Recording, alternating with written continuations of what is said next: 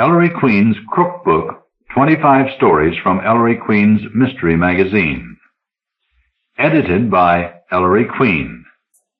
Copyright 1971, 1972, 1974 by Davis Publications, Incorporated. Narrated by Randy Atcher. This book was originally created for audio cassette playback. Any announcements concerning cassettes do not apply to this recording. This version contains markers allowing direct access to major portions of the book. Ellery Queen is a man of two parts, Frederick Danae and the late Manfred B. Lee. The total sales of their books in various editions published throughout the world are estimated at well over 125 million copies. Ellery Queen popularized the dramatic mystery on radio, and in 1950 the program called The Adventures of Ellery Queen won TV Guide's award for the best mystery show on television. Ellery Queen has won 5 annual Edgars, the Mystery Writers of America Award, similar to the Oscars of Hollywood, including the Grand Master Award of 1960 and both the Silver and Gold Gertrudes awarded by Pocketbooks Incorporated. In 1968, Iona College honored Ellery Queen with the Columbia Prize in Mystery. Ellery Queen's most recent successes are A Fine and Private Place, The Last Woman in His Life, and Cop-Out. He is internationally famous as an editor. Ellery Queen's Mystery Magazine is now in its 33rd year of continuous publication. The 28th annual collection from a magazine acknowledged by readers and authors to be #1 in its field. The stories range from pure detection to suspense, horror, humor, and psychological grue. In other words, a fulfilling and diverting repast for readers of every taste. Table of Contents. 3 Ways to Rob a Bank by Harold R. Daniels, Side 1. The Acquisitive Chuckle by Isaac Asimov, Side 1. Woodrow Wilson's Necktie by Patricia Highsmith, Side 1 and 2. A Day of Encounters by Anthony Gilbert, Side 2. The Island of Bright Birds by John Christopher, Side 2. Pick Up on the Dover Road by Julian Symons, Side 2 and 3. Déjà Vu by Mary Barrett, Side 3. The Other Side of the Wall by Stanley Ellin, Side 3. A Kind of Madness by Anthony Boucher, Side 3. So Lonely, So Lost, So Frightened by Florence V. Mayberry, Side 3 and 4. 6 Best First Stories of the Year. A Game in the Sun by John Coyne, Side 4. Open Letter to Survivors by Francis M. Nevins, Jr., Side 4. The Prayer Wheels by Fritzi Franz Lumen, Side 4 and 5. The Dripping by David Morrell, Side 5. The Purple Shroud by Joyce Harrington, Side 5. A Girl Can't Always Have Everything by Tonita S. Gardner, Side 5. Jericho and the 2 Ways to Die by Hugh Pentecost, Side 5 and 6. The Theft from the Empty Room by Edward D. Hoke, Side 6. The Coldness of 1,000 Suns by Celia Fremlin, Side 6. The Panic Button by Michael Gilbert, Side 6 and 7. The Good Companions by Dana Lyon, Side 7. The Niece from Scotland by Christiana Brand, Side 7. The Resurrection Men by Lillian de la Torre, Side 7 and 8.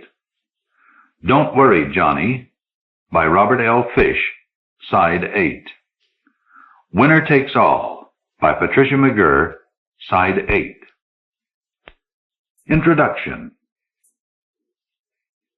Dear reader, here is the gourmet recipe for Ellery Queen's Crookbook, the 28th volume in this series of annual anthologies. Ingredients: 25 mysteries chilled, 25 suspenses and suspensions of disbelief, 23 crimes assorted, 11 detections mixed, 1 espionage salted and peppered to taste, with toppings of terror, violence, horror, murder. Slice a story by Stanley Ellin into shivers. Remember his specialty of the house, adding generous pinches of Edward D. Hoke. Toast a tale by Lillian de la Torre. Grill the Gilberts, Michael and Anthony, spooning in Hugh Pentecost.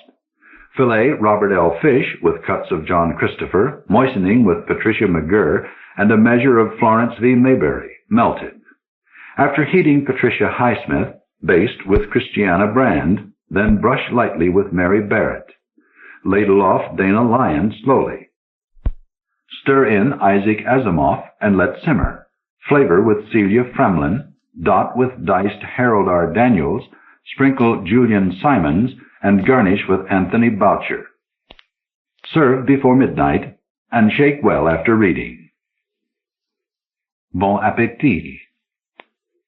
Ellery Queen, Chef de Cuisine. 3 Ways to Rob a Bank, by Harold R. Daniels.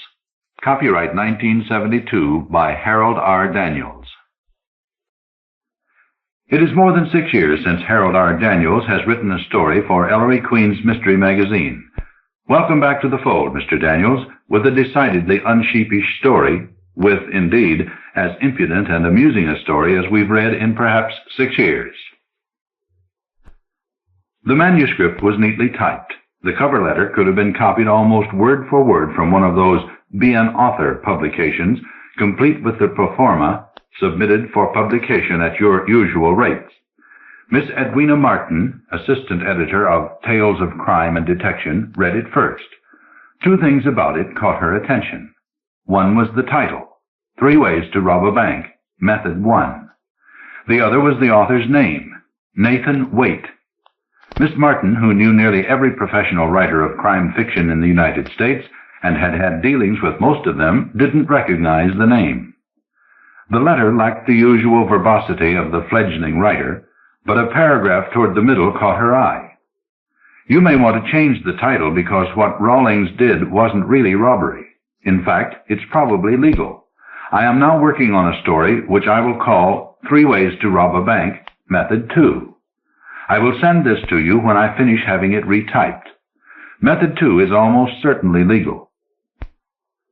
If you want to check Method 1, I suggest that you show this to your own banker. Rawlings, it developed, was the protagonist in the story. The story itself was crude and redundant. It failed to develop its characters and served almost solely as a vehicle to outline Method 1. The method itself had to do with the extension of credit to holders of checking accounts, one of those deals where the bank urges holders of checking accounts to write checks without having funds to back them. The bank would extend credit. No papers, no notes. The author's distrust of this form of merchandising emerged clearly in the story. Miss Martin's first impulse was to send the story back with a polite letter of rejection. She never used the heartless printed rejection slip. But something about the confident presentation of the method bothered her. She clipped a memorandum to the manuscript, scrawled a large question mark on it, and bucked it to the editor. It came back next day with additional scrawling. This is an awful piece of trash, but the plan sounds almost real. Why don't you check it with Frank Wordle? Frank Wordle was a vice president of the bank that served Miss Martin's publisher. She made a luncheon date with him, handed him the letter and the manuscript, and started to proofread some galleys while he looked it over. She glanced up when she heard him suck in his breath. He had turned a delicate shade of greenish white. Would it work? She asked. I'm not quite sure, the vice president said, his voice shaking. I'd have to get an opinion from some of the people in the check credit department, but I think it would. He hesitated. Good Lord, this could cost us millions. Listen, you weren't thinking of publishing this, were you? I mean, if it got into the hands of the public, Miss Martin, who had no great admiration for the banking mentality, was noncommittal. "It needs work," she said. "We haven't made a decision." The banker pushed his plate away. "And he says he's got another one, his method too. If it's anything like this, it could ruin the entire banking business." A thought came to him. "He calls this 3 ways to rob a bank.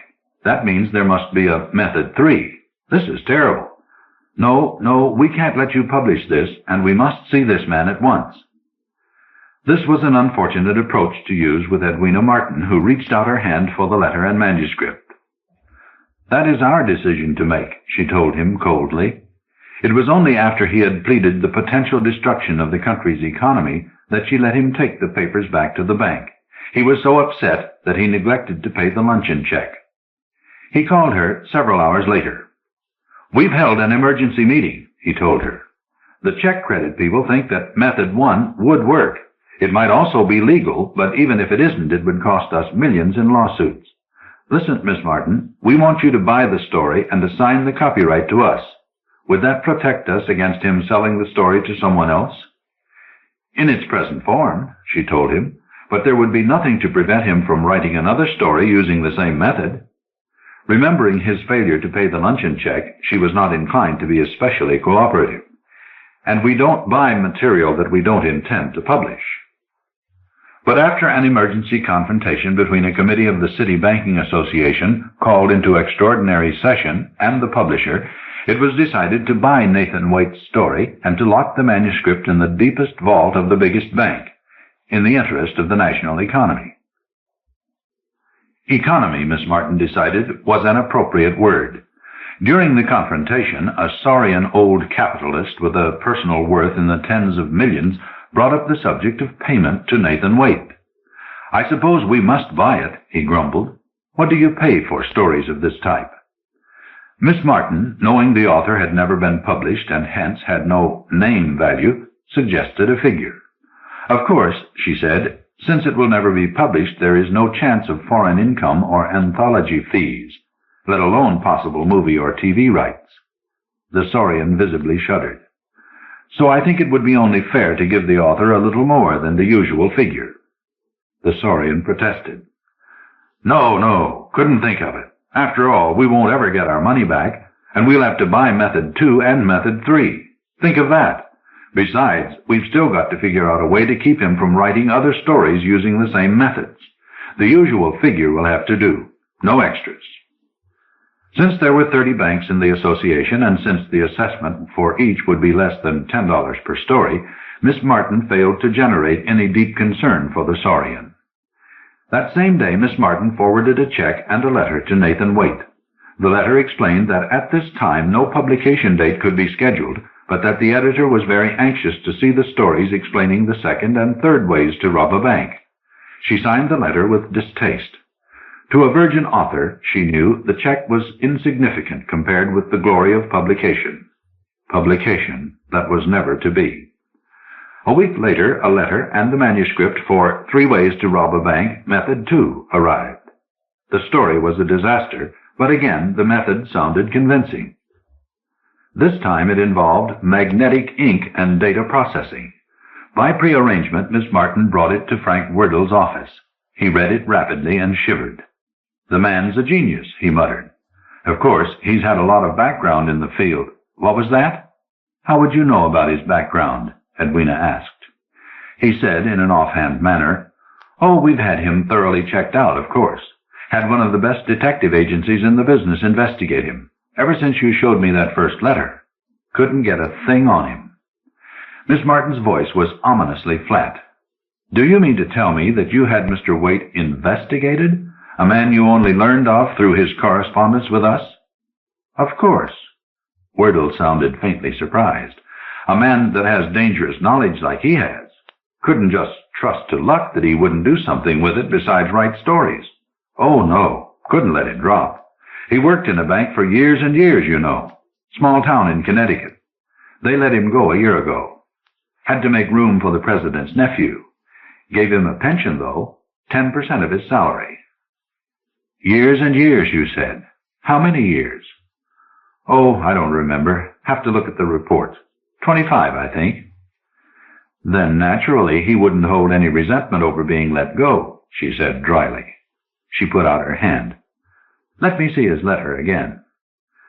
The letter that had accompanied the second manuscript had cordially thanked the publisher for accepting the first story and for the check. One paragraph said, I assume you checked Method 1 with your banker as I suggested. I hope you'll show him Method 2 also, just to be sure it would work. As I said in my first letter, it's almost certainly legal. Miss Martin asked, Is it legal? Is what legal? Method 2, the one you just read about. Put it this way, it isn't illegal. To make it illegal, every bank using data processing would have to make some major changes in its forms and procedures.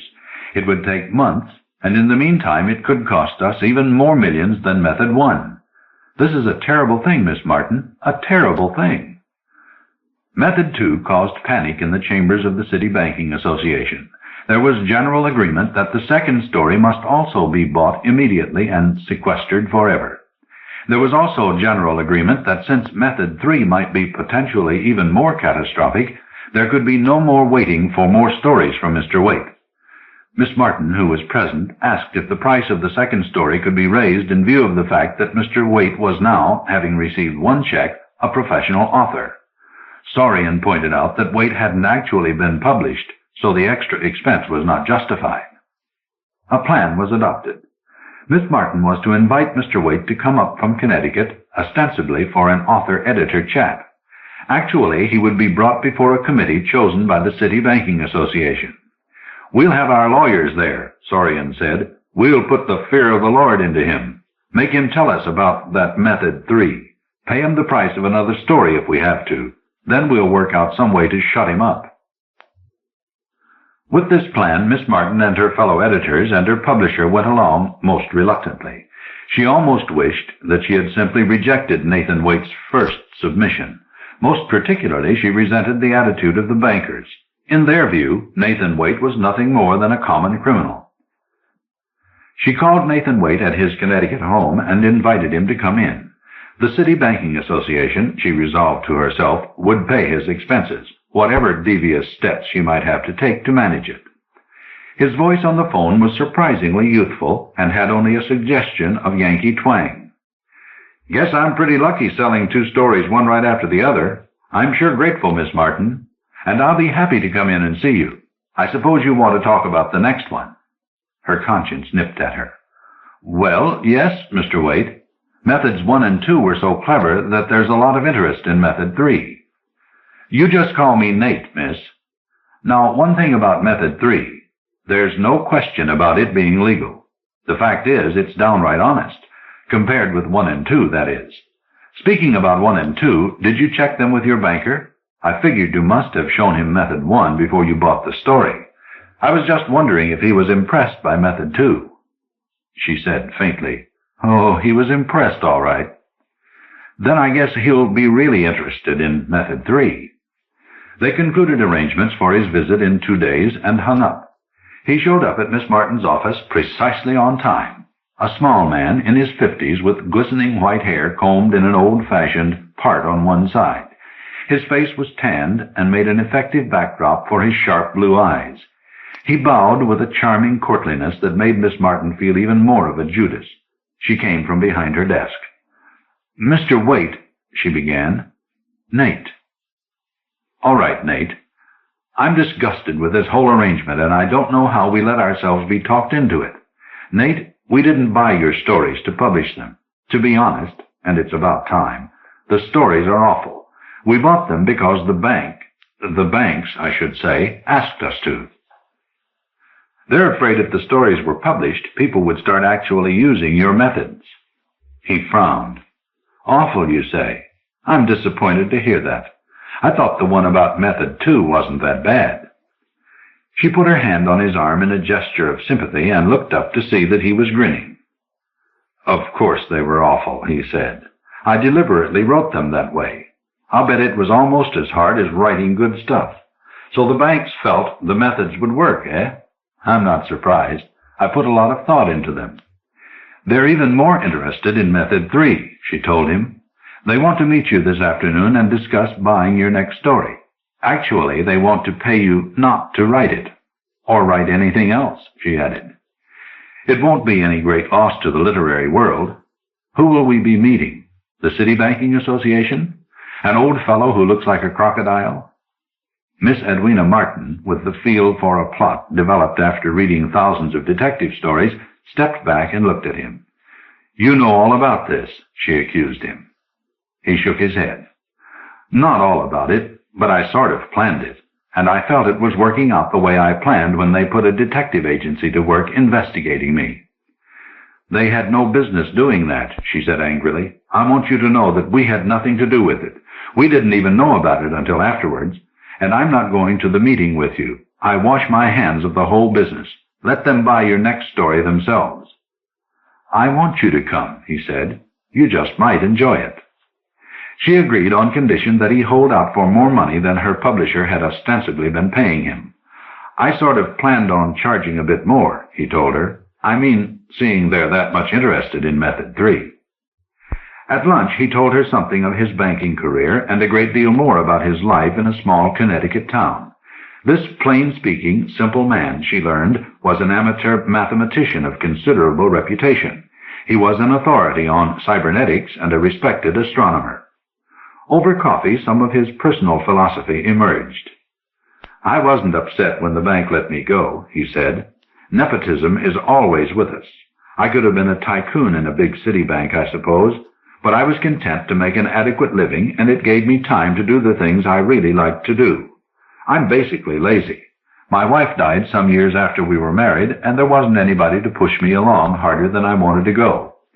Besides, there's something special about a small bank in a small town. You know everyone's problems, money and otherwise, and you can break rules now and then to help people out.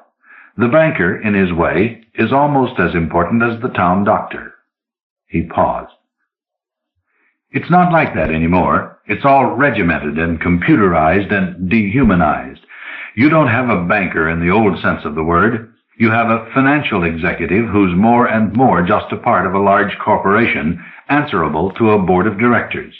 He has to work by a strict set of rules that don't allow for any of the human factors." Miss Martin, fascinated, signaled for more coffee. "Like making out a deposit slip," he went on. "Used to be you walked into the bank and filled out the slip with your name and address and the amount you wanted to deposit. It made a man feel good, and it was good for him. My name is John Doe, and I earned this money, and here is where I live, and I want you to save this amount of money for me." And you took it up to the cashier and passed the time of day for a minute. Nate put sugar in his coffee. "Pretty soon there won't be any cashiers. Right now you can't fill out a deposit slip in most banks. They send you computer input cards with your name and number on them. All you fill in is the date and amount. The money they save on clerical work they spend on feeble-minded TV advertising. It was a TV ad for a bank that inspired me to write those stories." Miss Martin smiled. "Nate, you used us." The smile faded. "But even if you hold them up for the Method 3 story, it won't hurt anything but their feelings. The money won't come out of their pockets, and even several thousands of dollars wouldn't mean anything to them." He said softly, "The important thing is to make them realize that any mechanical system that man can devise, man can beat. If I can make them realize that the human element can't be discarded, I'll be satisfied. Now then, I suppose we should be getting along to the meeting."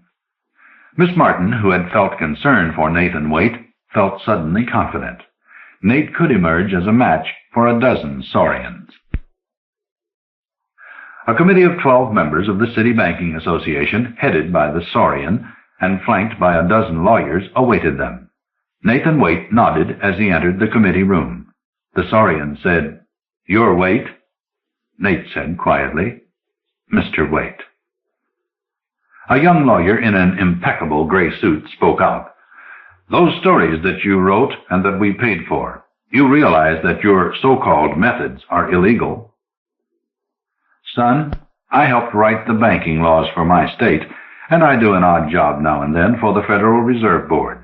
I'd be happy to talk banking law with you."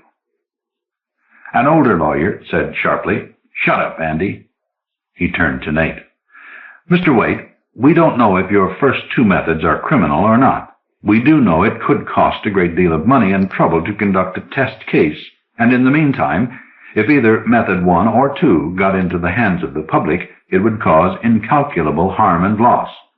We'd like some assurance that this won't happen. You bought the stories describing the first two methods. I'm generally considered an honorable man. As Miss Martin here might put it, I won't use the same plots again. Graysuit said cynically, Not this week, maybe. How about next week? You think you've got us over a barrel? The older lawyer said furiously, I told you to shut up, Andy, and turned to Nate again. I'm Peter Hart, he said. I apologize for my colleague. I accept the fact that you are an honorable man, Mr. Waite. Sorian interrupted. Never mind all that. What about method 3, the third way to rob a bank? Is it as sneaky as the first two? Nate said mildly, As I told Miss Martin, rob is a misnomer. Methods 1 and 2 are unethical, perhaps illegal, methods for getting money from a bank. Method 3 is legal beyond the shadow of a doubt. You have my word for that. 12 bankers and 12 lawyers began talking simultaneously. Sorian quieted the furor with a lifted hand. And you mean it will work just as well as the first two methods? I'm positive of it. Then we'll buy it. Same price as the first two stories, and you won't even have to write it. Just tell us what method 3 is, and we'll give you $500 for your promise never to write another story. Sorian sank back, overwhelmed by his own generosity. Peter Hart looked disgusted. Nathan Waite shook his head. I've got a piece of paper here, he said. It was drawn up by the best contract lawyer in my state, good friend of mine. I'll be glad to let Mr. Hart look it over. What it calls for is that your association pay me $25,000 a year for the rest of my life, and that payments be made thereafter in perpetuity to various charitable organizations to be named in my will. Bedlam broke loose. Miss Martin felt like cheering, and she caught a smile of admiration on Peter Hart's face. Nate waited patiently for the commotion to die down. When he could be heard, he said, That's too much money to pay for just a story.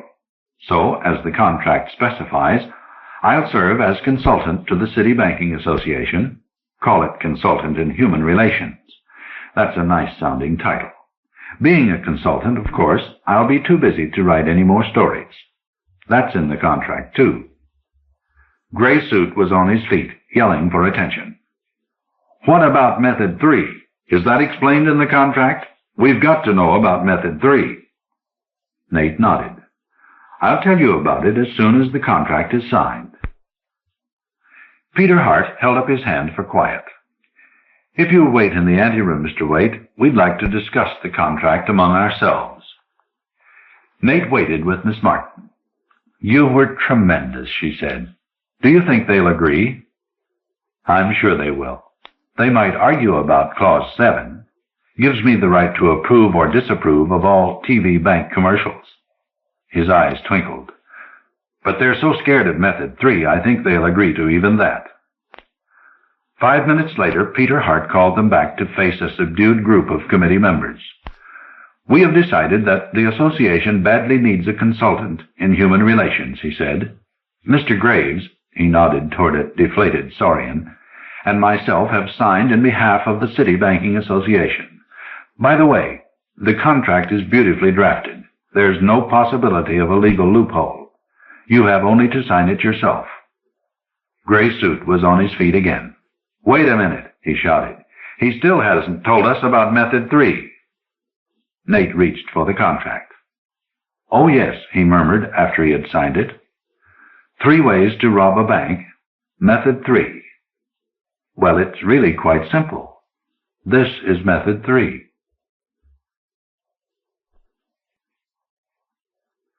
The Acquisitive Chuckle by Isaac Asimov. Copyright 1971 by Isaac Asimov. The first of a brand new series about the Black Widowers and the piquant problems that challenge them monthly. In this opening adventure, Bartram, the private detective, tells the Black Widowers the details of an old case that the detective had never been able to solve. Could the 5 members, patent lawyer Geoffrey Avalon, code expert Thomas Trumbull, writer Emmanuel Rubin, organic chemist James Drake, and artist Mario Gonzalo, solve the mystery? Can you? Hanley Bartram was the guest that night of the Black Widowers, who met monthly in their quiet haunt and vowed death to any female who intruded, for that one night each month at any rate. The number of attendees varied. On this occasion, 5 members were present. Geoffrey Avalon was host for the evening. He was tall, with a neatly trimmed mustache and a smallish beard, more white than black now, but with hair as black as ever. As host, it was his duty to deliver the ritual toast that marked the beginning of the dinner proper. Loudly and with gusto, he said, "To old King Cole of sacred memory, may his pipe be forever lit, his bowl forever full, his fiddlers forever in health, and may we all be as merry as he all our lives long." The 6 cried, "Amen," touched lips to drink, and sat down. Avalon put his drink to the side of his plate. It was his second, and was now exactly half full. It would remain there throughout the dinner and not be touched again.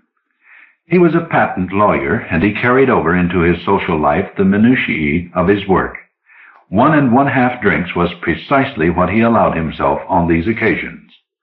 Thomas Trumbull came storming up the stairs at the last minute with his usual cry of, "Henry, a scotch and soda for a dying man." Henry, the waiter at these functions for several years now, and with no last name that any Black Widower had ever heard used, had the scotch and soda ready. He was 60-ish, but his face was unwrinkled and staid. His voice seemed to recede into the distance even as he spoke. "Right here, Mr. Trumbull." Trumbull spotted Bartram at once and said to Avalon in an aside, "Your guest?" "He asked to come," said Avalon, in as near a whisper as he could manage. "Nice fellow. You'll like him." The dinner itself went as miscellaneously as the Black Widower's affairs usually did. Emmanuel Rubin, who had the other beard, a thin and scraggly one under a mouth with widely spaced teeth, had broken out of a writer's block and was avidly giving the details of the story he had just finished. James Drake, with a rectangular face, a mustache but no beard, was interrupting with memories of other stories, tangentially related. Drake was an organic chemist, but he had an encyclopedic knowledge of pulp fiction. Trumbull, as a code expert, considered himself to be in the inner councils of government and took it into his head to be outraged at Mario Gonzalo's political pronouncements. "Damn it," he yelled in one of his less vituperative moods, "why don't you stick to your idiotic collages and burlap bags and leave world affairs to your betters?" Trumbull had not recovered from Gonzalo's one-man art show earlier that year, and Gonzalo, understanding this, laughed good-naturedly, saying, "Show me my betters. Name one." Bartram, short and plump, with hair that curled in tiny ringlets, clung firmly to his role as guest. He listened to everyone, smiled at everyone, and said little. Eventually the time came when Henry poured the coffee and placed the desserts before each guest with practiced legerdemain. It was at this moment that the traditional grilling of the guest usually began. The first interrogator, almost by tradition, was Thomas Trumbull. His swarthy face, wrinkled into perennial discontent, looked angry as he began with the invariable opening question, "Mr. Bartram, how do you justify your existence?" Bartram smiled. He spoke with precision as he said, "I have never tried. My clients, on those occasions when I give satisfaction, find my existence justified." "Your clients?" said Reuben. "What is it you do, sir?" "I am a private detective." "Good," said James Drake. "I don't think we've ever had one before. Manny, you can get some of the procedures correct for a change when you write your private eye stuff."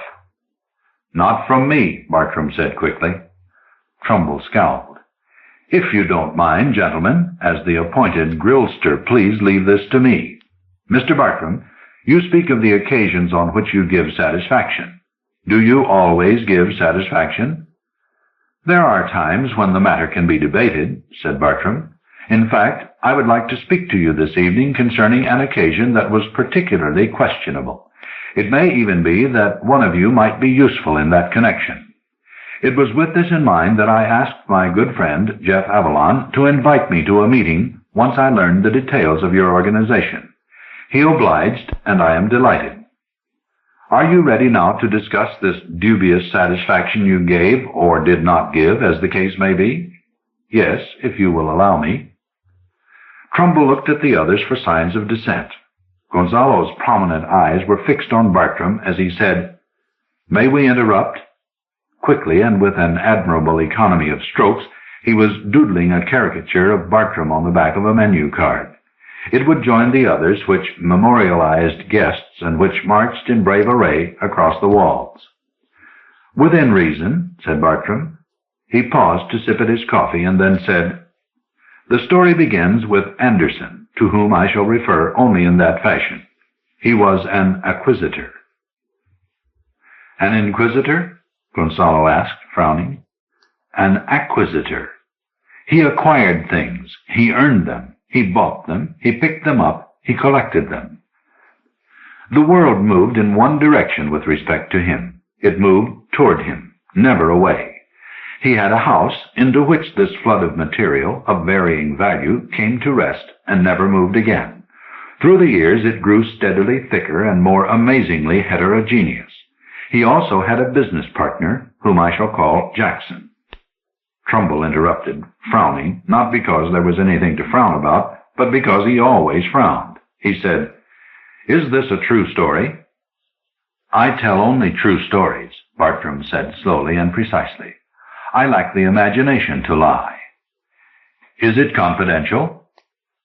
"I shall tell the story in such a way as to make it difficult to be recognized, but if it were recognized, it would be confidential." "I follow the subjunctive," said Trumbull, "but I wish to assure you that what is said within the walls of this room is never repeated or referred to outside its walls. Henry understands this, too." Henry, who was refilling 2 of the coffee cups, smiled a little and bent his head in agreement. Bartram smiled also and went on. "Jackson had a disease, too. He was honest, unavoidably and deeply honest. The characteristic permeated his soul as though from an early age he had been marinated in integrity. To a man like Anderson, it was most useful to have honest Jackson as a partner, for their business, which I carefully do not describe in detail, required contact with the public. Such contact was not for Anderson, for his acquisitiveness stood in the way. With each object he acquired, another little crease of slyness entered his face, until it seemed a spider's web that frightened all flies at sight. It was Jackson, the pure and the honest, who was the front man, and to whom all widows hastened with their mites and orphans with their farthings. On the other hand, Jackson also found Anderson a necessity, for Jackson, with all his honesty, perhaps because of it, had no knack for making $1 become 2. Left to himself, he would, entirely without meaning to, lose every cent entrusted to him, and would then quickly be forced to kill himself as a dubious form of restitution. Anderson's hands were to money, however, as fertilizer is to roses, and together he and Jackson were a winning combination. Yet no paradise continues forever, and the besetting characteristic left to itself will deepen, widen, and grow more extreme. Jackson's honesty grew to such colossal proportions that Anderson, for all his shrewdness, was occasionally backed to the wall and forced into monetary loss. Similarly, Anderson's acquisitiveness burrowed to such infernal depths that Jackson, for all his morality, found himself occasionally twisted into questionable practices. Naturally, as Anderson disliked losing money and Jackson abhorred losing character, a coolness grew between the two. In such a situation, the advantage clearly lay on the side of Anderson, who placed no reasonable limits on his actions, whereas Jackson felt himself bound by a code of ethics. Slyly, Anderson worked and maneuvered until, eventually, poor honest Jackson found himself forced to sell out his end of the partnership under the most disadvantageous of conditions. Anderson's acquisitiveness, we might say, had reached a climax, for he acquired sole control of the business. It was his intention to retire now, leaving its everyday running to employees, and concerning himself no further than was required to pocket its profits. Jackson, on the other hand, was left with little more than his honesty, and while honesty is an admirable characteristic, it has small direct value in a hock shop. It was at this point, gentlemen, that I entered the picture. Ah, Henry, thank you. The glasses of brandy were being passed around. You did not know those people to begin with? Reuben asked, his sharp eyes blinking. No, Bartram said, sniffing delicately at the brandy and just touching it to his upper lip, though I think one of you in this room did. It was some years ago. I first met Anderson when he entered my office in a white heat. I want you to find what I've lost, he said. I have dealt with many cases of theft in my career, and so I asked, naturally, what is it you have lost? And he answered, damn it, man, that's what I've just asked you to find out. The story came out rather raggedly. Anderson and Jackson had quarreled with surprising intensity. Jackson was outraged, as only an honest man can be when he finds that his integrity is no shield against the conniving of others. He swore revenge, and Anderson shrugged that off with a laugh. Beware the wrath of a patient man, quoted Avalon with the air of precision research that he brought to even his least portentous statements. So I have heard, said Bartram, though I have never had occasion to test the maxim. Nor, apparently, had Anderson, for he had no fear of Jackson. As he explained, Jackson was so psychotically honest and so insanely law-abiding that there was no chance of his slipping into wrongdoing. Or so Anderson thought. It did not even occur to him to ask Jackson to restore the office key, something all the more curious since the office was located in Anderson's house among all that knick-knackery. Anderson recalled this omission a few days after the quarrel when, returning from an early evening appointment, he found Jackson in his house. Jackson carried an attaché case which he was just closing as Anderson entered, closing with startled haste, it seemed to Anderson. Anderson frowned and said, "What are you doing here?" "Returning some papers which were in my possession and which now belong to you," said Jackson, "and returning the key to the office." With this remark, he handed over the key, indicated papers on the desk, and pushed the combination lock on his attaché case with fingers that Anderson could swear trembled a little. Jackson looked about the room with what appeared to Anderson to be a curious, almost a secretively satisfied smile, and said, "I will now leave." And he proceeded to do so. It was not until Anderson heard the motor of Jackson's car whirring into action, and then retreating into the distance, that he could rouse himself from a kind of stupor that had paralyzed him. He knew he had been robbed, and the next day he came to me. Drake pursed his lips, twirled his half-empty brandy glass, and said, "Why not to the police?"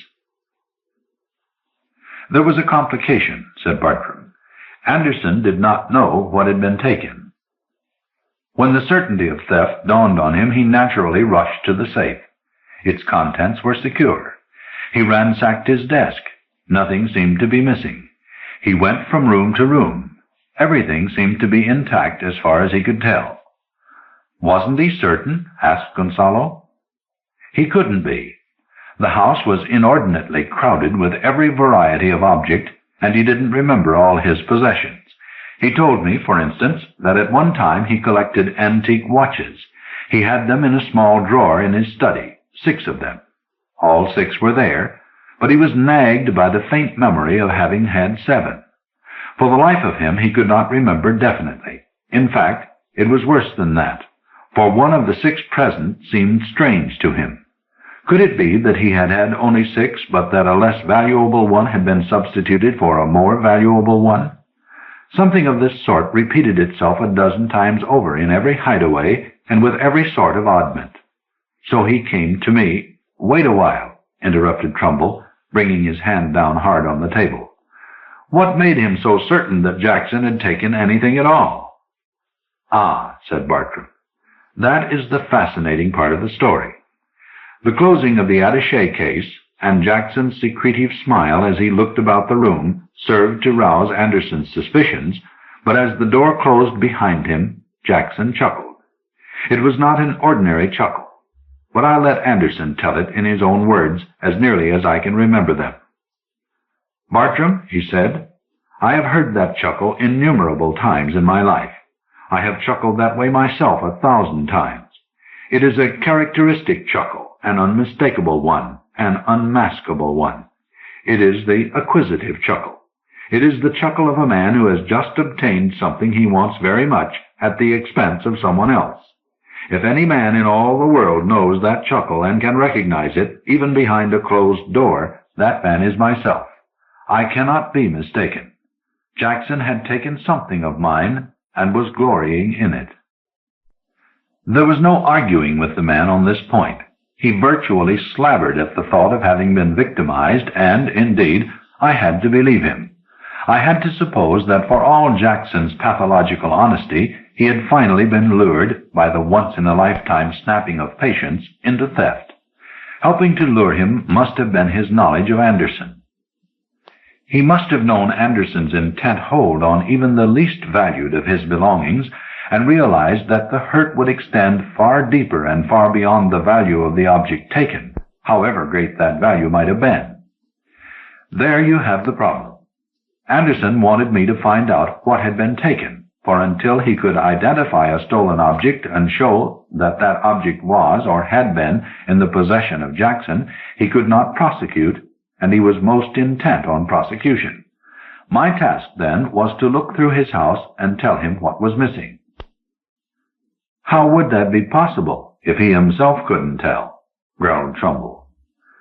"I pointed that out to him," said Bartram, "but he was wild and unreasoning. He offered me a great deal of money, win or lose, a very handsome fee indeed, and he put down a sizable portion of it as a retainer. It was clear he resented beyond measure the deliberate insult to his acquisitiveness. The thought that an amateur non-acquisitor like Jackson should dare beard him in the most sacred of his passions had driven him, on this one point, mad, and he was prepared to go to any expense to keep the other's victory from being final. I, too, am human, so I accepted the retainer and the fee. After all, I reasoned, I had my methods. I took up the question of insurance lists first. All were outdated, but they served to eliminate the furniture and all the larger items as possible objects of Jackson's thievery, for everything on the lists was still in the house. Avalon said, "They were eliminated anyway, since the stolen object would have had to fit into the attaché case." "Provided that it was the attaché case that was used to transport the item out of the house," Bartram pointed out patiently. "The attaché case might easily have been a decoy. Prior to Anderson's return, Jackson could have had a moving van at the door and taken out the grand piano, had he so chosen, and then snapped the attaché case in Anderson's face to mislead him. But never mind that. I agree it wasn't likely. I took him around the house room by room, following a systematic procedure of considering the floor, walls, and ceiling, studying all the shelves, opening every door of every piece of furniture, going through every closet. Nor did I neglect the attic and the basement. Never before had Anderson been forced to consider every item of his vast and amorphous collection in order that somewhere, somehow, some item would jog his memory of some companion item that was not there. It was an enormous house, a heterogeneous one, an endless one. It took us days, and poor Anderson grew more befuddled each day. I next tackled it from the other end. It was obvious that Jackson had deliberately taken something unnoticeable, probably small. Certainly something that Anderson would not easily miss, and therefore something to which he was not greatly attached. On the other hand, it made sense to suppose that it was something Jackson would want to take away, and which he would find valuable. Indeed, his act would give him most satisfaction if Anderson also considered it valuable, once he realized what it was that was gone. What, then, could it be? "A small painting," said Gonzalo eagerly, "which Jackson knew to be an authentic Cézanne, but which Anderson thought was junk." A postage stamp from Anderson's collection, said Reuben, which Jackson noted had an error in the engraving. He had once written a story which had hinged on this precise point. A book, said Trumbull, that contained some hidden family secret with which, in due time, Jackson could blackmail Anderson. A photograph, said Avalon dramatically, showing the likeness of an old sweetheart which Anderson would give a large sum to buy back. I don't know what business they were in, said Drake thoughtfully, but it might have been the kind where some unvalued gimcrack might actually be of great value to a competitor and drive Anderson to bankruptcy. I remember one case where a formula for a hydrazo intermediate, oddly enough, Bartram broke in firmly. I thought of each of these possibilities, and I went over each one with Anderson. It was clear that he had no taste in art, and such pieces as he had were really junk, and no mistake. He did not collect stamps, and though he had many books and could not tell for certain whether one were gone, he swore he had no family secrets anywhere that were worth the skipped beat of a blackmailer's heart. Nor had he ever had any old sweethearts, since in his younger days he had confined himself to professional ladies whose photographs he did not prize. As for his business secrets, they were of the sort that would interest the government far more than any competitor, and everything of that sort had been kept from Jackson's honest eyes and were still in the safe, or long in the fire. I thought of other possibilities, but one by one they were knocked down. Of course, Jackson might betray himself. He might blossom into sudden wealth, and in ferreting out the source of the wealth, we might learn the identity of the stolen object. Anderson himself suggested this and paid lavishly to have a 24-hour watch put on Jackson. It was useless. The man kept a dull way of life and behaved precisely as you would expect someone minus his life savings to behave. He lived parsimoniously, and eventually he took a menial job, where his honesty and calm demeanor were desirable assets. Finally, I had but one alternative left. Wait, said Gonzalo. Let me guess. He tossed off what was left of his brandy and said, Would any of you care for a cigar? Only Trumbull reached for one. Gonzalo lit the cigar, signaled Henry for another brandy, and said, You asked Jackson what he stole.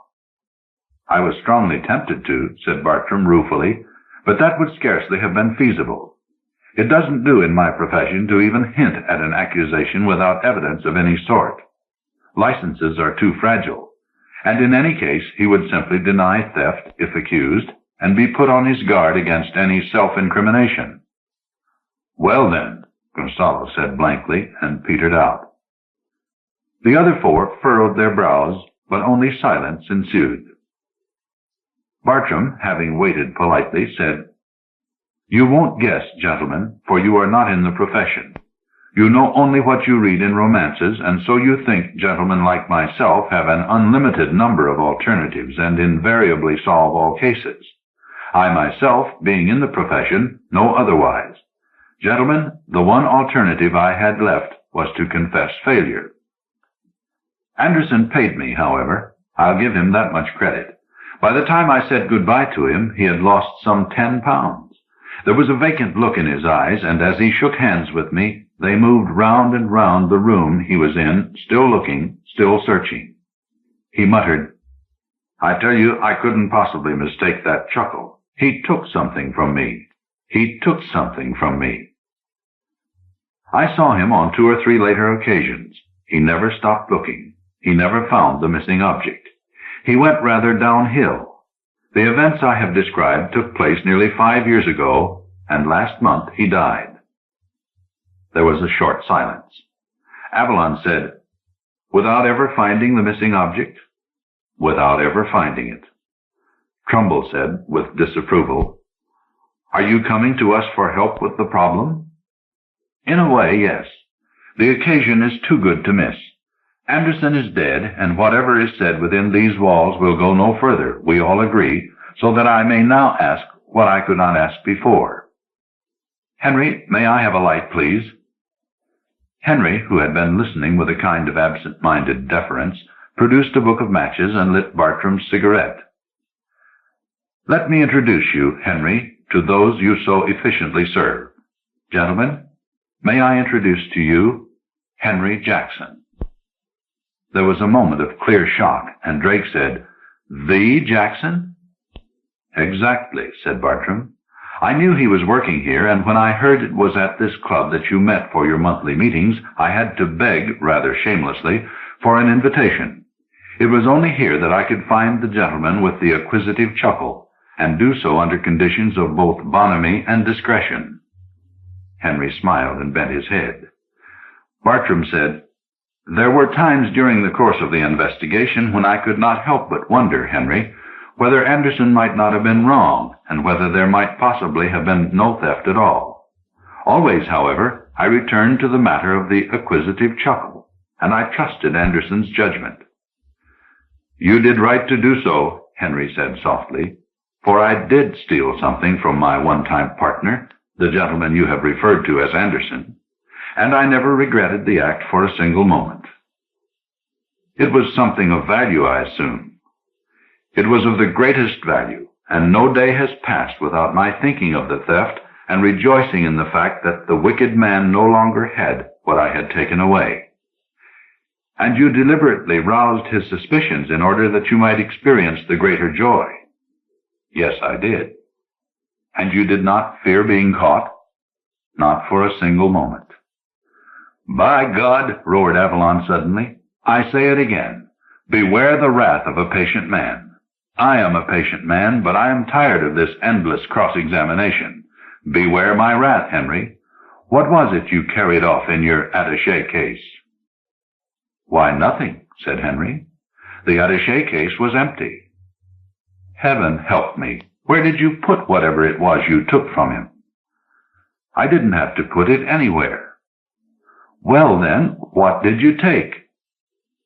"Only his peace of mind," Henry said gently. Woodrow Wilson's Necktie by Patricia Highsmith.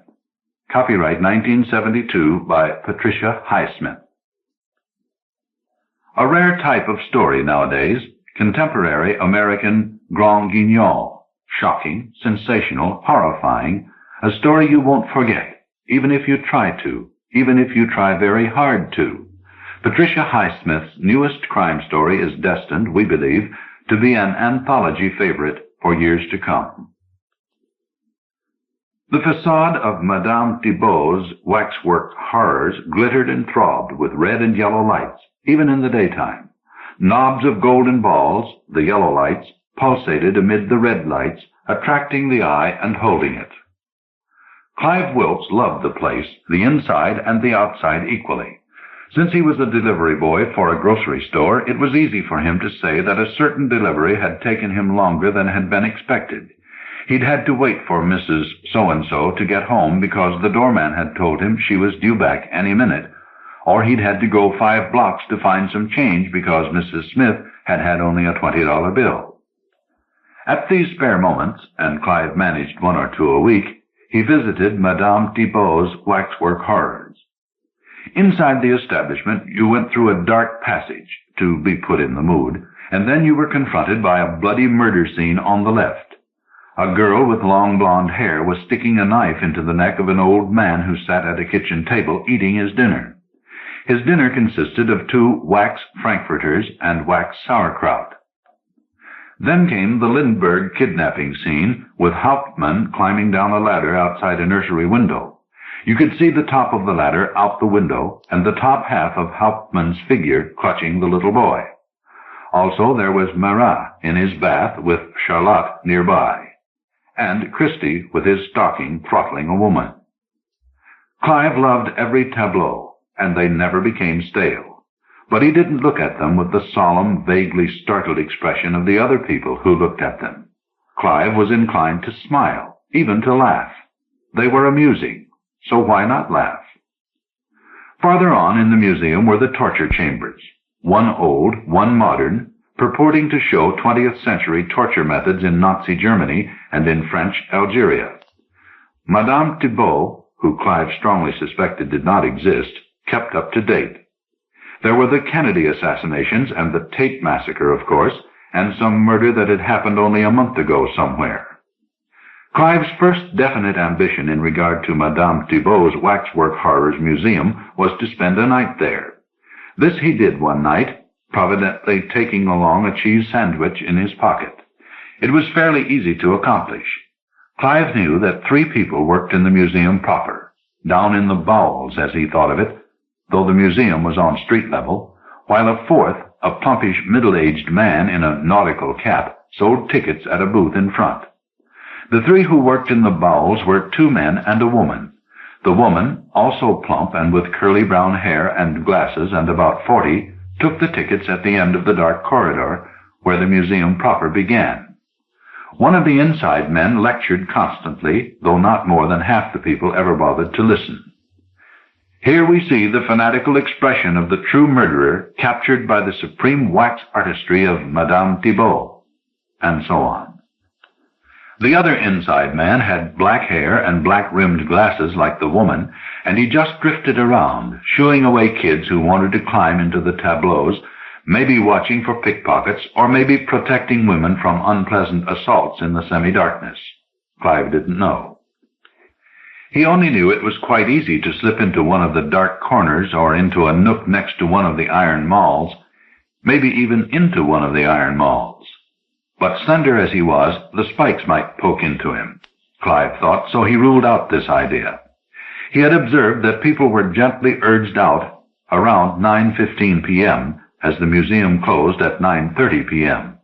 And lingering as late as possible one evening, Clive had learned that there was a sort of cloakroom for the staff behind a door in one back corner, from which direction he had also heard the sound of a toilet flushing. So one night in November, Clive concealed himself in the shadows, which were abundant, and listened to the 3 people as they got ready to leave. The woman, whose name turned out to be Mildred, was lingering to take the money box from Fred, the ticket seller, and to count it and deposit it somewhere in the cloakroom. Clive was not interested in the money. He was interested only in spending a night in the place and being able to boast he had. "Night, Mildred. See you tomorrow," called one of the men. "Anything else to do?" "I'm leaving now," said Mildred. "Boy, am I tired. But I'm still going to watch Dragon Man tonight." "Dragon Man," the other man repeated, uninterested. Evidently the ticket seller, Fred, left from the front of the building after handing in the money box, and in fact Clive recalled seeing him close up the front once, cutting the lights from inside the entrance door, then locking the door and barring it on the outside. Clive stood in a nook by an iron mall. When he heard the back door shut and the key turn in the lock, he waited for a moment in delicious silence, aloneness, and suspense, and then ventured out. He went first, on tiptoe, to the room where they kept their coats, because he had never seen it. He had brought matches, also cigarettes, though smoking was not allowed according to several signs, and with the aid of a match he found the light switch. The room contained an old desk, 4 metal lockers, a tin wastebasket, an umbrella stand, and some books in a bookcase against a grimy wall that had once been white. Clive slid open a drawer and found the well-worn wooden box which he had once seen the ticket seller carrying in through the front door. The box was locked. He could walk out with the box, Clive thought, but he didn't care to, and he considered this rather decent of himself. He gave the box a wipe with the side of his hand, not forgetting the bottom where his fingertips had touched. That was funny, he thought, wiping something he wasn't going to steal. Clive set about enjoying the night. He found the lights and put them on so that the booths with the gory tableaus were all illuminated. He was hungry, took one bite of his sandwich, then put it back in the paper napkin in his pocket. He sauntered slowly past the John F. Kennedy assassination, Mrs. Kennedy and the doctors bending anxiously over the white table on which JFK lay. This time, Hauptmann's descent of the ladder made Clive giggle. Charles Lindbergh Jr.'s face looked so untroubled that one would think he might be sitting on the floor of his nursery, playing with blocks. Clive swung a leg over a metal bar and climbed into the gray Snyder tableau. It gave him a thrill to be standing right with them, inches from the throttling from behind which the lover of the woman was administering to the husband. Clive put a hand out and touched the red paint blood that was seeming to come from the man's throat, where the cord pressed deep. Clive also touched the cool cheekbones of the victim. The popping eyes were of glass, vaguely disgusting, and Clive did not touch those. 2 hours later he was singing church hymns, Nearer My God to Thee, and Jesus Wants Me for a Sunbeam. Clive didn't know all the words, and he smoked. By 2 a.m, he was bored and tried to get out by both the front door and back, but couldn't. Both were barred on the outside. He had thought of having a hamburger at an all-night diner between here and home. However, his enforced incarceration didn't bother him, so he finished the now dry cheese sandwich and slept for a bit on 3 straight chairs which he arranged in a row. It was so uncomfortable that he knew he'd wake up in a while, which he did, at 5 a.m. He washed his face, then went for another look at the wax exhibits. This time he took a souvenir. Woodrow Wilson's necktie. As the hour of 9 approached, Madame Thibault's waxwork horrors opened at 9:30 a.m. Clive hid himself in an excellent spot behind one of the tableaus whose backdrop was a black and gold Chinese screen. In front of the screen was a bed, and in the bed lay a wax man with a handlebar mustache who was supposed to have been poisoned by his wife. The public began to trickle in shortly after 9:30 a.m., and the taller, more solemn man began to mumble his boring lecture. Clive had to wait till a few minutes past 10 before he felt safe enough to mingle with the crowd and make his exit with Woodrow Wilson's necktie rolled up in his pocket. He was a bit tired, but happy, though on second thought, who would he tell about it?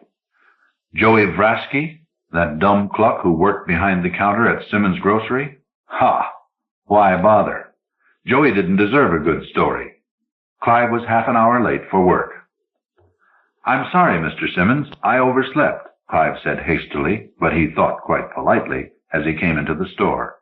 There was a delivery job awaiting him. Clive took his bicycle and put the carton on a platform in front of the handlebars. Clive lived with his mother, a thin, highly strung woman who was a saleswoman in a shop that sold stockings, girdles, and underwear. Her husband had left her when Clive was 9. She had no other children. Clive had quit high school a year before graduation, to his mother's regret, and for a year he had done nothing but lie around the house or stand on street corners with his pals. But Clive had never been very chummy with any of them, for which his mother was thankful, as she considered them a worthless lot. Clive had had the delivery job at Symons for nearly a year now, and his mother felt that he was settling down.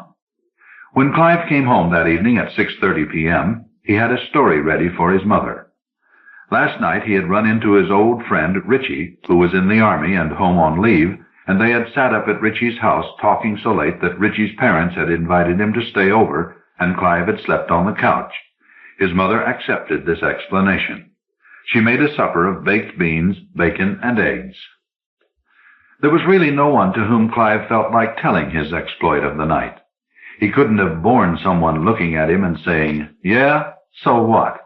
because what he had done had taken a bit of planning, even a little daring. He put Woodrow Wilson's tie among his others that hung over a string on the inside of his closet door. It was a gray silk tie, conservative and expensive looking. Several times that day Clive imagined one of the 2 men in the museum, or maybe the woman named Mildred, glancing at Woodrow Wilson and exclaiming, "Hey, what happened to Woodrow Wilson's tie, I wonder?" Each time Clive thought of this, he had to duck his head to hide a smile. After 24 hours, however, the exploit had begun to lose its charm and excitement.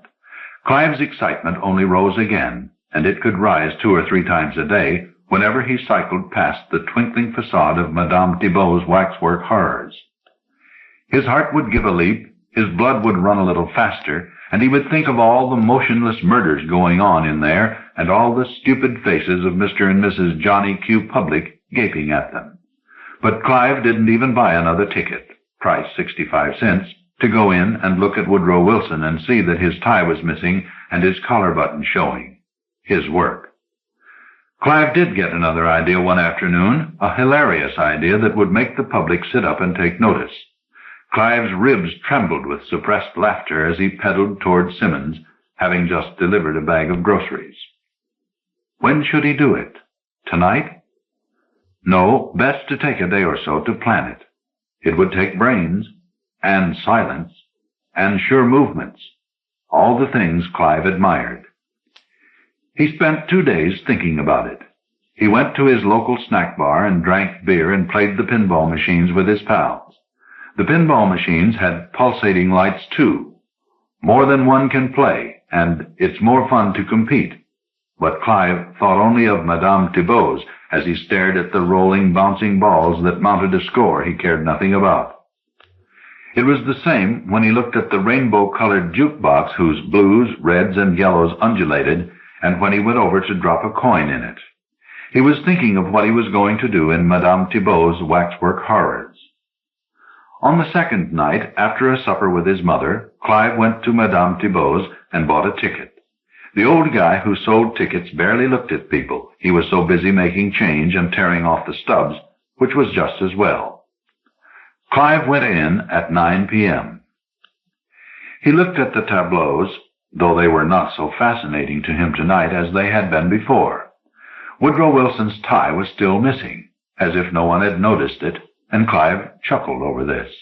He remembered that the solemn-faced pickpocket watcher, the drifting Snoop, had been the last to leave the night Clive had stayed, so Clive assumed he had the keys, and therefore he ought to be the last to be killed. The woman was the first. Clive hid himself beside one of the iron mauls again while the crowd ambled out, and when Mildred walked by him, in her hat and coat, to leave by the back door, having just said something to one of the men in the exhibition hall, Clive stepped out and wrapped an arm around her throat from behind. She made only a small "erk" sound. Clive squeezed her throat with his hands, stopping her voice. At last she slumped, and Clive dragged her into a dark, recessed corner to the left of the cloakroom. He knocked an empty cardboard box of some kind over, but it didn't make enough noise to attract the attention of the two men. "Mildred's gone?" one of the men asked. "I think she's in the office." "No, she's not." The owner of this voice had already gone into the corridor where Clive crouched over Mildred, and had looked into the empty cloakroom where the light was still on. "She's left." "Well, I'm calling it a day, too." Clive stepped out then and encircled this man's neck in the same manner. The job was more difficult because the man struggled, but Clive's arm was thin and strong. He acted with swiftness and knocked the man's head against the wooden floor. "What's going on?" The thump had brought the second man. This time Clive tried a punch to the man's jaw, but missed and hit his neck. However, this so stunned the man, the little solemn fellow, the Snoop, that a quick second blow was easy, and then Clive was able to take him by the shirt front and bash his head against the plaster wall, which was harder than the wooden floor. Then Clive made sure that all three were dead. The two men's heads were bloody. The woman was bleeding slightly from her mouth. Clive reached for the keys in the second man's pockets. They were in his left trousers pocket, and with them was a penknife. Clive also took the knife. Then the taller man moved slightly. Alarmed, Clive opened the pearl-handled penknife and plunged it into the man's throat 3 times. Close call, Clive thought, as he checked again to make sure they were all dead. They most certainly were, and that was most certainly real blood, not the red paint of Madame Thibault's waxwork horrors. Clive switched on the lights for the tableaus and went into the exhibition hall for the interesting task of choosing exactly the right places for the 3 corpses. The woman belonged in Marat's bath. Not much doubt about that. Clive debated removing her clothing, but decided against it, simply because she would look much funnier sitting in a bath wearing a fur-trimmed coat and hat. The figure of Marat sent him off into laughter. He'd expected sticks for legs, and nothing between the legs, because you couldn't see any more of Marat than from the middle of his torso up. But Marat had no legs at all, and his wax body ended just below the waist in a fat stump which was planted on a wooden platform so that it would not topple. This crazy waxwork Clive carried into the cloakroom and placed squarely in the middle of the desk. He then carried the woman, who weighed a good deal, onto the Marat scene and put her in the bath. Her hat fell off, and he pushed it on again, a bit over one eye. Her bloody mouth hung open. Good Lord, it was funny. Now for the men. Obviously, the one whose throat he had knifed would look good in the place of the old man who was eating wax franks and sauerkraut, because the girl behind him was supposed to be stabbing him in the throat. This took Clive some 15 minutes. Since the figure of the old man was in a seated position, Clive put him on the toilet off the cloakroom. It was terribly amusing to see the old man seated on the toilet, throat apparently bleeding, a knife in one hand and a fork in the other. Clive lurched against the door jamb, laughing loudly, not even caring if someone heard him, because it was so comical it was even worth getting caught for. Next, the little snoop. Clive looked around him, and his eye fell on the Woodrow Wilson scene which depicted the signing of the armistice in 1918. A wax figure sat at a huge desk signing something, and that was the logical place for a man whose head was almost split open. With some difficulty, Clive got the pen out of the waxman's fingers, laid it to one side on the desk, and carried the figure, it didn't weigh much, into the cloakroom, where Clive seated him at the desk, rigid arms in an attitude of writing. Clive stuck a ballpoint pen into his right hand. Now for the last heave. Clive saw that his jacket was now quite spotted with blood, and he would have to get rid of it, but so far there was no blood on his trousers. Clive dragged the second man to the Woodrow Wilson tableau, lifted him up, and rolled him toward the desk. He got him onto the chair, but the head toppled forward onto the green-blottered desk, onto the blank wax pages, and the pen barely stood upright in the limp hand. But it was done. Clive stood back and smiled. Then he listened. He sat down on a straight chair and rested for a few minutes, because his heart was beating fast, and he suddenly realized that every muscle in his body was tired. Ah, well, he now had the keys. He could lock up, go home, and have a good night's rest, because he wanted to be ready to enjoy tomorrow. Clive took a sweater from one of the male figures in a log cabin tableau of some kind. He had to pull the sweater down over the feet of the waxwork to get it off, because the arms would not bend. It stretched the neck of the sweater, but he couldn't help that. Now the wax figure had a sort of bib for a shirt front, and naked arms and chest. Clive wadded up his jacket and went everywhere with it, erasing fingerprints from whatever he thought he had touched. He turned the lights off, made his way carefully to the back door, locked and barred it behind him, and would have left the keys in a mailbox if there had been one. But there wasn't, so he dropped the keys on the rear doorstep. In a wire rubbish basket he found some newspapers. He wrapped up his jacket in them and walked on with it until he found another wire rubbish basket, where he forced the bundle down among candy wrappers, beer cans, and other trash. "A new sweater?" his mother asked that night. "Richie gave it to me. For luck." Clive slept like the dead, too tired even to laugh again at the memory of the old man sitting on the toilet. The next morning, Clive was standing across the street when the ticket seller arrived just before 9:30 a.m. By 9:35 a.m., only 4 people had gone in, but Clive could not wait any longer, so he crossed the street and bought a ticket. Now the ticket seller was doubling as ticket taker and telling people, "Just go on in. Everybody's late this morning." The ticket man stepped inside the door to put on some lights, then walked all the way into the place to put on the display lights for the tableaus, which worked from switches in the hall that led to the cloakroom.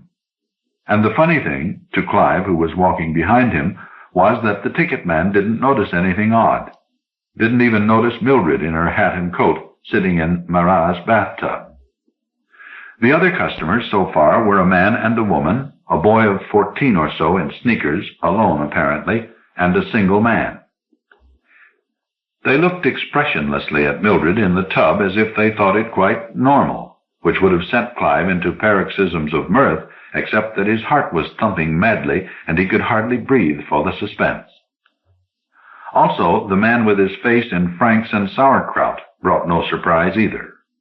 Clive was a bit disappointed. 2 more people came in, a man and a woman. Then at last, in front of the Woodrow Wilson tableau, there was a reaction. One of the women, clinging to her husband's arm, asked, "Was someone shot when the armistice was signed?" "I don't know. I don't think so," the man replied vaguely.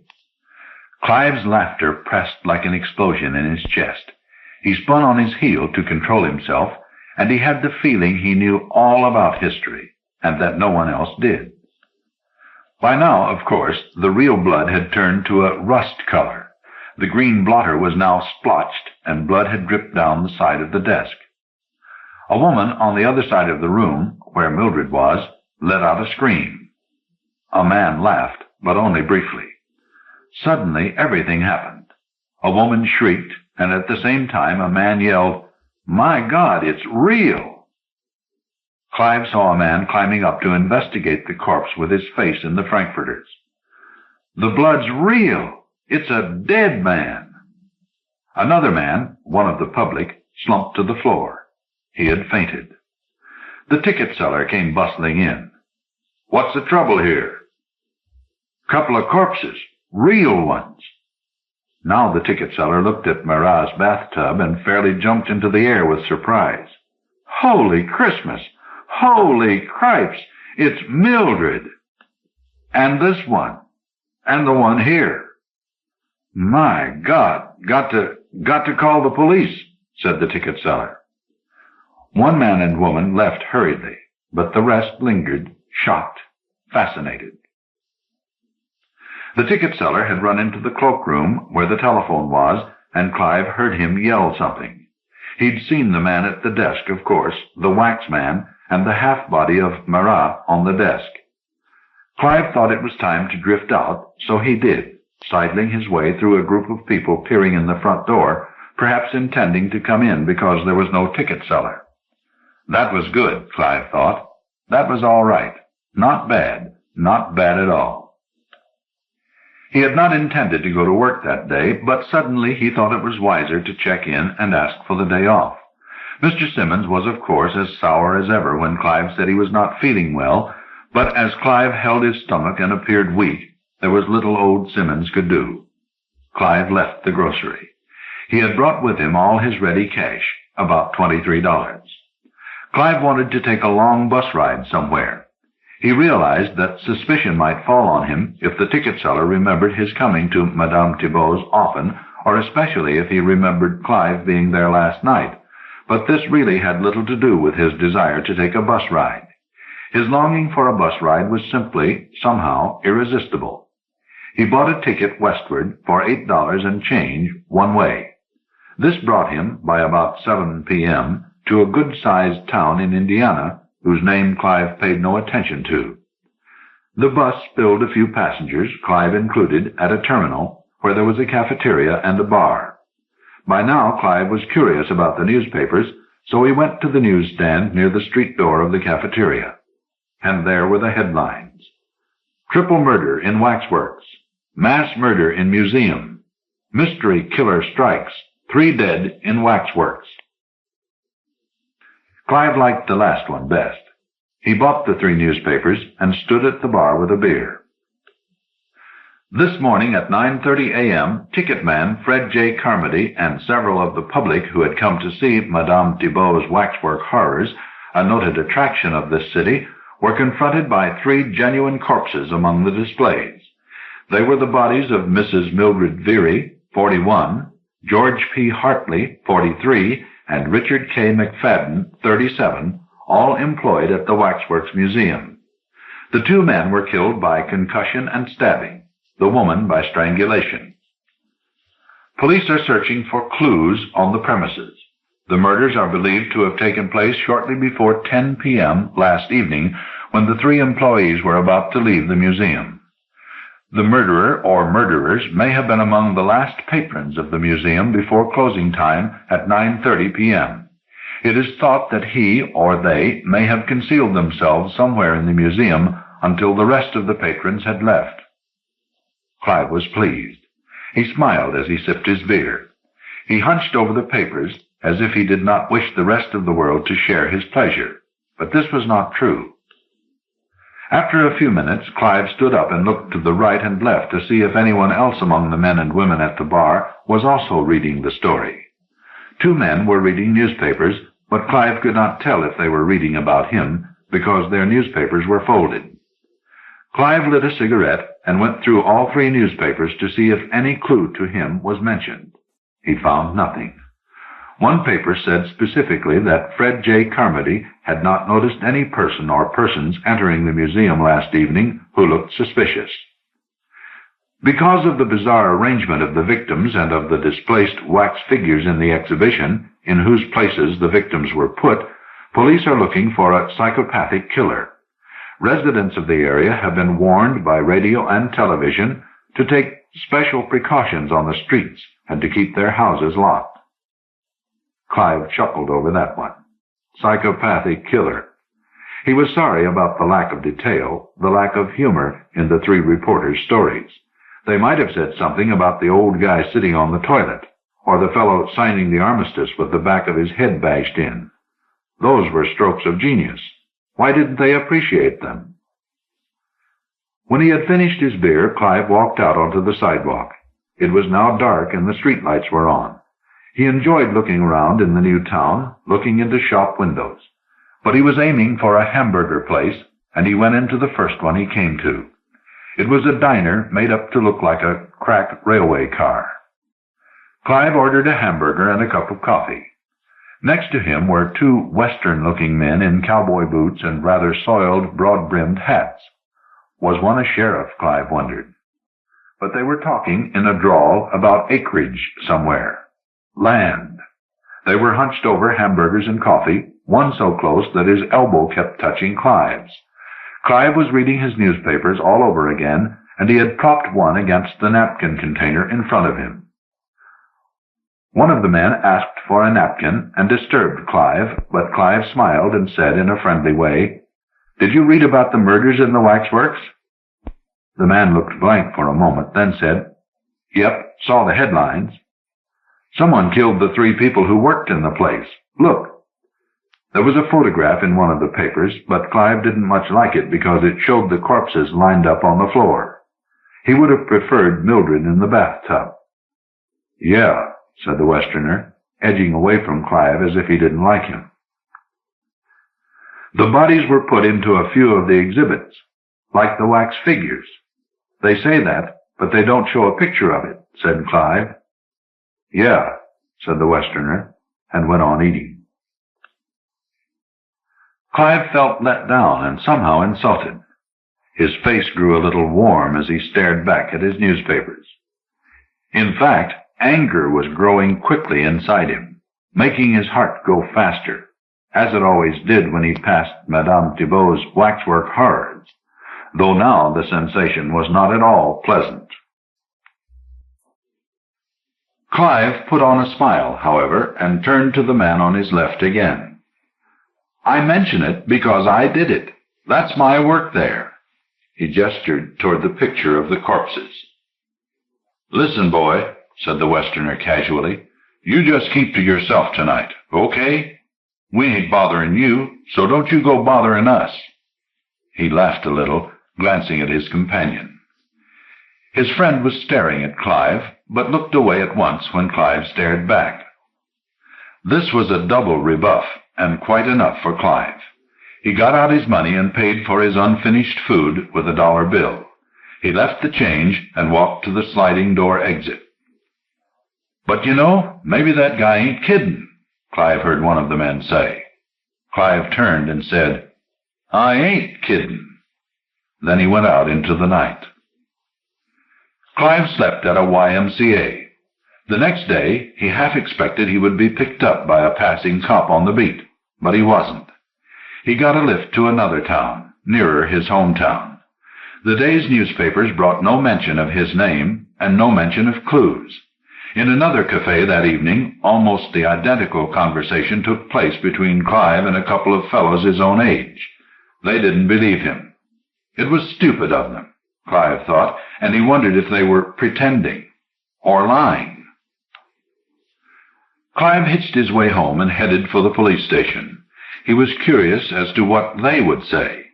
He imagined what his mother would say after he confessed. Probably the same thing she had said to her friends sometimes, or that she'd said to a policeman when he was 16 and had stolen a car. Clive hasn't been the same since his father went away. I know he needs a man around the house, a man to look up to, imitate, you know. That's what people tell me. Since he was 14, Clive's been asking me questions like, "Who am I, anyway?" And, "Am I a person, Mom?" Clive could see and hear her in the police station. "I have an important confession to make," Clive said to a desk man in the front. The man's attitude was rude and suspicious, Clive thought, but he was told to walk to an office where he spoke with a police officer who had gray hair and a fat face. Clive told his story. "Where do you go to school, Clive?" "I don't. I'm 18. Clive told him about his job at Symons' grocery. "Clive, you've got troubles, but they're not the ones you're talking about," said the officer. Clive had to wait in a room, and nearly an hour later a psychiatrist was brought in. Then his mother. Clive became more and more impatient. They didn't believe him. They were saying his was a typical case of false confession in order to draw attention to himself. His mother's repeated statements about his asking questions like, "Am I a person?" and "Who am I?" only seemed to corroborate the opinions of the psychiatrist and the police. Clive was to report somewhere twice a week for psychiatric therapy. He fumed. He refused to go back to Symons' grocery, but found another delivery job because he liked having a little money in his pocket, and he was fast on his bicycle and honest with the change. "You haven't found the murderer, have you?" Clive said to the police psychiatrist. "You're all the biggest bunch of jackasses I've ever seen in my life." The psychiatrist said soothingly, "You'll never get anywhere talking to people like that, boy." Clive said, "Some perfectly ordinary strangers in Indiana said, 'Maybe that guy ain't kidding.' They had more sense than you." The psychiatrist smiled. Clive smoldered. One thing might have helped to prove his story, Woodrow Wilson's necktie, which still hung in his closet. But these dumb clucks damned well didn't deserve to see that tie. Even as he ate his suppers with his mother, went to the movies, and delivered groceries, he was planning. He'd do something more important next time, like starting a fire in the depths of a big building, or planting a bomb somewhere, or taking a machine gun up to some penthouse and letting 'em have it down on the street. Kill 100 people at least, or 1,000. They'd have to come up in the building to get him. Then they'd know. Then they'd treat him like somebody who really existed, like somebody who deserved an exhibit of himself in Madame Thibault's waxwork horrors.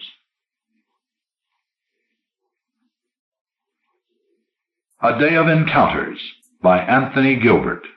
Copyright 1971 by Anthony Gilbert.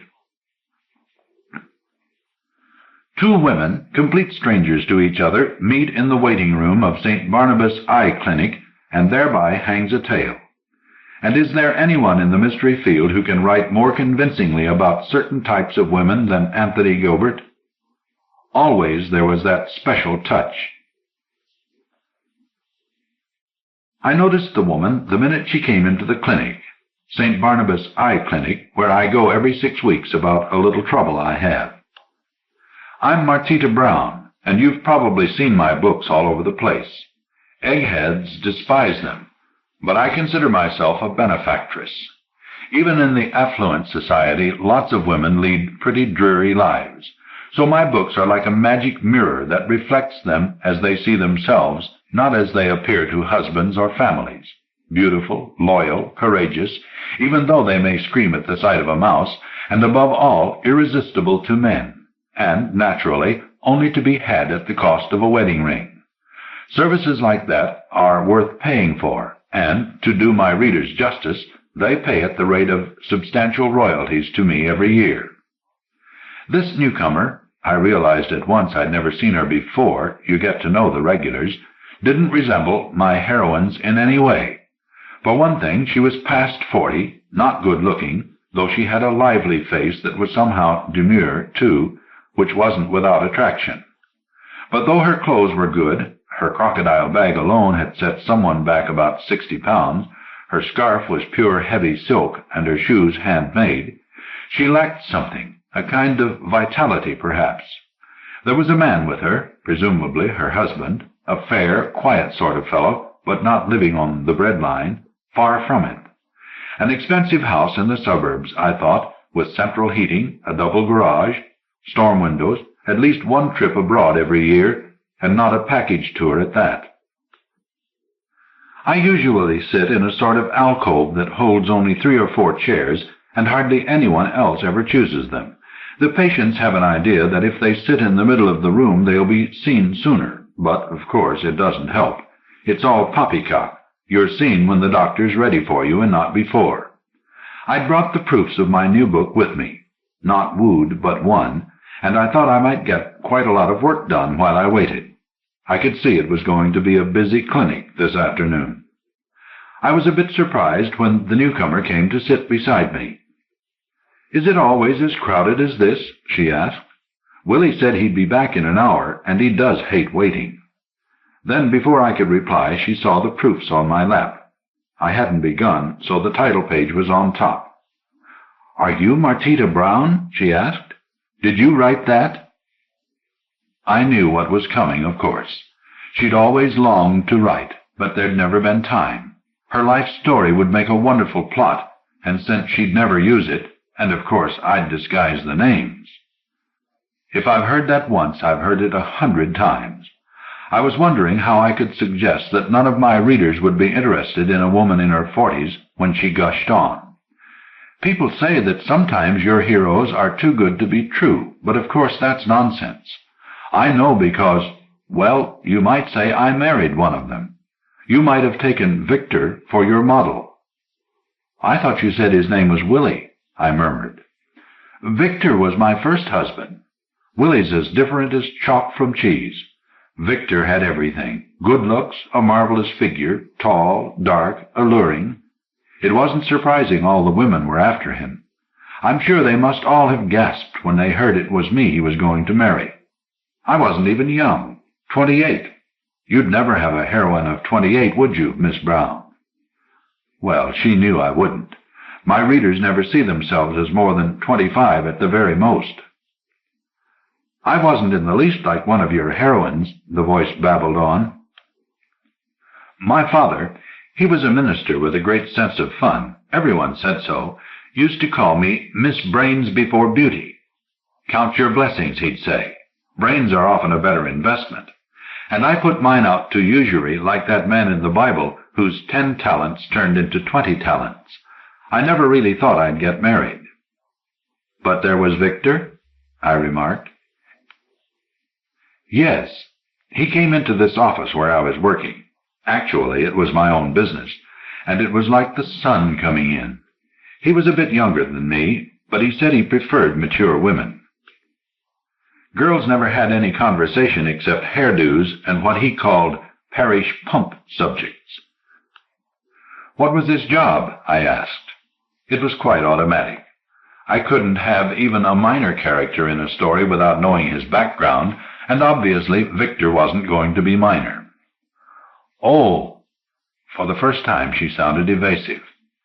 "He was a sales representative. Went round to the big industrial houses." "A success?" I bored on. You might say it was none of my business, but the woman had thrust herself on me, and I had a right to some return. Anyway, you can never be sure where you'll find plot and character ideas. You'd have thought with those looks and that charm he couldn't fail, though he always warned me it was cutthroat competition, and I suppose he wasn't ruthless enough. Still, at first everything went all right, and then he started going on the road. You know what that means? The firms, and they weren't always the same firms, sent him to the outlying districts. He made a joke of it. "Someone's got to carry news to the heathen," he'd say. But, oh, Miss Brown, it was like playing Shaftesbury Avenue and then finding yourself sent out with a second-class repertory company. Luckily, I wasn't called Miss Brains Before Beauty for nothing. I'd sold my business when I got married, so I had a nice little nest egg put by, and believe me, it came in very useful. Candidly, I didn't think this was getting me anywhere. A plain woman had been married for her money. That's what it amounted to. But of course, there had to be a third party. Otherwise, there was no story at all. And even I couldn't believe she would turn up with a lover. "So what happened?" I encouraged.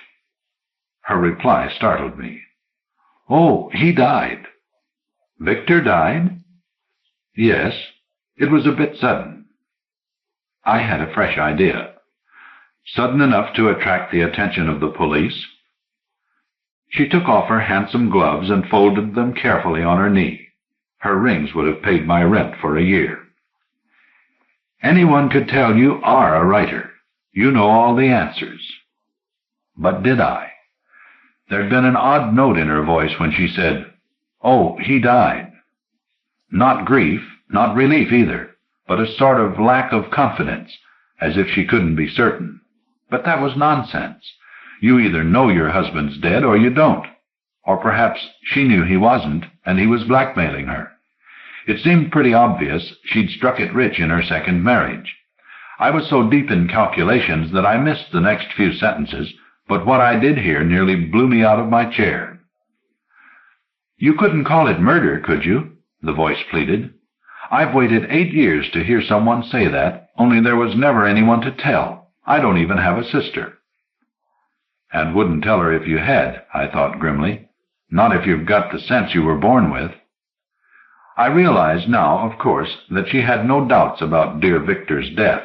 A posh funeral and wreaths 3 foot deep, most likely. No, it was the way of it that worried her. But murder? I hadn't time to think straight. "What did the police make of it?" I asked. "I mean, who mentioned murder?" There were only 3 alternatives: accident, suicide, or murder, and no one could believe it was an accident. "Why should it be suicide?" "Well, there was this girl, Elizabeth Sinclair." Inwardly, I heaved a sigh of relief. So we'd got to the heart of the story at last, the third side of the triangle, without which there's no story at all. People used to ask me sometimes, "Aren't you afraid of someone trying to steal your handsome husband now that he's away from home so much?" But I wasn't. Oh, there might be incidents, but a sensible wife shuts her eyes to them. He was away 3 or 4 days on end sometimes. Frankly, I didn't see how he could afford to leave me. It's a cruel thing to say about a dead man, Miss Brown, but, well, charm's like anything else. It gets tarnished, and 36 is different from 24, which was his age when we married. It appeared he'd met this girl, she was barely 21, and it had been love at first sight for both of them. "I thought you said he couldn't afford to keep a wife. Or did Elizabeth have money?" "She was the only daughter of a very rich man, the only child, and she'd get everything." "Unless Daddy married again." I took for granted he was a widower. Her mouth hardened. "You didn't know Victor. He'd have insisted on a prenuptial settlement, and he'd have got it. I don't say Daddy would have approved, but Elizabeth was the kind no man can resist. Now, there was a heroine for you, Miss Brown. Dark and slender and glowing. You remember Shelley's Moon Maiden, with white fire laden? She made me think of that. I only saw her the once, you know." "You mean he brought her?" Victor was proving himself less and less like one of my heroes. "She brought herself. I thought if I came in person perhaps you'd understand," she said. "Oh, how can you want to hold on to him when you know it's me he loves? Why won't you divorce him, Mrs. Hughes? You've had 12 years. And, of course, Victor could live another 30, but not with this girl, I decided. If I'd been tempted to yield before, I was iron hard now. "Surely she made you see—" That was Victor talking when he came home.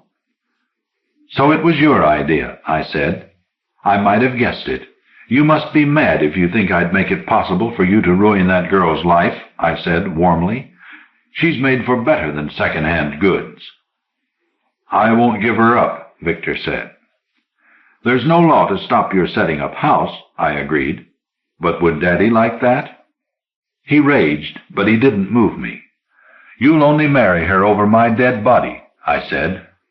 Have you ever noticed, Miss Brown, how often clichés come home to roost? But it was Victor's dead body, I pointed out. Yes. And there was talk of murder. It's what the police would have liked to believe, she said bitterly. I suppose you can hardly blame them. You don't get promotion by arresting motorists for illegal parking. You want to be careful, I advised her sharply. You never know who may be sitting next to you in a place like this. There's an ex-superintendent Humboldt who comes here sometimes. He was one of the few useful contacts I'd made at the clinic. He'd helped me out of knotty problems once or twice when my heroines had been more feather-brained than usual. I knew what he'd say about Victor. Never trust charm. It's the most powerful weapon in the devil's armory. I've heard him say that more than once. But why should anyone think it was murder? She went off at a bit of a tangent.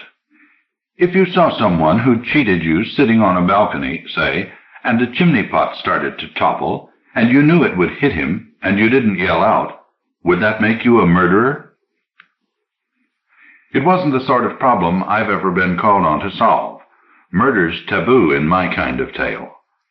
Accessory before the fact, I hazarded. Ah, but who's accessory? You can't be accessory to a force of nature, but what else caused the chimney pot to fall? A good question, I agreed. I wondered what the pious would say. An act of God? Not very complimentary to God, of course.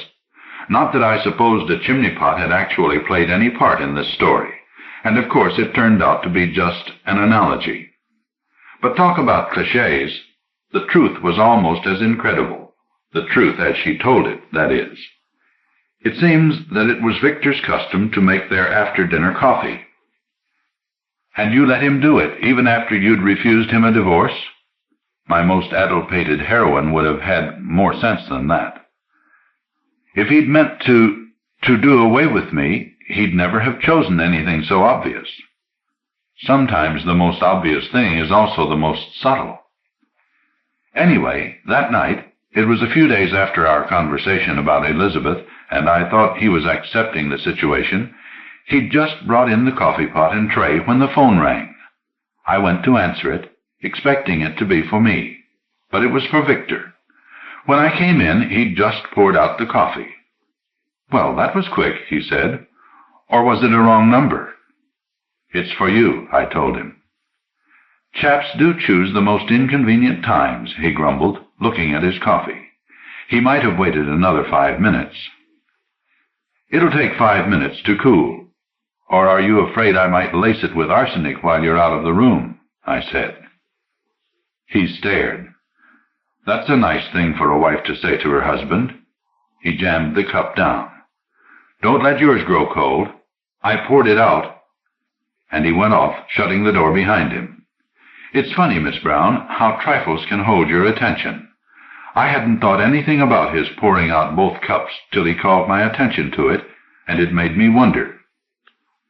You see, he knew, I love everything piping hot, and if it had been Leela Hope on the phone, the call I'd expected, well, it's always 10 minutes before she hangs up. I'd picked up my cup, but now I put it down and crept over and opened the door. The telephone was in an alcove in the hall, so that I could hear without being seen. Victor was laughing and joking, then suddenly his voice changed. I'm very anxious about her, he said. She gets these moods, you can't reason with her, and she's inclined to be morbid. I can neither laugh nor argue her out of it. I shut the door and came back to my chair. So that was his game, I thought. I was to be represented as being eccentric, so that anything might be expected of me. Automatically I picked up the coffee, and then the notion came to me.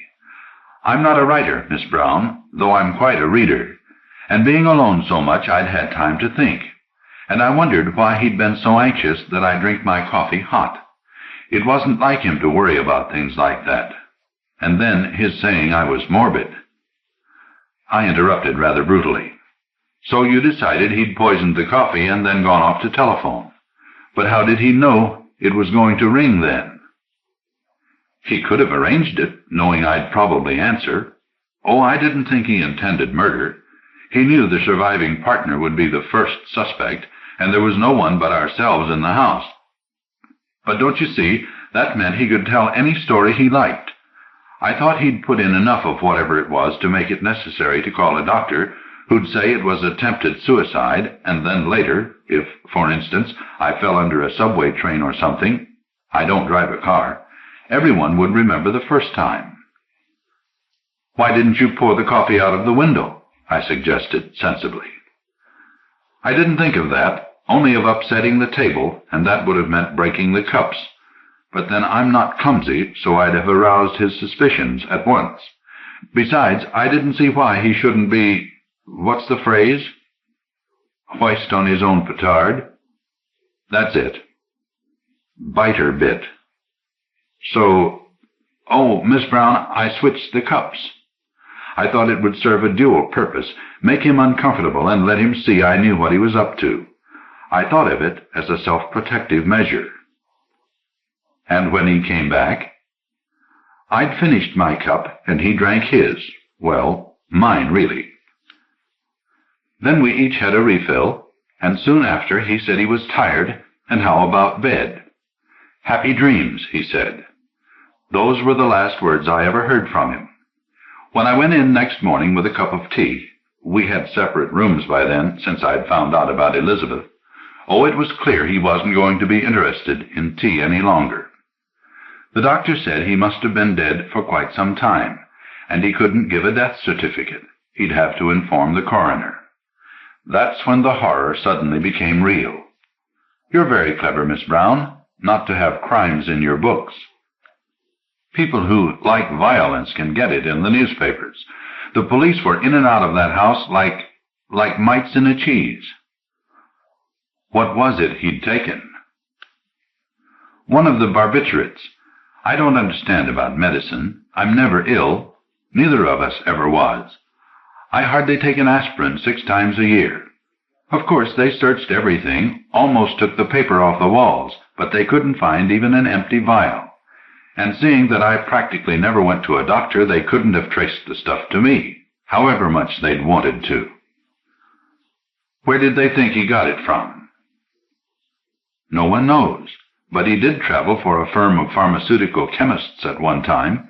He could easily have got it that way, though I've heard you can get hold of drugs even without a doctor's prescription. But that was only the beginning. Accident was ruled out, which left suicide or murder. Everyone said he wouldn't have committed suicide, and I didn't think he would myself. She paused, but I wasn't letting her stop there. It's not often an hour and a half wait in a clinic can bring you a plum like this. So it had to be murder? Only it couldn't be. What advantage did I gain from his death? I asked them. I didn't inherit a penny. In fact, after the funeral, I had to pay a large tailor's bill. He was very dandified about his clothes. If I'd wanted to be rid of him, I had only to walk out. I had my own means, you know. You didn't think of telling them the simple truth? Her eyes stared at me, as round as pennies. Well, naturally I thought of it, and naturally I held my tongue. There was no proof, and if I let them know I had a suspicion, well, there was only my word for it that I hadn't doped the coffee. They wouldn't have got a conviction, I know that, but the mud would have stuck to me for life. Anyway, the verdict was death from barbiturate poisoning, with insufficient evidence to show how it had been administered. But that was bad enough. I was conscious of very odd looks wherever I went, and people in shops suddenly and mysteriously didn't have the things I wanted. A little later, I changed back from Ruth Hughes to Ruth White. They're neither of them conspicuous names, are they? And I came south. In London, they might never have heard of Victor Hughes, and quite likely they hadn't. Anyway, it's like that hymn you learn at school. They fly forgotten as a dream. And in London you met Willie? Well, that was 3 years ago.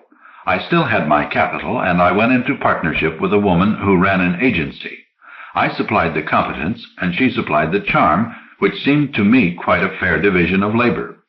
When I met Willie, he was so different from Victor, they might hardly have belonged to the same species. And yet they say that when people marry again, they always choose the same type, I reminded her. I suppose there has to be an exception to every rule. Victor had been so popular, but Willie seemed so neglected. He'd been a widower for years, had a bookshop, and was the studious type. The shop had great potentialities, but, oh, Miss Brown, the confusion in it. Everything so hugger-mugger it would take a week to find anything a customer wanted. Willie lived, very uncomfortably, in 2 rooms above the shop. The first time I invited him back to my apartment for a meal, he said, "This is what I call a home. I've seen nothing like it since Edna died 15 years ago." He was so vague. If he'd been in Victor's shoes, the police wouldn't have found any trouble at all in believing he'd taken the stuff himself, thinking it was saccharin. I had a sense of responsibility towards him. That was the start. Of course, it was never like Victor, but I was 45 by then, an age when your ardor has cooled off. And then, when once you've been married, even if it hadn't worked out too well, it seems unnatural to be living alone. Anyway, we got married. I kept up my interest in the business. Willie had the shop, you see, and it wasn't as though we were likely to have a family, and weekends we worked among the books. I tell you, Miss Brown, you wouldn't recognize the place now. It's got quite a reputation. We can tell customers right away if we've got what they want in stock, and, if not, where we can get it and how long they must wait. A few months ago we put in a manager, a very capable fellow of about 45. Sometimes I say to Willie, I don't know how we'd get on without Mr. Brett. It means Willie isn't tied down so much. He can go to book sales, have a bit of private life. Mr. Brett's a bachelor. It doesn't seem to matter to him how long hours he works. I only had time for one more question before her name was called. Did you tell Willie about Victor? She looked astounded, as though her eyes would drop out of her head. Of course not. All that happened to Mrs. Victor Hughes, and to me at least, she's as dead as her husband. Nothing whatever to do with Willie. Then her name was called, and she jumped up with the eagerness of all new patients.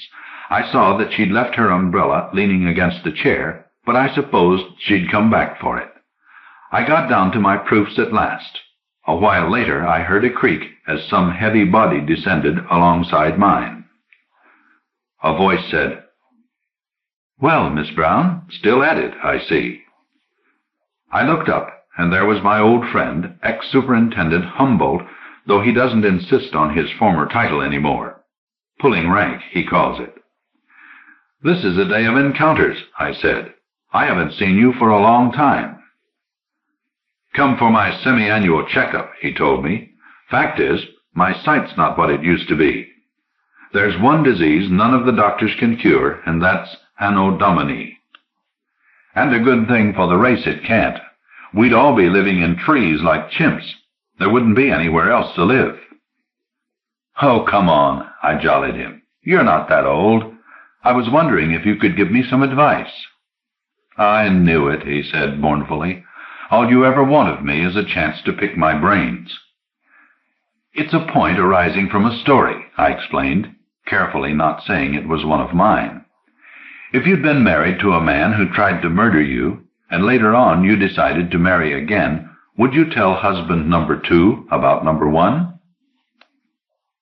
"I'd never put the notion of murder in any husband's mind," he replied promptly. "That solved my problem," I told him, and then he shook out his newspaper, and I got to work.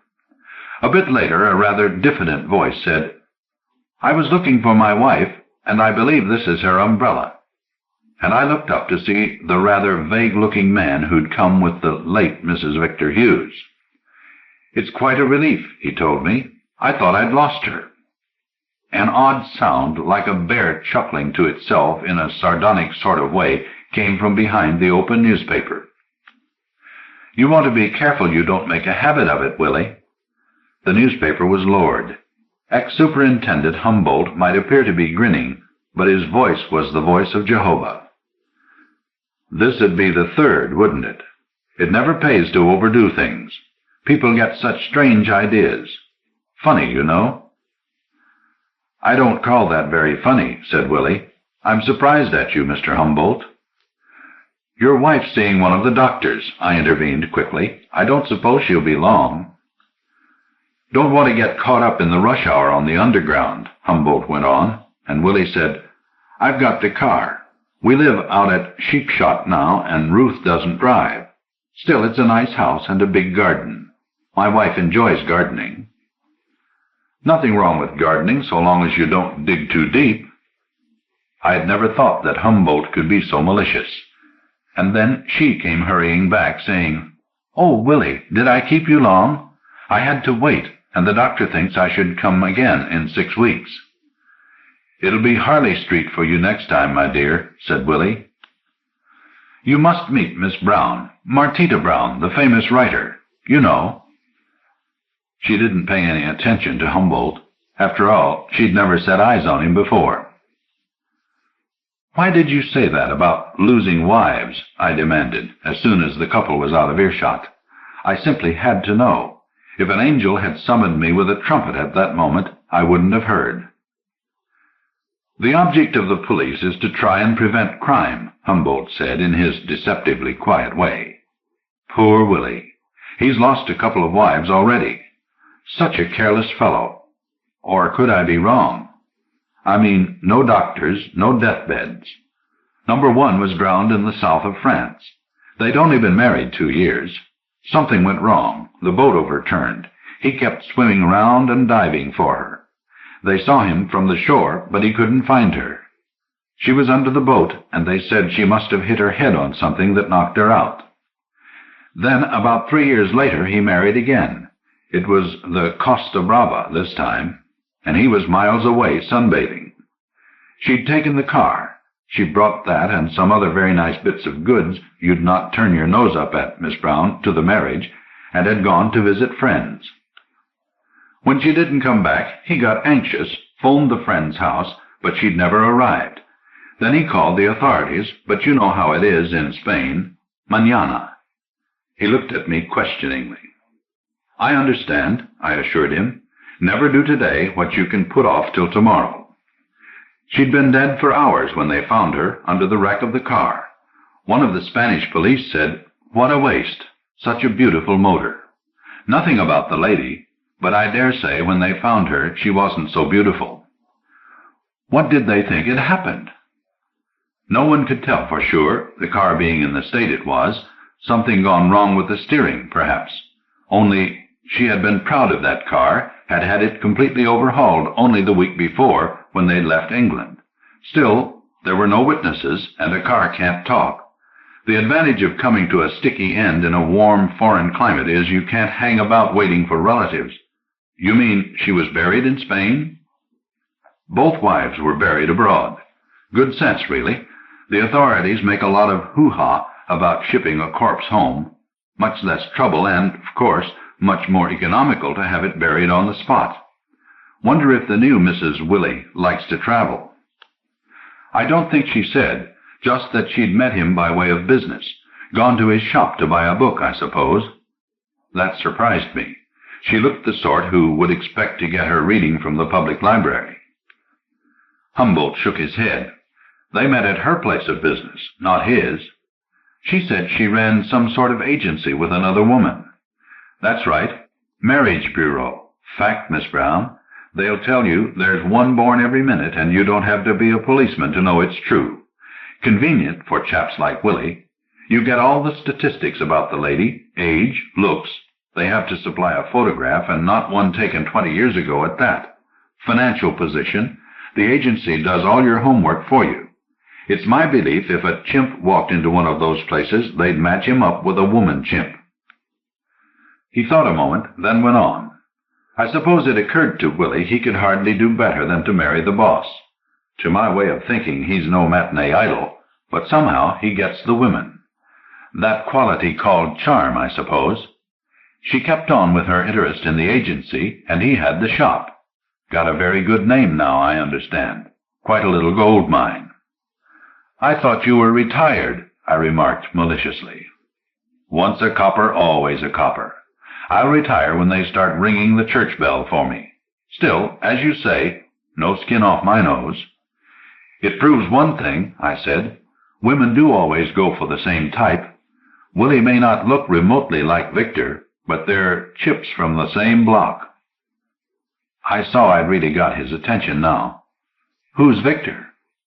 Victor Hughes, her first husband. First time I heard she had one before she married Willie. Sure she's not pulling your leg? After he died, how was that? You could call it a sort of accident. With or without wifely assistance. The day of judgment will hold no shocks for that man. Let's say that she took a chance and it came off. I told him in detail about her switching the cups. And if you don't believe me, I said, there's bound to be a record. I'm not sure where it happened, but somewhere up north. He shook his head. Not me, Miss Brown. You've just reminded me I'm retired, and if there wasn't a trial, or was there? There wasn't enough evidence to charge her. They never seemed to think of the fourth alternative, that he might have been the one with the murderous impulse. You bet they thought of it, but the police can't go on feminine intuition, not the way ladies do. No witnesses, no proof she'd ever handled a barbiturate in her life, and, like she said, no motive. Anyway, it wasn't my manner, and the chief constable wouldn't thank me for raking up an old case. I've no fresh evidence. You might say it's a good thing she knows how to take care of herself, seeing who she's married to now. But you can't leave it at that, I exclaimed. She could be in danger this very minute. Humboldt has one of those India rubber faces that can change under your eyes. Now he looked like a bloodhound, sad, a bit bloodshot, long drooping jowls. You don't have to worry about her, Miss Brown, now that Willie knows we've met her. Even he'd be hard put to it to explain a third tragedy. Of course, if I was to drop dead, or you, but you take it from me, there'll be no need to search the newspapers for her name this side of Christmas. Only the ex-superintendent was wrong. About 4 months later, I picked up my Morning Argus. The posh papers are no good to writers like me, and there he was on the front page. Well-known bookseller falls to his death. It was in France. That was true to type, I thought. They'd been staying in one of these big old-fashioned hotels with a balcony and steps leading to a courtyard, a fountain, flowers, that sort of thing. There was a gate in the trellis you could unbolt if you wanted to go down. The widow said they'd been talking, and she went back into the bedroom for a cigarette, and the next minute she heard a scream and a sort of muffled crash, and the trellis gate was swinging. It was 2 stories to the courtyard, and Willie never recovered consciousness. Everyone in the hotel was shocked. Such an affectionate couple. Only they changed their tune when some busybody dug up the story of his previous wives. Then they started to talk about the mills of God grinding slowly. Providence seeing to it that he'd fallen into the pit he'd dug, meaning he'd opened the gate intending to give her a fatal shove, and then forgotten he'd opened it. Her story was, they'd been in the courtyard earlier, looking at the fish in the fountain, and he must have forgotten to bolt the gate after them. No, there was no family tomb, and burial on the spot, she was sure, was what he'd have preferred. A few weeks ago I happened to be passing the bookshop. It was just about closing time, and Ruth came out with a tall, dressy sort of fellow, 45 or 46, I'd say. When she saw me, Ruth said, "Fancy meeting you again. Do you still go to that eye clinic? Do you remember me telling you about Mr. Brett? You did read about Willie, I expect. Wasn't it terrible? But he was always so absent-minded. I don't know what I'd have done without Malcolm." It was easy to see who Malcolm was. Easy, too, to realize she probably wasn't going to have to do without him. I haven't seen Mr. Humboldt since. Perhaps he doesn't come to the clinic anymore. Of course, I'm only a writer of romantic tales, not works of logic or mystical speculation. But I do sometimes wonder if there really is a hereafter, what Victor and Willie are thinking now.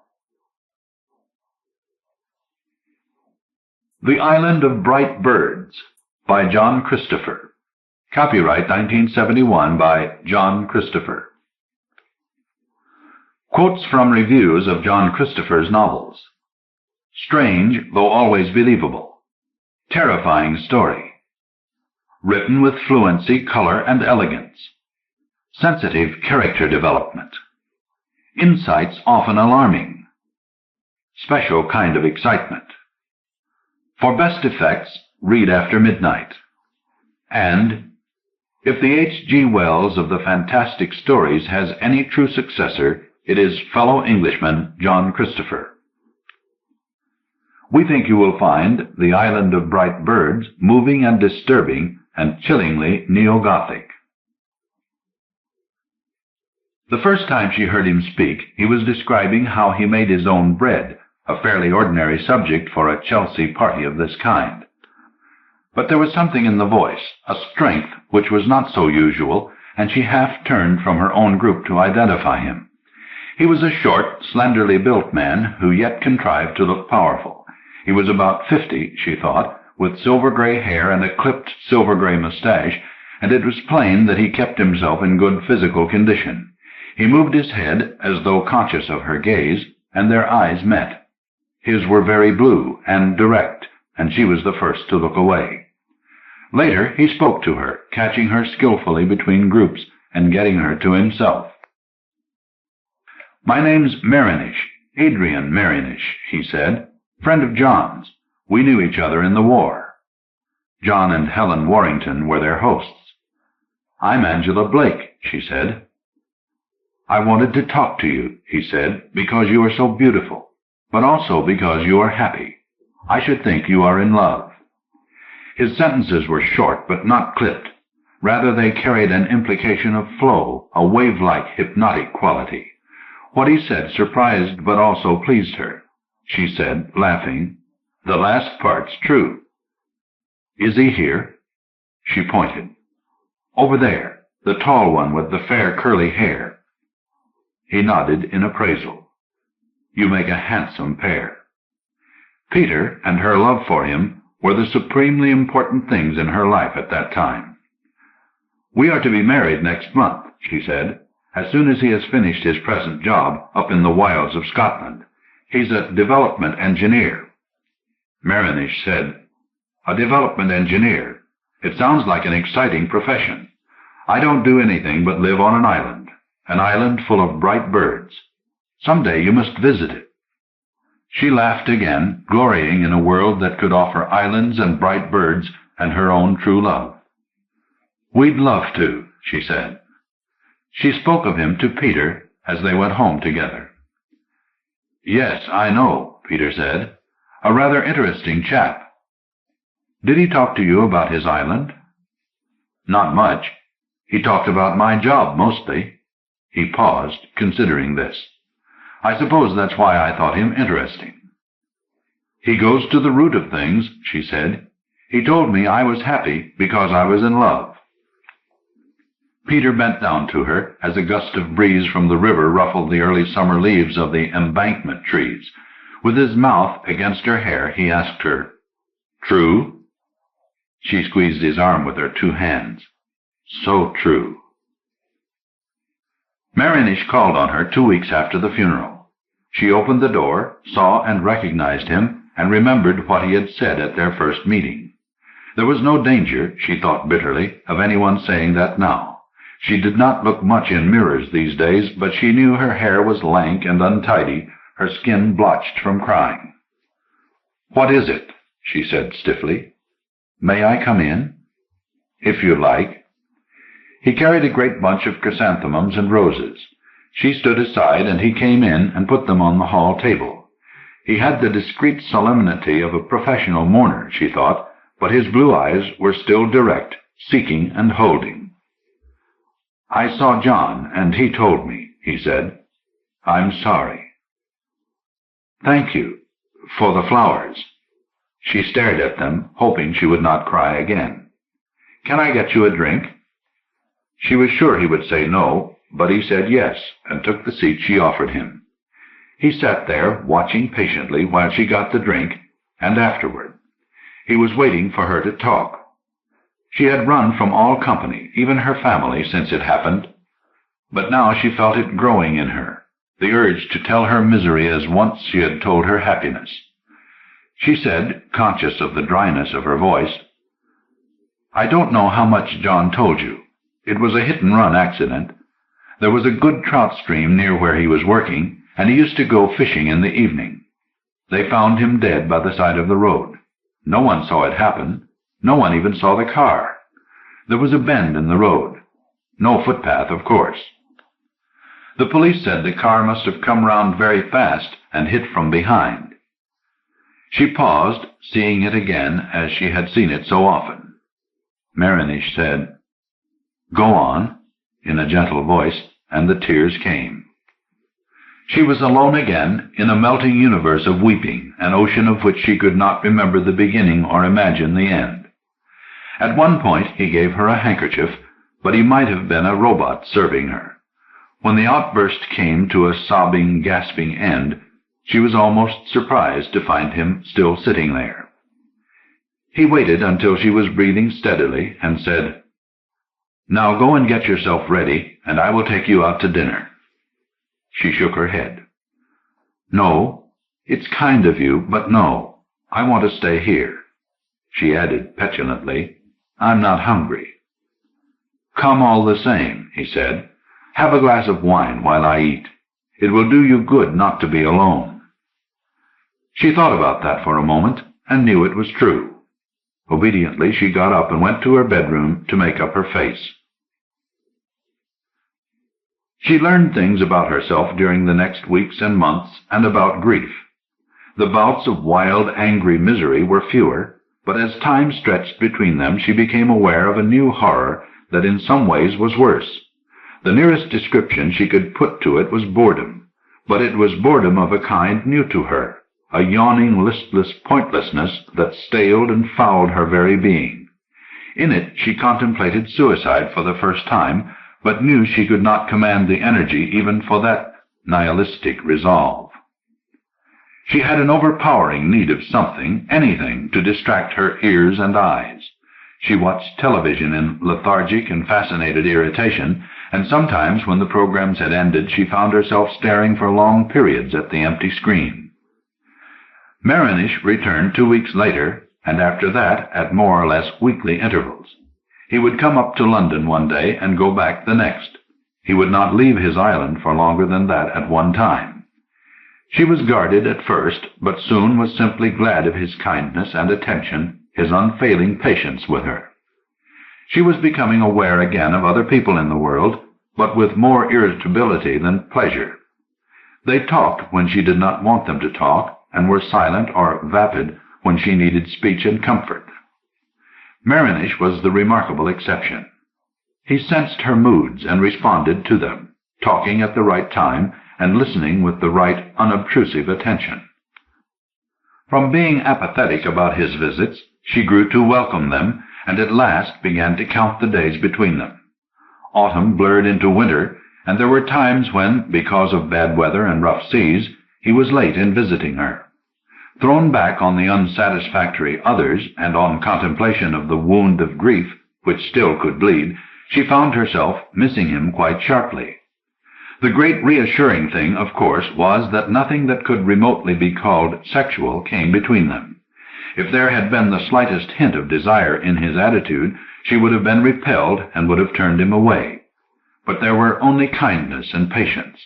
He never attempted even to kiss her good night, and scarcely touched her beyond a handshake.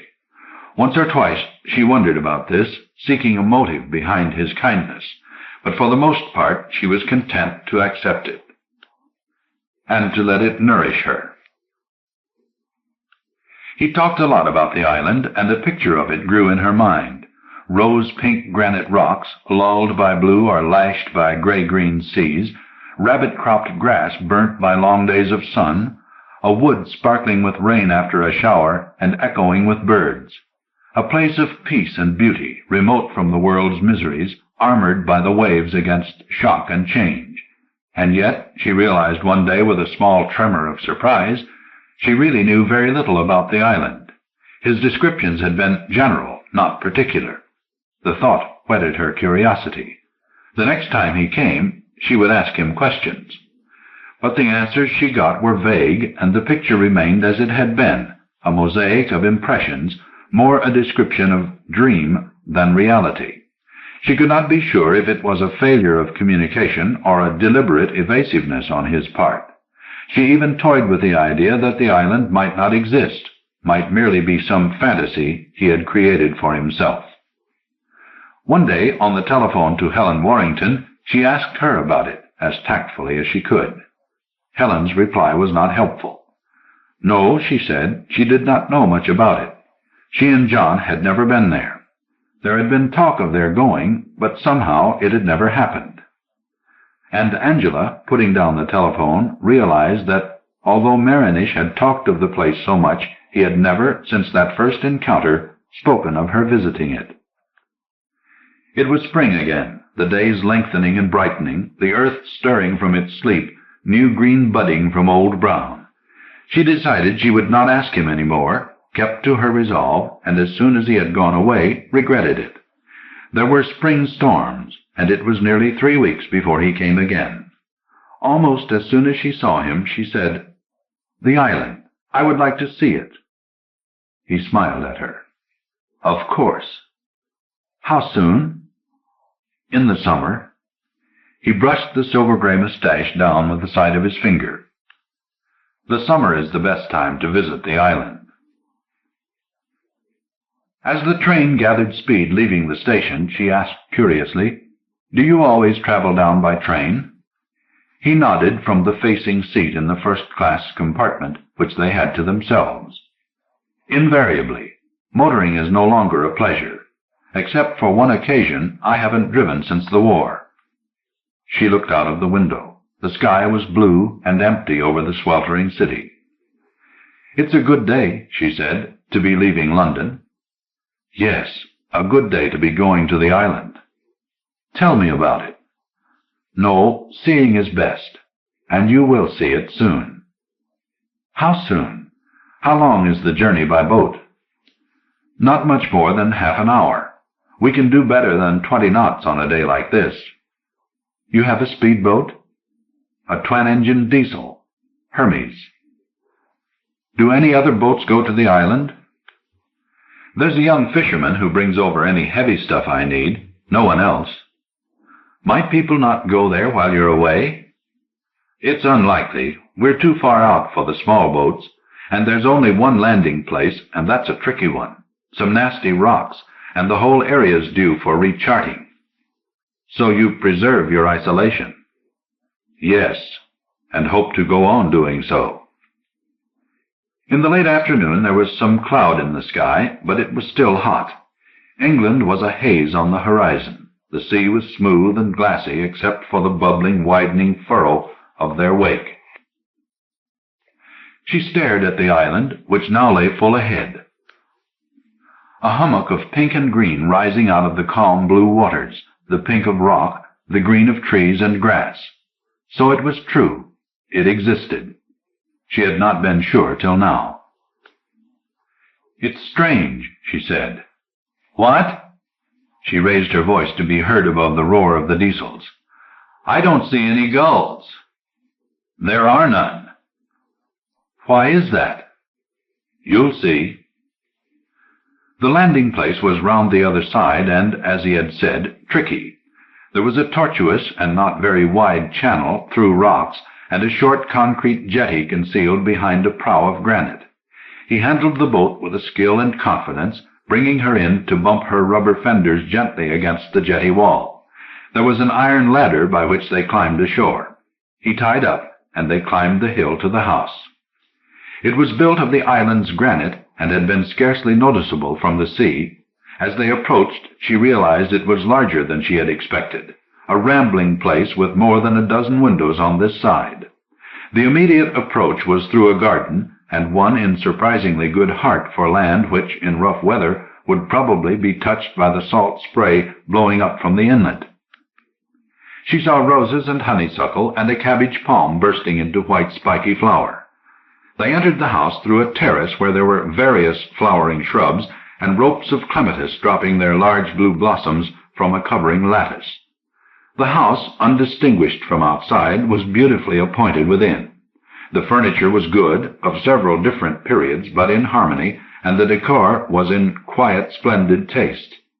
While he was getting them a drink, she rubbed the wallpaper gently with the back of her hand. It was heavy, silky stuff, the Regency stripes strongly embossed. There were paintings on the walls, a Stubbs, a Fragonard, and two of Russell Flint's studies of nude girls bathing. There was a change in him, she thought, since they had come ashore, a quickening into enthusiasm. He did not let her sit down with her drink, but took her at once on a tour of the ground floor. There was a library, with 3 walls shelved and glassed, and behind the glass, gold leaf winking from dull greens and blues and reds of leather. Another fairly small room, looking out over the sea, was empty except for a few chairs, a table, and a harpsichord. The harpsichord was in light walnut, and the room was paneled to match. The kitchen, on the other hand, was all steel and plastic, with an electric mixer, a cooker, a deep freeze, and a large blue refrigerator humming to itself. "What about power?" she asked. "A generator. I leave it on while I am away. It can run a week or more without attention." "And who cleans and tidies?" "I do. Not difficult. I am a tidy person by nature." She said, "It's a lovely house." He nodded, accepting this. "Leave your glass there. I want to show you the rest of the island." She followed him obediently. They went up steps, along a path hemmed in by the blinding yellow of gorse and the white spears of sloe. The path branched, and he pointed downward.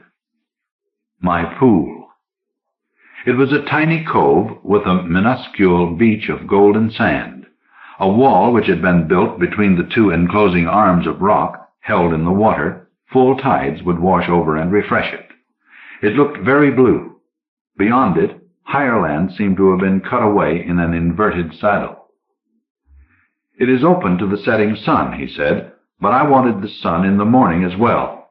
One can swim at dawn and watch the sunrise." They took the upward path. The wood started farther up, but below it there was a place, about 50 by 100 yards, where the ground was level, covered with short grass and pocked with holes. In the center of this small plateau, a bird was perched on a padded hoop. At the sight of it, she exclaimed, "An eagle?" "A falcon, but not an eagle. The earl's bird.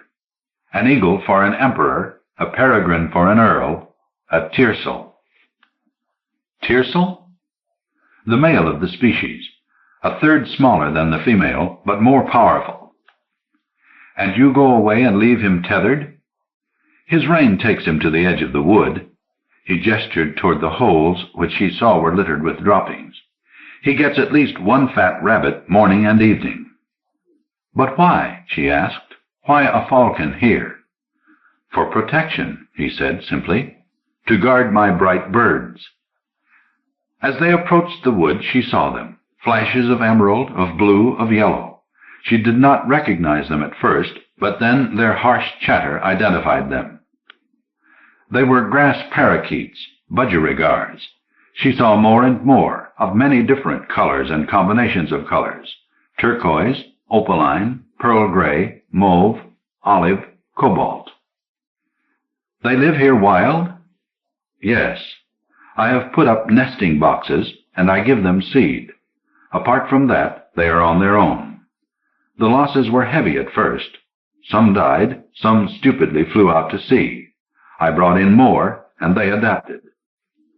"But I thought other birds attacked them."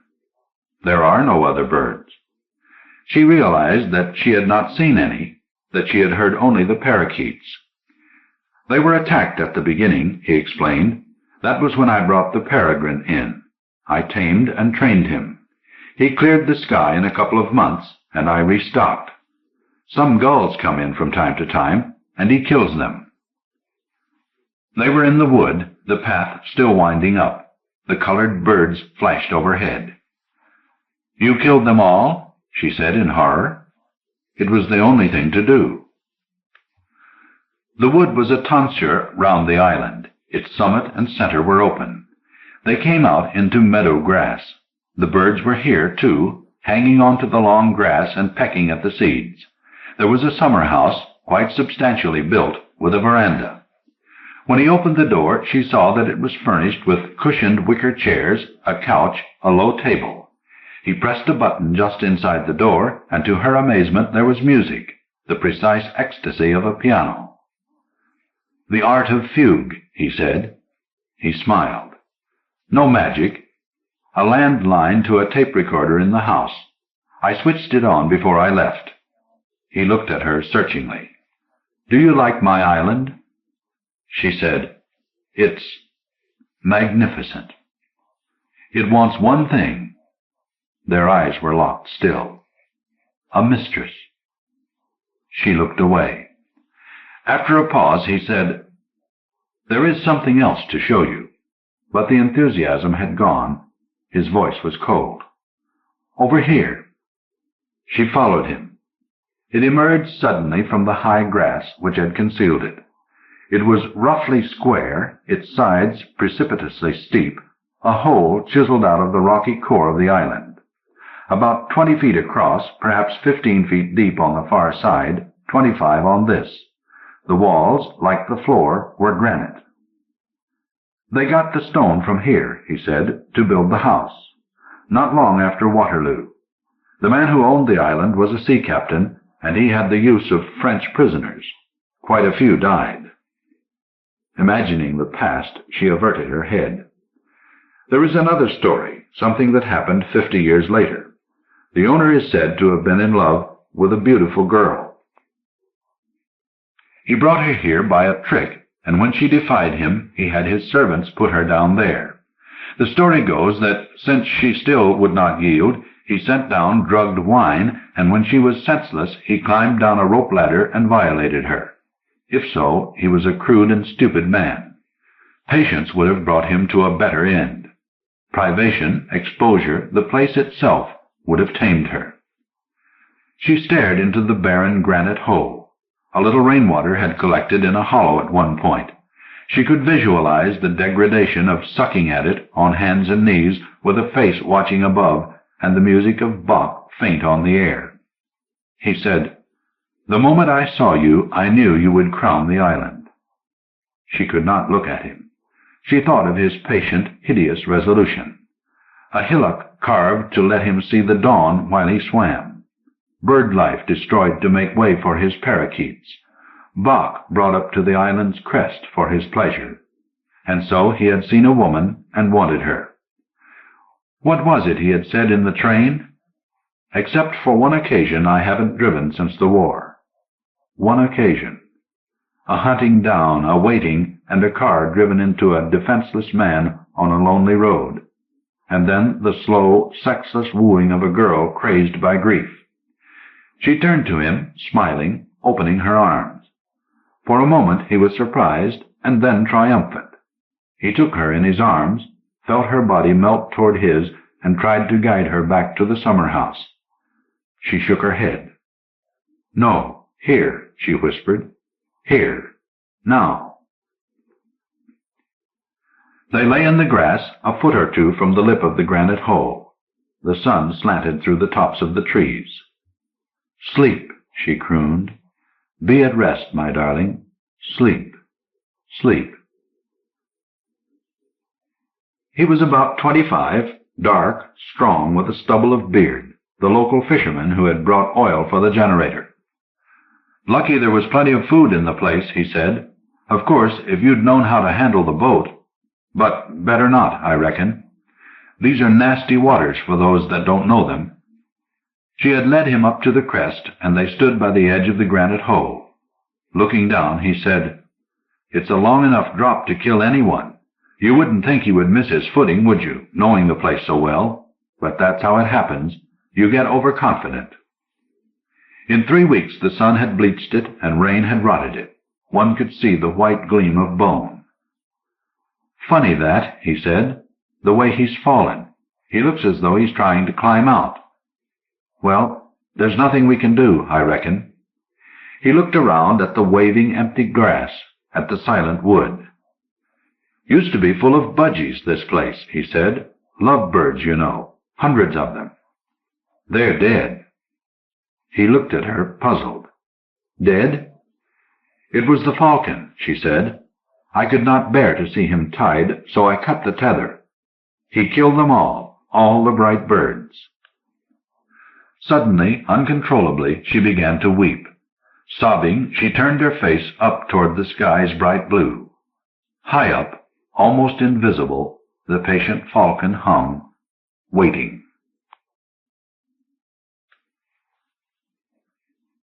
Pickup on the Dover Road by Julian Symons. Copyright 1972 by Julian Symons. A pickup in the rain on a dark road late at night can be dangerous for a traveler. Julian Symons tells us about a case in point in a masterly study of suspense.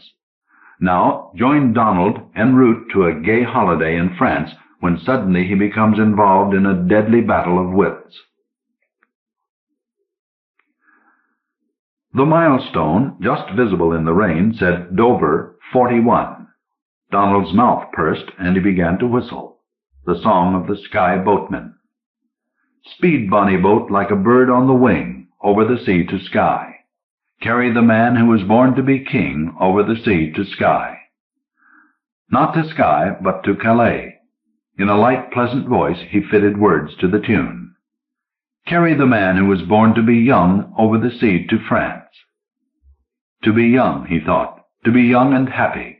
He remembered for a moment the row with Charles, but nothing could keep down for long the bubble of his high spirits. Rain splashed on the car's windshield, the tires made sucking noises on the wet road, the wipers echoed his thoughts by saying, a new life, a new life. Quite wrong, of course. He would return to England. This was nothing but a short holiday. He said aloud, one of the things about you, Donald, is that every time you do something fresh, you think it's the beginning of a new life. Perfectly true, but a little silent reproach was in order.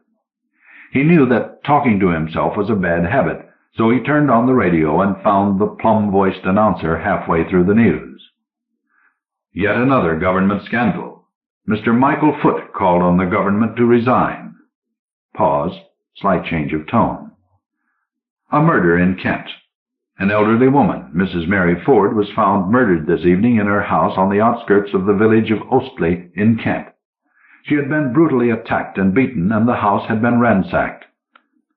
Mrs. Ford was something of a recluse, and it is believed that she kept a considerable sum of money in the house. Police investigations are continuing. Ostley, he thought, can't be more than 5 miles from there now. He was listening abstractedly to an interview with a beauty queen when he became aware of something in the road, and in the next moment he realized that the something was human. He began to go into a skid, corrected it, stopped, opened his window, and shouted, "What the hell do you think you're doing?" A grinning face appeared, wet, snub-nosed, cheerful. Flashing a torch, "I didn't see it. I might have... Can you help me? I've had a breakdown." There was no car visible in the headlights. As though answering an unspoken question, the man said, "Down that side road you've just passed. I think the rear axle's gone," he said, and laughed again, the sound loud and meaningless. His voice was deep, coarse. "Look, can you give me a lift? There's a cafe a few miles down the road. If you drop me off there, I can make a phone call." Donald felt a momentary reluctance to let the man into the car, overcame it, leaned over, and opened the passenger door. The man took off a wet raincoat, threw it on the back seat, and got in. The interior light showed him as a rather squat figure, perhaps in his late 20s, a little younger than Donald, with thick brows and the corner of a thick mouth turned up in what seemed a perpetual smile. Then the door closed, the light went out, and he became just a darkly anonymous figure in the next seat. "Dripping all over your car," he said. "Sorry." Donald did not reply. The incident had somehow disturbed his serenity. He drove off and found himself whistling the song again. Then the voice beside him revived the euphoria he had felt a few minutes ago by saying, "Going far?" "Into the sunset and beyond," Donald said gaily. "That's if it weren't night and raining.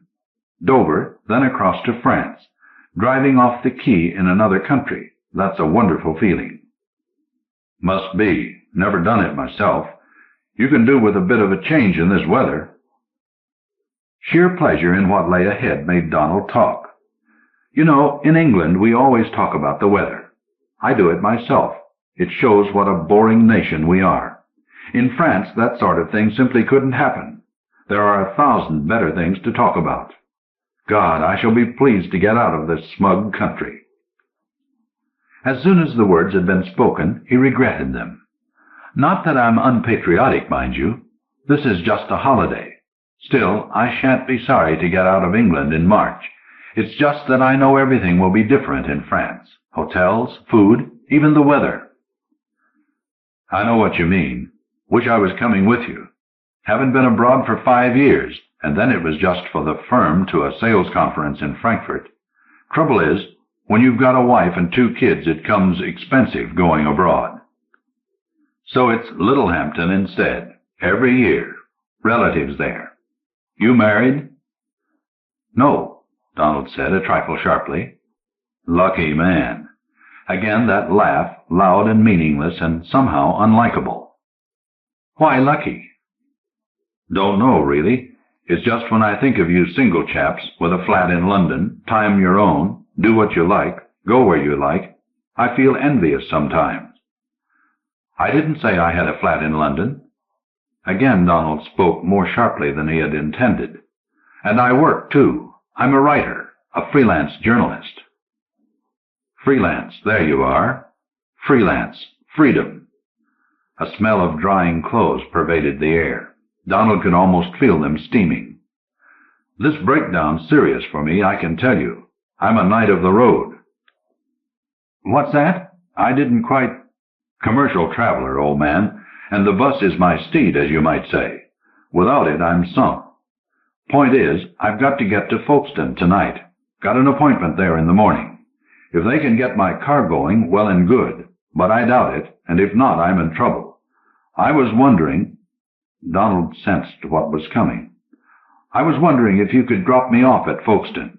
Not out of your way, and it would be the most tremendous help to me."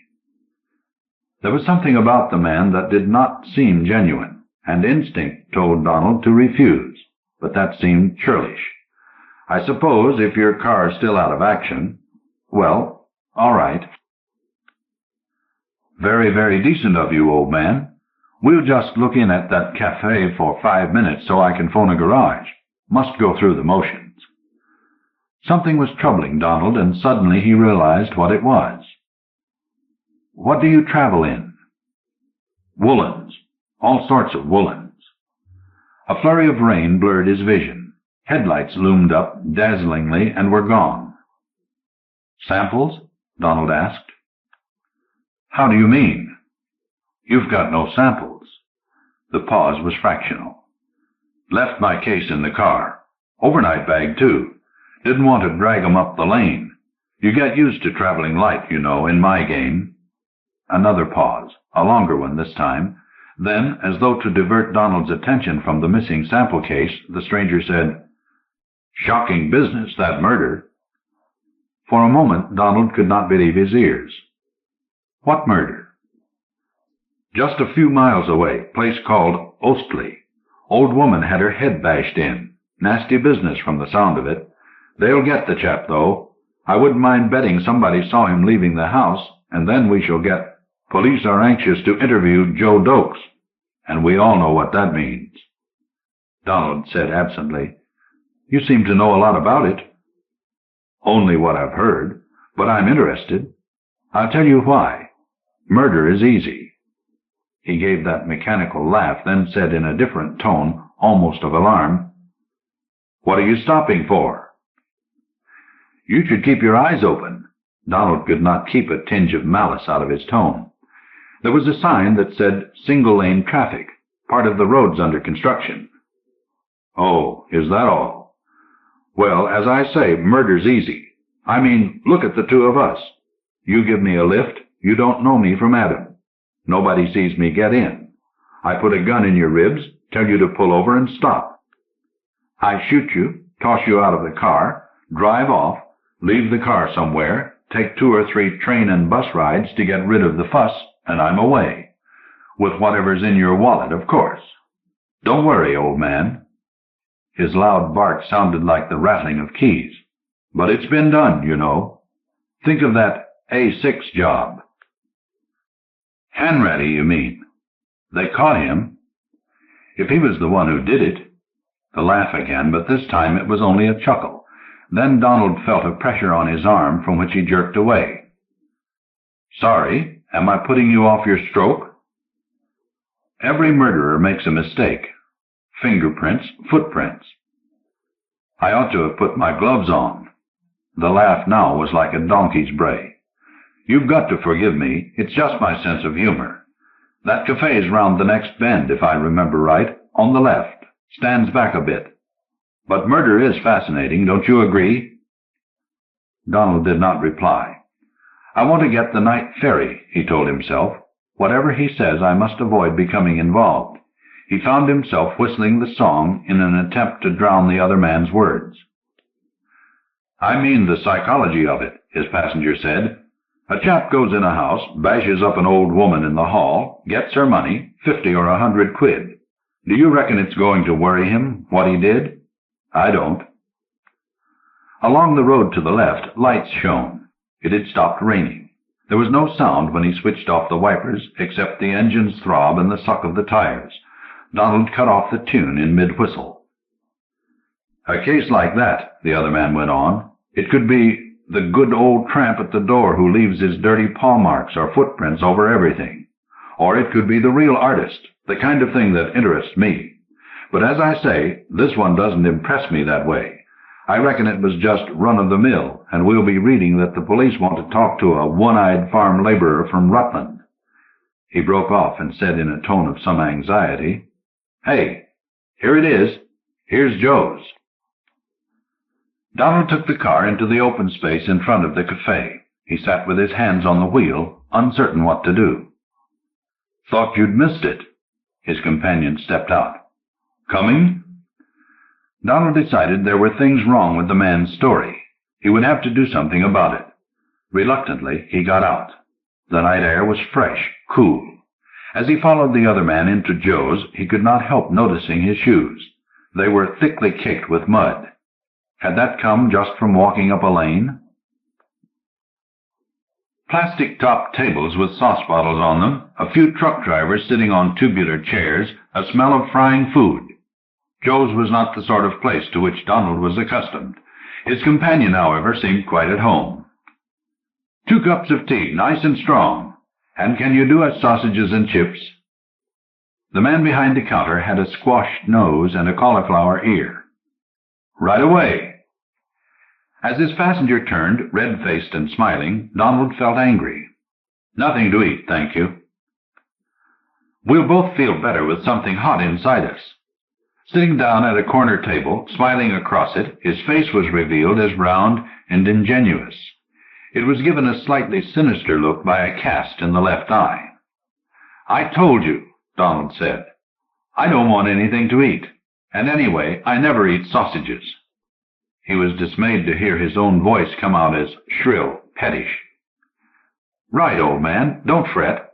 Just 1 order of bangers and chips, not 2, he shouted across the room. The ex-boxer raised a hand like a veined slab of beef in acknowledgement. The name's Golightly, by the way. Bill before it, but friends call me Golly. That is a familiarity to which I should never aspire, Donald thought. The phrase pleased him. He said rather less acidulously, I thought you came in here to telephone. That's right.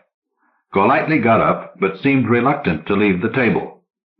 I'll just make that call. Ask Joe there if he knows a garage. He went over and spoke to Joe, nodded, and crossed to a telephone in a corner. Was he really intending to make a call? Would it be a good thing just to walk out and leave him, or would that be too barbarously uncivilized? Donald liked to think of himself as above all a civilized man, and as Joe brought over the sausages and chips with 2 cups of tea in thick mugs, he remembered something Golightly had said that jarred on him. "Do you have an evening paper by any chance?" Donald asked the cafe owner. "Yeah, a driver brought one in. Late edition you want, is it? Got the racing results?" Donald said that was what he wanted. Joe waddled across the room, came back with the paper, leaned over the table, and said confidentially, "Had rolling home for the second leg of a double. Third at 100 to 8. Still, you can't beat the bookies all the time, can you? Know what I took off 'em last week? 40 knicker." "Oh, congratulations. You said this is the last edition?" "That's what I said, mate." He really did not know how to talk to people like Joe.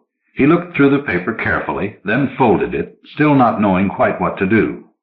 Was Golightly, if that was his ridiculous name, telephoning or just standing there pretending to do so?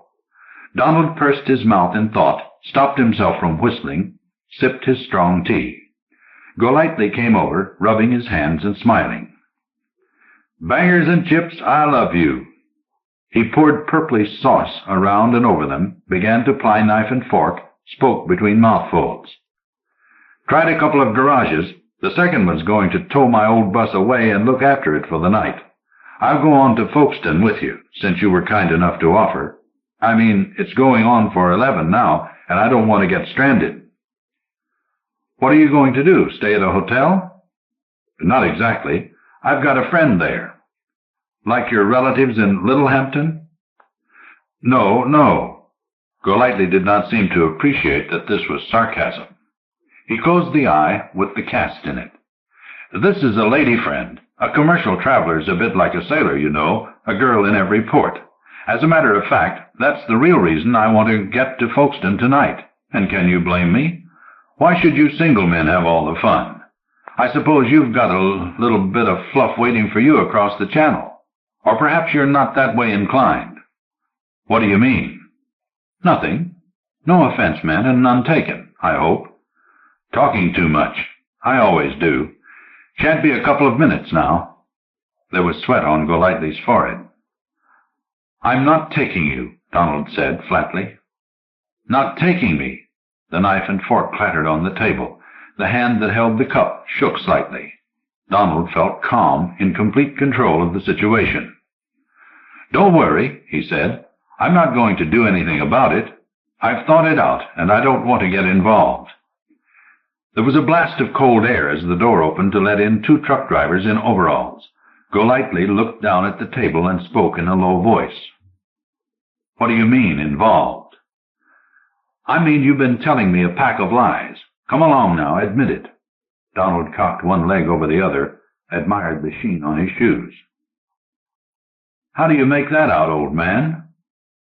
"I'll tell you, old man. You say you're a commercial traveler and you've got an important appointment tomorrow morning. Now, I've met 1 or 2 commercial travelers, and I've never known one who let himself be parted from his sample case. Natural enough, because without it, they've got nothing to show. But you not only leave it in your car, so you say, but you don't even bother to have the garage that's collecting the car drop the bag in here." "I shan't need the samples tomorrow." Golightly spoke without conviction. "And then you don't really sound like a traveler. All that night of the road and girl in every port stuff, it's out of date. You sound like an actor, not a very good one, pretending to be a commercial traveler. I don't believe you've got a car, let alone a sample case. What's your car number?" "AKT 113H. Make? Triumph Herald. Firm? Universal Woolens." "Prove it." Donald uncrossed his legs. "Show me your business card." Slowly, Golightly's hand went into his jacket. He kept his eyes on Donald, those slightly crossed eyes, until he had drawn out a wallet.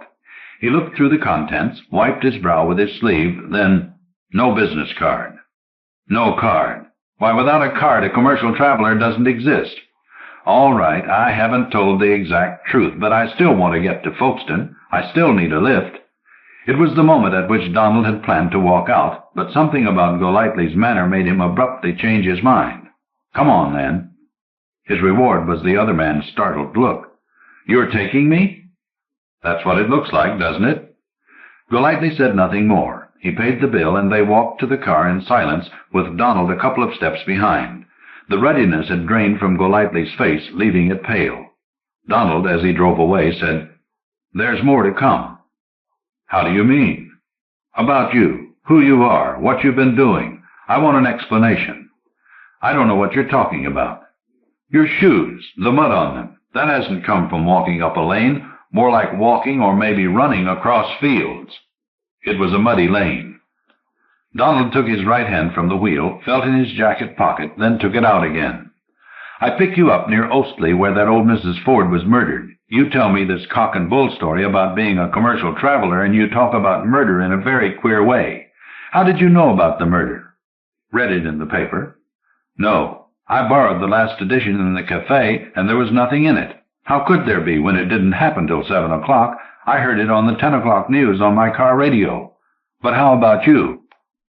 "Must have heard it the same way, on my car radio." "That won't wash. I picked you up a couple of minutes after I heard it. And I'll tell you something else. On the radio they didn't say anything about her being killed in the hall." Silence. The light showed Ashford ahead, the Folkestone bypass to the left. They took the left turn to the dual highway. Donald thought triumphantly, "That's shown him. That's shaken him up. Now perhaps I'll get the truth." And sure enough, it was in a tone much less boisterous than usual, in a tone almost meek, that Golightly said, "I made a mistake there, didn't I?" "You certainly did." Donald began to whistle sweetly, melodiously. And then, he could hardly believe it, Golightly's voice took on a jeering tone. "You think I was the one who did for her, so why not tell the police then?" Donald was so shaken that he could not reply. "All right, I did it. I killed the old girl," Golightly said. Let's say I did. So why not ring the police from Joe's, when you've got it worked out so nice and logical?" "I'll tell you why," Donald said. His voice shook with the emotion he had been suppressing. "I hate England, everything about this smug country, the filthy weather, places like that disgusting cafe, people like you. If I call the police, it means I'll have to make a statement, give evidence. I shan't be able to leave for, perhaps not for days, weeks. So I don't care. I just don't care what you've done." "Very decent of you, old man." Still that jeering tone. "We haven't been introduced, have we? I mean, you know my name. You haven't told me yours, but I think I know it." "What is it?" "Donald Grant, right?" With anger that was half assumed and half real, Donald said, "You've been looking at my logbook." "I haven't, you know." Somewhere in the far distance there was furious hooting, then it stopped. "I'll tell you a bit of a story, shall I? About an old lady named Mrs. Ford. Quite a nice old lady, but a bit close with her money. No sons, no daughters, so what did it matter? Who cared? Nobody, you might think." Donald pressed his foot on the accelerator. He did not usually drive fast, but it was as if pushing up the needle from 70 to 80 and nearly to 90 helped him to get away from the voice, although, of course, in fact, it didn't. The voice was like a needle digging into his skin. One person did care, though. That was her nephew. I expect the sort of thing she said was, "You'll get everything when I'm gone, dear. Now here's a 5-pound note to be going on with." Very annoying to a young man, especially one without much money. He was a sort of freelance writer, though people don't seem to think he made much of a living at it. Not enough to keep up the nice little pad he shared with his boyfriend. So one fine evening, a wet evening as a matter of fact, Mrs. Ford is murdered. Quite a nasty murder.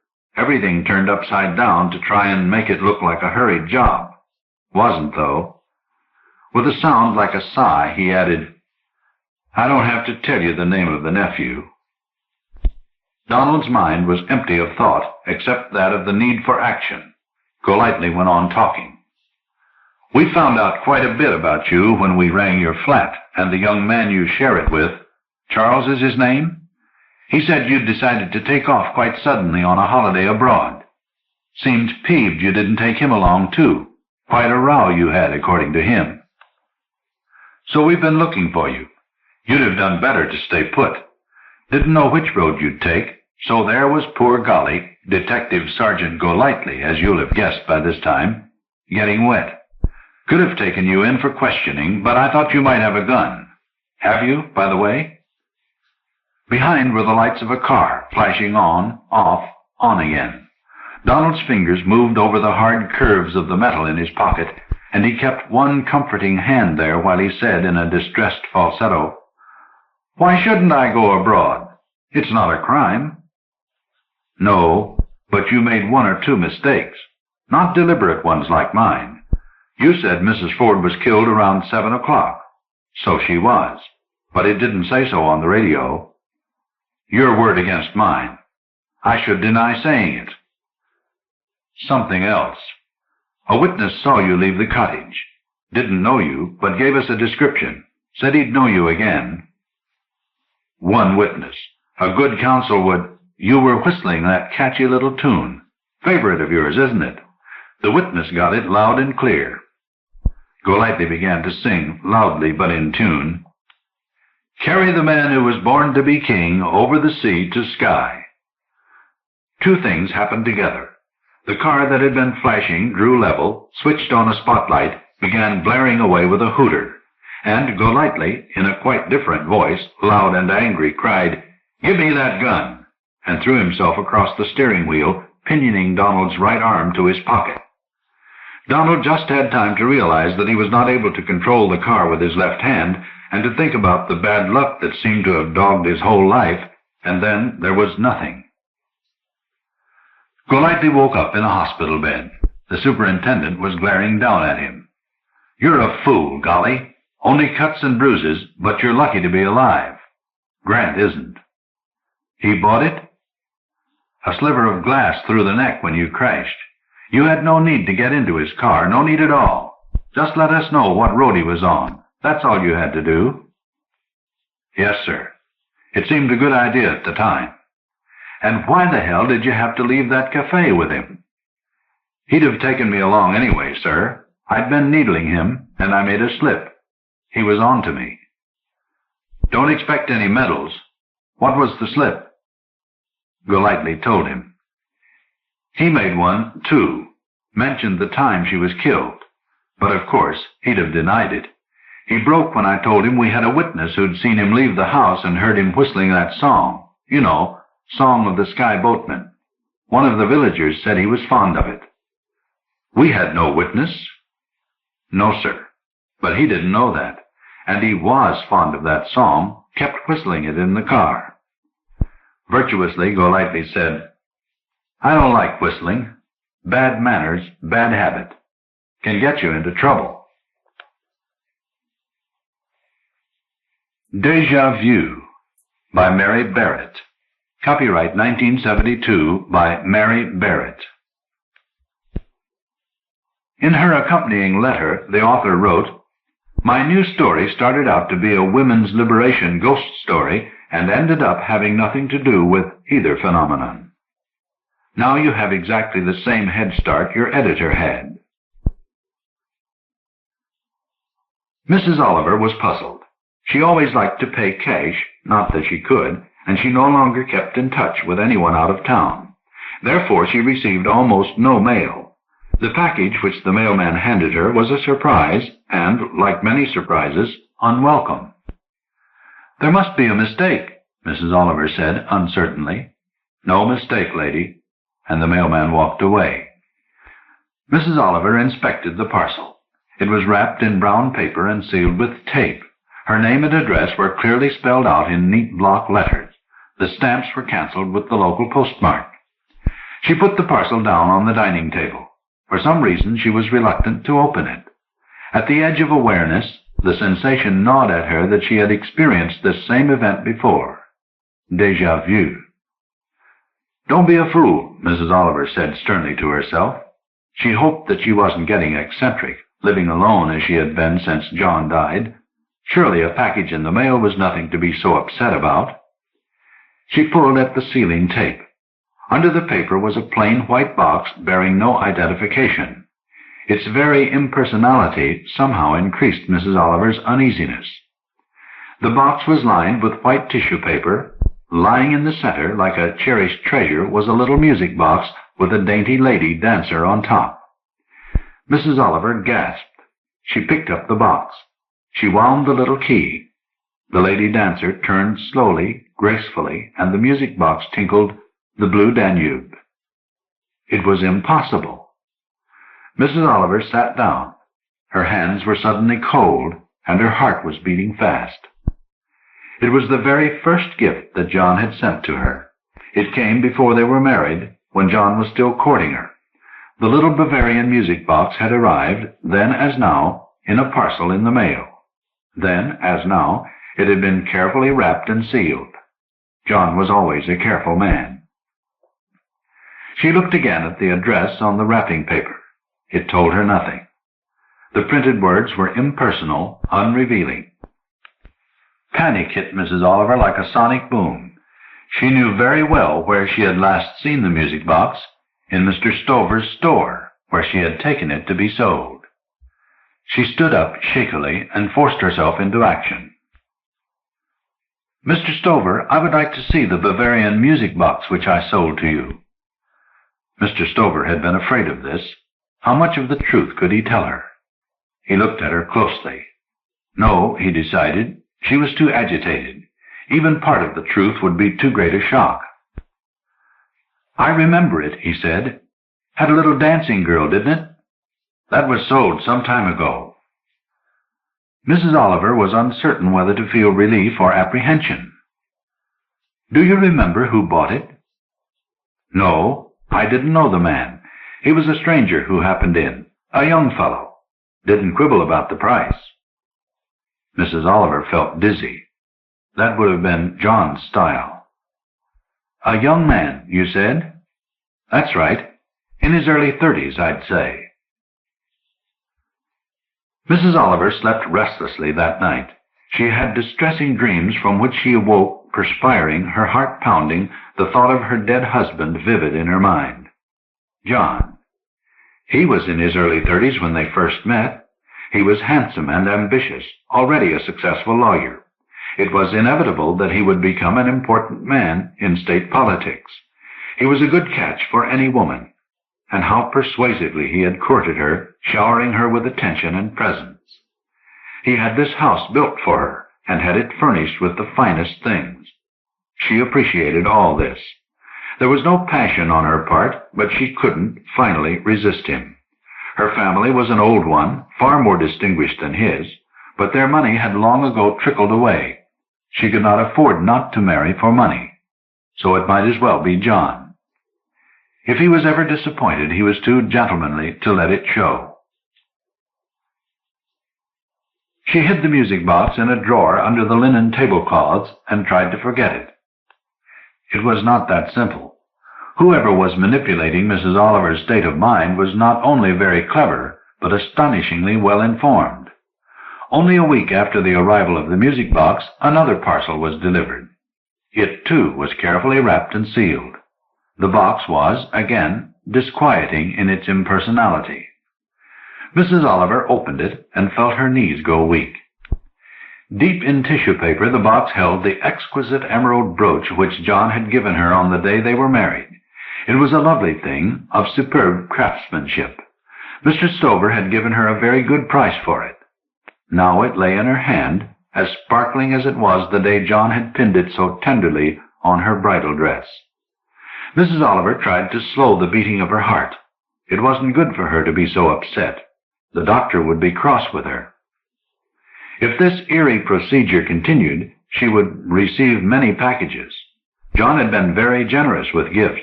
His practice brought in a great deal of money. To outside observers, she seemed a very lucky woman. She had only to drop the smallest hint, and John would buy her whatever she wanted. Still, as time went by, she had felt more and more like a kept slave. She yearned for a little cash of her own. Not much, just enough so that she could be free to buy some small things for herself. He never let her have a personal checking or bank account, and he gave her a minimum of pocket money. "I would rather take care of you myself, dear," he said. John overlooked nothing. He established charge accounts with the grocery store, the milkman, the dry cleaners. He bought all her clothes himself. In all the days of her marriage, she never had more than a $5 bill of her own. Of course, John paid all the bills himself. The packages continued to come. Mrs. Oliver lived in a state of constant agitation. The parcels arrived with no regularity, and she never knew on which day one would be delivered. There was, however, one thing she could be certain of ahead of time: the contents of each box. For the presents were coming back to her in the exact order John had given them to her. Her birthday present, the diamond bracelet, was followed by the matching earrings John had given her for Christmas. At first, when she was a new bride, she had been charmed by John's generosity. She had never owned beautiful things before, and the shower of extravagant gifts was like a dream come true. It was only in time that the longing for the illusion of financial independence came to sit on her soul like a lead weight, and in time the longing became an obsession. John refused even to consider the possibility of her looking for a job. "We're rich, dear," he said. "It would be ridiculous for you to work. You know that I'll get you anything you want." As time passed, John's gifts brought her no joy. They seemed merely symbols of her bondage. She even had trouble pretending to be pleased. Now, receiving them a second time, she felt even less pleasure. She felt only horror and repugnance. As each gift arrived, she quickly hid it away. His anniversary present of silver demi-tasse spoons came only shortly before the hand-blown crystal vase which John had brought back from a short trip out of town. Mrs. Oliver's panic was now beginning to overwhelm her. There was only one gift left, the last one John had given her. She knew what it would mean if that one came back.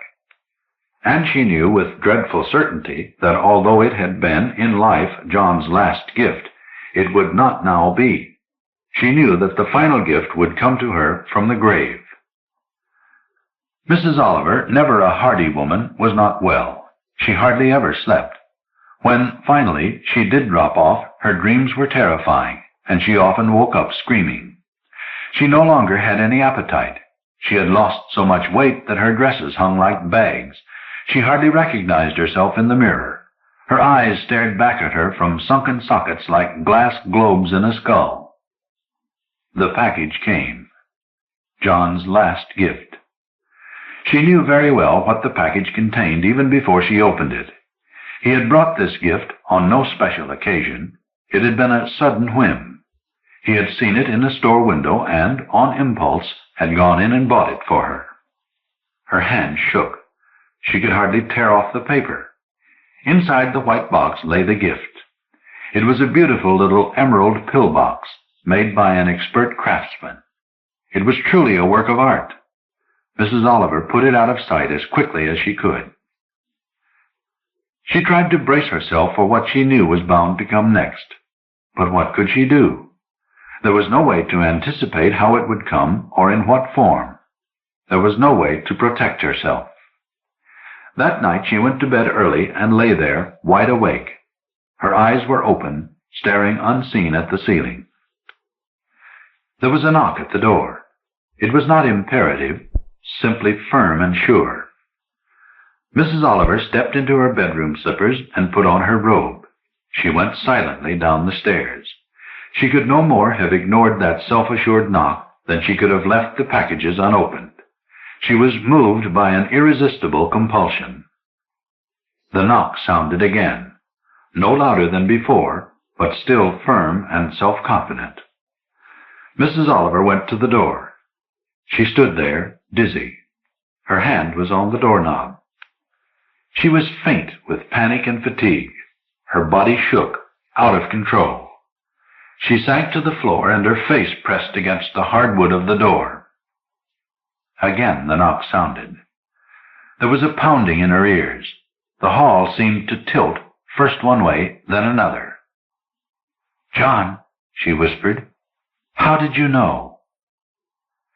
It was John on the other side of the door. She was certain of that, and somehow he had learned the truth. She had taken the poison out of the little enamel pillbox. she had put it in his demitasse. She was sure he hadn't seen her do it. She had sat there calmly and watched him drink the coffee and die. And, finally, she had money of her own. She should have known better, she thought fuzzily. She should have known she couldn't outwit John, that he would never stop giving her things. She lay, a crumpled, disorderly heap, on the floor of the hall. She was shrunken and unadorned. She looked old. She sighed, a long sigh, and then she died.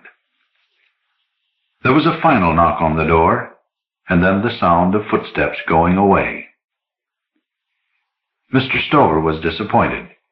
He had waited until he had sent back all her lovely things in the same order she had sold them to tell her he loved her. Well, he would call again tomorrow. The Other Side of the Wall, by Stanley Ellin. Copyright 1972 by Stanley Ellin.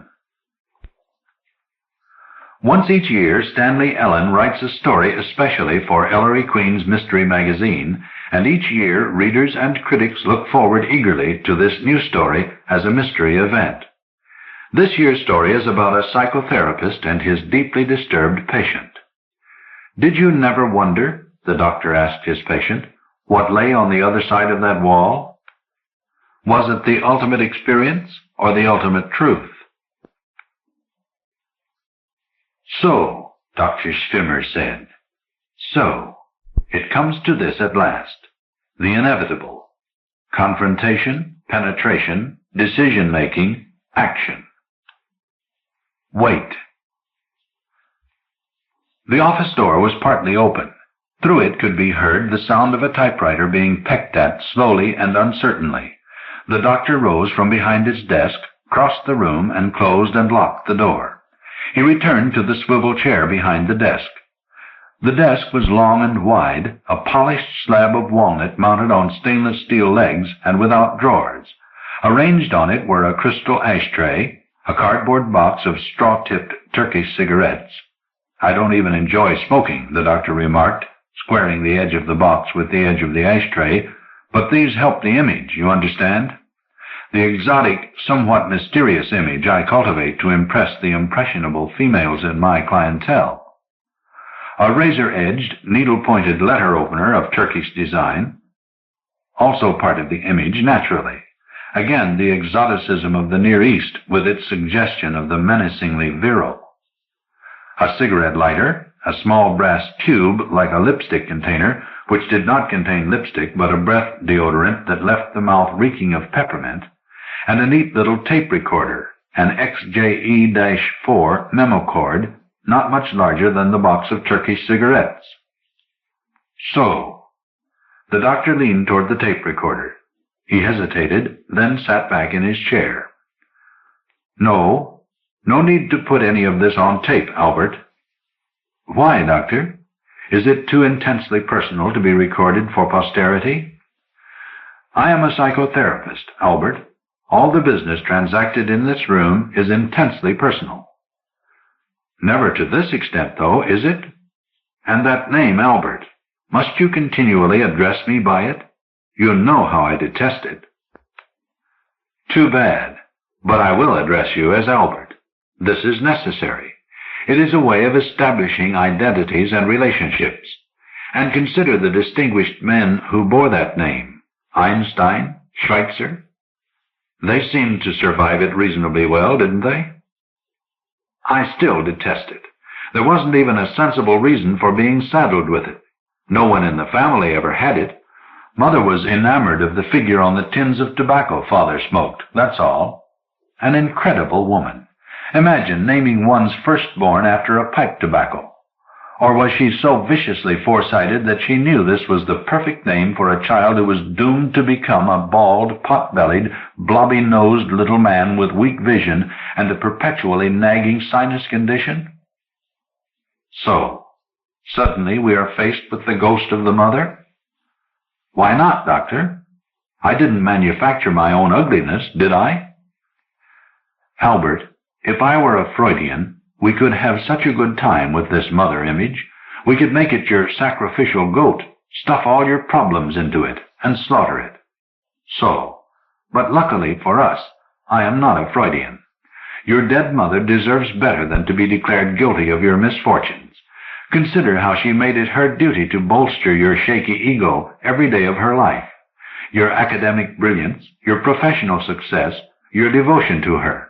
It was like a catechism to her, the recitation of her admiration for you day after day. It was a trap. It was a pit I lived in like a captured tiger, feeding on those greasy chunks of admiration she flung to me. So, very dramatic, very colorful, but an evasion, Albert, only an evasion. Is it? Then what about the father image, the big, handsome, loud-mouthed father, and the two handsome, muscular brothers, the overwhelming males in my home, and me the runt of the litter? You were, Albert, but never overwhelmed. Consider the facts. Your father died when you were a child. His absence may have affected you, but never his presence. And that pair of clods, Albert, those two handsome, muscular brothers, stood in awe of your intellect, were wary of your cold self-restraint, terrified of your unpredictable explosions of temper. They quickly learned not to step over the lines you drew. Do you remember how one earned a broken leg when he was tripped up by you at the head of the staircase for trying a little bullying? How the other found himself playing a game where he was locked in a trunk and almost smothered in payment for a small insult? Yes, a few such episodes, and they soon came to understand that one did not carelessly tread on the toes of this small, fat, pale older brother with the thick eyeglasses and the sniffle. They are still afraid of you, Albert. They are two of your very few triumphs, but it is your failure alone that concerns us. Let us get on with it. My failure? Am I the only one in this room stamped with failure? My dear doctor, what about the way you've managed to destroy a splendid practice in a few short months? Eccentricity is one thing, doctor. Patients like a little eccentricity in their therapists, but they also draw lines. A therapist who lives in a daze, who sits lost to the world when patients are trying to communicate with him, who angrily sends them packing when they resent this. What did you think was bound to happen to this practice in short order? And what course did you think your fellow professionals would take when they observed your grotesque behavior? Your inexplicable compulsions. Did you really expect them to continue to refer patients to you? No, doctor. There is no need to rush through this consultation. No need to look at clocks and measure out your time in expensive little spoonfuls any longer. The clocks have stopped. We have all the time to ourselves now we can possibly use. Albert, listen to me. This room is not meant to be an arena where we turn our cruelty on each other. We are not antagonists. We will achieve nothing through antagonism. You're a coward, Doctor. We are both cowards about some things, Albert. Do you think I disparage you when I say you are essentially a creature of emotion? Believe me, I do not. I don't believe you. You're much too clever with words, Doctor, to be believed in that regard. Creature of emotion. What you mean is incorrigible romantic, don't you? An ugly little wretch stuffed to the bursting point with romantic visions, made self-destructive by them. A 50-year-old man flung back into adolescence and unable to claw his way out of it. Why shouldn't you disparage him? Because, Albert, you are not play-acting your condition. You are not pretending you face a crisis. This condition is real. The crisis is real. One does not disparage a reality. A reality based on dreams? On sexual fantasies dredged up from my unconscious while I lie snoring in bed?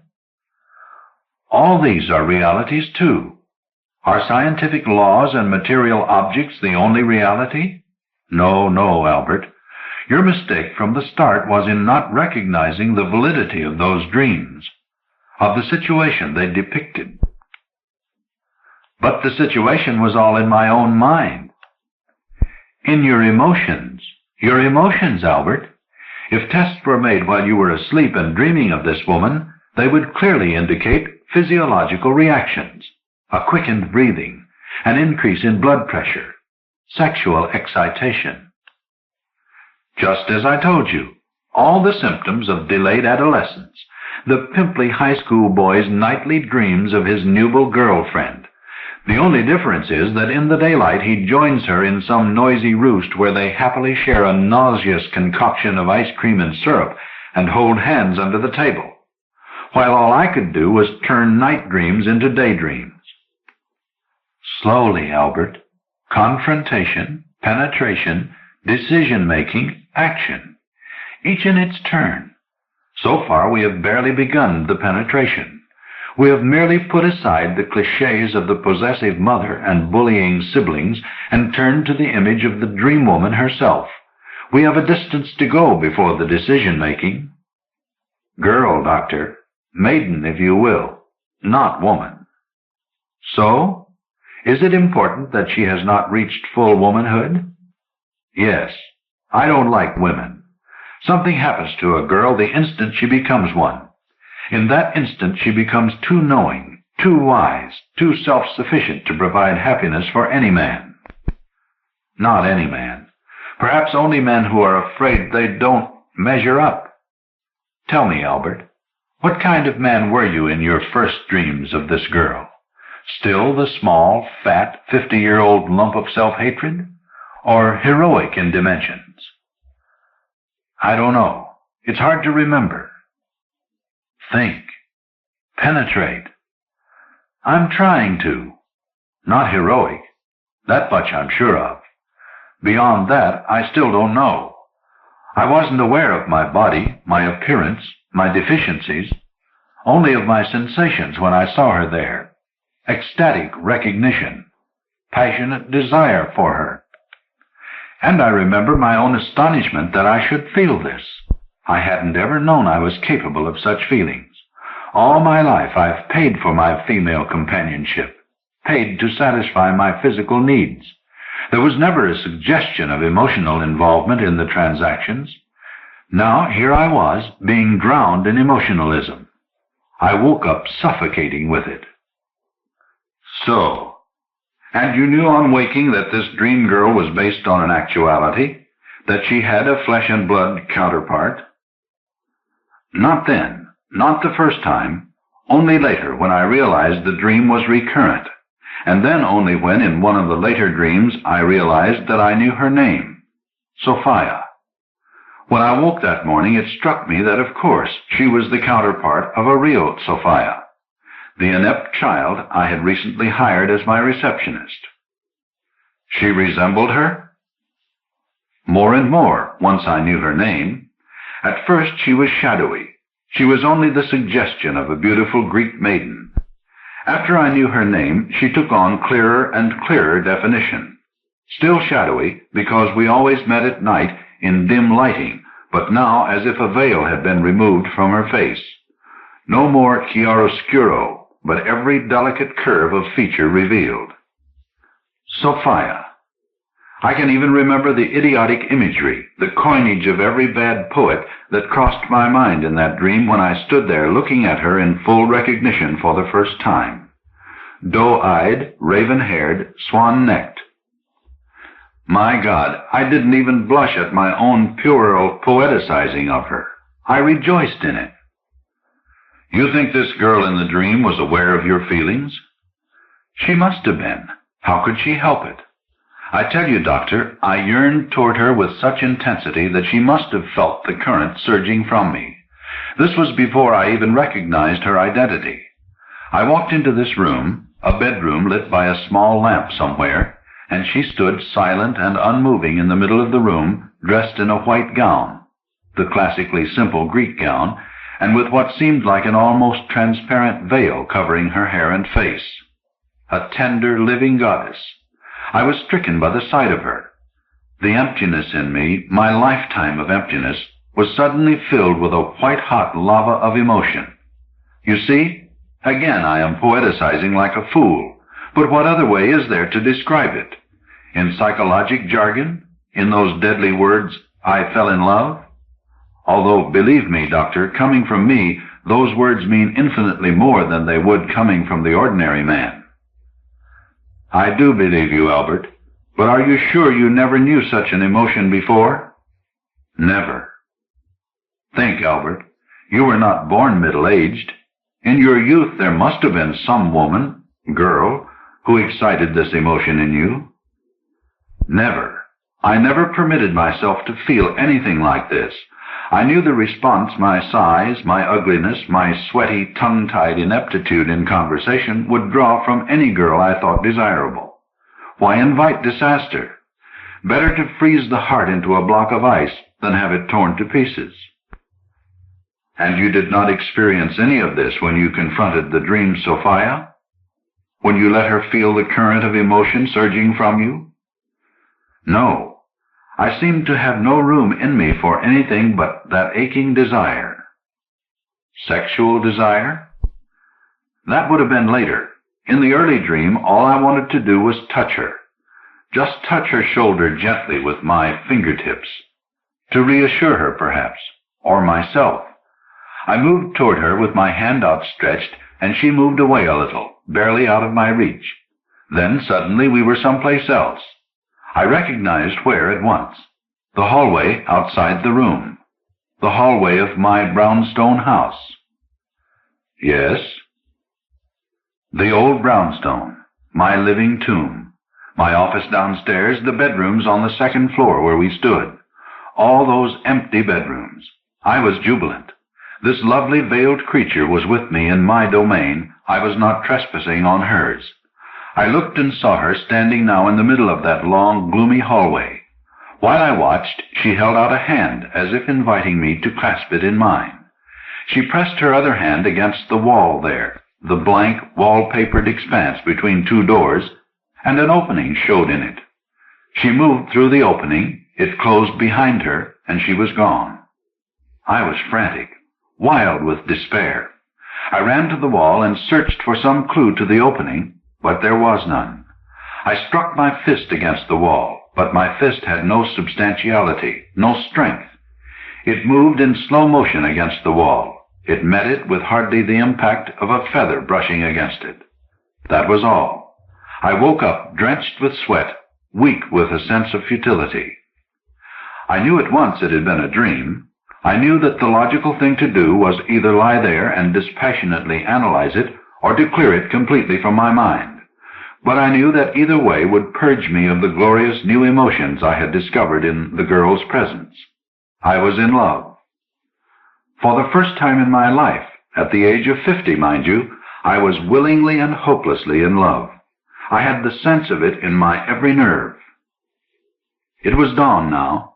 Incredibly, I got out of bed in that gray light and went out into the hallway, searching along its wall for the mysterious opening in it, desperately running my hands over its smooth surface. I went into the room on the other side of the wall there, my youngest brother's room, empty of all its furniture since his marriage, and it was as empty as ever, a fine dust on its floor, and that was all.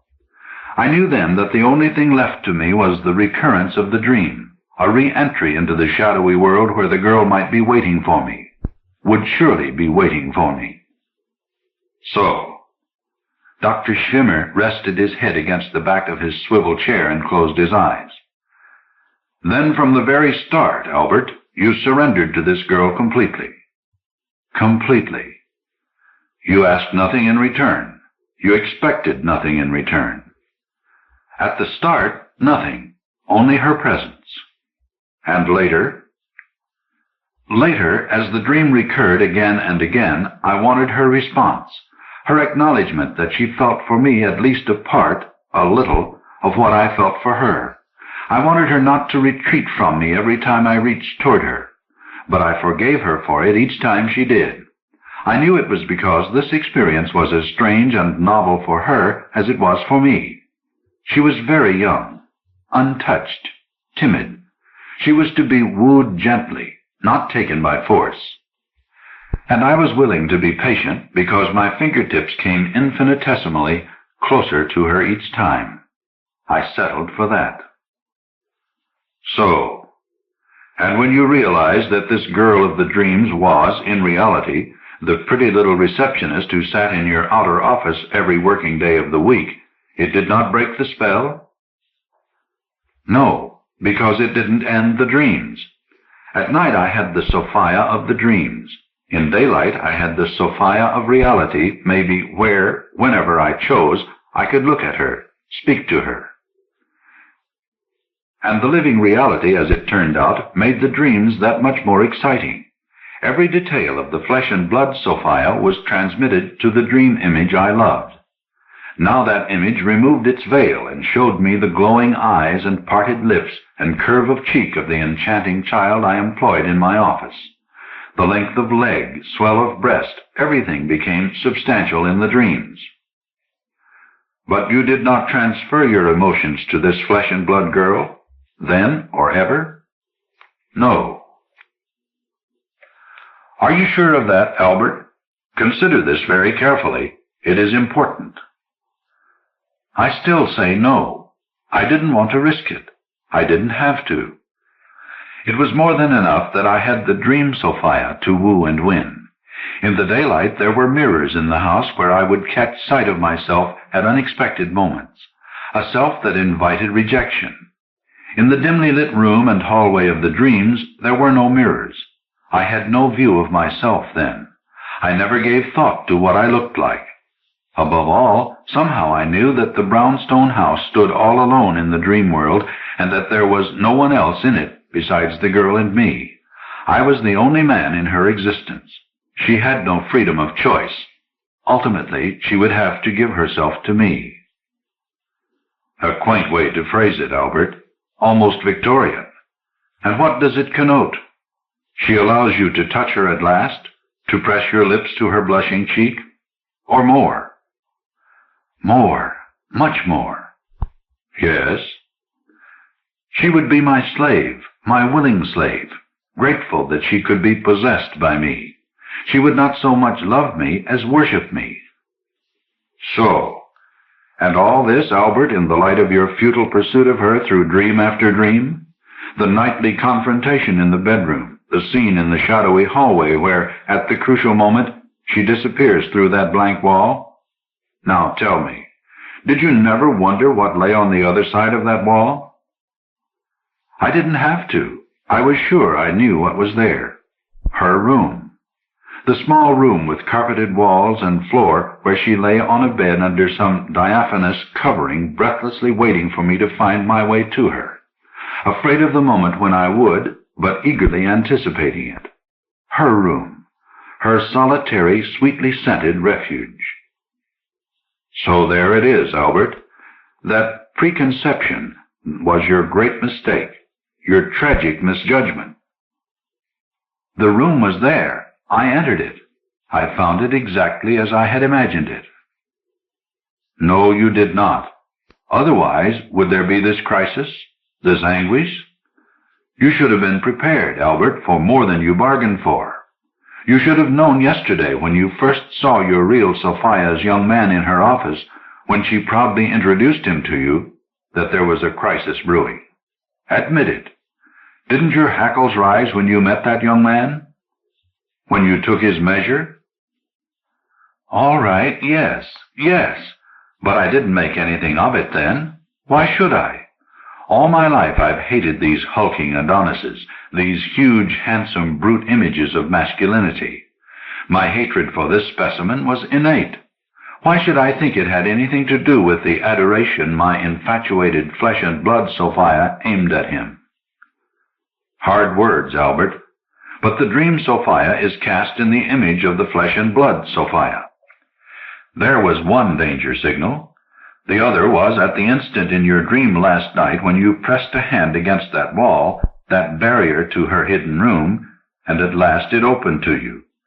Didn't you wonder why, at long last, it should suddenly open? Didn't it enter your mind that it might be a means of providing you, not with the ultimate experience, but with the ultimate truth? No, and you yourself know this only through hindsight. When I entered that room, I felt jubilation, utter ecstasy, nothing else. I had no premonition I would find them on that bed together, she and that hulk. I had no idea until that incredible moment that this room was their refuge, not hers alone. Or, worst of all, that when caught shamelessly sprawled beside him in their love-making, she would only smile pityingly at me. How could I be prepared for any of that? After all, those dreams were mine. How could I ever imagine they would be invaded by any gross stranger? And now, yes, now that I know the truth, I can't turn my mind away from it. Awake or asleep, all I can think of is that she was taken from me, violated, and with her eager consent. God Almighty, since I found my way into that room, I've lived only with the picture of them in my mind. I can't live with it any longer. So, then it must be exorcised, Albert, must it not? Yes. At last we come to the decision-making. And is it to be my decision to make, Albert? Mine alone? Yes. You will accept it without question? Completely. Good. Then I will state the case directly. It is obvious that someone must pay the penalty for your betrayal, Albert. As a sane and intelligent man, you must know that a blood sacrifice offers the only possible solution in a case like this. The only one. Under any conditions, it would be impossible for you to be released from your agony while your betrayers maintain their obscene relationship. Yes, one or the other must be eliminated. But which? The intruder? And then what, Doctor? Another such intruder to take his place in that room? Another crisis? Now that I know what the girl really is, what she's capable of, can I expect more than that? True. Then you plainly see she herself must be sacrificed. Yes. So. And you also understand how it must be done. Yes. With a blade, naturally. Naturally. A blade of the finest steel. That is traditional, and there are times when one sees the wisdom behind these time-worn traditions. The doctor picked up the letter opener from his desk and regarded it with admiration. He turned it slowly back and forth so that sunlight from the window flowed up and down the blade. The finest steel, a tradition in itself. More than 8 inches of it, Albert. More than enough for its purpose. And you realize, of course, that the first killing blow deep between the lower ribs does not mean the completion of the ritual. There must be total release of the emotions immediately afterward. A frenzied hacking until the lovely image is made a horror. A full measure of blood must flow to wash away betrayal. Remember, Albert, the therapeutic value of the act lies in that. Yes, of course. Then, said the doctor, all that is left is action. He unlocked the door and opened it slightly on the drafty ground-floor corridor of the old brownstone. And when in answer to his call, Miss Sophia Kaluzdian, doe-eyed, raven-haired, swan-necked, a large wad of chewing gum working rhythmically in her jaws, left her desk in the outer office and came to see what he wanted, he was waiting for her with smiling confidence, the hilt of the letter opener gripped tight in his fist and hidden behind his back. The confidence was not misplaced. Dr. Albert Schwimmer may have been short, fat, nearsighted, and with a perpetual sniffle, but he was very strong. A Kind of Madness by Anthony Boucher. Copyright 1972 by Phyllis White. So far as we know, Anthony Boucher wrote only 2 stories that have not yet appeared in print. One was a Nick Noble short story, which Ellery Queen's Mystery Magazine purchased in October 1943, but which, for reasons that cannot be disclosed at this time, was never published. The second unpublished story was discovered after Boucher's death in 1968. Evidence indicates that the story was written in 1961 and was probably the last crime story that Anthony Boucher wrote. For unknown, perhaps unknowable, reasons, Boucher put the manuscript aside, never getting around to sending it to Ellery Queen's Mystery Magazine, or even to giving the story a title. The present title was chosen by your editor. Here, then, is a find for mystery fans in general and for Boucher fans in particular. It is a story about Jack the Ripper, but a Ripper revelation with, as one would have expected from Anthony Boucher, a difference.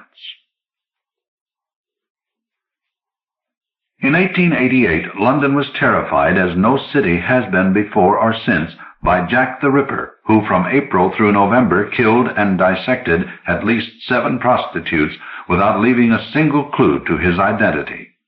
The chain of murders snapped abruptly. After 1888, Jack never ripped again, because on July 12, 1889, he paused on the steps of University College, surrounded by young ladies prattling the questions that were supposed to prove they had paid careful attention to his lecture demonstration. The young ladies were, he knew as a biologist, human females. Dissection would establish the fact beyond question. But for him, womankind was divided into 3 classes: angels and devils and students. He had never quite forgiven the college for admitting women 9 years ago. That these female creatures should irrelevantly possess the same terrible organs that were the arsenal of the devils, the same organs through which the devils could strike lethally at the angels, the very organs which he answered the young ladies without hearing either their questions or his answers, detached himself from the bevy, and strolled toward the Euston Road. For 8 months now he had seen neither angel nor devil. The events of 1888 seemed infinitely remote, like a fever remembered after convalescence. It had indeed been a sort of fever of the brain, perhaps even, he smiled gently, a kind of madness. But after his own angel had died of that unspeakable infection which the devil had planted in him, which had affected him so lightly but had penetrated so fatally to those dread organs which render angels vulnerable to devils, he observed clinically that he was breathing heavily and that his hand was groping in his pocket, a foolish gesture since he had not carried the scalpel for 8 months. Deliberately he slowed his pace and his breathing. The fever was spent, though surely no sane man could see anything but good in an effort to rid London of its devils. "Pardon, monsieur." The woman was young, no older than his students, but no one would mistake her for a female of University College. Even to his untutored eye, her clothes spoke of elegance and chic, and, in a word, Paris. Her delicate scent seemed no man-made auto, but pure essence de femme. Note: a word only Anthony Boucher would use. Originally he wrote Atcher, A-T-T-A-R, but he crossed that out and substituted Otto, O-T-T-O. End of note. Her golden hair framed a piquant face, the nose slightly tilted, the upper lip a trifle full, irregular but delightful. "Mademoiselle," he replied with courtesy and approbation, "if monsieur would be so kind as to help a stranger in your great city, I seek an establishment of baggages." He tried to suppress his smile, but she noticed it, and a response sparkled in her eyes. "Do I say something improper?" she asked, almost hopefully. "Oh, no. Your phrase is quite correct. Most Englishmen, however, would say a luggage shop." "Ah, c'est ça. A luggage shop. I shall remember me. I am on my first voyage to England, though I have known Englishmen at Paris. I feel like a small child in a world of adults who talk strangely, though I know," his gaze was resting on what the French politely call the throat, "I am not shaped like one." An angel, he was thinking. Beyond doubt an angel, and a delectable one. And this innocently provocative way of speaking made her seem only the more angelic. He took from her gloved fingers the slip of paper on which was written the address of the establishment of baggages. "You are at the wrong end of the Euston Road," he explained. "Permit me to hail a cab for you. It is too far to walk on such a hot day." "Ah, yes, this is a July of Julys, is it not? One has told me that in England it is never hot, but behold, I sweat." He frowned. "Oh, do I again say something beastly? But it is true, I do sweat." Tiny moist beads outlined her all but invisible blonde mustache. He relaxed. As a professor of biology, I should be willing to acknowledge the fact that the human female is equipped with sweat glands, even though proper English usage would have it otherwise. Forgive me, my dear child, for frowning at your innocent impropriety. She hesitated, imitating his frown. Then she looked up, laughed softly, and put her small, plump hand on his arm. As a token of forgiveness, monsieur, you may buy me an ice before hailing my cab. My name, she added, is Gaby. He felt infinitely refreshed. He had been wrong, he saw it now, to abstain so completely from the company of women once his fever had run its course. There was a delight, a solace in the presence of a woman, not a student or a devil, but the true woman, an angel. Gaby daintily dabbed ice and sweat from her full upper lip and rose from the table. Monsieur has been most courteous to the stranger within his gates, and now I must seek my luggage shop. Mademoiselle Gaby? Eh? Speak up, Monsieur le Professeur. Is it that you wish to ask if we shall find each other again? I should indeed be honored if while you are in London. Merde, alors. She winked at him, and he hoped that he had misunderstood her French. Do we need such fine phrases? I think we understand ourselves, no? There is a small bistro, a pub you call it, near my lodgings. If you wish to meet me there tomorrow evening. She gave him instructions. Speechless, he noted them down. You will not be sorry, monsieur. I think, well, you will enjoy your little tour of France after your dull English diet. She held his arm while he hailed a cab. He did not speak except to the cabman. She extended her ungloved hand, and he automatically took it. Her fingers dabbled deftly in his palm, while her pink tongue peered out for a moment between her lips. Then she was gone. And I thought her an angel, he groaned. His hand fumbled again in his empty pocket. The shiny new extra-large trunk dominated the bedroom.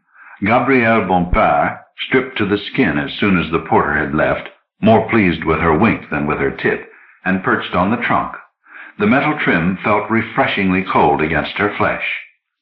Michel Hérault looked up lazily from the bed where he was sprawled. I never get tired of looking at you, Gaby. When you are content just to look, Gaby grinned, I cut your throat. It's hot, said Hérault. I know, and you are an old man. You are old enough to be my father. You are a very wicked, lecherous old man, but for old men it is often hot. Hérault sprang off the bed, strode over to the trunk, and seized her by her naked shoulders. She laughed in his face. I was teasing you. It is too hot, even for me. Go lie down and tell me about your day. You got everything? Hérault waved an indolent hand at the table. A coil of rope, a block and tackle, screws, screwdriver. Gaby smiled approvingly. And I have the trunk, such a nice big one, and this. She reached for her handbag, drew out a red and white girdle. It goes well with my dressing gown, and it is strong. She stretched it and tugged at it, grunting enthusiastically. Hérault looked from the girdle to the rope, to the pulley, to the top of the door leading to the sitting room, then back to the trunk. He nodded. Gaby stood by the full-length mirror, contemplating herself. That silly bailiff, that Gouffet. Why does he dare to think that Gaby should be interested in him? This Gaby, such as you behold her. She smiled at the mirror and nodded approval. I met a man, she said, an Englishman. Oh, so very stiff and proper. He looks like Phileas Fogg in Jules Verne's Le Tour du Monde. He wants me. Fogg had money, said Hérault. Lots of it. So does my professor. Michi? Yes? Gabrielle pirouetted before the mirror. Am I an actress? All women are actresses. Michi, do not try to be clever. It is not becoming to you. Am I an actress? Hérault lit a French cigarette and tossed the blue pack to Gaby. You're a performer, an entertainer. You have better legs than any actress in Paris. And if you made old Gouffet think you love him for his fat self, yes, I guess you're an actress. Then I know what I want. Gabby's eyelids were half closed. Michi, I want a rehearsal. Hérault looked at the trunk and the block and tackle and the red and white girdle. He laughed heartily and happily. He found her waiting for him in the pub. The blonde hair picked up the light and gave it back to form a mocking halo around the pert devil's face. His fingers reassured him that the scalpel was back where it belonged. He had been so foolish to call a fever what was simply his natural, rightful temperature. It was his mission in life to rid the world of devils. That was the simple truth. And not all devils had Cockney accents and lived in Whitechapel. Be welcome, Monsieur le Professeur, she curtsied with impish grace. You have thirst? No, he grunted. Ah, you mean you do not have thirst in the throat. It lies lower, eh? She giggled, and he wondered how long she had been waiting in the pub. She laid her hand on his arm. The animal heat seared through his sleeve. I go upstairs. You understand it is more chic when you do not see me make myself ready. You ascend in a dozen of minutes. It is on the first floor, at the left to the rear. He left the pub and waited on the street. The night was cool and the fog was beginning to settle down. On just such a night in last August, what was her name? He had read it later in the Times. Martha Tabor? Tabby? Tabby Pussy Devil? He had nicked his finger on the scalpel. As he sucked the blood, he heard a clock strike. He had been waiting almost a half hour. Where had the time gone? The devil would be impatient. The sitting room was dark, but subdued lamplight gleamed from the bedroom. The bed was turned down. Beside it stood a huge trunk.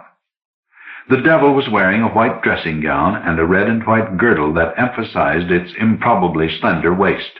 It came toward him and stroked his face with hot fingers and touched its tongue like a branding iron to his chin and ears and at last his lips. His hands closed around its waist. Oof! Gasped the devil. You may crush me, I assure you, monsieur. I love that. But please to spare my pretty new girdle. Perhaps if I debarrass myself of it. It unclasped the girdle and the dressing gown fell open. His hand took a firm grip on the scalpel. The devil moved him toward the door between the two rooms. It festooned the girdle around his neck. Like that, it said gleefully. There, doesn't that make you a pretty red and white cravat?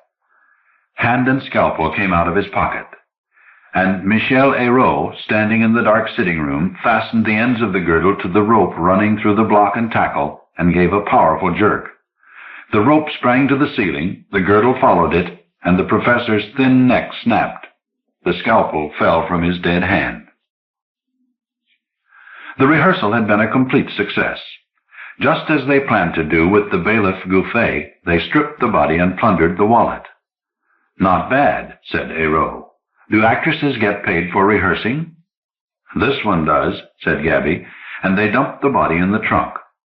Later, the clothes would be disposed of in dustbins, the body carried by trunk to some quiet countryside where it might decompose in naked namelessness. Gabby swore when she stepped on the scalpel. What the hell is this?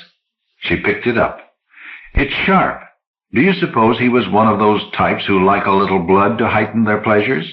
I've heard of them, but never met one. Gabby stood pondering, her dressing gown open. The first night, to the misfortune of the bailiff Gouffet, went off as smoothly as the rehearsal, but the performers reckoned without the patience and determination and génie policier of Marie-Françoise Goron, chief of the Paris Sûreté. The upshot was, as all aficionados of true crime know, that Hérault was guillotined 19 months after the rehearsal, and Gabby, who kept grinning at the jury, was sentenced to 20 years of hard labor. When Goron was in London before the trial, he paid his usual courtesy call at Scotland Yard and chatted at length with Inspector Frederick G. Aberline. Had one rather like yours recently ourselves, said Aberline. Naked man, broken neck, left to rot in the countryside. Haven't succeeded in identifying him yet. You were luckier there. It is notorious, Goron observed, that the laboratories of the French police are the best in the world. We do very well, thank you, said Aberline distantly. Of course, the French visitor was all politeness, as you did last year in the series of Whitechapel murders. I don't know if you're being sarcastic, Mr. Goron, but no police force in the world could have done more than we did in the Ripper case. It was a nightmare with no possible resolution, and unless he strikes again, it's going to go down as one of the greatest unsolved cases in history. Jack the Ripper will never hang. Not, said Monsieur Goron, so long as he confines his attention to the women of London. He hurried to catch the boat train, thinking of Gabrielle Bompard and feeling a certain regret that such a woman was also such a devil. So Lonely, So Lost, So Frightened, by Florence V. Mayberry.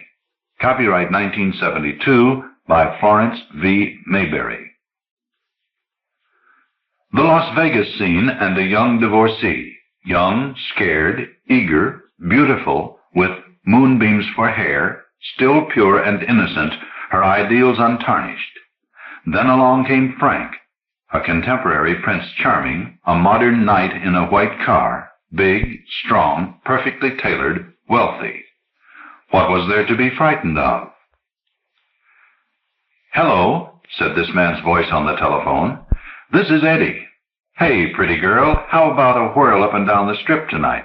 Have us a ball. Sinatra's dropping in and out of the spots, and with the fellow we'll be with, if we run into Sinatra, who knows? Maybe we'll end up buddies. How about it, Chicky-dee? Well, why not? I had no boyfriend, no husband anymore after coming to Nevada. All I had was a job at the Las Vegas daily paper typing up bills and things. Boring. I was tired of it and tired of me. I had found out I don't like divorced girls. They're torn in two, scared and eager at the same time, and I was one of them. Okay, I said. I tried to place this Eddie, especially an Eddie who might know somebody who might be buddies with Sinatra. There had been an Eddie, a long-haired blonde with a blonde mustache in the newspaper gang I had gone out with one night. Not my date. And vaguely I recalled another Eddie who clerked at the hotel where I had stayed 2 nights when I first came to Las Vegas. Dark bangs to his eyebrows, which intensified the droop of his eyelids. The vague memory of him bothered me a bit. He had always looked at me as if he knew more about me than I knew about myself. By the way, your date is this fellow with me. Lucky you. You hit the jackpot, kid. A great guy. Really great. Loaded. And with good, know what I mean? Good connections around Vegas. Name's Frank. Okay, chickie. Pick you up in front of your place in an hour. Ye gods, I thought. Could this Eddie, whichever one he is, be talking in a roundabout way about Sinatra himself? Frank, as I waited for the car to pick me up, I was shaking. I really thought you might be Sinatra. Isn't that a laugh? But it was you, Frank. No laughing matter. It was the Eddie who worked in the hotel. Tabby, meet Frank, Eddie said, leaning out the back window of your car. You were coming around the car to help me in. I felt wooden as I stepped inside, as if maybe I couldn't bend when I tried to sit down. That was the first time I ever rode in a white car like yours, so long and beautiful and expensive. And the first time I ever met a man like you. Your silk and linen suit, so perfectly tailored. The big diamond ring, along with that strong look as if maybe you ran the world by pushing buttons. You even smelled rich, so clean, with a faint bite of perfume. I suppose that's the way all rich people with saunas smell. Over your shoulder you said to Eddie, Eddie, why didn't you tell me the truth? You said she was the prettiest girl in Vegas. My heart went thud. Like, wow, this fellow is really living up to his name. Be frank, tell the bitter truth. He's seen prettier. But this little Tabby is the prettiest girl in the world. What's Tabby short for, little one? You're not a tabby cat, you're a princess. Tabitha, I said, blushing. What would be your pleasure tonight? Which big-name star would you especially like to hear? Perhaps you have someone in mind, I said. I didn't want to let on I was so dumb about the Strip, its big hotels and entertainers, that I didn't know which entertainers were in town. Sure, I had been on the Strip a few times, but the fellows I dated just took me into cocktail lounges with no cover charge, so I didn't know much about the big shows. You said, Eddie, I've been stashed away in Houston for a long time. Who's playing the Strip tonight? Do you remember? One of the stars was Peggy Lee. She really knocks me out. The way her voice throbs makes me want my heart to break along with hers. Or maybe she just sings the way my heart already felt. At her show, I didn't realize I was crying until you took out your handkerchief and patted it on my cheek. Frank, did you figure out how good that would feel to a girl who thought she might really have a broken heart? I mean, was it real? Or a man on the make? Somewhere along the Strip, Eddie and his girlfriend faded out. In a kind of blur, I saw you whisper to Eddie as we left the Peggy Lee show to catch another show at another hotel. And pretty soon, Eddie and his girl were gone. It pleased me, like bubbles of champagne in my mind, because you wanted to be alone with me. I love your eyes, bright blue, kind and smiling. Most of the time. You know something crazy, Frank? You have the eyes of a good, loving father. You told me you weren't married, that is, anymore. That you never had children. But do you suppose you were meant to be a good father, and the trouble was you never had the chance? Your nose is a little long, and your lips are too thin. If it weren't for your eyes, you would have frightened me. You were so big and rich and overpowering, 6 feet of you towering over my 5'1". And there was a mystery in you that frightened me, like a person in a dark room who hears footsteps that shouldn't be there. I really was awed, Frank. I felt so young, and you were so grown up. How old were you? 35? 40? You never said exactly. I was 22. When you asked me that first night to go to your hotel with you, I wasn't angry. I didn't go, but I wasn't mad. I cried, sure. But it made me face facts. I had been wishing you were my father. Then, when you asked me that, it was clear you were a man and I was a woman, and I might as well stop wishing for a father. To make up for thinking that way, as I left your car, I took your face between my hands, looked into your wise eyes, and kissed you. You're really a good man, I said. Wasn't that a dumb thing to say, right after what you'd asked me? But I meant it. You're such a good man, I said. Then I ran into the cottage apartment where I lived. I peeked through the curtain of the front window without turning on the lights. You sat out there in your car a long time. I could see the light of your cigar.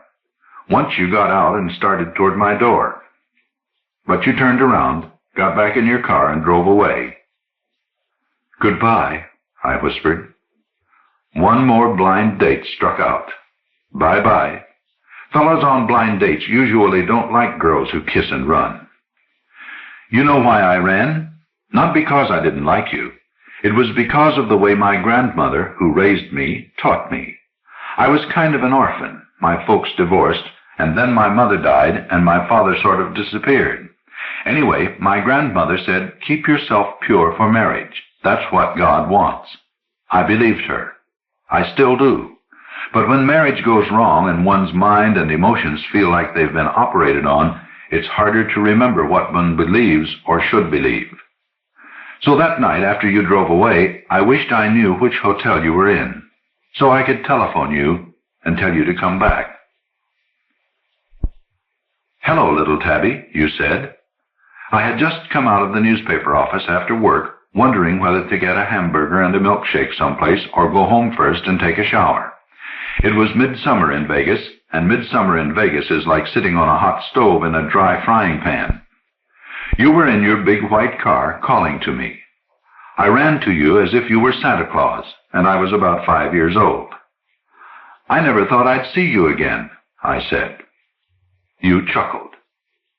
Funny, you said. I knew I would see you again, if I lived. Get in the car, sweetheart.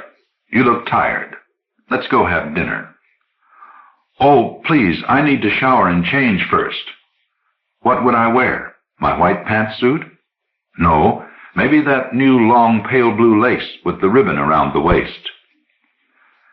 Naturally, you came in my apartment while I changed. You couldn't sit out there in the heat. So you waited in my living room, flipping through magazines. I locked the door of my bathroom very softly so you wouldn't hear. But you never moved. Crazy thing, I was disappointed you didn't even move. I wore the long pale blue dress and pinned up my hair because I thought it made me look older. I was always running into trouble at the clubs. They were afraid I was too young to come in. I bleached my hair. I told you that a long time ago. And you said, "I don't want to hear about it.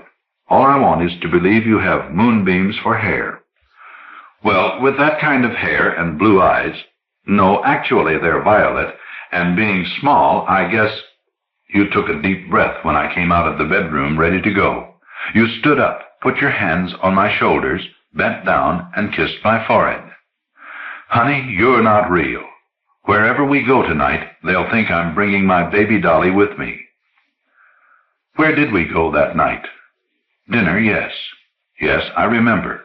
In an elegant, quiet room with quiet, dreamy couples scattered around it. That kind of place. I knew you had to be somebody special to know about a place like that in Vegas, when all most people know about are the loud slot machine hotel kind. Later we went to the big clubs. All of them, I think.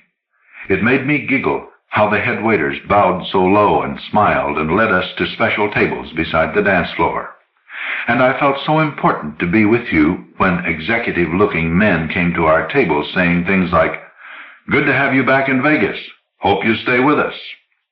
And you saying, "Yes, good, but you'd be back and forth." I tried to worry about that back and forth, but giggles bubbled out of me all the time as if they were champagne and I was a glass. As we drove away from the last club, the bubbles stopped. Nothing was left in the glass except a sad worry that you and the whole evening were not real, only a dream.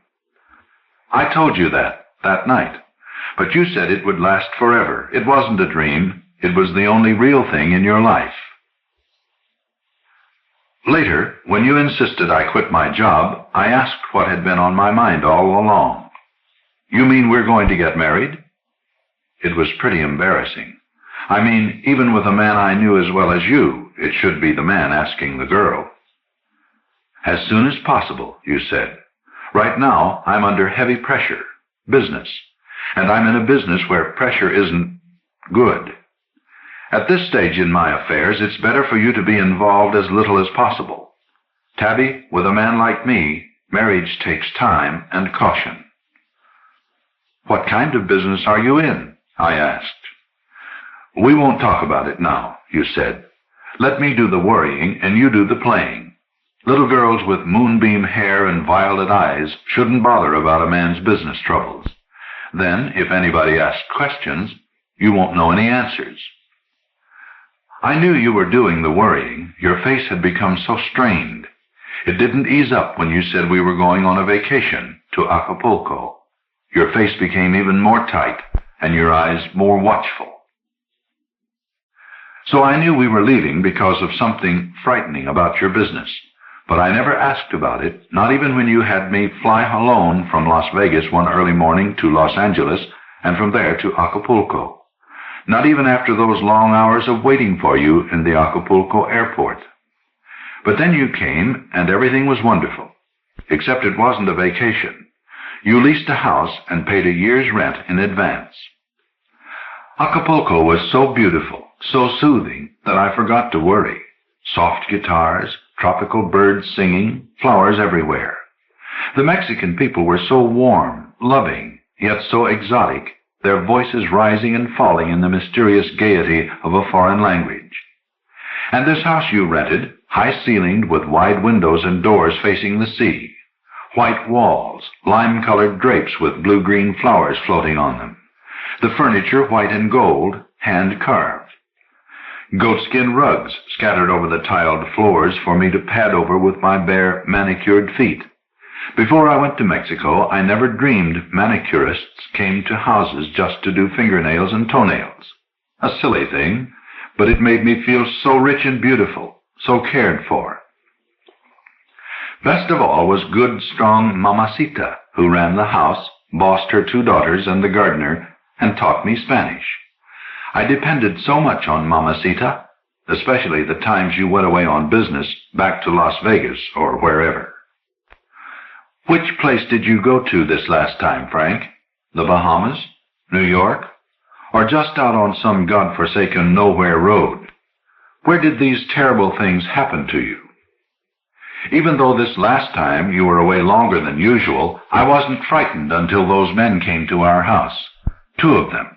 1 blonde, 1 medium, but both with dark faces. Not dark from being tanned in the sun, dark from something deep inside. I was frightened the moment they stepped into our living room, even though I didn't yet know how they shoved past Mamacita at the entrance door. The gardener had been working out front, and they gave him 100 pesos to unlock the street gate. Mamacita made him admit it later. She followed the 2 men and stood in the door of the living room, her big brown eyes flashing and her jaw set. When they said they were your friends and asked to see you, I invited them to sit down and sent Mamacita for fruit juice. She tossed her head, and when she came back, one of her daughters was with her, and I was vaguely aware that now the gardener was trimming shrubs with his machete just outside the open French doors. I told those men the truth, that I didn't know where you were, that you never told me, never wrote letters, that you said you would be back within the month, but now the month was up. The way they watched me, still and probing, reminded me of you, Frank. Sometimes you looked like that in Las Vegas when you met your business friends. Only their eyes were flatter, deader than yours ever were. Frank, I was scared to death. Finally, they said the papers they had for you to sign could wait until you returned. But I don't know when he will be back, I said. I sounded desperate because I was desperate. Perhaps he's looking for you somewhere in the States. If he needs to sign papers, perhaps he's up there waiting for you. Their eyes flicked over me. Waiting for us? In Vegas or somewhere. Just waiting while you're here looking for him. He may wait until you come. Only I hope not. He's been gone such a long time already. I'm anxious about him. They smiled as if something funny had suddenly struck them. Don't worry, little lady, one of them said. We'll send a wire to our associates so he won't need to wait any longer. One of them will see that he gets the papers. They thanked me and left, Mamacita bouncing angrily behind them to the outside gate and then locking it with a big flourish. When she returned to the house, I ran to her, put my arms around her, and cried, Mamacita, tengo miedo, tengo miedo. I have fear. I have fear for my señor. Si, poor little señorita. Don't have fear. Mamacita will take care of you. Did not the señor tell me to? She suddenly left off patting my back and vanished toward the kitchen. One little moment, señorita, she called over her shoulder. She returned, holding a long, thin kitchen knife, polished down by use until it was almost a stiletto. She waved it in a circle, then gave a sudden jab through the circle. This in case of thieves, or if those wicked men come back and make trouble. She pulled out a drawer in the white and gold cabinet beneath the framed mirror in the entrance hall. Look, señorita, remember it is here, in case I should not be near. The knife is here.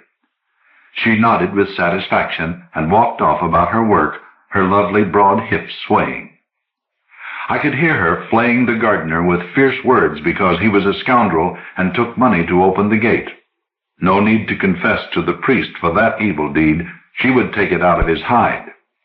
Her daughters, all ears, were idling in the background. She ordered them back to work. Everything was normal once more, and I tried to laugh, pretending what had happened was only funny, like some crazy movie with make-believe villains. But the laugh stuck in my throat. Frank, you were away so long that the money you left gave out. There was no worry about the house. The rent was paid. The manicurist, the hairdresser, the shopping, they were easy to drop. I hadn't had those things before. But the servants' salaries, the food to buy for all of us, that couldn't be dropped. Finally, the gardener threatened me with the police about his salary. So Mamacita threatened him and ran him off. She patted me a lot and told me again and again not to have fear, not to have anxiety. But she was anxious too. Actually, I think more for me than for herself. Mamacita belonged in Mexico. I didn't. Finally, she sent her daughters off to other jobs. And at last, Mamacita herself left.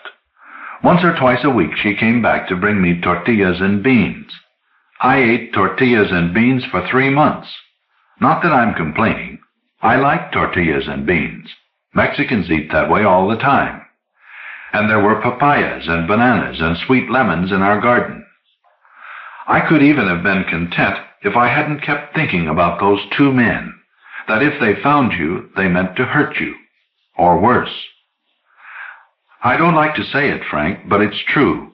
Alone that way, I began to feel clean again, almost as I used to feel when I was a small girl in my grandmother's house.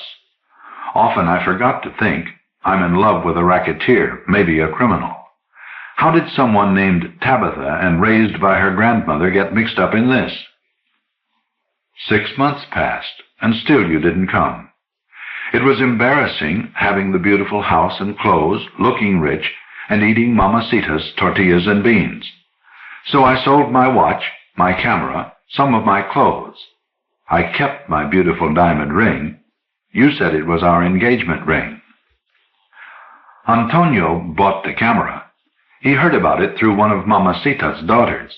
He didn't pay much, only 150 pesos, but it was more than he could afford. With that $12 plus the money I hadn't spent from the other things I sold, I planned to buy a bus ticket to the border. Back in the States, I could find a job. I would leave a letter for you, telling you what I was doing. One night, I packed a small bag, leaving most of my things behind in the hope I would be back. Then, early in the morning, I left the house and walked down to the locked entrance gate. As I put the key in the lock, Antonio was reaching for the chain which rang the black iron bell above the gate. "Buenos dias, señorita," he said. Like Mamacita, Antonio knew only Spanish, but by this time I was fairly fluent in it. "Such a beautiful morning, so pretty here. Are you leaving, señorita?" "Yes," I said. "Yes." "My heart is grieved," he said, his big brown eyes sad. He was a very handsome boy, just my age, he told me later. Even in cotton work clothes he was handsome. Tall for a Mexican, with smooth, healthy brown skin, an oval face with strong features. "Acapulco will lose its beauty when you leave." That's the way Mexicans talk. It sounds lovely even when they don't mean it. "Señorita, I came today to fix your garden. The mother of my friend, the one you call Mamacita, tells me your gardener has left. The garden is dry, the weeds grow. I will fix it." "You're very kind, but I have no money. I couldn't pay the other gardener. That's why he is angry with me. I have only enough money to buy a ticket to the border, back to my own country." A smile flashed, and he leaned eagerly toward me. "This could be your country, señorita. It's true, it is possible. I will arrange it with the mother of my friend. It will be very nice, very respectable. I will marry you, señorita." Frank, nothing in me wanted to marry this handsome, sweet boy. I knew I would never marry him, or anybody but you. That isn't why I began to cry. It was because I was so lonely, so lost, so frightened. It was comforting to have someone want to take care of me. Antonio reached through the iron bars of the gate, took the key from my hand, and unlocked it. He followed me to the tiled garden seat and started to put his arms around me. I shook my head and said, "No, siempre no, always no, no, no, no." He shook me gently and said, "Please, señorita, I understand. Say no more. Be at peace." He stood aside, placed his hands on his hips, smiled, and tossed his head toward the shaggy, dry garden. I will make it pretty again. You stay. Perhaps the senor will come soon. It's better you wait to see. What if he comes tomorrow, or next week? If he does not, one can always leave. Senorita, you like chili rellenos? My sister is making chili rellenos today. Too many for her family. She give me some. You like them? Frank, I was used to being dependent on you. Besides, I'll face it, I'm a dependent person. So it was easy to let Antonio help me. A mirage of safety. Antonio, I discovered, had a stall in one of the markets. He made beautiful leather sandals, the leather soft and cured, more delicate than most Mexican sandals. He brought me a pair. I couldn't hurt his feelings, could I, by not wearing them? He was the businessman for his family. His relatives brought their craft work to him to sell. Serapes, blankets, pottery, all kinds of things. Actually, even though he was young, the relatives looked on him as their family head because he was so bright and ambitious. He was studying books on mathematics, grammar, and science. Someday, senorita, I will make myself into an educated gentleman, he told me. You'll see. Like I changed stiff leather into a soft, beautiful shoe. My family will be proud of me then. He laughed, so natural in the pleasure of what he could become that it didn't sound egotistical. He didn't say it, but I saw it in his eyes. You will be proud of me too, senorita. As head of his family, he could demand assistance from relatives to watch the market stall when he wanted to be away. At those times, he made my garden beautiful again. On those days, too, following him shadow-like, one or another shy, scrawny little girl of 12 or so would accompany him. A cousin or a niece, some relative. With rapid Spanish and a stern eye, he would command the child, and off she would scurry to the back patio, gather up pail and mop and clean the floors, or flip a cloth to move the dust from one spot to another. I protested. I said I had been doing the housework. I was used to work. But I was afraid to protest too much for fear Antonio and the little girls would stop coming. But when the mariachi band began to serenade me in the dark pre-dawn morning, I knew that all this had to stop, that I must take the bus to the border. Forget you, find a job, forget both you and Antonio. When I woke from sleep and heard the haunting, lilting song rising from the street outside the garden wall, for the first few minutes I didn't realize what it was. I actually thought I had died and gone to paradise. But then I noticed my heart pounding, and dead hearts don't pound. Then I wondered if you were dead, that somehow your spirit had sent the mariachis to tell me that. But of course Antonio had sent them. He tried to be subtle about it when he came to work in the garden. "Did you sleep well, senorita?" he asked casually, but his eyes, anxious and shy, gave him away. "No," I said. "Beautiful music woke me. I thought I had died." He was stricken. "You were frightened, Senorita Tabby?" "Yes, very frightened, because you are too kind to me and like me too much. The senor is not going to return, so now I must leave. Tomorrow. This is definite." So last night I packed my little bag again, ready to leave this morning. Last night, Antonio's large family, along with Mamacita and his relatives, made a fiesta for me. They came weighed down with pots, platters, baskets of food, enchiladas, tamales, chili rellenos, beans, tortillas, and I furnished papayas and bananas. All of us sang and laughed. Someone had a guitar. As they left, they wept, embraced me, told me to go with God and to return quickly. Everyone, that is, except Antonio. He wouldn't tell me goodbye, just bowed and left. Later, in the dark early morning, the mariachis came again. I went out on the bedroom balcony in this lovely filmy robe you bought me. The moon was out, and the streetlight played tangle fingers with the leaves of the trees lining the sidewalk, scattering light and shadows over the upturned faces of the musicians. When they saw me on the balcony, their voices became softer, more yearning. I glimpsed Antonio across the street, standing in the shadows, watching to see if I came out to the balcony. He moved from the shadows into the middle of the street, looking up, taut, leaning forward, as if he would walk along his gaze all the way up to me. I should have gone back inside quickly. Antonio was such a nice boy, so sweet. An honorable boy, Frank. But I didn't. I slipped to my knees by the iron railing of the balcony, weeping, saying, "Oh, Antonio, I'm so lonely, so weak, so lost." He ran to one of the musicians, sprang like a cat to his shoulders, and from there to the top of the wall.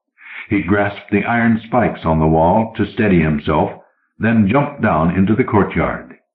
He came beneath the balcony, saying he loved me, he would die for me. "Please, señorita, we'll be married." Then, suddenly, he was on the balcony beside me, murmuring words like honey that blended with the music in the street. That's all there was to it, Frank. No matter what you thought. That's all. A weak, frightened girl kneeling on a balcony and listening to a boy tell her how much he loved her. We didn't hear the taxi drive up or notice its lights, but we heard the gate open, heard you speak to the driver who carried your bags. I sprang up. All I thought of was you were back. You hadn't died. You hadn't forgotten me. You were here. I cried out, "Frank, darling!" You looked up. I could see your every feature. The moonlight was so bright. Your face terrified me, partly because you were shockingly thin, your cheeks sunken, but mostly because of the cold rage on your face. "You couldn't wait," you said quietly, dangerously. The musicians had stopped playing, and in the still night your cold voice slipped into me like a stiletto blade. Only then I remembered Antonio beside me. "No, Frank, don't think that. The music, it made me cry. Antonio heard me crying because you were gone, and I was afraid you were dead." I thought frantically, what can I say to make him believe me? I said, "Antonio is only a servant." "Your maid, perhaps?" you said. Antonio climbed over the balcony railing and dropped lightly into the courtyard. "Señor, 1,000 pardons." You didn't understand Spanish, so this is what he said. 1,000 pardons, not to you, but to the little señorita whose heart is broken. She weeps for you, not for me. If I had 1,000 lives, I would give them all, if she would but weep for me like that one little hour. So have anger at me. I'm the one with blame." He raised his voice and called to the musicians, "Go, go. No more music tonight. This is private." Without taking your eyes off him, you paid the taxi driver, waved him away. The gate clanged shut. The lights of the taxi shot up the street. The night became taut, as though the air was sucked out of it. Every sound hurt the nerves. The feet of the musicians as they shuffled away, the frogs croaking in the fountain's pool, the insects chirping, the breathing of the three of us, the drumming of my heart. It was mesmerizing. I felt outside of everything that was happening, something like when I was a child lying on my stomach on the ground watching ants do funny ant things. You men stood still, staring at each other. Finally, I choked out, "Antonio's the gardener, the only one left." You said softly, "And the flower is in the house, upstairs?" I left the balcony, ran through the bedroom, down the stairs to the front door, drew the bolt, ran to you, reaching blindly like an exhausted swimmer struggling for shore.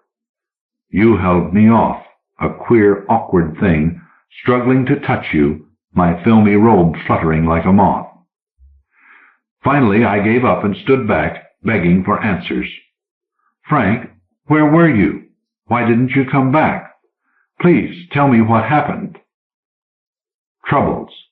From good friends," you said. I recovered from them in the hospital. One of the get-well cards read, "This time the hospital, next time the morgue." What kind of cards did you want to send me, Tabitha? "Having a wonderful time, glad you're not here"? And perhaps this Mexican Romeo is a welcome home present? You sighed then, as though you were tired of everything, too tired even for anger. Oh, well, you said, one way or another, I suppose I deserve it. You started toward the house. I followed. You stopped, looked back with a bitter smile, and pointed at Antonio. Is your friend coming too? Antonio didn't understand English, but the way you looked at him, so contemptuous, he must have believed it a terrible insult to his masculine pride, to his machismo. And Frank, I believe he loved me, truly loved me. He ran at you, grabbed you, threw you to the paved yard.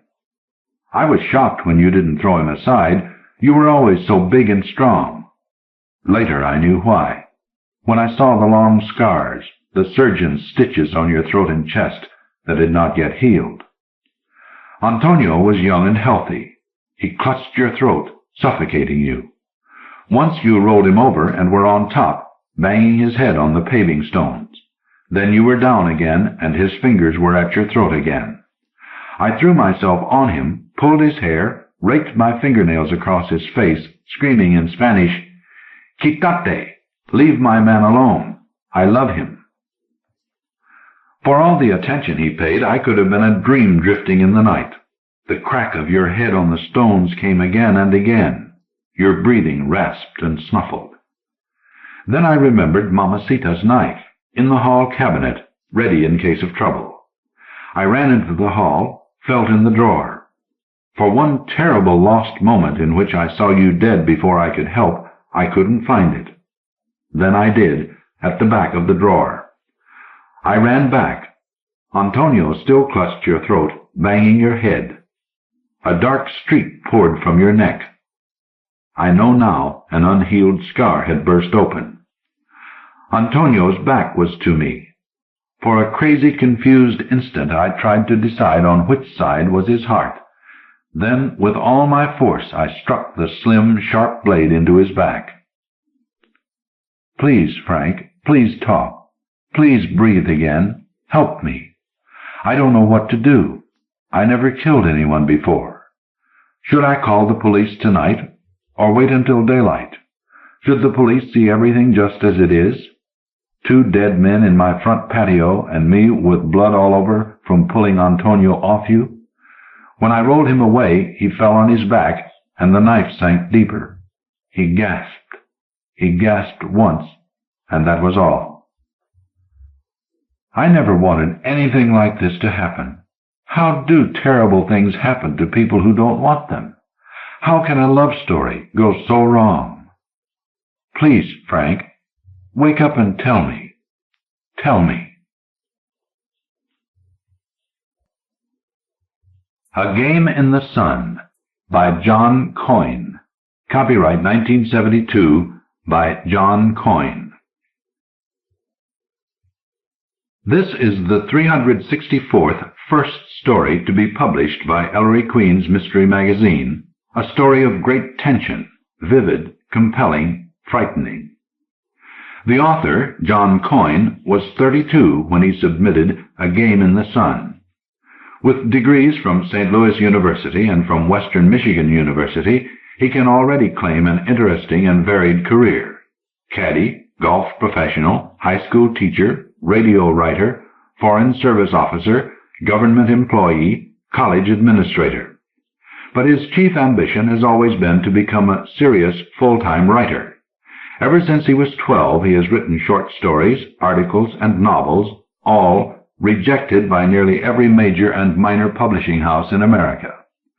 Currently, he tells us, his desk holds 6 unpublished novels and 50 short stories. His first published fiction in this volume derives from the 5 years he spent in Africa teaching and working for the Peace Corps. Mark our words, some of those 50 short stories and 6 novels will, one of these days, see the light of print. Betsy was not allowed to play croquet with her husband and the Reverend, so she sat in the shade of the trees at the top of the mound. The mound overlooked a lush rainforest which grew thick and dense to the edges of the mission compound. The view was compelling and frightening to Betsy.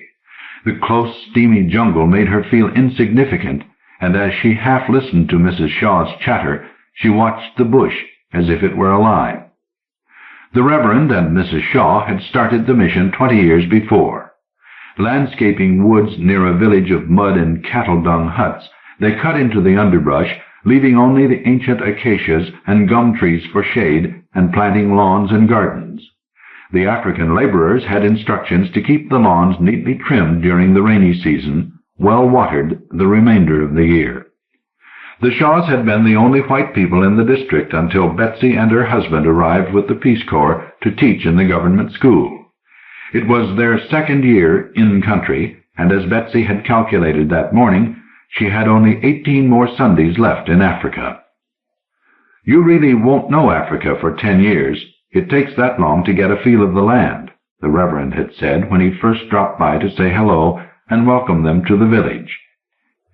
He had crowded himself into their doll-like house, held on to his father's straw hat, and looked with alarm about the inadequate place. "The Peace Corps is not giving you much cooperation, are they?" He shook his head, frowning over the lack of facilities. He was a big, fleshy man, dressed in worn jeans, a tight-fitting plaid shirt, and heavy-duty boots. His face was burnt from the long, self-appointed days in the African sun. Only his forehead, protected by the straw hat, was chalky. His eyes were tiny and squinted against the sun. Dark lines clustered at their corners. The rest of his face was soft and slightly moist. He kept a white handkerchief folded in the palm of his hand and continually wiped the running sweat off his red cheeks, as if he were polishing them. "Look, kids, I want you to come to our place any time. Any time. Come tomorrow for lunch. A game of croquet." He glanced again about the house. "You're going to need all the comforts of home you can get. But with the help of God, with the help of God." Before the game, the Shaws' houseboys, barefooted and in starched white uniforms, moved like tropical birds among them, serving iced tea. The two men talked about the week, the news from the school and mission, while Mrs. Shaw took Betsy through the gardens, the beds of exotic flowers which grew in the heat and humidity, brilliant and thick. Mrs. Shaw wore farm gloves and with a gardener's eye clipped flowers and presented them to Betsy. Mrs. Shaw was also concerned about Betsy and her husband living in the village in a mud and dung house in among the Africans. The flowers were to pretty up Betsy's life. Mrs. Shaw laid her scissors on the lawn table and pulled off her gloves. Then she rubbed baby lotion thoroughly into her hands. The scent was stronger than the flowers and reminded Betsy of her home, of growing up as a little girl. "I learned years ago that baby lotion was the answer. Just ordinary baby lotion keeps me just fine. The weather is so cruel on people, women especially." Unlike her husband, Mrs. Shaw looked as if she had never been in the African sun. Her skin was milky under the protection of a wide-brimmed bonnet, and deep in the shadows her eyes flashed like those of a cornered animal. "After a while you learn these little hints. It takes time, of course, but with the help of God." Her voice bore inward like a drill. Betsy was no longer listening. She had closed her eyes and was leaning back in the lawn chair, resting. She knew she must not begin to cry in front of these people. She must not be vulnerable. There were, after all, only 18 Sundays left in Africa. She had gone that morning into the bedroom, to her homemade calendar behind the door, and crossed off another day. Briefly she had felt light-hearted, gay, but that exhilaration had slipped away in the hot bedroom in the heat of the day. Betsy sighed and then, unexpectedly, shivered. "Are you all right, dear?" Mrs. Shaw reached over. Betsy could feel the damp fingers, the baby lotion sticky on her own arm. "No, nothing. I'm fine." She gathered herself together, managed a thin smile, blinked away a rush of tears, said quickly, shading her eyes and looking over the lawns, "Are they finished?" "You've been remembering your quinine, haven't you, dear?" Mrs. Shaw wouldn't let go. "Oh, of course. It's nothing really, Mrs. Shaw. We'll be into the rainy season soon. Perhaps I'm feeling the first chills. You know how cold it suddenly seems." She talked rapidly. "Yes, perhaps even in the hot sun one can feel chilled." And Mrs. Shaw let the subject slip away as if it were an error. On the lawns before them the game was drawing to a close. The Reverend was ahead as always, banging his mallet against the wooden ball, moving quickly from one wicket to the next, looking awkward, too huge for the grass game. "I've got you, Jessie. I've got you again." His voice was buoyant. Jessie, behind him, struggling, hit the ball. It bounced erratically across the grass, hapless. He followed, thin and undernourished. Jessie had lost weight in Africa, and now his trousers were baggy. He laughed at his miscalculations, amused by his inability. She watched him with eyes bled of color, gray and watery, studied him with detachment, as if watching a stranger. Who was this person, she wondered. The game was over. They came to her through the heat, haze, and sun, their bodies shimmery. Perhaps she was sick. Tentatively she touched herself, felt the clammy skin of her forearm. Her fingers were cold, and around her the lawns and gardens were airless. "Had enough for one day, boys?" Mrs. Shaw grinned. "I'll have lunch ready in minutes." She clapped once, like a single piano note, and the dark houseboys stepped from the shadows and carried food to them on the lawn. "How's the little lady?" the Reverend asked, and spread himself into the lounge chair beside Betsy. "You're looking peaked, honey." "I was just saying so myself, Walter. She doesn't look at all well. Don't you agree, Jessie?" They wouldn't let her alone. All of them gauged her with worried looks. Her husband stared. His mouth had flopped open, as if half his mind had been blown away. He touched her, and she jerked away. "Betsy, why don't you lie down a while until the day cools?" Mrs. Shaw was at her side. Betsy would have to get away from these people. Part of her mind told her she did not know them, and these lawns, the enclosing rainforest, had not happened to her. She would go somewhere cool, somewhere out of the heat. She could hardly breathe. Why won't it rain? The smell of baby lotion again, and the touch of warm flesh. She let herself be guided from the hot gardens into the house where curtains were drawn and there was a bit of air. The bed covers were soft silk, not the coarse linen from the village. They let her sleep. The rains began the next day. Standing at the windows of the third form, Betsy watched it soak into the dry football field. She reached out the window, and the cool water soaked her arm. It felt refreshing, and she smiled for the first time in weeks. That afternoon, Betsy was going to tell Jessie she wanted a divorce, but he had come home after school, wet and muddy, into the tiny house, said something silly about her hair, something she knew was meant to cheer her up, and she had gone into the bedroom, slammed the door, and cried herself to sleep. It was raining again when she woke. The rain pounded on the tin roof deafeningly. She jerked the sheets around her without getting up and slept. When she woke a second time, it was dark. He had lit the lamp and made her soup. "You'll feel better after this." Jessie held out the cup like an offering. His face carried a blankness like a birthmark. He did not comprehend subtleties, or his wife. She took the soup without speaking, without looking at him, and sipped it. The cup in her fingers was as warm as a small bird, and she kept both hands tight around the porcelain, afraid to let it go. Jessie kept talking, incessantly, afraid of the silence. He had met the Reverend in the village, and the Shaws asked about her, wanted to know if Betsy would like to move into the mission for a few days until she felt better. "I feel better." "Yeah, sure. I told the Reverend you were okay. Told him it was just the heat, Sunday." Jessie perched tentatively, as if he didn't belong, on the edge of her bed. They had requested a double bed from the Peace Corps early in their tour, but it had never come, and now she was glad of the privacy. If she could only be alone. That was the problem. She couldn't get away. "I want to sleep," She handed back the cup, careful so their fingers did not touch. Again? He sounded lonely. She did not respond, but pulled the sheets around her and turned away, dismissing him with silence. This time, however, she did not sleep, only watched the dark room, the dung walls, whitewashed with lime. Jessie left with the shaky yellow lamplight. Betsy could hear him in the other room trying to be quiet, moving carefully, not making noise. She sobbed into the sheets. Betsy did not go to school the rest of the week.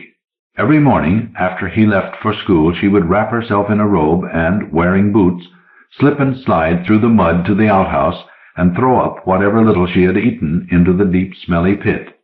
And then, trembling, she'd sit there among the cobwebs and the stink of the tin outhouse until her strength came back and she could make it again through the slush. Betsy woke from another faulty daytime sleep and found the Reverend and Mrs. Shaw at the foot of her bed, filling the room like massive furniture. They stood tensely, afraid to touch the surroundings. Mrs. Shaw had a giant bouquet of flowers, flaming like a torch in the dark room. The room was as disheveled as a drum, drawers left open, clothes scattered. It also had a close, stale smell, the smell of unwashed bodies.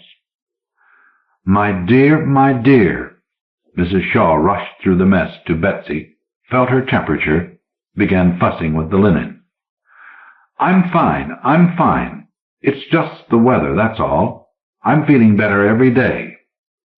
Betsy slipped a smile on and off her face.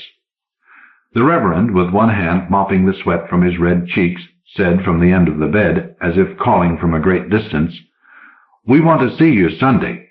Got to get you in a game. Betsy did not respond. She let Mrs. Shaw wipe the perspiration from her face and neck. Walter, you go ahead. I'll stay a while with Betsy. She smiled at her patient, then began with busy, efficient hands to tidy the covers and make Betsy presentable. When Betsy woke again, Mrs. Shaw was gone, the room straightened, and her husband home from classes, moving about in the other room. He seemed to bang into everything. Why was he so inept? How did she not know that about him, she wondered. He appeared in the narrow doorway, cautious as a child. Bring me the calendar, she ordered, though her weak voice lacked authority. Jessie was happy to help. He hurried to find her magic marker and homemade poster board. She took the calendar without thanking him, though he waited for the words, hoped to hear a bit of kindness. She couldn't say thanks, couldn't give him a civil remark. Why didn't he take control? Be demanding, take care of her. She slashed black lines through the dates while he stood beside her bed like one of Mrs. Shaw's houseboys. I want you to beat the Reverend at croquet, she said, finishing with the calendar. Beat the Reverend? Jessie frowned, moved to look at her face. But I can't beat him. His voice touched the edge of alarm. You never try. That's your problem. She tossed the calendar aside and continued not to look at him, but to gaze across the room, eyes locked onto a small patch of wall where a chunk of dung had swollen and the whitewash had peeled away like a scab. If you had tried, we wouldn't need to be in the Peace Corps. You could have gotten out of Vietnam another way. It's not a question of trying. Jessie stuck his small hands into the pockets of his baggy trousers and began to pace. And you wanted to go too, remember? I'm sick of going out there week after week, talking to that old woman, watching you get beaten. It's a game, Betsy, for God's sake. He moved about at the end of the bed to catch her eye, but she kept turning away. You know he likes to win. Croquet is his big deal. The way he takes care of those lawns, sets the wickets. You could beat him just once, that's all. No, you're such a damn weak sister. The sentence spilled out, uncontrolled. She watched him hunch up against the words. Him and his dumb wife, God. How have I stood all of you? Tears stopped her, and she clamped both hands across her mouth to keep from screaming. Jesse's arms went tentatively around her. He smelled of sweat and the local soap. She did not like his odors. He only washed casually, 1 bath a week. It was too much trouble hauling and heating water, taking a sponge bath in the kitchen, using the metal tub. There lingered about him a close, stale odor, reminiscent, she suddenly realized, of the young sweaty boys in her classes. "Get away," she pushed him. "Why don't you wash?" He left, slamming the door. Later, before falling to sleep for the 100th time that day, she heard him heating and pouring water into the washtub. Betsy stared across the lawns toward the rainforest, watched the close, creepy jungle, while Mrs. Shaw wrapped a shawl about her shoulders and made her comfortable in a lawn chair. Mrs. Shaw's voice rang in her ears. She was full of chatty news from the village, stories of conversions to Christ. Betsy turned her head slowly in the direction of the voice, and Mrs. Shaw's face shimmered. Betsy felt cold and clammy, and the wool shawl was a damp cloth on her shoulders. There was again the oily smell of baby lotion mixed with the scent of carnations and roses. A gift of flowers, wet with rain, lay abandoned on the table. There were 17 Sundays left in Africa, and Betsy knew now she could not make it. Bright-colored balls shot over the lawns, trailing sprays of water, and the 2 men followed from wicket to wicket, halting, swinging fiercely, then hurrying to catch up. The Reverend was ahead, banging the painted balls, shouting, poking fun at Jessie fumbling behind. Mrs. Shaw leaned over the flowers and whispered, "Dear, are you with child?" Betsy could feel the breakfast of eggs and toast, of wheat tea and lemon, catch like gas in her throat. Mrs. Shaw pressed forward like a parent. "You're showing all the signs. I told the Reverend. I said, Betsy is with child. I know. I've an uncanny knack for such things." Her eyes flashed. Tentatively, Betsy touched her abdomen, sensed it growing there like fungus inside of her. The Peace Corps had not sent the pills. Days and weeks had passed. She'd kept away from him, begged to be let alone while he panted like a stray dog. It was she who woke one humid night in the single bed, stripped herself naked in the heat, and padding through the house to the refrigerator, drank a cold glass of water that cooled her like rain. She touched the tip of her breast with her wet fingers and shivered. Then she went to Jesse's bed, pulled away the sheet, and woke him with her hands and mouth seeking. "I've got you, Jessie." The Reverend smashed the ball against the final pole, then turned to her husband, still among the pattern of hoops. The Reverend wiped his cheeks with the handkerchief and, laughing, took off the straw hat. He waved to her. "I've got him, Betsy. I've got him again. In 10 years, maybe. In 10 years. She came running wildly down the soft slope, her face flaming with rage. They dropped the mallets, glanced at each other as if there was some mistake, raised their hands to justify, but she had reached them with the scissors. Open Letter to Survivors by Francis M. Nevins, Jr. Copyright 1972 by Francis M. Nevins, Jr. This is the 366th first story to be published by Ellery Queen's Mystery Magazine. The author, Francis M. Nevins, Jr., was born in 1943, received his law degree from New York University of Law in 1967, was admitted to the New Jersey Bar the same year, has been an editor for a New York City law publisher, has practiced law as a legal services storefront lawyer, and at the time of this writing is assistant professor of law at St. Louis University Law School.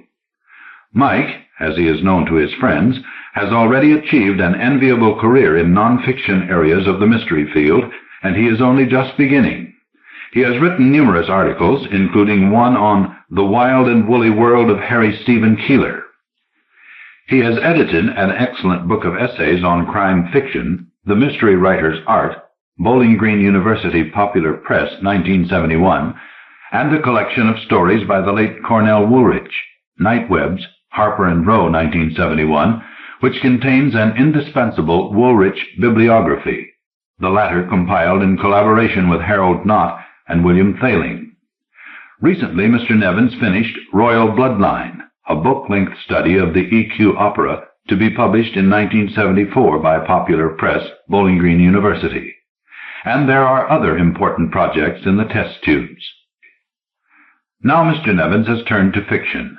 His first story is a kind of pastiche, strange, unusual, subtle.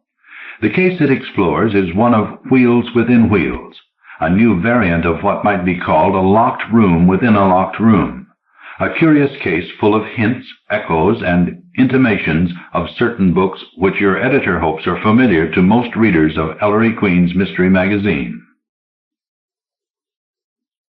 There was the case of Adelina Montague, his remarkable solution of which cannot be revealed before 1972 by agreement with that curious lady's executors. Ellery Queen, 10 Days Wonder, 1948. The book was conceived only in part. The rest of it was still struggling for conception inside him.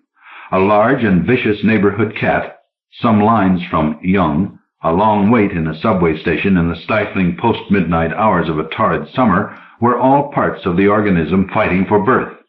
But something was missing, some vital element.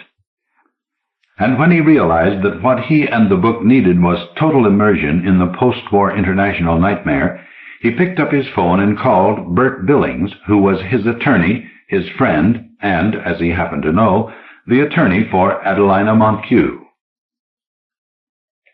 The indomitable, the inimitable, the incredible Adelina, or to use her professional name, though she had never married, Mrs. Montague. She was the last of an asset-studded line and the foremost political analyst of the generation.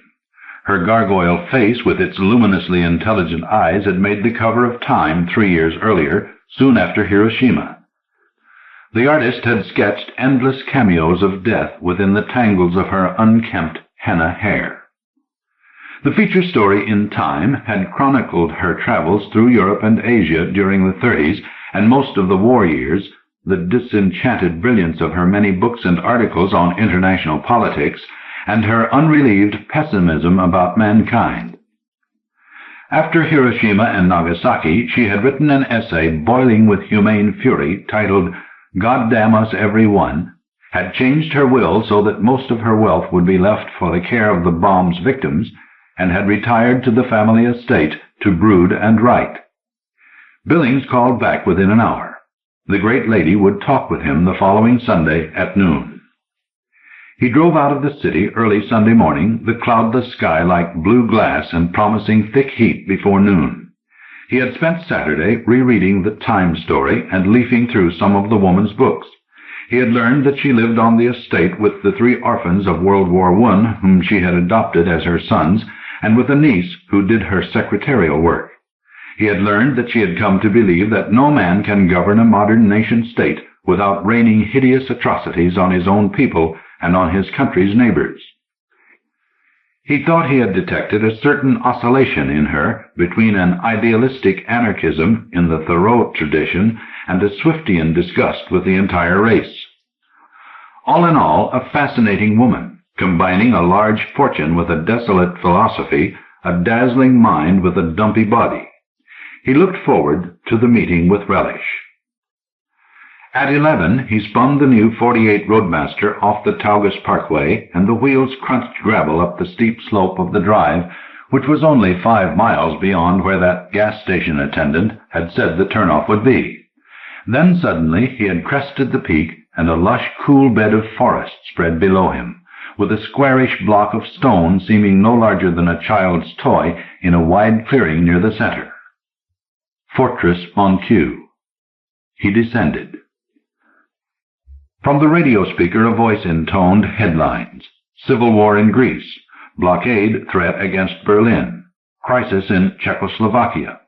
The infant state of Israel struggling for survival. Truman denounces Stalin. Stalin condemns Truman. God, what a world, he thought. Maybe Adelina's right. Who would choose to be born? On such gloomy reflections he maneuvered the roadmaster along the curves of the descent and through the tangled green tunnel of forest, finally through a stone archway and into the parking circle at the side of the fortress. He pocketed his keys and strolled past time-faded classical sculptures in beds of ill-kept greenery. His wristwatch read 11:26, and he hoped he wasn't unconscionably early. Half a minute after his ring, the massive front door opened, and he was ushered in by a tall, well-built fellow in his early 30s with crisp, dark hair. Over shirt-sleeves, the young man wore an expensive-looking summer gray dressing gown, monogrammed X at the breast. "Hello, and come in," he invited, smiling like a head waiter. "I am Xavier Monqueux, and I've read most of your books at least twice." "Delighted to hear it. You must be one of Mrs. Monqueux's foster sons." "Right," Xavier said. "And if you'll step in here—" He led the way into a high-ceilinged room of immense size, filled with books and overstuffed furniture. "You can meet my brothers. This is Eve, and this is Zachary." Two more tall, well-built fellows in their early 30s stepped forward from the mahogany bar, each with crisp dark hair, each with a gin and tonic in his hand, each wearing an expensive-looking summer gray dressing gown over shirt-sleeves. They were as close in resemblance to Xavier and to each other as three prints of the same photograph. Only the gold letters of their monograms distinguished them. One wore a Y, the other a Z. "I hadn't realized you were identical triplets," he said inanely as he accepted a light scotch and water from Eve. "Monozygotic is the technical word, or at least it was when I was in med school," Eve corrected. "Identical down to our fingertips. No one but Adelina can tell us apart, and God knows how she does it. We're biological rarities, but it's sort of fun, switching on dates and things like that." "And speaking of girls, mon frère," Zachary cut in, "the young ladies ought to be here any minute, so perhaps we should get into our trunks and make sure the liquor cart's stocked up. It was very nice to have met you, sir, and after you've talked to Adelina, I'm sure we could find a bathing suit your size if you'd care for a dip." And Zachary and Eve bowed themselves out of the room, the sound of their feet becoming audible a few moments later when they ascended a staircase. "No sense of the finer things," Xavier clucked disapprovingly.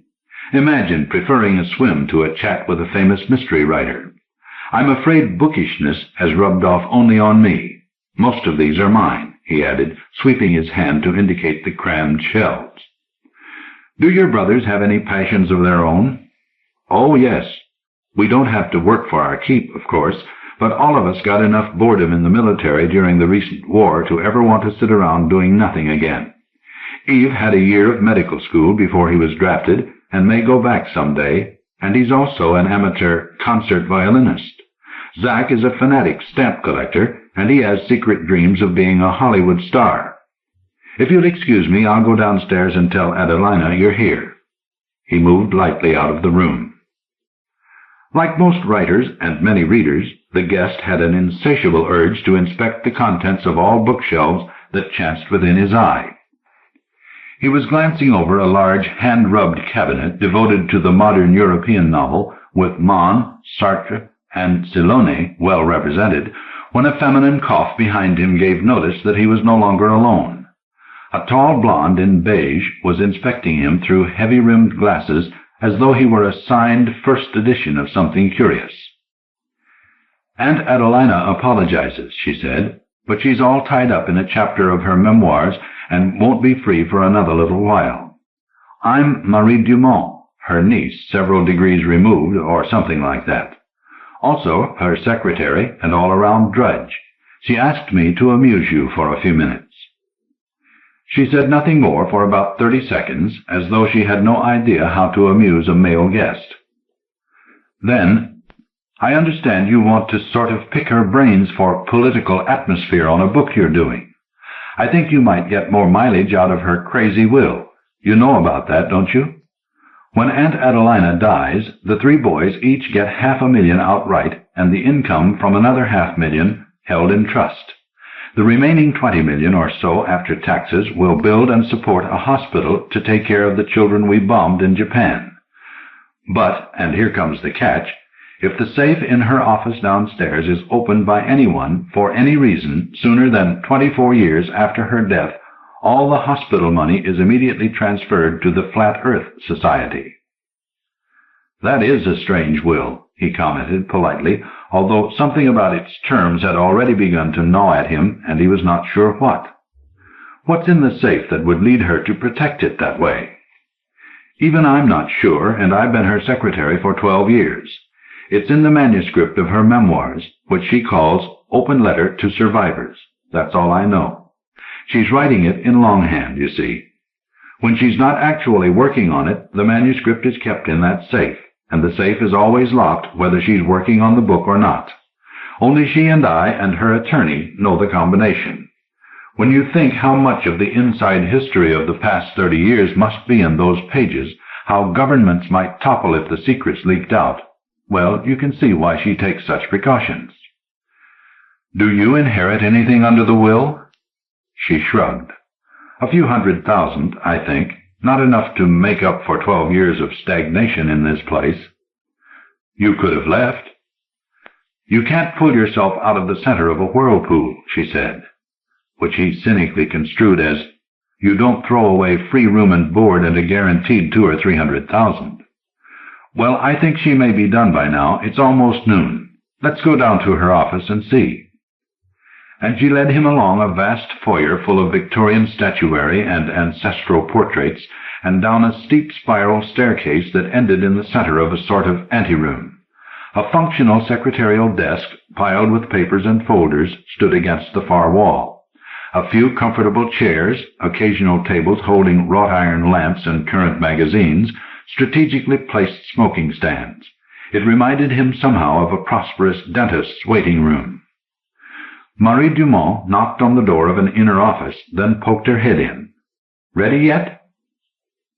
"Please show him in," he heard a deep, rich voice reply, and a moment later he stood before her teakwood desk in the center of the big windowless room. On the wall to his left, hanging above the squat and forbiddingly shut steel safe, was a tranquil landscape in oils.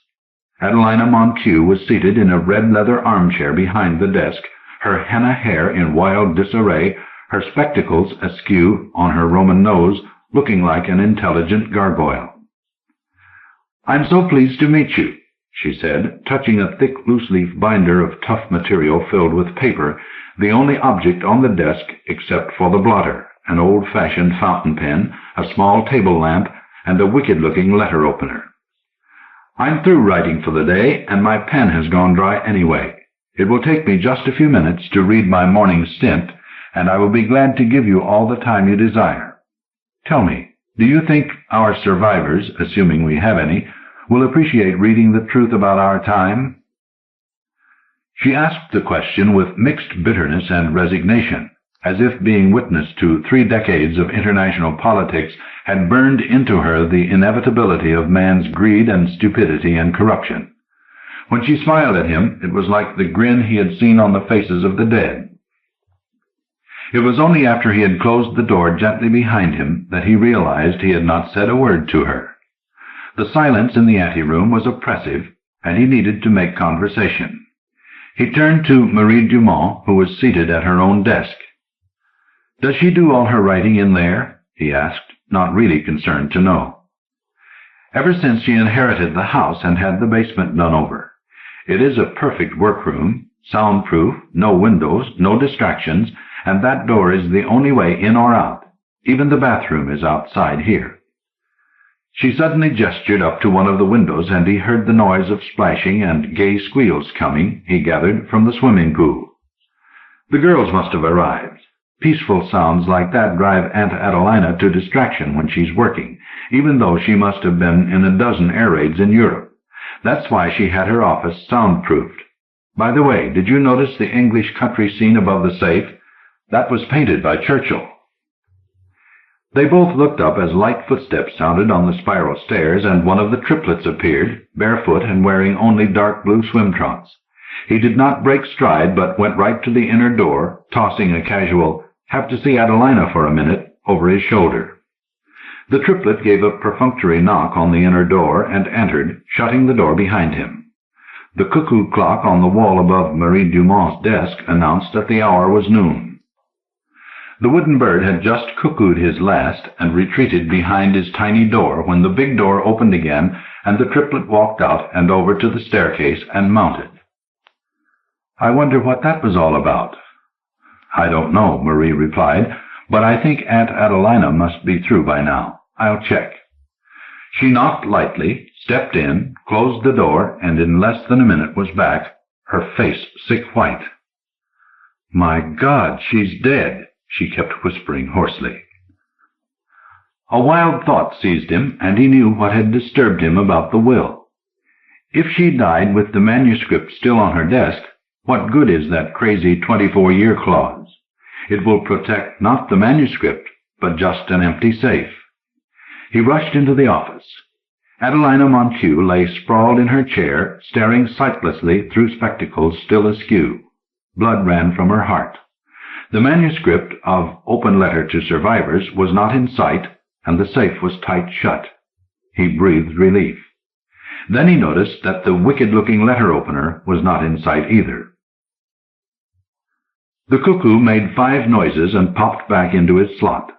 The body of Adelina Montague, according to the medical examiner, she had died within a minute after the blade had entered her, had been removed, and when it left, most of the police technicians had left too. The office and anteroom had been searched thoroughly, and the letter opener had not been found. A few plainclothesmen still roamed the rooms and grounds haphazardly. Cody, the cigarillo-chewing Tagus County detective in charge, crushed his butt into a smoking stand disgustedly. "What a cool customer we are dealing with, amigo," he said. "I wish I'd had him in my platoon behind Kraut lines in Normandy. He just walked right past you and the girl, stabbed the old lady to death with one blow of the letter opener, marched out past you again with the weapon, calm as you please, and went out to mingle with the girls at the pool. That, amigo, is a man with guts." "And with a shrewd sense of psychology," the mystery writer added. "He figured that with my brief exposure to the triplets I couldn't tell them apart, and he must have known from experience that Miss Dumont couldn't either." "That," Cody exploded, "is the hell of it. A big whodunit writer like you, a guy who's cleaned up umpteen cases for the New York force, and you can't even tell me what was the monogram on the killer's bathing suit, an X, a Y, or a Z. What bothers me more is that the letter opener that killed Mrs. Montague is missing. Why did the killer take it? To deprive us of his fingerprints? But why didn't he simply wipe his prints from the weapon right there in the office? Why did he take the much riskier step of removing the knife from his victim and carrying it past 2 witnesses in the anteroom?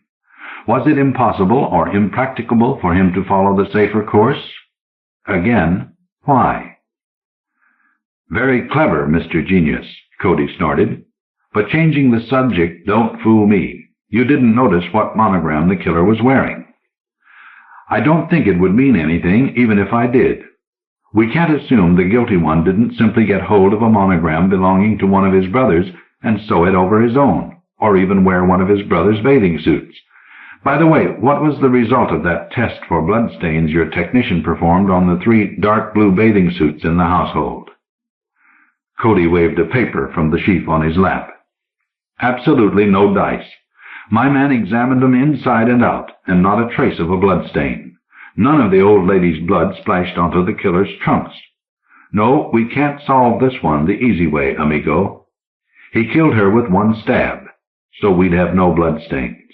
And he's one of triplets, so for all practical purposes, we got no one who saw him." He cursed while taking out another cigarillo. "Well, we can at least be thankful that Mrs. Montague put her manuscript back in the safe before he walked in and killed her. After all, it was much too thick for the killer to have walked past us with it unnoticed, and there's no way he could have destroyed it in the office itself. Even the toilet is out here. So it's got to be back in the safe, and whatever Adelina Montague knew will stay under wraps for 24 years. Adelina?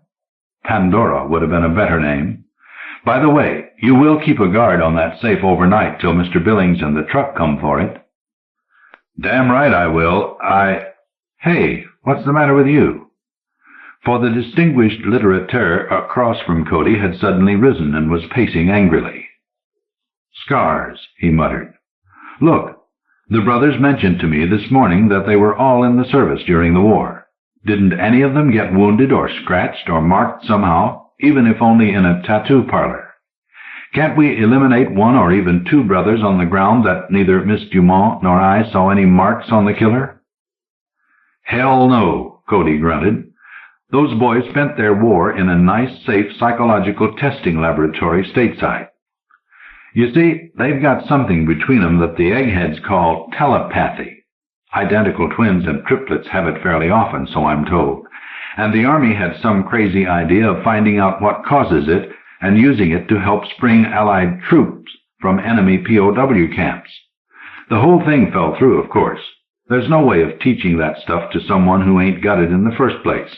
Hell, if God wanted people to read each other's minds, he wouldn't have given us vocal cords." "Hey, what's got you now?" "Don't you see?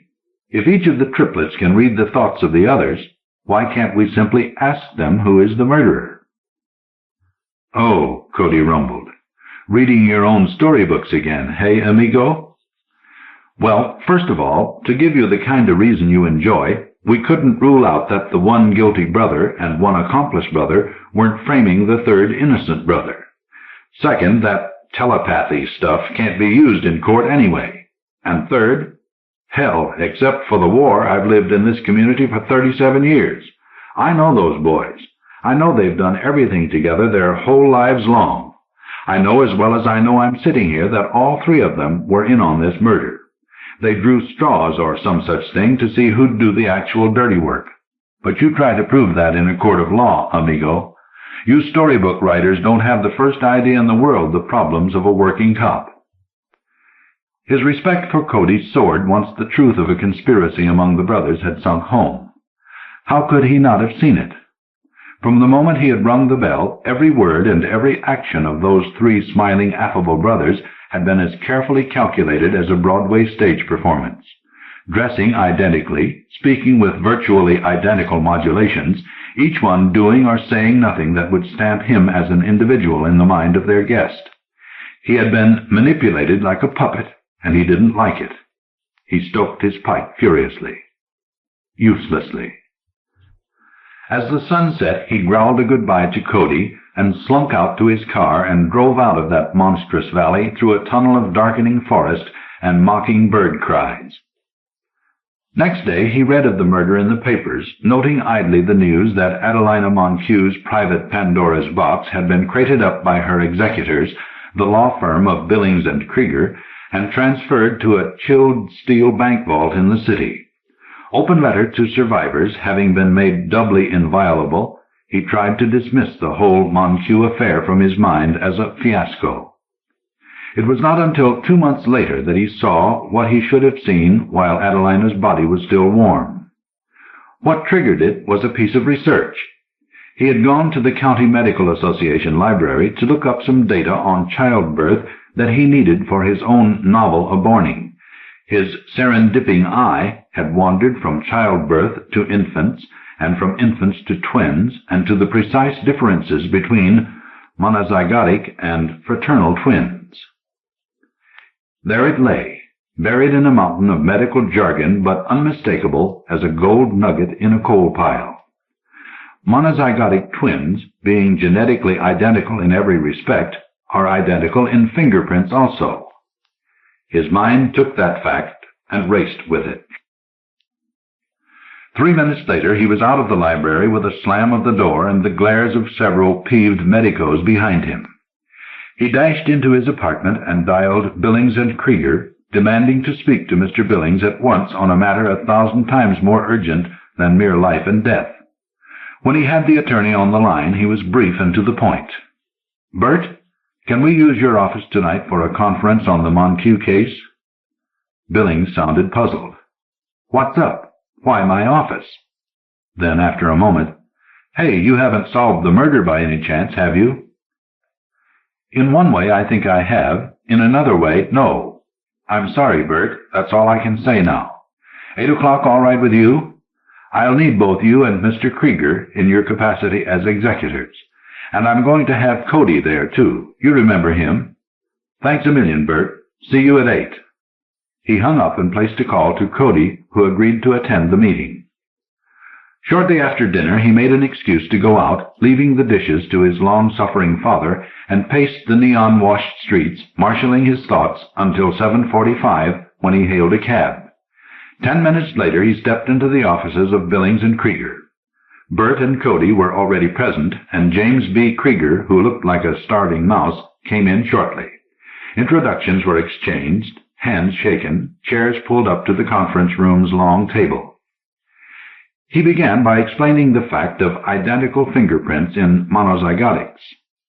Of course, the great bulk of mystery stories, my own included, I blush to say, have spread the impression that each set of prints is unique, that no one's prints are the same as any other person's.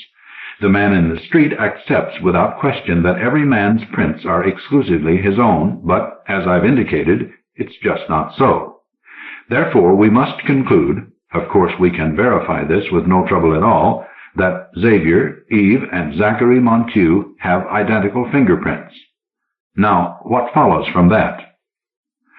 First, it reminded me that all three brothers must be aware of this fact, for it was Eve, talking to me, who used the word monozygotic, and even used the phrase identical down to our fingertips, which is quite literally true. Secondly, it satisfied me that we had completely misinterpreted the whole matter of the missing letter opener. We had assumed two things. A, that the person who took it out of the office was the murderer.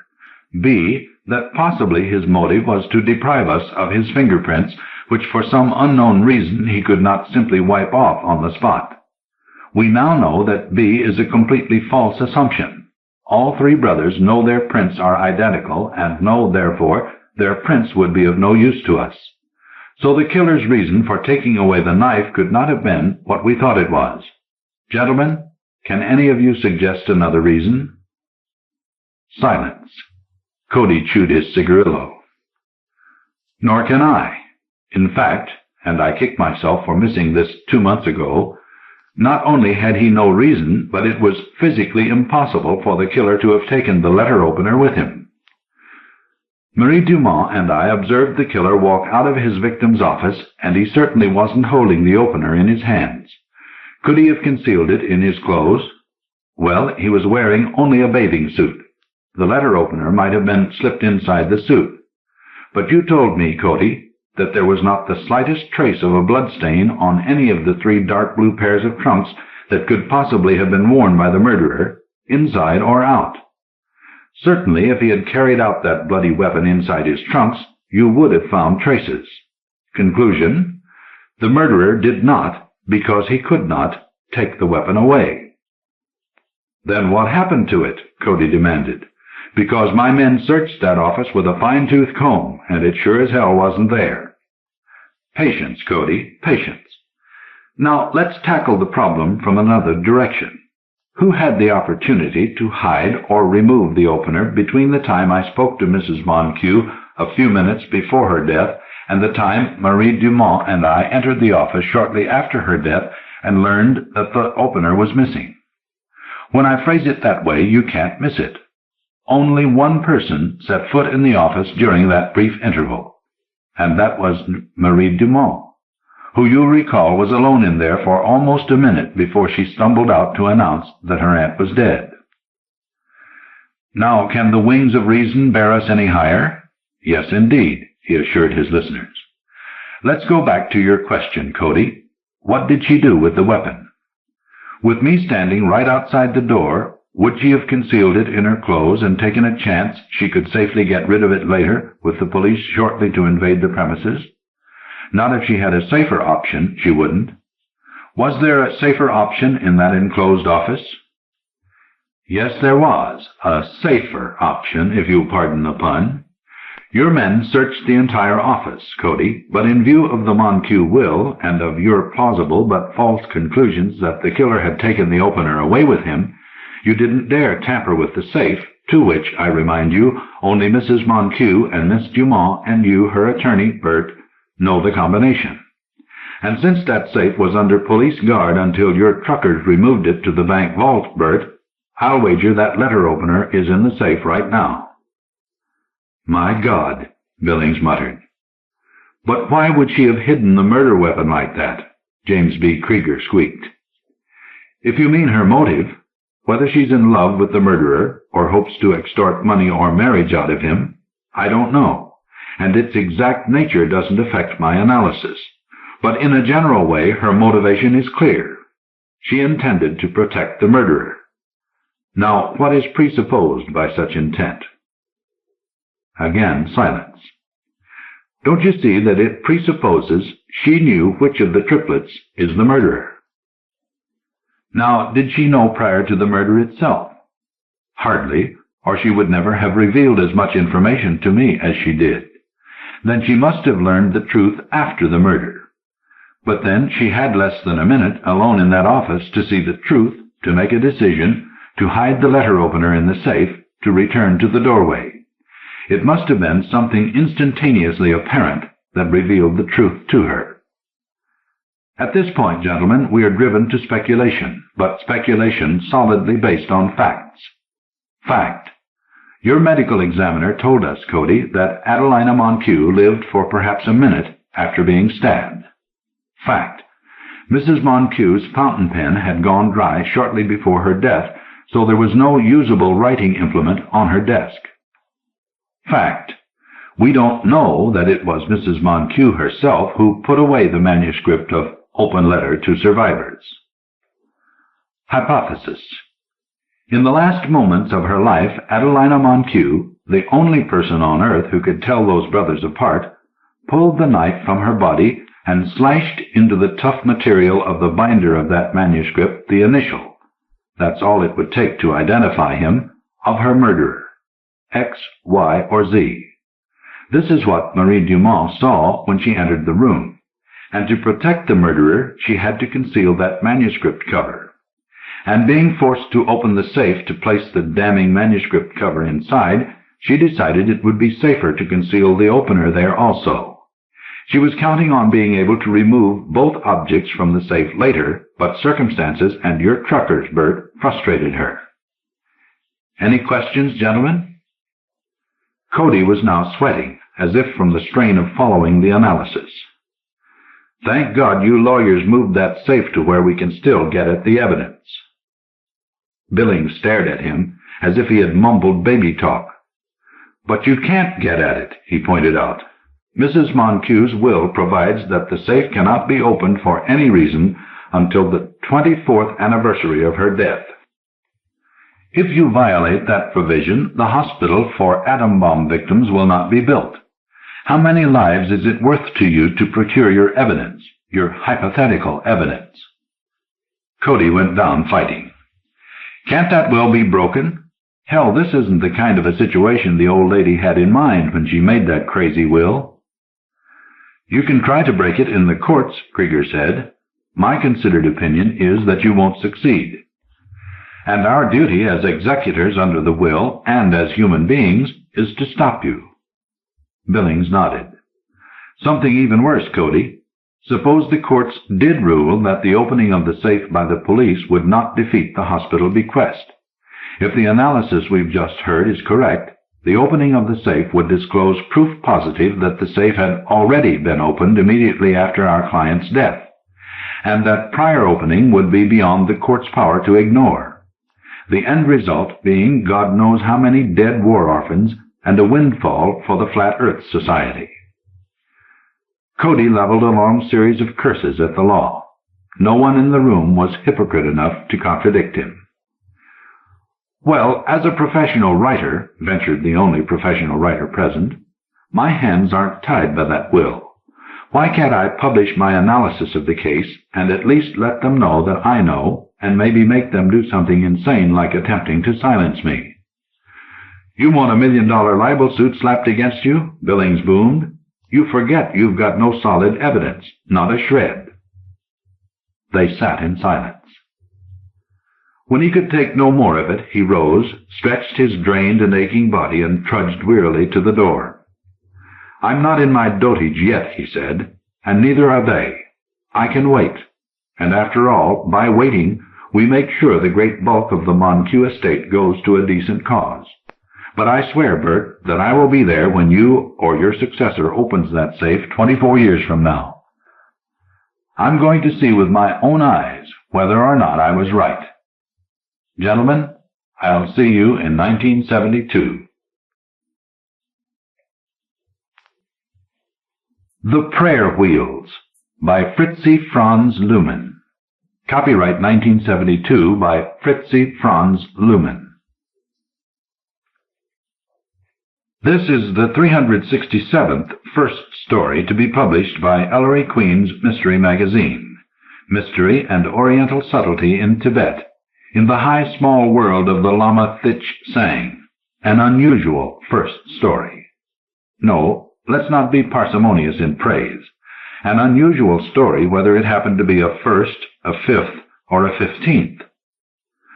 The author, Fritzi Franz Lumen, has been a farmhand, construction worker, mechanic, musician, itinerant artist, mountain climber, airplane pilot, radio engineer, teacher of computer programming, and business executive. What stories he has to tell. He has traveled extensively in Europe, Asia, North America, and he speaks, among other languages, French, German, Korean, Japanese, and Persian. What vocational, geographical, cultural, and etymological backgrounds to draw on for the stories he has to tell. War Correspondent Missing has become a logo with the hens working it to death, and wearing almost as thin were new leads for my own Specials from Ernie Cole, with the war in Southeast Asia winding down. So I used the warming diplomatic trend and a friend in the embassy to wangle a visa and set off for High Tibet. There might be a reheat in the old genocide charges filed with the International Council of Jurists at Geneva, or, failing that, a series on happy peasants under agrarian reform, high-altitude style. And I might still be able to get myself arrested.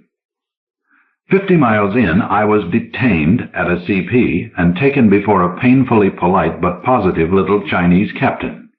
He was overplump and under strain of some sort, but he was scrupulously correct.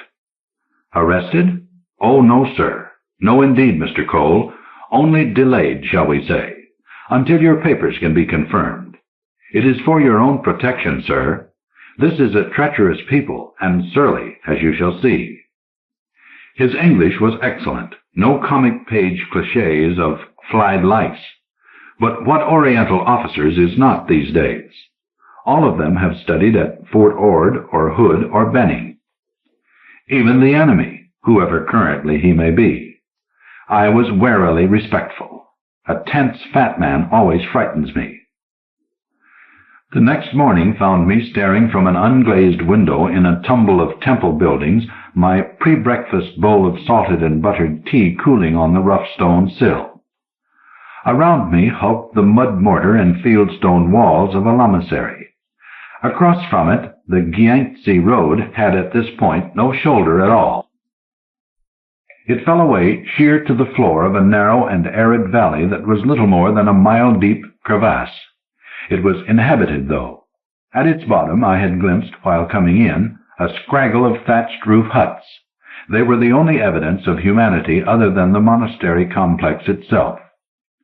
The latter was a semi-deserted sprawl of buildings flush to the road at its inner edge, which clung to the mountainside like a seabird's nest. South, to my right, the road wound down into Sikkim and India. A traditional invasion route, it was appropriately the way I had come in. North, to my left, it clawed and scrabbled deeper into the high land, as the Tibetans call their country, and deteriorated as it went. On policy, I have heard. Everywhere the horizon was hidden from me by the myriad pinnacles that thrust upward into the chill spring sky. They looked artificial and dangerously innocent, and impossibly high even from my heady perch at 15,000 feet. Directly in front of me the road was not visible at all. It was too close in to a sort of unrailed sun deck onto which my room on the second floor opened. Behind me, however, the road burst into view beyond the courtyard wall. There, in the thin sunlight, I could see a double line of workers and their warders. The guards wore the quilted rag-doll uniform of the Chinese People's Army. They lounged on their rifles or sat on rocks and smoked.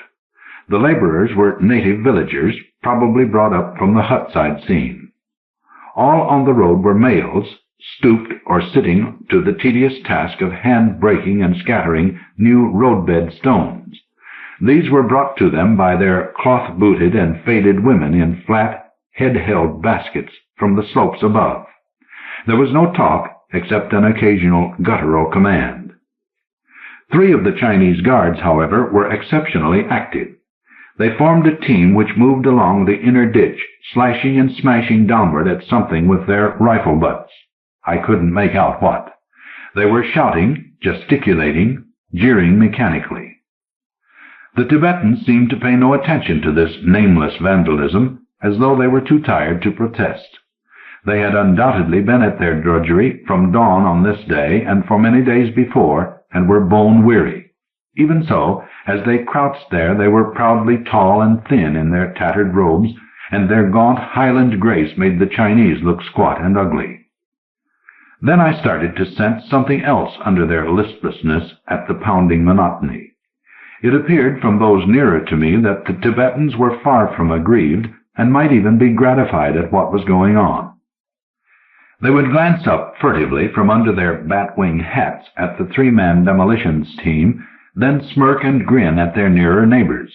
They exchanged winks, small signals, and veiled nods. Plainly, the unexplained mischief of the trio of guards was giving the villagers untold glee. They think we're damned, and doing it to ourselves. I jumped, jostling my tea. It slopped and soaked darkly into the crude stone sill. The little fat captain had come along the sun-decked terrace from the left and stopped outside my window. An arch from the refectory also opened on this balcony, 2 doors beyond my chamber. Superstition, you know. I'm having their prayer wheels broken up. They bring them and line the road beside where they work. I've ordered them all broken. Opiate of the people? I murmured. What? Oh, yes. Well, an enemy to my propaganda, at least. I've been ordered to convert as well as work them, you see. So I must. Peking had spoken. And clean them up. They're a filthy lot, morally as well as physically. Multiple husbands. I shook my head, as if sympathetically. Anyhow, they think we are courting disaster and will bring down heaven's wrath on our heads. And will you? I said it as mildly as I could, but he glanced sharply at me. Then his eye folds vanished in a grin. But you are kidding me, no? Will you join me at breakfast? I've never been able properly to dislike these people. I picked my way through cramped interior passages past a bead curtain of discarded Buddhist rosaries. The captain had said they belonged to all the monks who had ever died here. And he was right. There was an aura of antique filth about them, the feel of centuries of unwashed grime. He was waiting, and we both watched while an incredibly ancient, stooped, and unclean old woman brought me my morning bowl of samba. It is a concoction of barley laced with the ubiquitous salted and buttered tea, and was served with a battered, unclean scoop. But it looked hot, and so was hopefully sterilized. The captain sniffled, pressing his temple with pudgy fingers. It is high-altitude sinusitis, do you say? He said when he saw me glance at him. I nodded. I'd gotten it once covering a copper strike in Quito. Feels like a screw press clamped to your head. And I can't smell anything, he complained. You're lucky, I told him, eyeing the old woman. Mixed with her own effluvium, she carried a rancid odor of burnt yak fat. From the lamps, perhaps, or the cooking. He turned for a time to his rice, the food up here only of the rich and of conquerors, concentrating on the steady whip of his chopsticks. He ate with the studied voracity of all Chinese males, drivulets of yak butter from the sauce forming at the corners of his mouth. Finally, he flung his chopsticks rattling to the table. They sent me up here to fail, Mr. Cole, but I shall not. I will show them, the long marchers and old cadre and the rest. We of the Guard can also work and build. I will not only complete this impossible road of theirs, but I shall convert these devil-worshipping heathens, and on time." Sweat beaded his upper lip, either from pious urgency or his unhealth at this altitude. "See here," he went on, "I'm distributing these, 10,000 in these valleys the last 2 months. He pulled out a leaflet from a bundle beneath his chair and handed it to me. It was brightly printed on one side with Chinese characters, obviously propaganda. The other side was blank. I didn't want to antagonize him. "But can they read? And Chinese?" His fat little fingers waved me off. "We are having them read aloud while they're working, in translation, and we know it is having an effect. They greatly respect the written word, apparently. Why, do you know we have not found a single one discarded? We have checked most carefully. They are treasuring them. Or using them as we once did in rural America, but I held my peace. You will report all fairly, I trust, Mr. Cole," he continued, "and that we are doing them no harm but good. What is wrong, after all? They are dirty, we make them wash. They are lazy, we make them work. Are these not virtues you respect also in the West? They should themselves have made these roads centuries ago. To expedite their own conquest? And what of the freedom not to wash?" "You will find my reporting fair, I think," I said aloud, "as others have, as soon as I can get around." He had commandeered and then sent back my jeep and Sherpa driver. "The People's Government supplies all transport to truly and properly neutral journalists." "Or neutralized," I amended silently. At supper the captain's ebullient certainty was gone. "How can they do this? How can they resist?" He spoke more to himself than to me. "What's the matter? What are they doing?" "We broke up their wheels. You saw?" "Yes, I saw. What then?" "They've started setting them up again, higher on the hillsides, beyond our reach." "I see. What bothers me is, where would they get such an idea? They have no leadership." It was clearly an article of his faith that no one could do his thinking for himself. To act meant there must be leaders to command the act.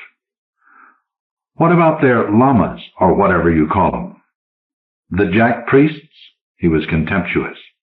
"We flushed them all out long ago and sent them inland." "To work on other roads?" I could imagine it. "Paw!" Contempt became disgust. "Not them. They would die first. Some did. No, we sent them to prison. They were like princes, it seems, who would not work with their hands, not even to save their lives. Anyhow, we got them all, except for the old chief lama, the abbot. One Thich Sang, or Dr. Joy, as you would call him in your language. He disappeared just before we arrived here." "You're sure?" "Of course." He was impatient. "We searched the village and this place, and the surrounding range, though we know he was too old to hide up there." He jabbed a pudgy finger toward the peaks. "We believe he was killed trying to get there or attempting to flee the country. They have much money, you understand." "You're sure he's not one of them?" I pointed to the workers on the road. They were being kept at it till well past dusk, apparently as usual. He snorted. "A full doctor, a lama? At menial labor?" He snorted again and broke into a cough. In the morning I went out with the captain to inspect the road construction. Seen more closely, the veiled triumph of the Tibetans as they nursed their bruised but beautifully sinewed hands was unmistakable. The old woman was out behind us, serving them with water which was probably dirty. Near one group, I could not tell from which individual, I caught a strong and acrid whiff of candle wax and incense. Had one of them the strength, after all this, to spend his nights in the vaults and crypts at prayers? I glanced quickly at the captain, but he had smelled nothing. His sinusitis, of course. The remainder of that day and the next I spent rummaging in the lamasery. In one room there were a number of religious books, many in English and some in French and German. But there was nothing like a full library, and nothing to sustain my treasured misconceptions, gleaned in a lifetime of reading Kipling and Maugham and James Hilton, of super insights and intellects in a timeless capsule world. Only a primal squalor. I was quite unprepared for the little captain's fury at supper on that second day. "Those prayer wheels," he sputtered when I inquired. "I've got to stop them. They're still putting them up."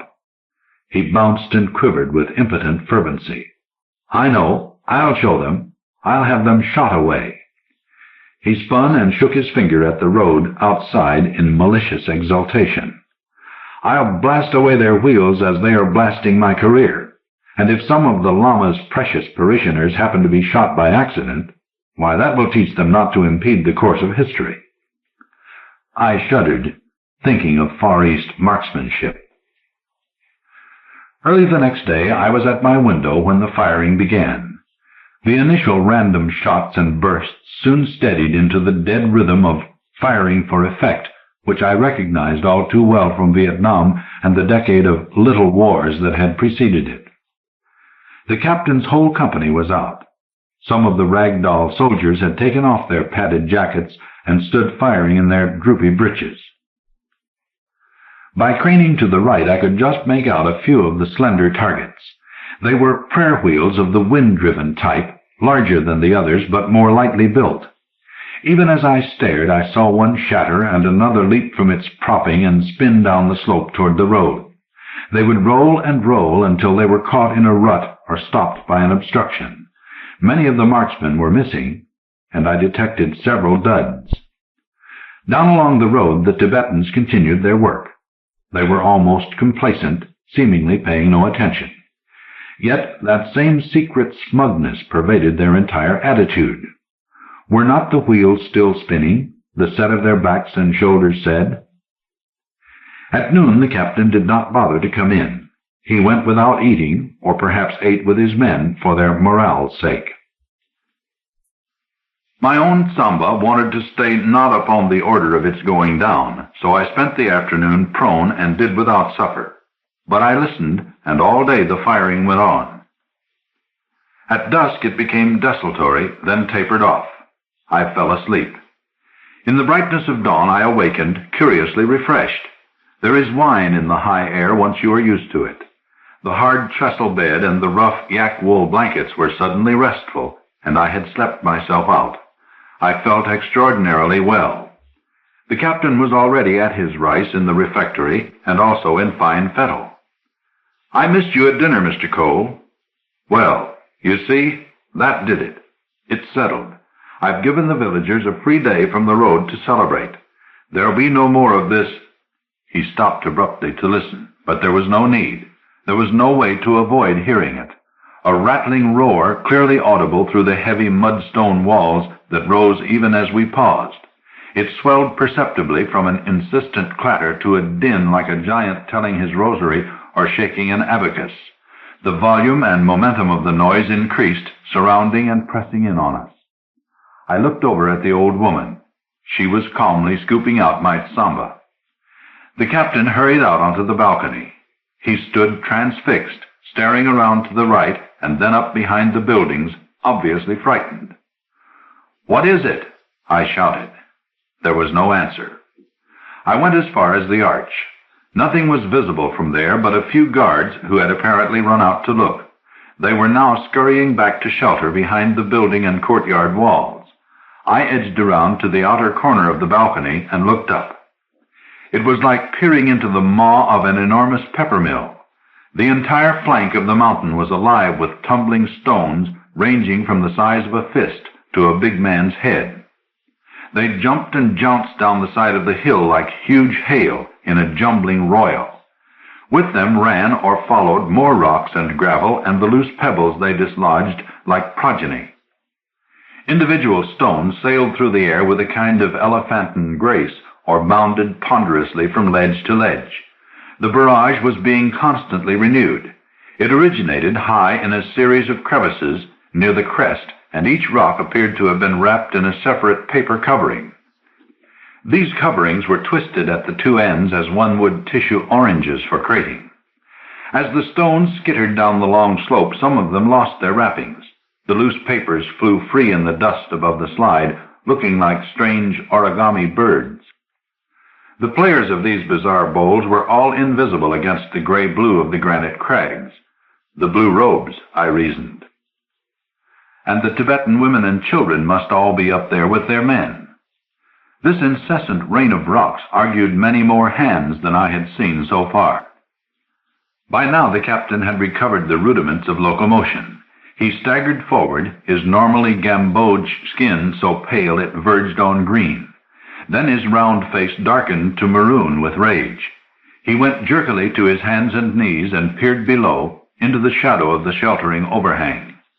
He sighted someone from his cowering company and shouted an angry order.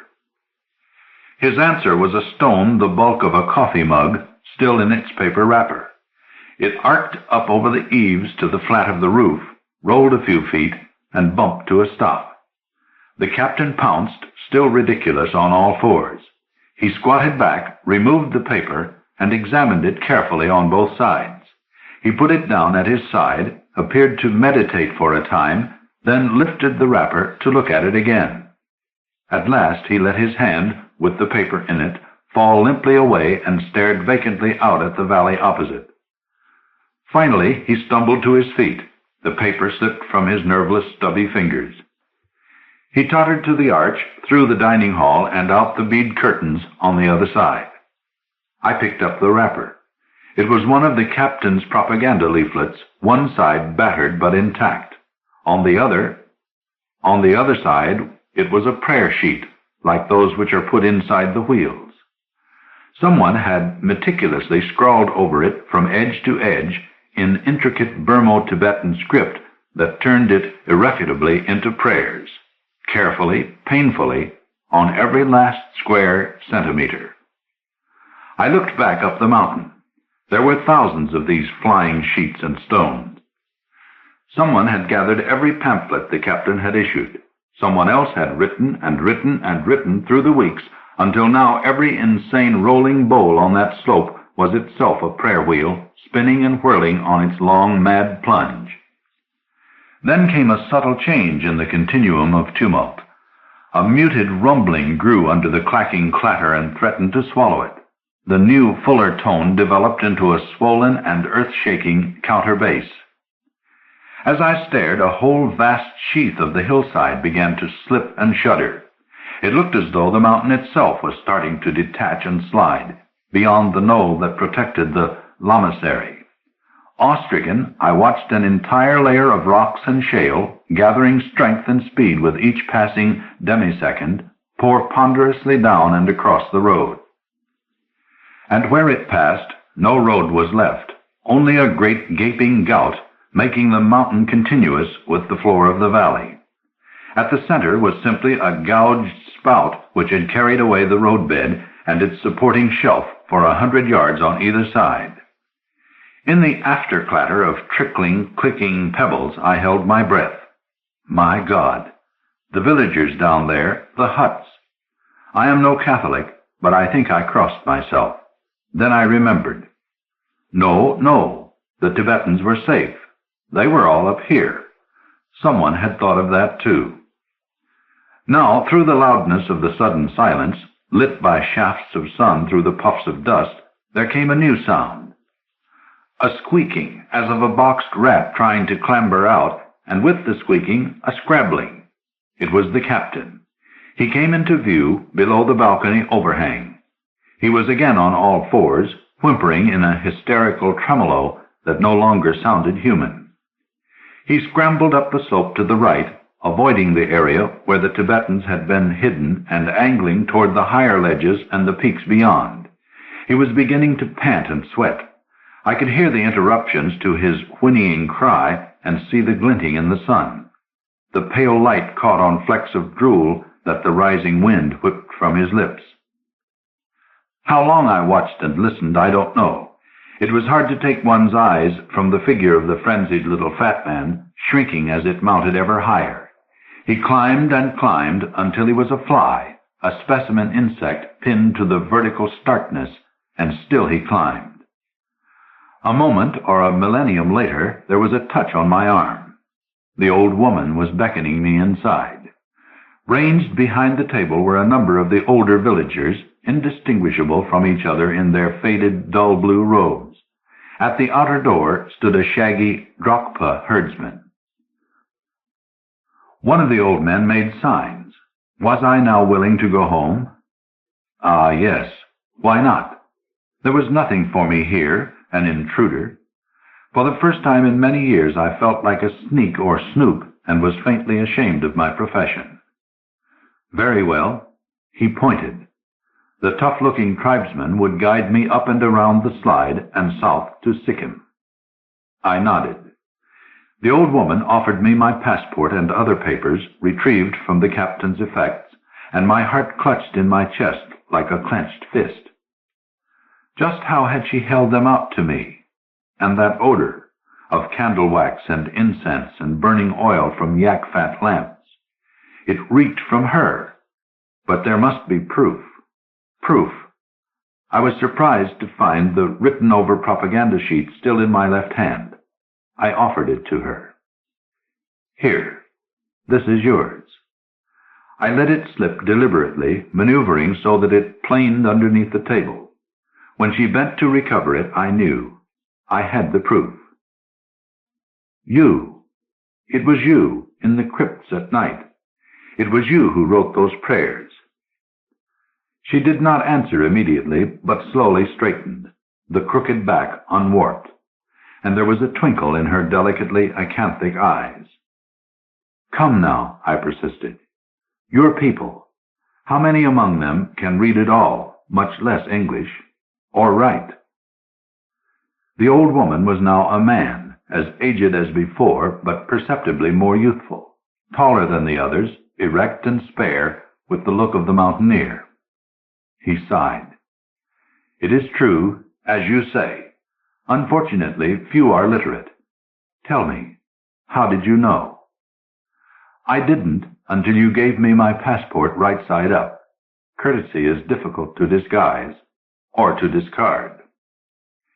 He sighed again, but the smile deepened on the beautiful old ivory face. But the clincher was your knees. The amused mouth permitted a faint moo of astonishment. Oh? How so? When a woman in skirts bends to pick up something, she invariably closes her knees and turns them to the side. You squatted, then knelt with your knees wide open, like a man, a principle I learned from our good Mark Twain. Then something else struck me. But how could the captain have failed to find you? Literally underneath his nose. The commie is no respecter of feminine delicacy. They could easily have checked. The fine old eyes brightened in the now curiously seamless face. It is a principle I learned from your excellent Edgar A. Poe and his Purloined Letter, and from your excellent G.K. Chesterton and his Invisible Man. In the Orient, as you know, women are beneath all notice, and as you say, old customs are hard to break. The drachpa herdsman shifted uneasily from foot to foot and began to hitch his skirts up under his belt, preparing to depart. From the doorway I looked back. The old chief lama was still smiling at me. The Dripping by David Morrell. Copyright 1972 by David Morrell. This is the 370th first story to be published by Ellery Queen's Mystery Magazine, a story strange in style and substance, but with a strong emotional impact, an impressive debut in print. The author, David Morrell, was in his late 20s when he submitted The Dripping, and he was assistant professor of American literature at the University of Iowa. He was raised in Ontario, Canada, and earned his M.A. and Ph.D. at Pennsylvania State University, where he taught fiction writing. When not teaching or writing, he likes riding horses, target shooting, and scuba diving. Shortly before Mr. Morrell's first story appeared in Ellery Queen's Mystery Magazine, his first novel, First Blood, was published and became an instant success. Literary Guild featured alternate for May 1972, and then purchased by Stanley Kramer for early production as a major motion picture.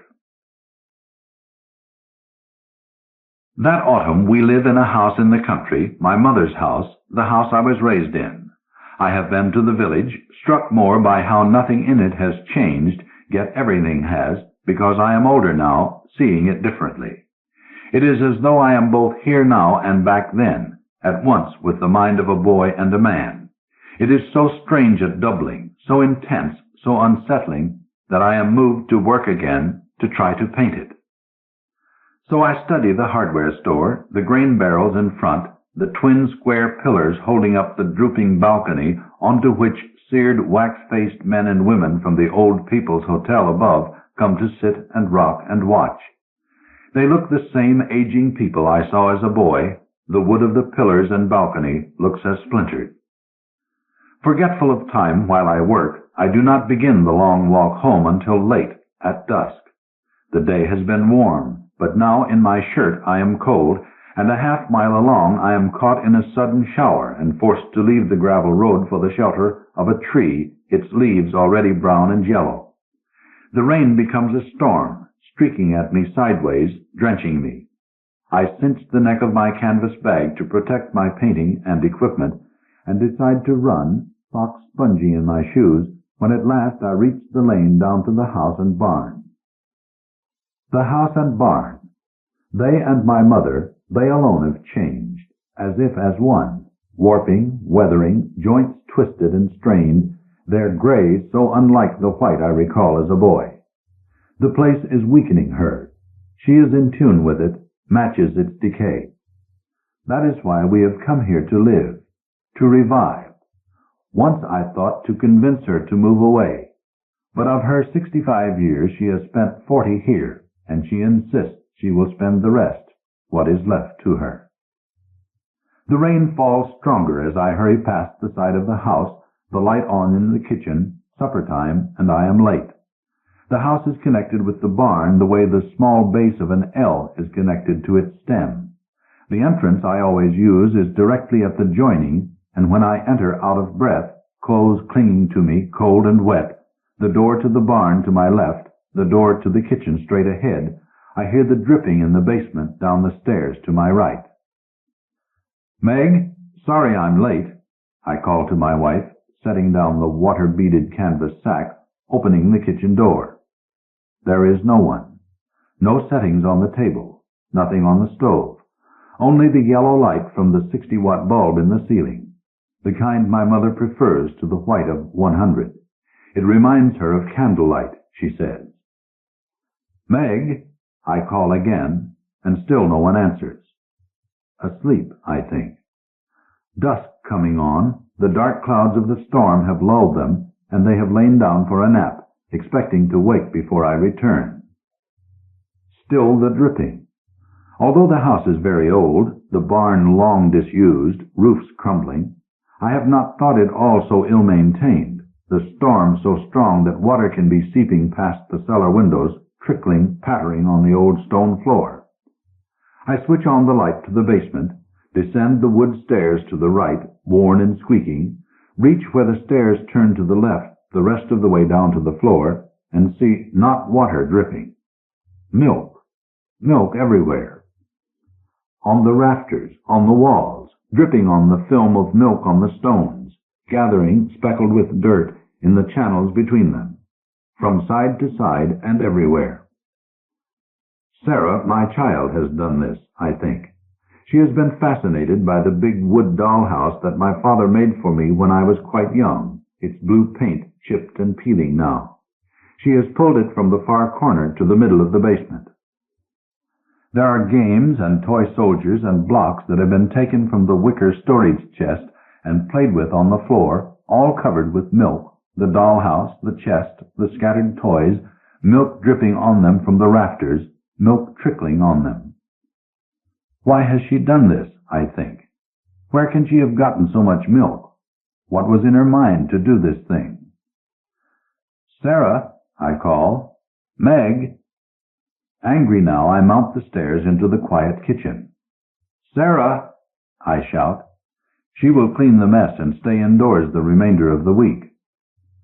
I cross the kitchen, turn through the sitting room, past the padded flower-patterned chairs and sofa that have faded since I knew them as a boy, past several of my paintings that my mother has hung up on the wall, bright-colored old ones of pastures and woods from when I was in grade school, brown-shaded new ones of the town, tinted as if old photographs. 2 stairs at a time up to the bedrooms, wet shoes on the soft, worn carpet on the stairs, hands streaking on the smooth, polished maple banister. At the top, I swing down the hall. The door to Sarah's room is open. It is dark in there. I switch on the light. She is not on the bed, nor has been. The satin spread is unrumpled, the rain pelting in through the open window, the wind fresh and cool. I have the feeling then, and go uneasy into our bedroom. It is dark as well, empty too. My stomach has become hollow. Where are they? All in Mother's room? No. As I stand at the open door to Mother's room, I see from the yellow light I've turned on in the hall that only she is in there, her small torso stretched across the bed. Mother, I say, intending to add, where are Meg and Sarah? But I stop before I do. One of my mother's shoes is off, the other askew on her foot. There is mud on the shoes. There is blood on her cotton dress. It is torn, her brittle hair disrupted, blood on her face, her bruised lips are swollen. For several moments I am silent with shock. My God, Mother, I finally manage to say, and as if the words are a spring releasing me to action, I touch her to wake her. But I see that her eyes are open, staring ceilingward, unseeing though alive, and each breath is a sudden full gasp, then slow exhalation. Mother, what has happened? Who did this to you? Meg? Sarah?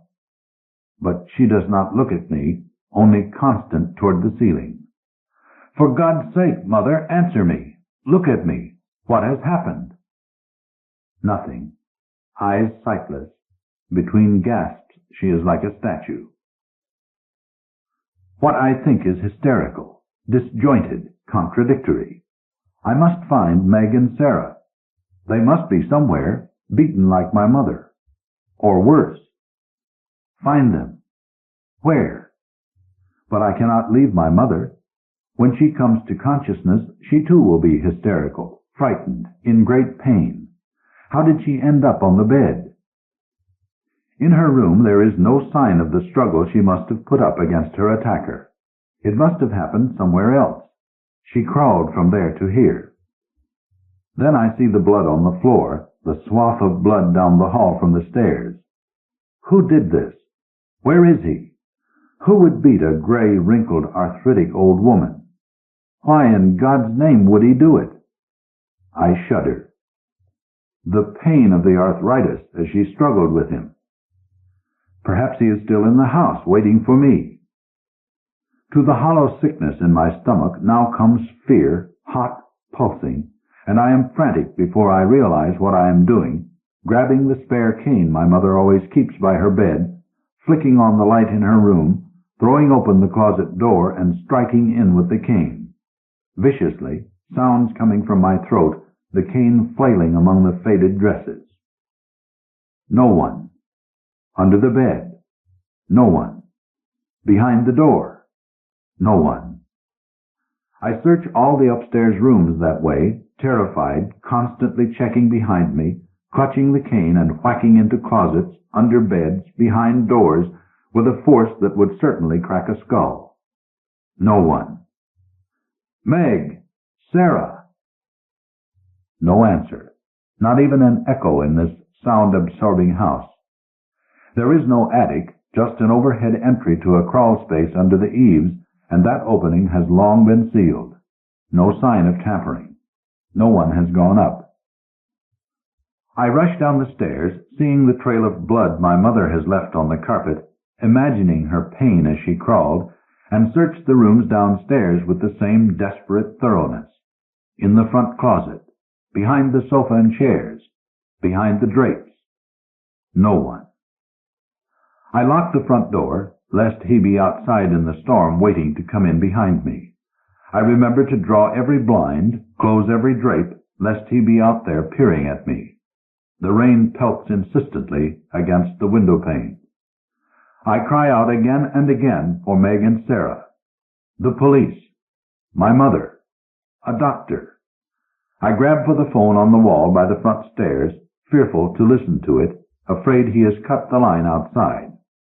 But it is droning, droning. I ring for the police, working the handle at the side around and around and around.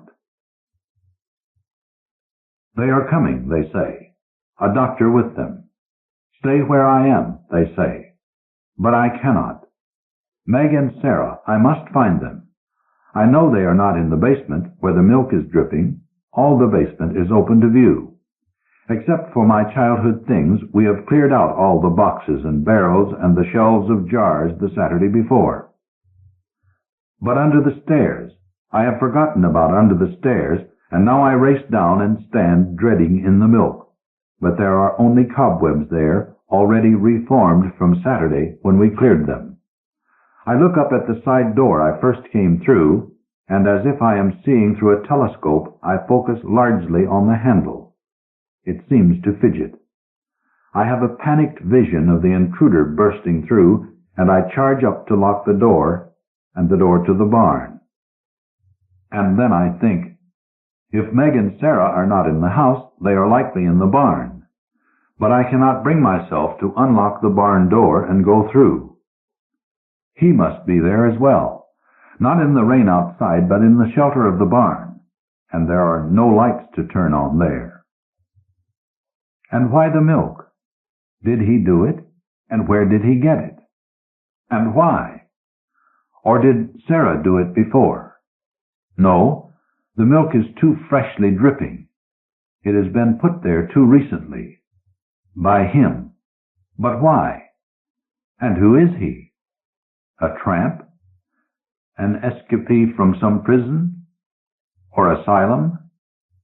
No, the nearest institution is far away, hundreds of miles. From the town, then. Or a nearby farm. I know my questions are for delay, to keep me from entering the barn. But I must. I take the flashlight from the kitchen drawer and unlock the door to the barn, force myself to go in quickly, cane ready, flashing my light. The stalls are still there, listing, and some of the equipment, churners, separators, dull and rusted, webbed and dirty.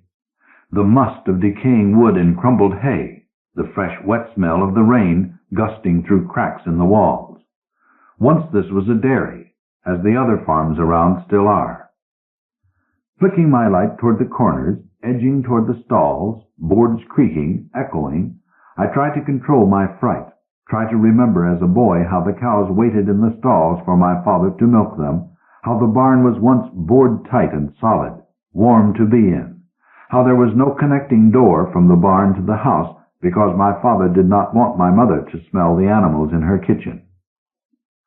I run my light down the walls, sweep it in arcs through the darkness before me as I draw nearer to the stalls, and in spite of myself I recall that other autumn when the snow came early, 4 feet deep by morning and still storming thickly, how my father went out to the barn to milk and never returned for lunch nor supper. There was no phone then, no way to get help, and my mother and I waited all night, unable to make our way through the storm, listening to the slowly dying wind. And the next morning was clear and bright and blinding as we shoveled out to find the cows in agony in their stalls from not having been milked, and my father dead, frozen rock solid in the snow in the middle of the next field where he must have wandered when he lost his bearings in the storm. There was a fox, risen earlier than us, nosing at him under the snow, and my father had to be sealed in his coffin before he could lie in state. Days after, the snow was melted, gone, the barnyard a sea of mud, and it was autumn again, and my mother had the connecting door put in.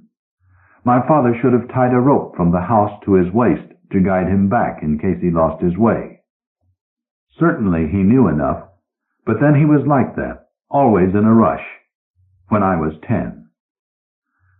Thus I think as I light the shadows near the stalls, terrified of what I may find in any one of them, Meg and Sarah, or him, thinking of how my mother and I searched for my father, and how I now search for my wife and child, trying to think of how it was once warm in here and pleasant, chatting with my father, helping him to milk, the sweet smell of new hay and grain, the different sweet smell of fresh droppings, something I always liked, and neither my father nor my mother could understand. I know that if I do not think of these good times, I will surely go mad in awful anticipation of what I may find. Pray God they have not died. What can he have done to them? To assault a 5-year-old girl? Split her? The hemorrhaging alone can have killed her. And then, even in the barn, I hear my mother cry out for me. The relief I feel to leave and go to her unnerves me. I do want to find Meg and Sarah, to try to save them. Yet I am relieved to go. I think my mother will tell me what has happened, tell me where to find them. That is how I justify my leaving as I wave the light in circles around me, guarding my back, retreating through the door and locking it. Upstairs, she sits stiffly on her bed. I want to make her answer my questions, to shake her, to force her to help, but I know it will only frighten her more, maybe push her mind down to where I can never reach. Mother, I say to her softly, touching her gently, what has happened? My impatience can barely be contained. Who did this? Where are Meg and Sarah? She smiles at me, reassured by the safety of my presence. Still she cannot answer. Mother, please, I say. I know how bad it must have been, but you must try to help. I must know where they are so I can help them. She says, dolls. It chills me. What dolls, Mother? Did a man come here with dolls? What did he want? You mean he looked like a doll? Wearing a mask like one? Too many questions. All she can do is blink. Please, Mother, you must try your best to tell me. Where are Meg and Sarah? Dolls, she says. As I first had the foreboding of disaster at the sight of Sarah's unrumpled satin bedspread, now I am beginning to understand, rejecting it, fighting it.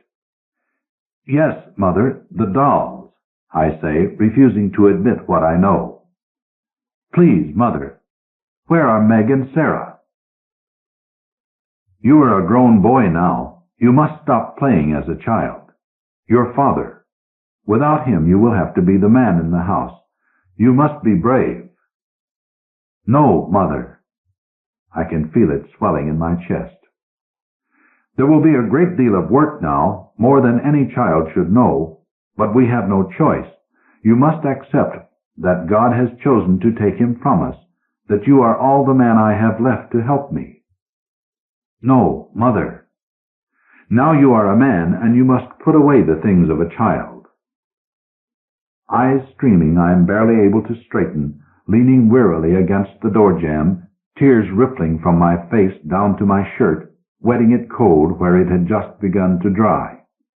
I wipe my eyes and see her reaching for me, smiling, and I recoil down the hall, stumbling down the stairs, down through the sitting room, the kitchen, down to the milk, splashing through it to the dollhouse, and in there, crammed and doubled, Sarah.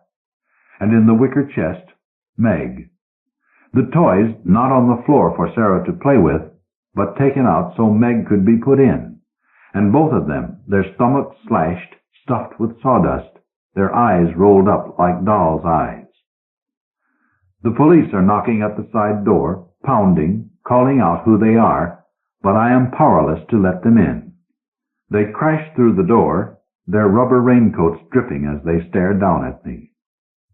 The milk, I say. They do not understand. Even as I wait, standing in the milk, listening to the rain pelting on the windows while they come over to see what is in the dollhouse and in the wicker chest, while they go upstairs to my mother and then return so I can tell them again, the milk.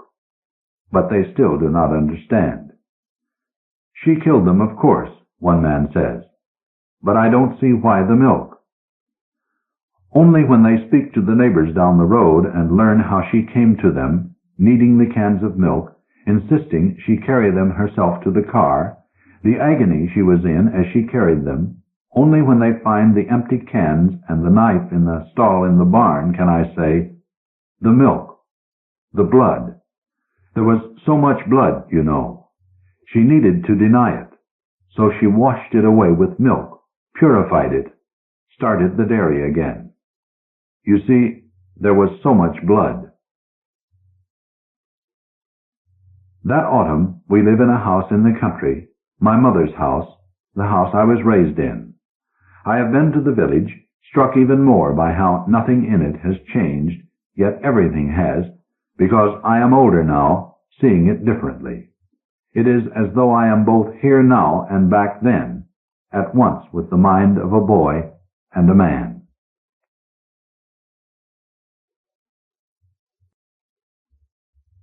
The Purple Shroud by Joyce Harrington.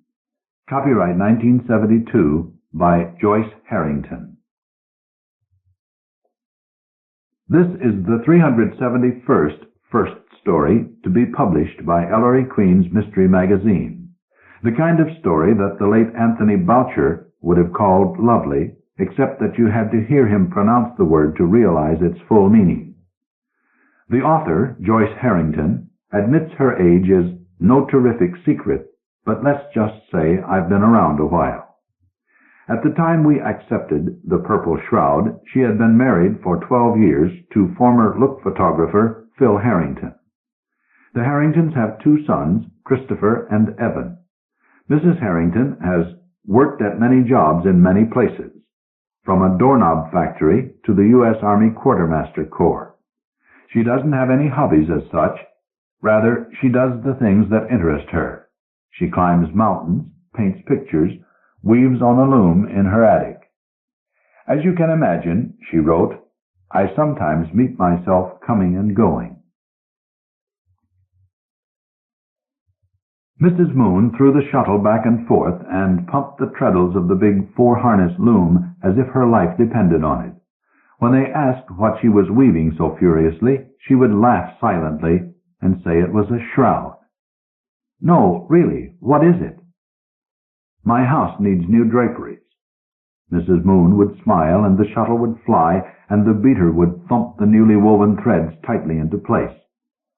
The muffled, steady sounds of her craft could be heard from early morning until very late at night, until the sounds became an accepted and expected background noise and were only noticed in their absence. Then they would say, I wonder what Mrs. Moon is doing now. That summer, as soon as they had arrived at the art colony, and even before they had unpacked, Mrs. Moon requested that the largest loom in the weaving studio be installed in their cabin. Her request had been granted because she was a serious weaver, and because her husband George was one of the best painting instructors they'd ever had.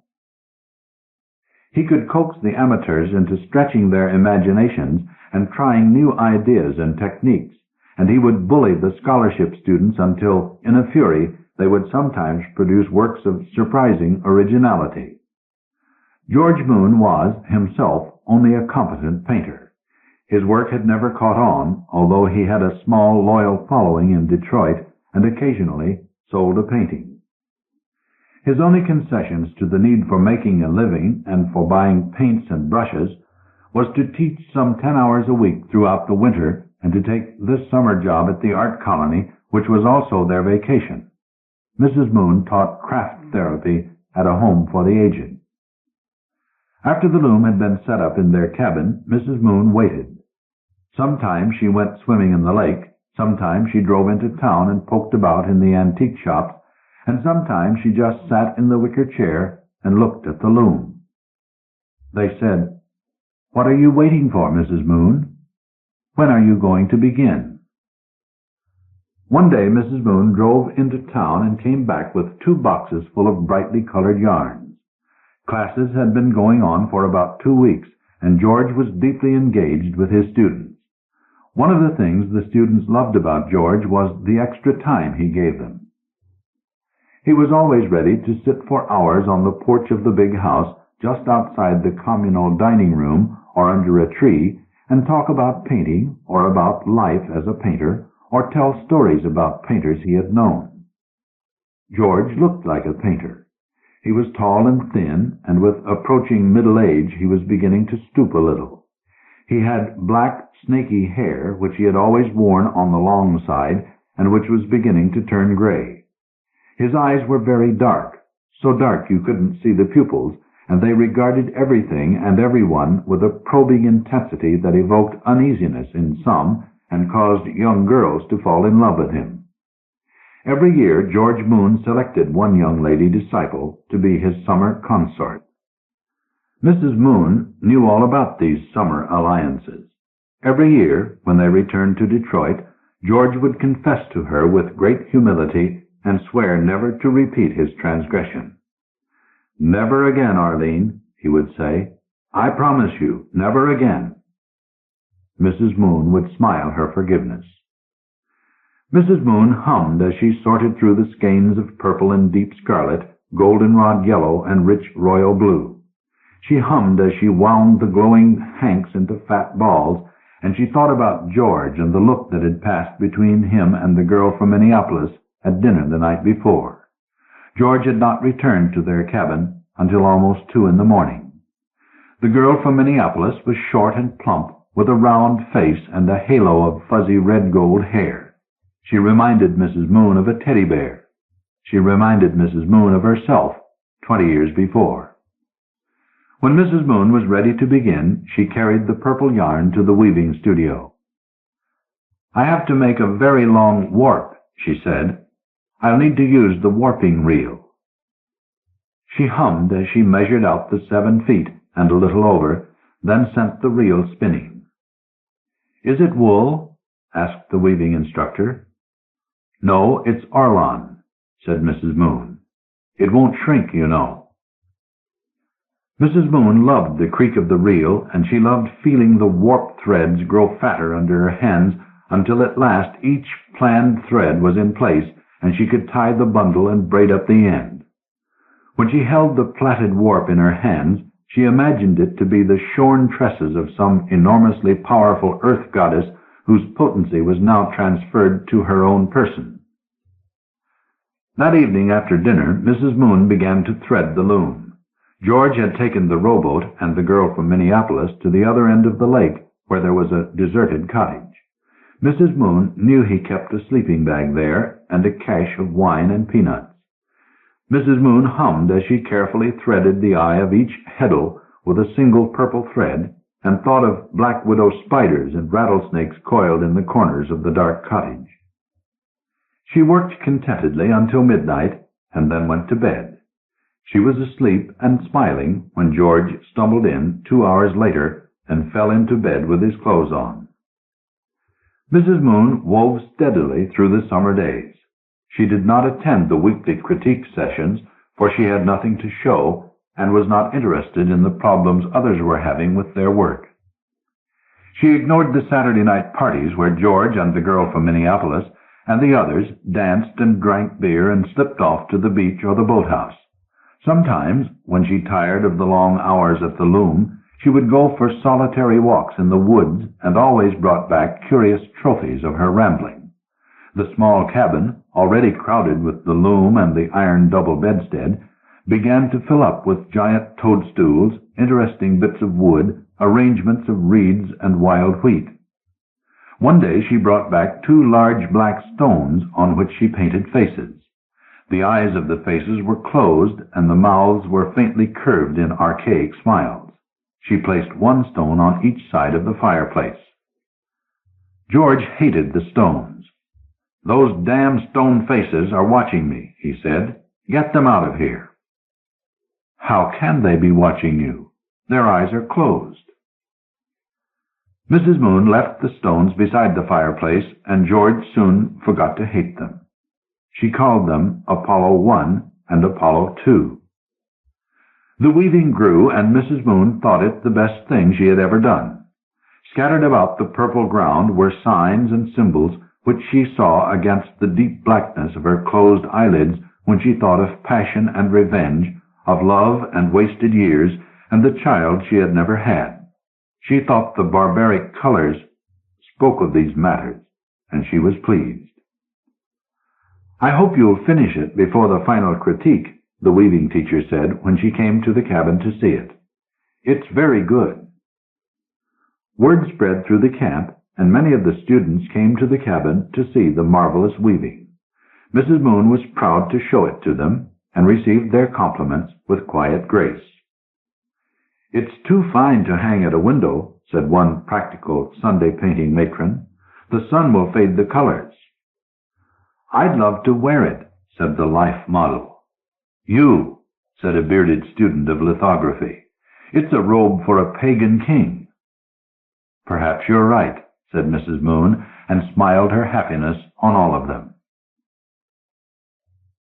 The season was drawing to a close when, in the 3rd week of August, Mrs. Moon threw the shuttle for the last time.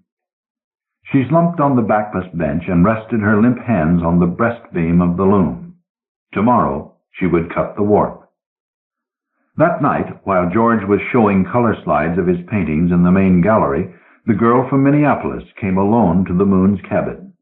Mrs. Moon was lying on the bed, watching a spider spin a web in the rafters. A fire was blazing in the fireplace between Apollo 1 and Apollo 2, for the late summer night was chill. "You must let him go," said the golden-haired teddy bear. "He loves me." "Yes, dear," said Mrs. Moon. "You don't seem to understand. I'm talking about George." The girl sat on the bed. "I think I'm pregnant." "That's nice," said Mrs. Moon. "Children are a blessing. Watch the spider." "We have a real relationship going. I don't care about being married. That's too feudal.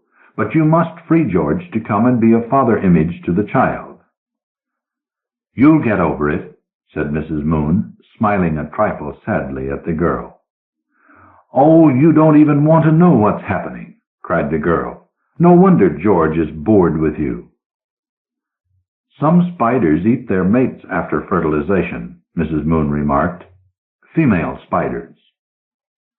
The girl flounced angrily from the cabin, as far as one could be said to flounce in blue jeans and sweatshirt. George performed his end-of-summer separation ritual simply and brutally the following afternoon. He disappeared after lunch. No one knew where he had gone. The girl from Minneapolis roamed the camp, trying not to let anyone know she was searching for him. Finally, she rowed herself down to the other end of the lake to find that George had dumped her transistor radio, her books of poetry, and her box of incense on the damp sand, and had put a padlock on the door of the cottage. She threw her belongings into the boat and rowed back to the camp, tears of rage streaming down her cheeks. She beached the boat, and with head lowered and shoulders hunched, she stormed the Moon's cabin. She found Mrs. Moon tying off the severed warp threads. "Tell George," she shouted. "Tell George I'm going back to Minneapolis. He knows where to find me." "Here, dear," said Mrs. Moon. "Hold the end and walk backwards while I unwind it." The girl did as she was told, caught by the vibrant colors and Mrs. Moon's concentration. In a few minutes, the full length of cloth rested in the girl's arms. "Put it on the bed and spread it out," said Mrs. Moon. "Let's take a good look at it." "I'm really leaving," whispered the girl. "Tell him I don't care if I never see him again." "I'll tell him." The wide strip of purple flowed garishly down the middle of the bed between them. "Do you think he'll like it?" asked Mrs. Moon. "He's going to have it around for a long time." "The colors are very beautiful, very savage." The girl looked closely at Mrs. Moon. "I wouldn't have thought you would choose such colors." "I never did before." I'm leaving now." "Goodbye," said Mrs. Moon. George did not reappear until long after the girl had loaded up her battered bug of a car and driven off. Mrs. Moon knew he had been watching and waiting from the hill behind the camp. He came into the cabin, whistling softly, and began to take his clothes off. "God, I'm tired," he said. "It's almost dinner time." "Too tired to eat." He yawned. "What's that on the bed?" "My weaving is finished. Do you like it?" "It's good. Take it off the bed. I'll look at it tomorrow." Mrs. Moon carefully folded the cloth and laid it on the weaving bench. She looked at George's thin, naked body before he got into bed and smiled. "I'm going to dinner now," she said.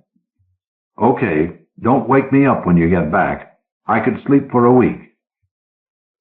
"I won't wake you up," said Mrs. Moon.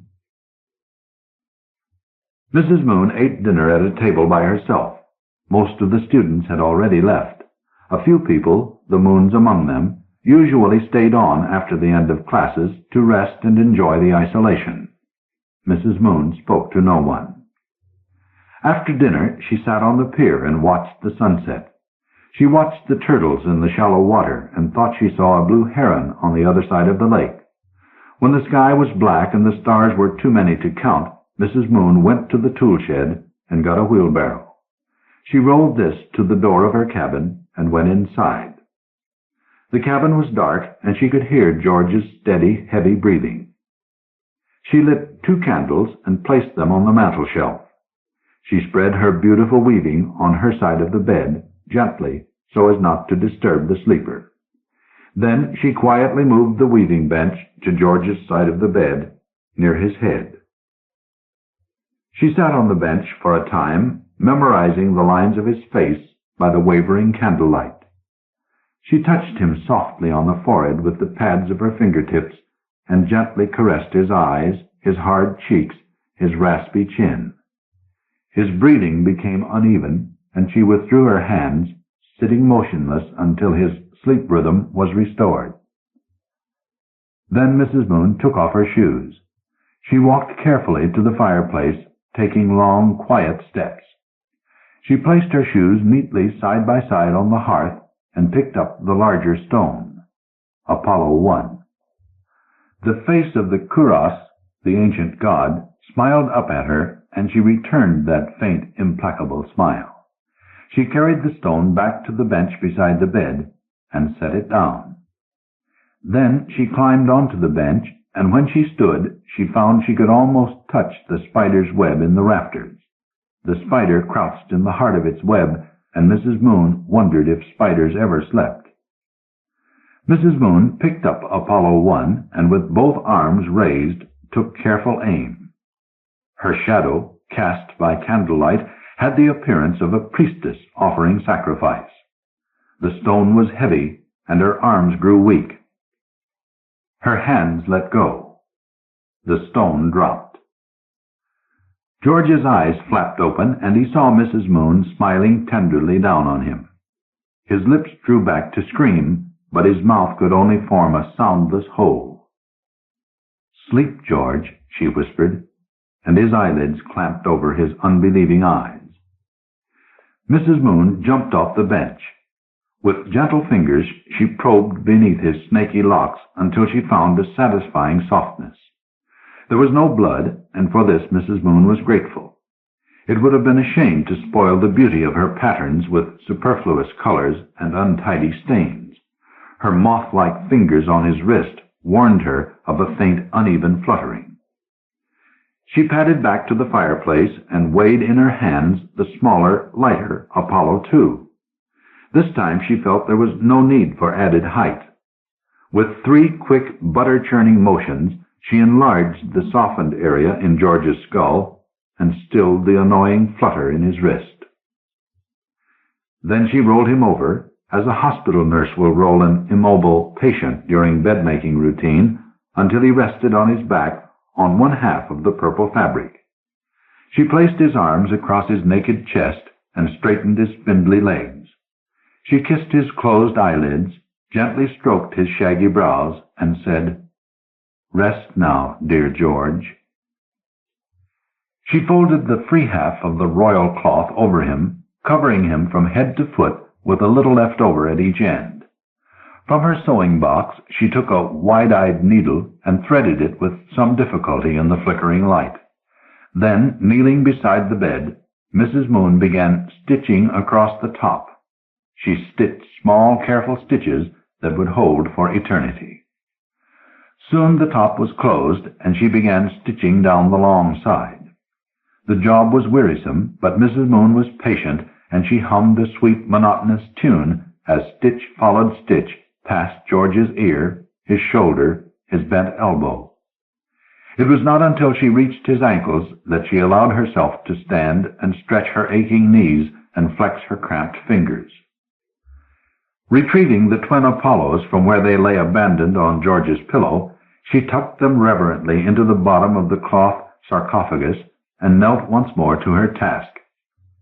Her needle flew faster as the remaining gap between the two edges of cloth grew smaller until the last stitch was securely knotted and George was sealed into his funerary garment. But the hardest part of her night's work was yet to come. She knew she could not carry George even the short distance to the door of the cabin and the wheelbarrow outside, and the wheelbarrow was too wide to bring inside. She couldn't bear the thought of dragging him across the floor and soiling or tearing the fabric she had so lovingly woven. Finally, she rolled him onto the weaving bench, and despite the fact that it only supported him from armpits to groin, she managed to maneuver it to the door. From there it was possible to shift the burden to the waiting wheelbarrow. Mrs. Moon was now breathing heavily from her exertions, and paused for a moment to survey the night and the prospect before her. There were no lights anywhere in the camp except for the feeble glow of her own guttering candles. As she went to blow them out, she glanced at her watch and was mildly surprised to see that it was 10 minutes past 3. The hours had flown while she had been absorbed in her needlework. She perceived now the furtive night noises of the forest creatures which had hitherto been blocked from her senses by the total concentration she had bestowed on her work. She thought of weasels and foxes prowling, of owls going about their predatory night activities, and considered herself in congenial company. Then, taking up the handles of the wheelbarrow, she trundled down the well-defined path to the boathouse. The wheelbarrow made more noise than she had anticipated, and she hoped she was far enough from any occupied cabin for its rumbling to go unnoticed. The moonless night sheltered her from any wakeful watcher, and a dozen summers of waiting had taught her the nature and substance of every square foot of the camp's area. She could walk it blindfolded. When she reached the boathouse, she found that some hurried, careless soul had left a boat on the beach in defiance of the camp's rules. It was a simple matter of leverage to shift her burden from barrow to boat, and in minutes Mrs. Moon was heaving inexpertly at the oars. At first the boat seemed inclined to travel only in wide arcs and head back to shore, but with patient determination Mrs. Moon established a rowing rhythm that would take her and her passenger to the deepest part of the lake. She hummed a sea chanty, which aided her rowing and pleased her sense of the appropriate. Then, pinpointing her position by the silhouette of the tall, solitary pine that grew on the opposite shore, Mrs. Moon carefully raised the oars and rested them in the boat. As Mrs. Moon crept forward in the boat, feeling her way in the darkness, the boat began to rock gently. It was a pleasant, soothing motion, and Mrs. Moon thought of cradles and soft, enveloping comforters. She continued creeping slowly forward, swaying with the motion of the boat, until she reached the side of her swaddling passenger. There she sat and stroked the cloth, and wished that she could see the fine colors just one last time. She felt the shape beneath the cloth, solid but thin and now rather pitiful. She took the head in her arms and held it against her breast, rocking and humming a long-forgotten lullaby. The doubled weight at the forward end of the small boat caused the prow to dip. Water began to slosh into the boat, in small wavelets at first, as the boat rocked from side to side, then in a steady trickle as the boat rode lower and lower in the water. Mrs. Moon rocked and hummed. The water rose over her bare feet and lapped against her ankles. The sky began to turn purple, and she could just make out the distant shape of the boathouse and the hill behind the camp. She was very tired and very cold. Gently she placed George's head in the water. The boat tilted crazily, and she scrambled backward to equalize the weight. She picked up the other end of the long purple chrysalis, the end containing the stone Apollos, and heaved it overboard. George, in his shroud, with head and feet trailing in the lake, now lay along the side of the boat, weighting it down. Water was now pouring in. Mrs. Moon held to the other side of the boat with placid hands and thought of the dense comfort of the muddy lake bottom and George beside her forever. She saw that her feet were frantically pushing against the burden of her life, running away from that companionable grave. With a regretful sigh, she let herself slide down the short incline of the seat and came to rest beside George. The boat lurched deeper into the lake. Water surrounded George and climbed into Mrs. Moon's lap. Mrs. Moon closed her eyes and hummed, "Nearer, my God, to Thee." She did not see George drift away from the side of the boat, carried off by the moving arms of water. She felt a wild bouncing, a shuddering and splashing, and was sure the boat had overturned.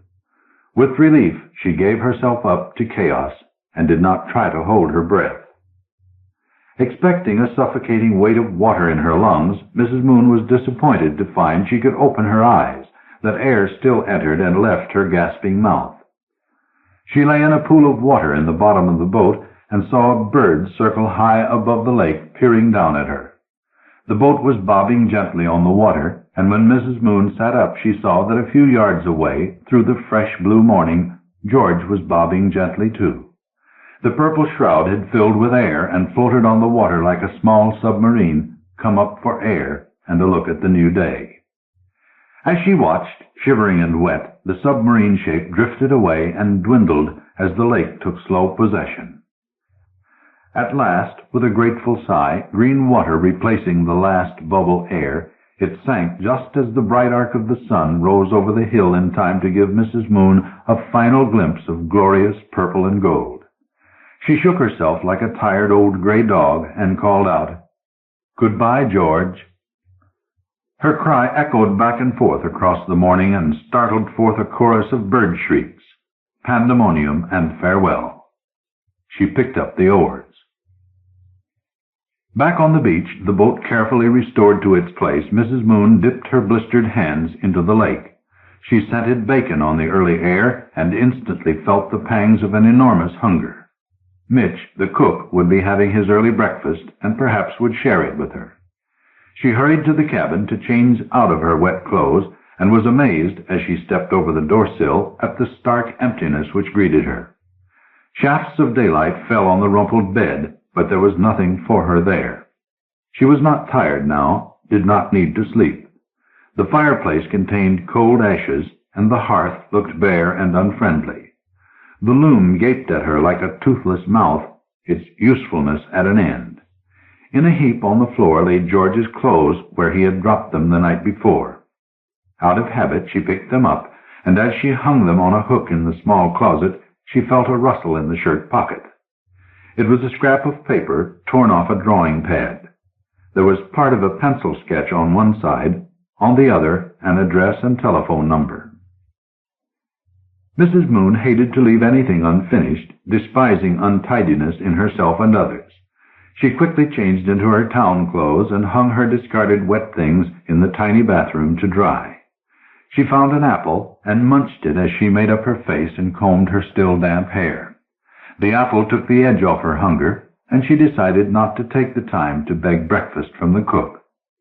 She carefully made the bed and tidied the small room, sweeping a few scattered ashes back into the fireplace.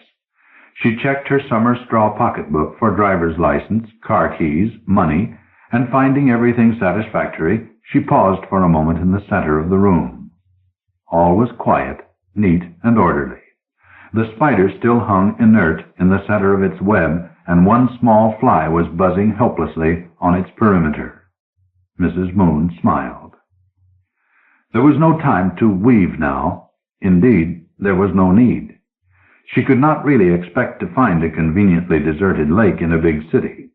No, she would have to think of something else. Mrs. Moon stood in the doorway of the cabin in the early sunlight, a small frown wrinkling the placid surface of her round pink face. She scuffled slowly around to the back of the cabin and into the shadow of the sycamores beyond, her feet kicking up the spongy layers of years of fallen leaves, her eyes watching carefully for the right idea to show itself. 2 grayish-white stones appeared side by side, half covered with leaf mold. Anonymous, faceless, about the size of cantaloupes, they would do unless something better presented itself later. Unceremoniously she dug them out of their bed, brushed away the loose dirt and leaf fragments, and carried them back to the car. Mrs. Moon's watch had stopped sometime during the night, but as she got into the car she glanced at the now fully risen sun and guessed the time to be about 6:30 or 7 o'clock. She placed the 2 stones snugly on the passenger seat and covered them with her soft, pale blue cardigan. She started the engine and then reached over and groped in the glove compartment.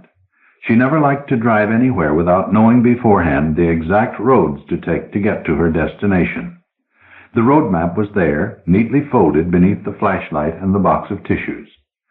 Mrs. Moon unfolded the map and spread it out over the steering wheel. As the engine warmed up, Mrs. Moon hummed along with it. Her pudgy pink hand absently patted the tidy blue bundle beside her as she planned the most direct route to the girl in Minneapolis.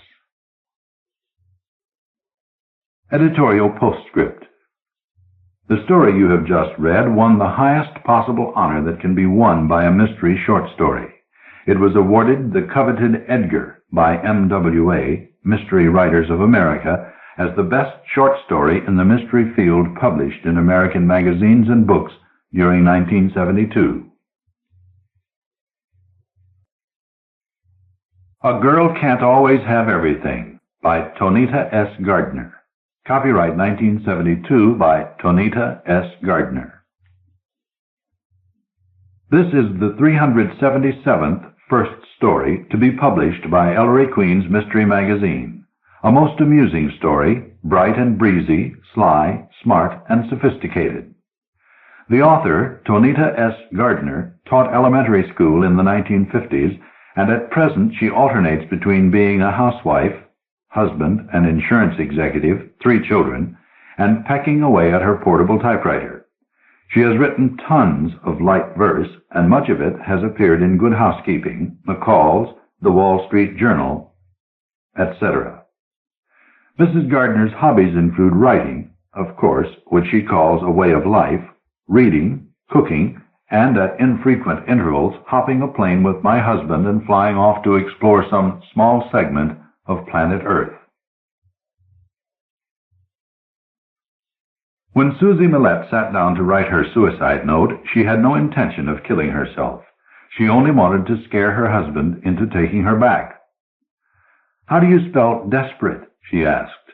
And while I was considering if the word had an A or an E after the P, I must have looked so serious that she started to grin. "We've got to do this right, or he'll never believe it's a matter of life and death." She winked at me and laughed so hard that tears rolled down her cheeks, and she had to adjust a false eyelash. "All kidding aside," she said when she recovered from her giggles, "I mustn't foul up again. Where would I find another money machine like Herbert?" "Ugh, Herbert." She sighed. "A girl can't always have everything." Susie seemed to have everything, and she usually got what she wanted. This time she wanted a young computer executive whom she'd met in a swingers bar. He was part of the foul-up. "Still and all," she concluded as she signed the letter and slipped it into an envelope, "there are certain times, my friend, when it's inconvenient to have a husband." But Susie had always felt this way, even in the beginning, 3 years before. We were roommates then. We shared a small apartment in New York, a comfortable arrangement because we both had bit parts in the same off-Broadway play. Susie's stage name was Susie Starr. I used my real name, Patricia Lewis. Through an actor friend of mine who knew some VIPs, Susie convinced me to wangle an invitation to a swanky East Side party. I'd been told some movie people were going to be there, and when I mentioned this to Susie, she beamed at me and crossed her fingers. Opportunity knocks, Pat. We could wind up in Hollywood. It was one of those stand-up cocktail affairs. Susie immediately began to circulate. I decided to follow her example, and as soon as I spotted Herbert, I was positive I'd found a real live producer. He certainly looked like one. Big, expensive cigar, balding head, paunchy stomach. I was all set to say hello, but then I chickened out and went to check my makeup. When I got back, Susie was with him. I couldn't blame her. It was every girl for herself. But even though I liked my friend's charisma, I watched her operate and had to admire her technique. Her dress was tight enough to show off her marvelous figure, and with her auburn hair, green eyes, and creamy white skin, she flattered a man just by giving him her undivided attention. Herbert was enchanted.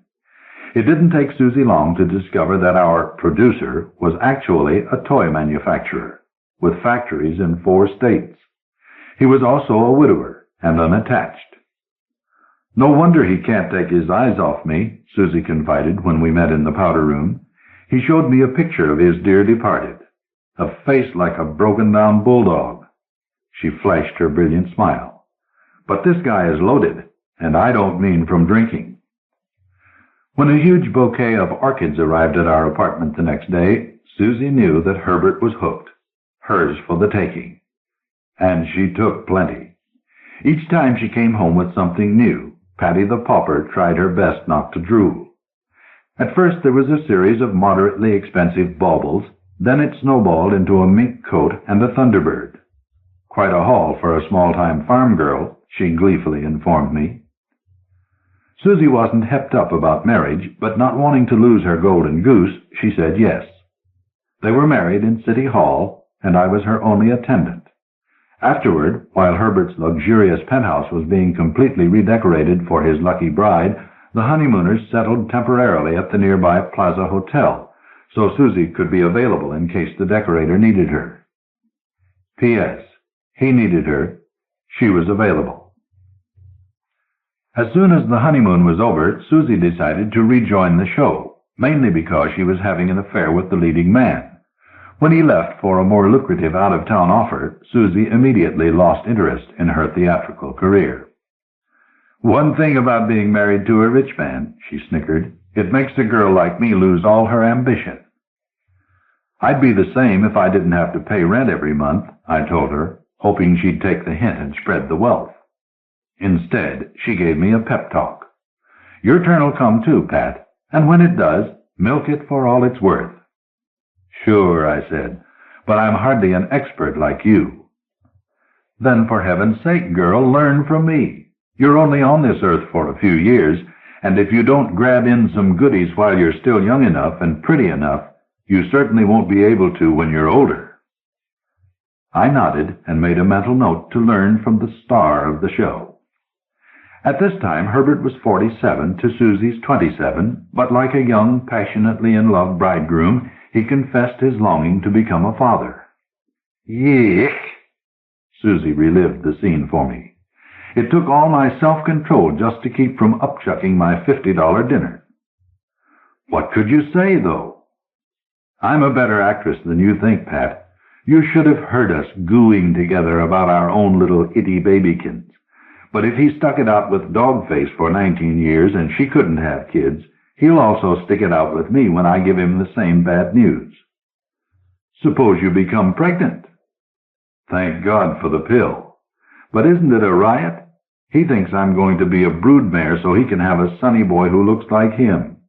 And she pulled at her jaw to approximate Herbert's jowls. "He's got another thing coming."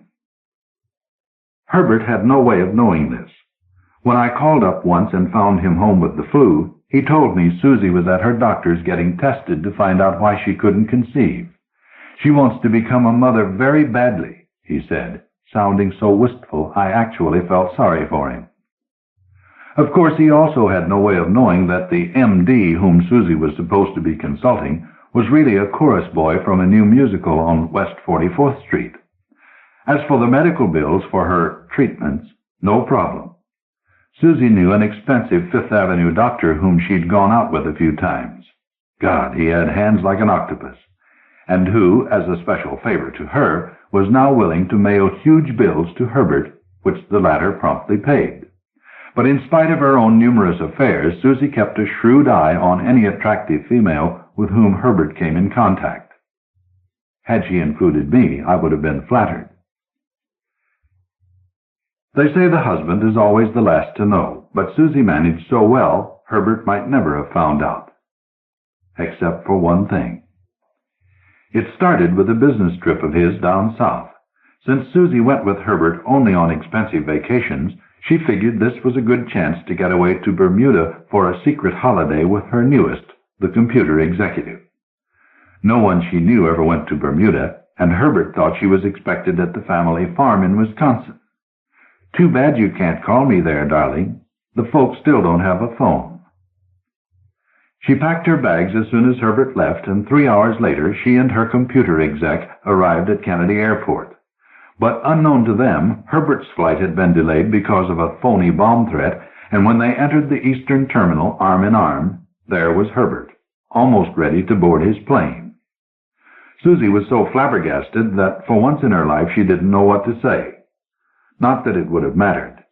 Despite her blonde wig and dark glasses, Herbert's vision was 20/20. Oh, the look on his face, Pat, the look on his face. He left on his trip anyway. Susie, too upset to continue on to Bermuda, went home alone. That afternoon she called me. I'm in a terrible mess, Pat. And after spilling the whole story, she added, While I stood there with my mouth hanging open, he told me that as soon as he gets back, he's stopping at the house to collect his things. Pat, what should I do? She sounded so unhappy that I hurried to her apartment. By the time I got there, she'd regained her usual aplomb. Busily unpacking her suitcase, she tried to reassure me. It's not as hopeless as it sounds, old pal. I've got an idea that will work out perfectly. In 3 words, the sinner repents. How do you propose to do that? By composing a suicide note. Slyly, she smiled. I think I can scare Herbert into taking me back. She reached for some notepaper and a pen and began to write, thanking me profusely when I reminded her to make her hand quiver. What would I ever do without you, Pat? I smiled back at her. Susie, even you can't always think of everything. And I'm a lousy speller, too. You need help? Ask me. How do you spell desperate? She asked, and while I was considering if the word had an A or an E after the P, I must have looked so serious that she started to grin. We've got to do this right, or he'll never believe it's a matter of life and death. Then, after going through her false eyelash giggles routine and vowing not to foul up again, Susie signed the letter and slipped it into an envelope, concluding, There are certain times, my friend, when it's inconvenient to have a husband. Carefully she addressed and sealed the envelope and was now ready to launch her plan. Listen closely, Pat. On Wednesday, right after Herbert's due back from his trip, I'll go to the Plaza Hotel, get myself a room there, and wait to hear from you. Your base of operations will be the drugstore near my apartment. They have plenty of phone booths. What you'll do is start calling Herbert. Try to catch him the moment he comes home to pack up and leave for good. His plane lands about 5:30, so figure he'll be home about 7. As an extra precaution, though, you can begin phoning at 1:45. Why would I call him? To make sure he's there. When he finally answers, hang up. Then, and only then, you can call me at the plaza, and I can start timing everything. Such as gulping down a bunch of sleeping pills. What? It's part of the plan.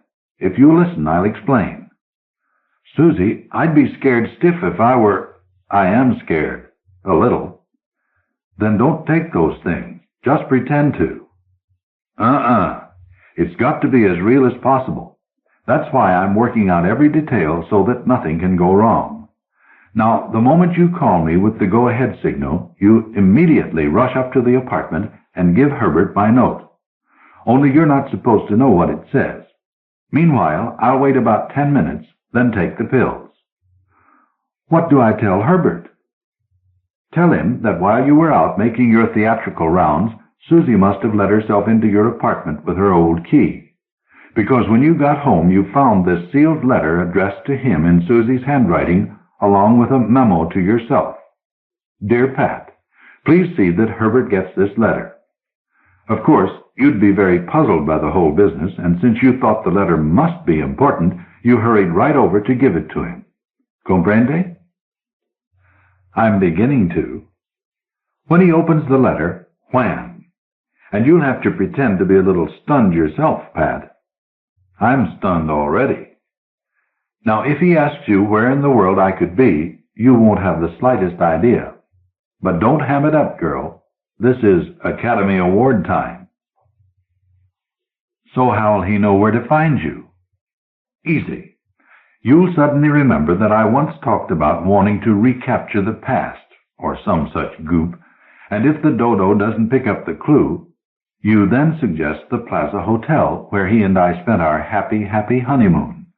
Of course, he'll grab the phone and ask if a Mrs. Millette is registered, and naturally the answer will be no. No, but I thought, I can't use my real name, silly. It wouldn't look like the real thing. But he ought to be smart enough to also try my maiden name and/or my stage name, and if he isn't, you drop another hint, and eureka! They'll answer that a Miss Starr is registered in room so-and-so. So far, so great. And there's also another valid reason for picking the Plaza, she elaborated. It's only a block away from our apartment, and since I'll have to gulp down a lot of pills to make the suicide look good, I want to be sure he can get there as soon as possible to slap me awake, etc. How do you know he won't call for an ambulance instead, or even call the police? That's where you come in, Pat. Just shove him toward the door. Hurry, hurry, you've got to save her. I'll call a doctor, and start dialing like crazy. Then, when he leaves, you wait a few minutes, and to really play it safe, call good old Dr. Octopus, who's always dying to take my temperature. His office is near the Plaza, and on Wednesdays he has hours till 9. Hopefully he'll get to me after Herbie Heroes already saved my life.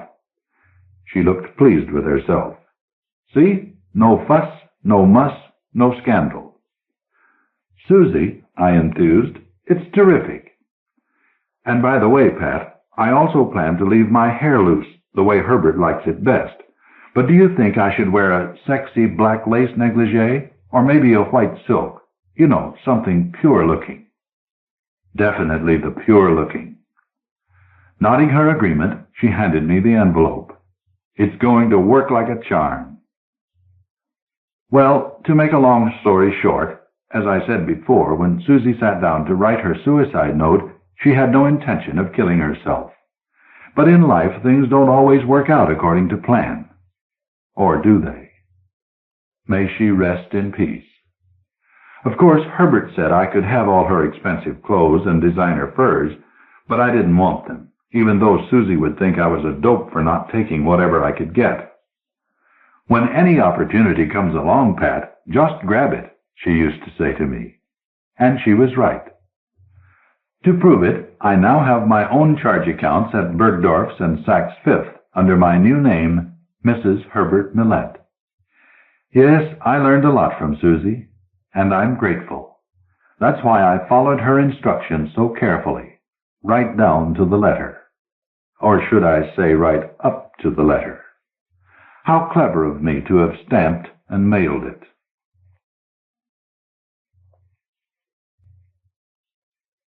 Jericho and the Two Ways to Die by Hugh Pentecost.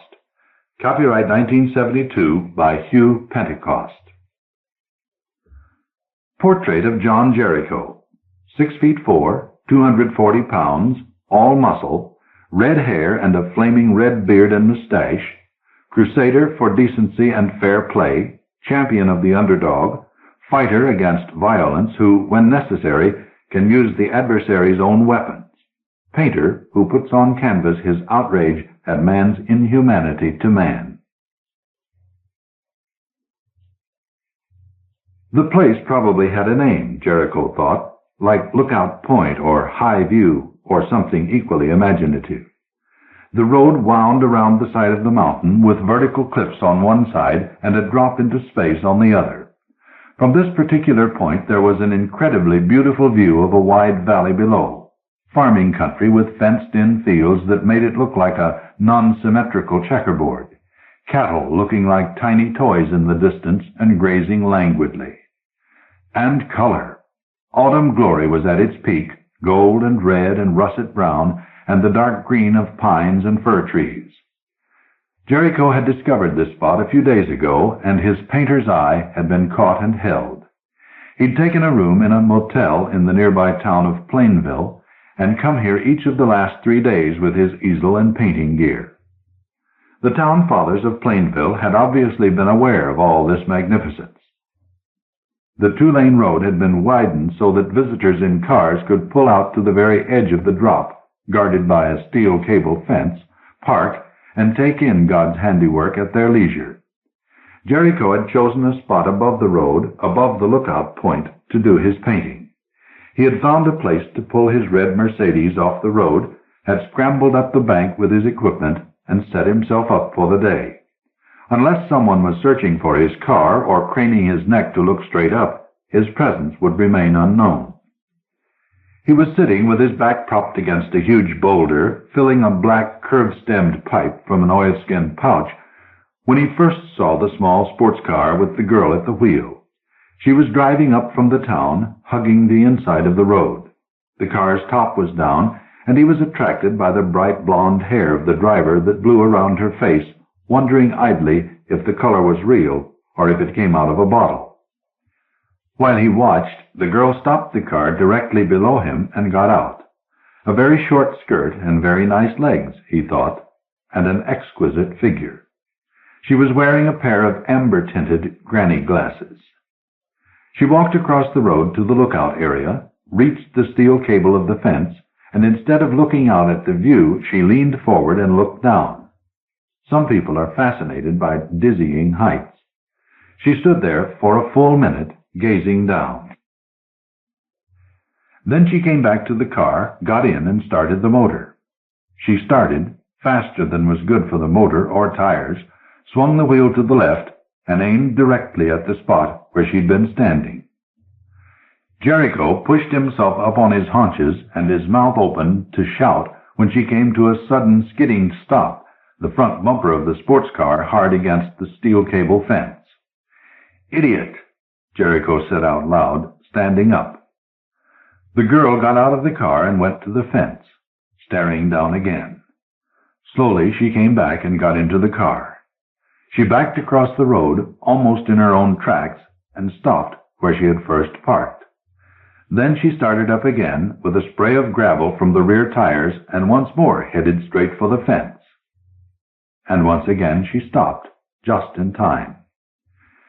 Jericho went sliding down the bank, braking with his heels.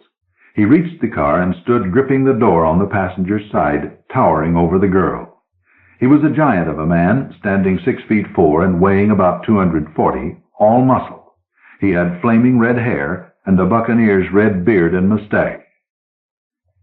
"There are 2 ways to die," he said in a conversational tone. "One is to give up and kill yourself.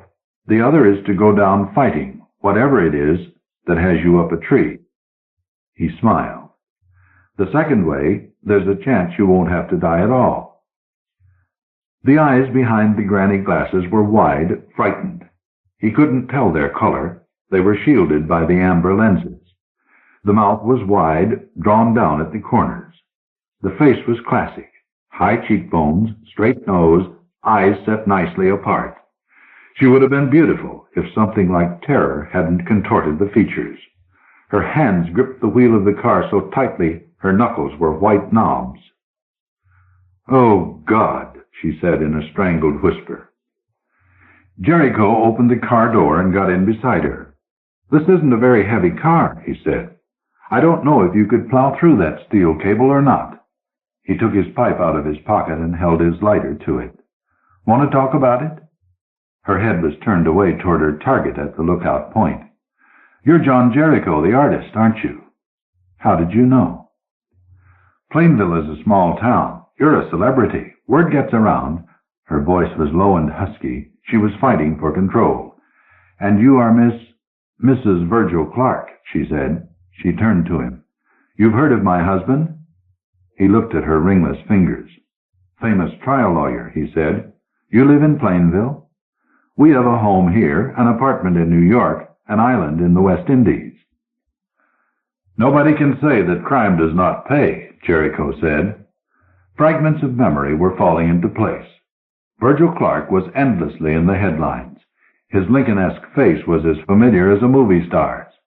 He was the Clarence Darrow of the 1970s, the hero of people with lost causes. He must be, Jericho thought, 60 years old, at least twice the age of the girl who sat gripping the wheel of the sports car. Memory again.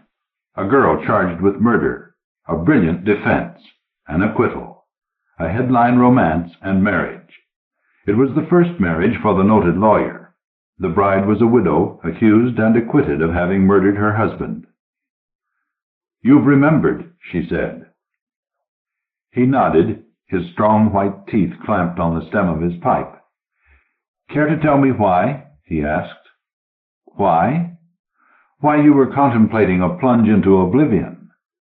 She looked at him, forcing a smile. "You thought I meant to, didn't you?" I'm not a very good driver," she said. "I wanted to turn around. I couldn't seem to figure out how to do it." "Have it your way," Jericho said. "It's really none of my business." He opened the car door, swung his long legs out, and stood looking down at her. "At least you've had a chance to think about it twice." His smile was mirthless. "Pull back, cut your wheels right, back up some more, then head for wherever you're headed for, Mrs. Clark." About 100 yards from Jericho's motel, down the main street of Plainville, was a delightful small country inn. Jericho had tried to get a room there when he decided to stay over, but the inn was full. He had discovered, however, that they had an excellent kitchen. He dined there the evening of the day he encountered the girl at Lookout Point. He had a dry martini, a shrimp cocktail, a very good brook trout helped along by a small white wine, a delicious mixed green salad. He was debating a homemade lemon meringue pie when the boy from the motel came to his table. "Mrs. Clark left a note for you, sir," he said. "I knew you were having dinner here." Jericho opened the pale blue envelope. "Dear Mr. Jericho, I tried to reach you on the phone without any luck. We are having an open house party tonight, and my husband and I would be delighted to have you join us and our guests at any time after 8 o'clock. Janice Clark. P.S. I hope you won't mind being lionized. Incidentally, anyone can tell you where we live." People who behaved strangely and without explanation were irresistible to Jericho. He went back to the motel, changed into slacks, a blue blazer, and a yellow turtle-necked sweater shirt. At about 8:30, he drove through the big stone gates that guarded the entrance to the Clark estate. In the moonlight, he saw the old colonial house ideally situated on a hillside with its magnificent lawns, shrubbery, and gardens. The house was brilliantly lighted, and as he came close, he saw this was not a small party. There were more than 30 cars parked along the side of the wide circular driveway. The sound of music and laughter drifted toward Jericho as he approached the front door. The music was loud, rock rhythm. He was admitted by a uniformed maid and found himself in an enormous living room which seemed to occupy most of the ground floor of the house. All the furniture had been pushed to the sides of the room, and the floor space was crowded with jumping, gyrating couples. The music came from a bearded trio in a far corner, 2 electric guitars, and drums. There was a bar loaded with every conceivable kind of liquor. There were 2 bartenders in scarlet shirts and leather vests. The dancing couples wore every conceivable kind of mod dress. Jericho, looking around for his hostess, spotted his host standing at the far end of the room, his back to a blazing fire in a huge fieldstone fireplace. Virgil Clark was unmistakable, tall, angular, with a lock of hair drooping over his broad forehead. He looked wildly out of place in this gathering in his dark business suit, button-down white shirt, and black knitted tie. His attention was focused on his wife, who was dancing with a long-haired, not unhandsome young fellow wearing a batik shirt that hung loose outside his trousers. Virgil Clark's face looked carved out of rock. What he was seeing obviously gave him no pleasure. Watching the dancers, Jericho thought how things had changed in the last 20 years. When you danced back then, the music was soft, and you held your girl close. Now the music was deafening, and the couples danced apart from each other, not touching, each performing a kind of individual war dance. Jericho's attention was diverted by a luscious blonde girl, not more than 20, he thought. She was wearing a startling peekaboo dress that revealed almost everything of her gloriously suntanned young body. "Jericho!" There was delight in the young voice, and she was instantly clinging to his arm. "Jan is a genius. How did she manage to get you here? I'm Dana Williams, by the way. My father owns 2 of your paintings." "Bless your father. And Mrs. Clark didn't have to be a genius to get me here. She invited me, and I came. We've been trying to guess how to meet you for the last 3 days without barging up and brazenly thrusting ourselves on you. How did Jan manage it?" "She brazenly thrust herself at me," Jericho said, "which is the best and quickest way." "Does she know you're here? She'll be wild when she sees I've glommed onto you first. Oh, there she is, dancing with Roger." "Who is Roger?" "Roger Newfield. He's one of the young lawyers who works in Virgil's office. You'd better have a drink. You're way behind everyone here." They fought their way around the edge of the dancing throng to the bar. So far, Janice hadn't noticed him. She was totally concentrated on the young man opposite whom her body twisted and turned. Jericho ordered a Jack Daniels on the rocks and Dana a vodka martini. Watching the dancers again, Jericho found himself puzzled. They were all young. There seemed no one here even approaching Virgil Clark's generation. Jericho suspected that he, at 40, came closest to his host in years. It was odd, he thought, that in the home of a famous man there seemed to be no other famous people, no sycophants, no hangers-on, no yes-men. Clark, moving away from the fireplace as Jericho watched, seemed out of place in his own home. "Shall we dance, Jericho?" Dana asked, smiling at him over the rim of her glass. "It reveals my antiquity," he said, "but I can't do this modern stuff." "You want to hold me close? We can go out on the terrace," the girl said. "To dance?" "No, silly, to hold me close. I like older men, Jericho. Ask, and ye shall receive." "You ought to have your backside paddled," Jericho said. "Oh, please, I'd love that." Before he could reply to that gambit, Jericho felt a hand on his arm. He turned to face the uniformed maid. "Mr. Clark hopes you will join him in his study for a moment, sir," she said. "A summons from the All-Highest," Dana said. "Maybe he wants to buy a painting, Maestro. I'll be waiting on the terrace. You be thinking about what you want to ask me to do." "I'll be thinking," Jericho said, thinking about a number of ungallant suggestions. He liked to make his own passes. The maid led him away from the bedlam of the dancers and down a short corridor to an oak door. She knocked, and a deep voice invited them in.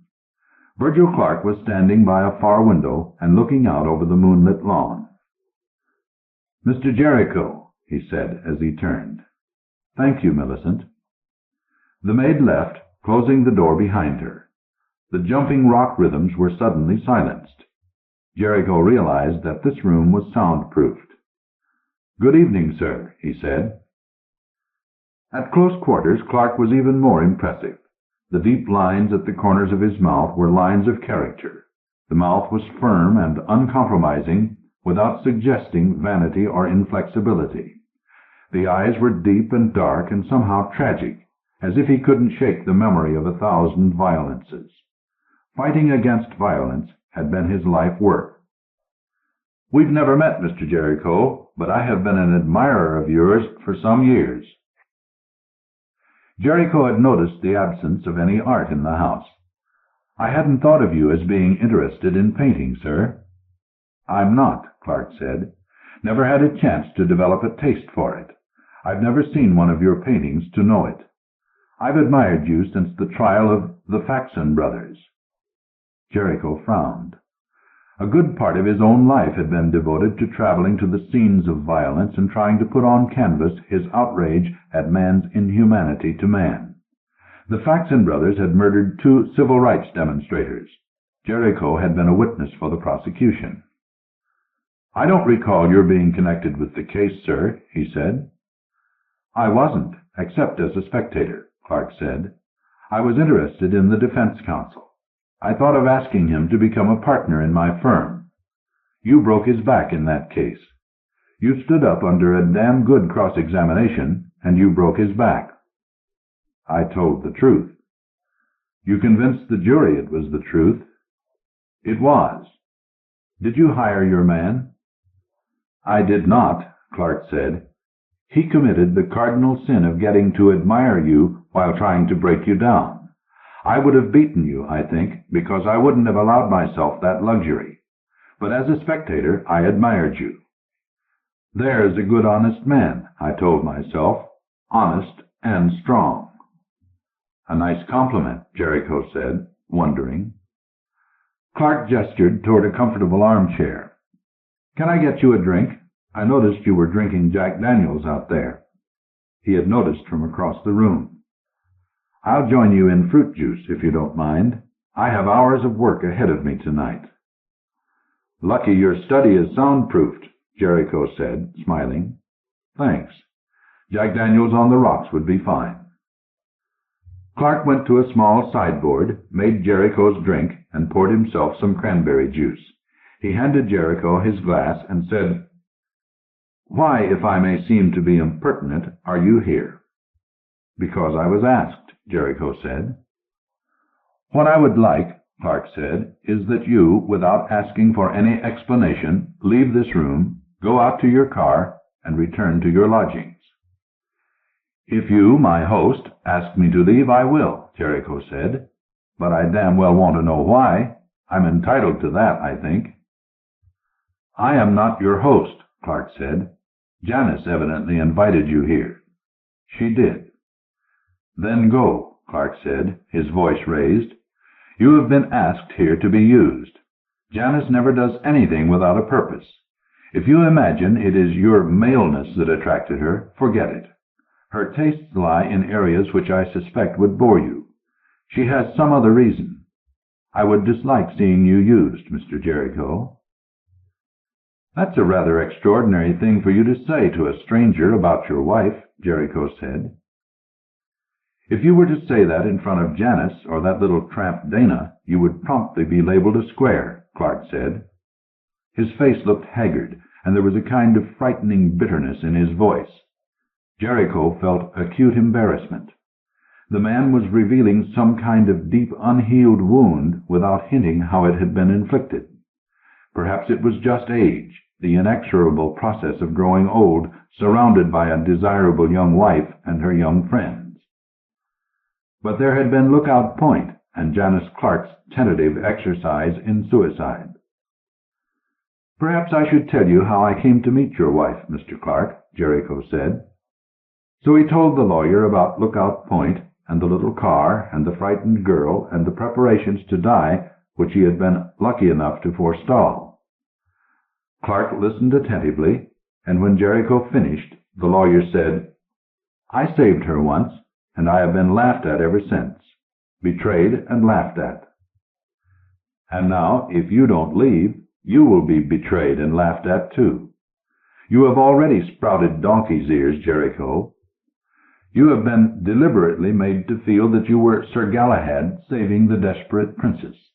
The next step will be some grotesque practical joke that will have them all laughing at you." "Why?" Jericho asked. It is their prime pleasure, Clark said. Why me? Jericho asked. Because you are a famous man. Because you are a crusader for decency and fair play, causes that seem antiquated to them. Because you are over 30, and your generation must be discredited. Because it will delight them to show you up as a romantic square, to show you up publicly.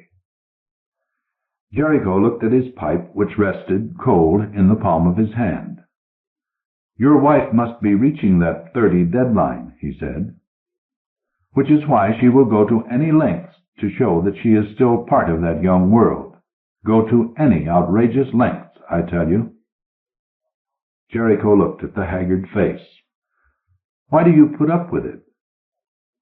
I was once Sir Galahad, Clark said. I defended her against a murder charge.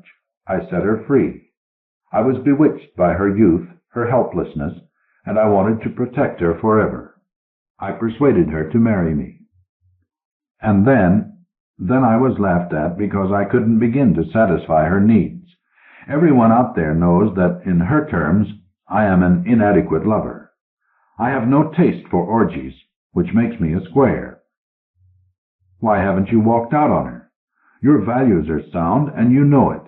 You are miserable, so why do you put up with it? Because there is a bigger joke, Clark said. I defended her in court because I believed in her innocence. Jericho drew a deep breath. Are you telling me that she was guilty? Clark said, grinding out the words. I, the great defender, was suckered into believing in her innocence. I married her. I showered her with luxuries. I was fooled, blinded. But if that's so, she must be ready to do anything you ask. She can't risk your displeasure.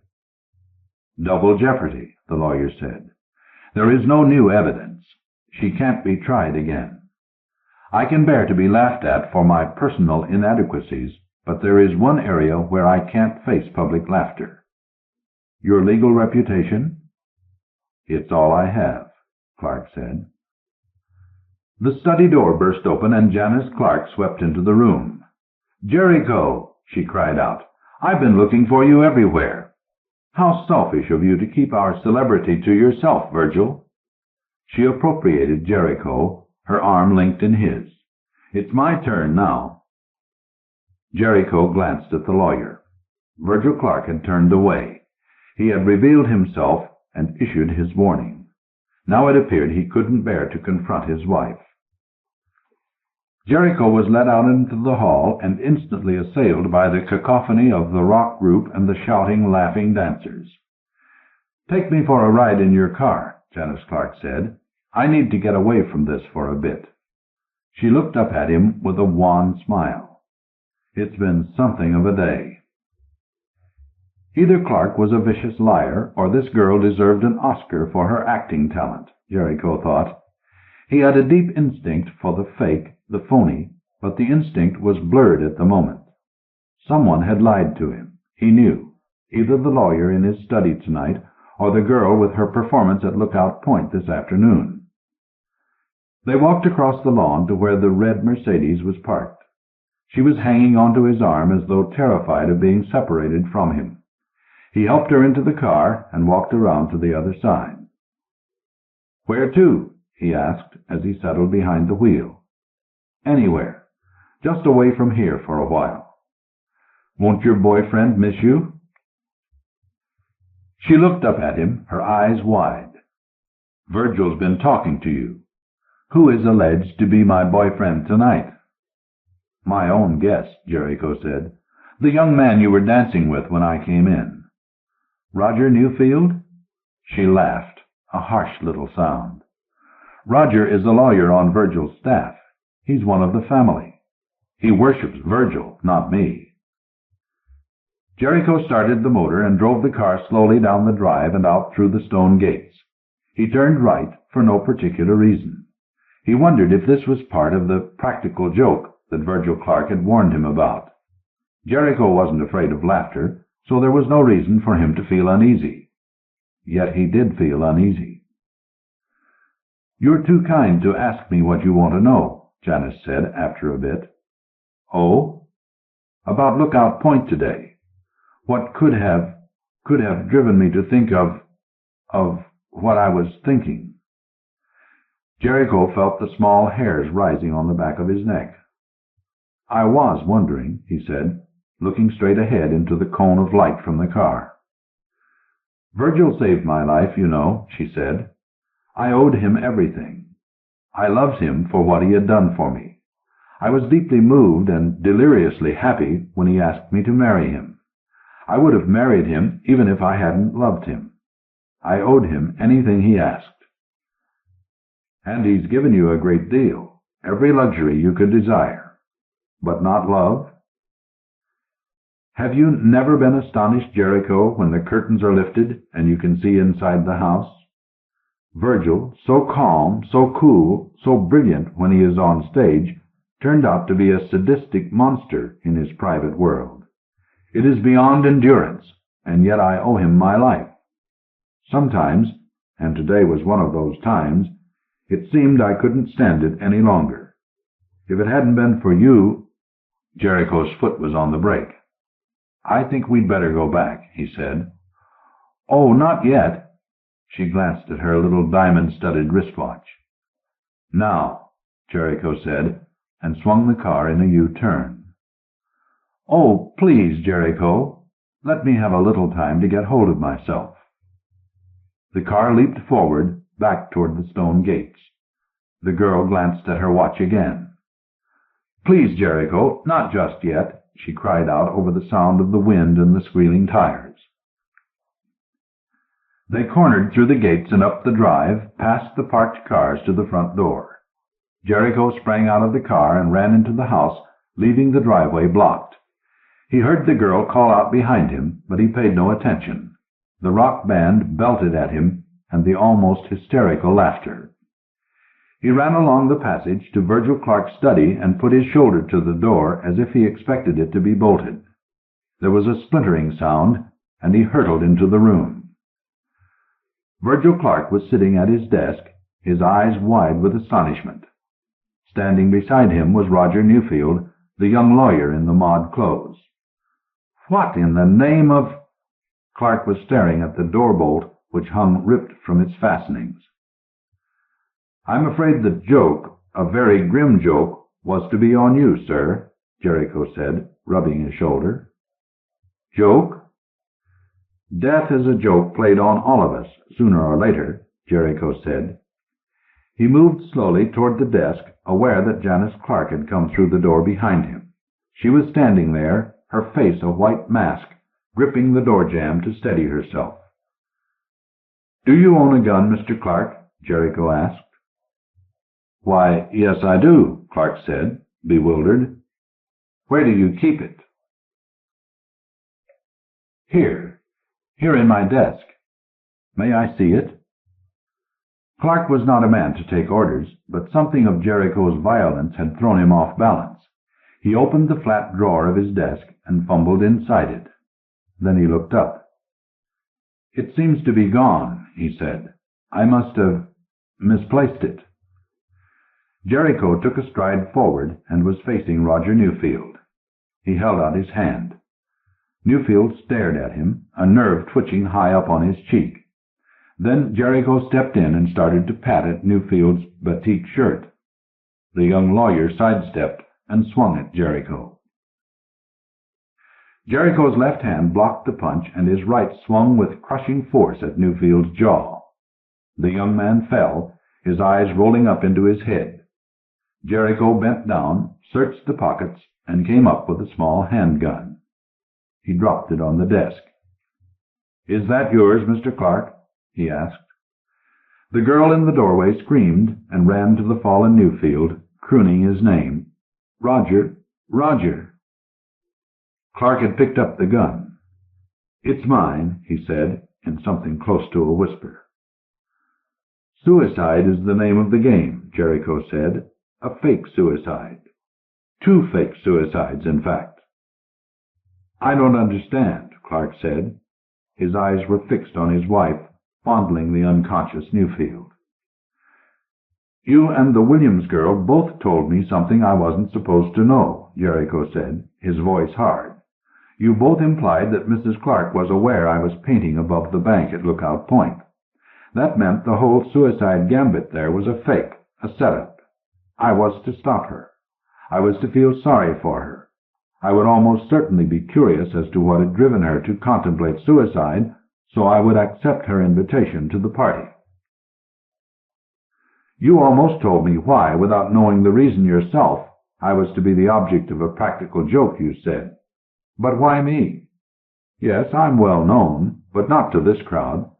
What could she possibly do to me that would make me the butt of laughter? And then, when she asked me to take her away from here, I began to wonder.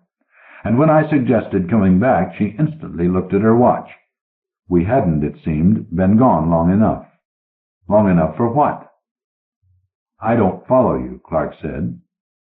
Why, the elaborate scheme to get me here. What could my presence here tonight possibly do for her? It suddenly hit me. I could provide her with an unbreakable alibi. Her friends might not be trustworthy. Her friends might be suspected of playing along with her, lying for her. But I, God help me, am a solid citizen with a reputation. If I testified she was with me, it would hold fast. But why did she need an alibi? Clark said. Because you were going to commit suicide, sir, Jericho said. You were going to be found here, shot through the head with your own gun. The gun would be found in your hand with your fingerprints on it. But there was bound to be at least a faint suspicion. People close to you must know that your marriage isn't a happy one, and your wife was once charged with a murder. There are people who must still wonder if she was innocent of that crime, or if it was your brilliance that set her free. They might ask if a woman who might have killed one husband might not have killed another. She didn't dare have that question asked. I could prevent it. I, the solid citizen, the stranger who had no past connections with her. I could have provided her with the perfect alibi if I hadn't insisted on coming home too soon. Janice Clark looked up from where she was cradling Newfield in her arms. It isn't possible for you to prove a word of this insane theory, she said. Surely, Virgil, you can't believe— It's not my job to prove it, Mrs. Clark, Jericho said. Your husband is the legal expert here. Maybe if he can stop feeling sorry for himself long enough, he'll know how to deal with you. Jericho turned toward the door and then backed again. You were right, Mr. Clark. I was asked here to be used. I trust my donkey's ears have disappeared. He walked out into the night, the rock band hurting his ears. He was eager to get away, as far and as fast as he could. The Theft from the Empty Room by Edward D. Hoke. Copyright 1972 by Edward D. Hoke. In this, the 15th recorded case in the career of Nick Velvet, the unique thief accepts what seems to be a simple enough assignment, an easy job, and a quick $20,000. But the assignment proves to be something else, one of the most unusual, if not the most unusual, Nick has ever tackled. And once again, Nick has to succeed first as a detective before he can succeed as a thief. Nick Velvet sat stiffly on the straight-backed hospital chair facing the man in the bed opposite him. He had to admit that Roger Sherman looked sick, with sunken cheeks and eyes, and a sallow complexion that gave him the appearance of a beached and blotchy whale. He was a huge man who had trouble getting around, even in the best of condition. Now, laid low with a serious liver complaint, Nick wondered if he'd ever be able to leave the bed. They're going to cut through this blubber in the morning, he told Nick.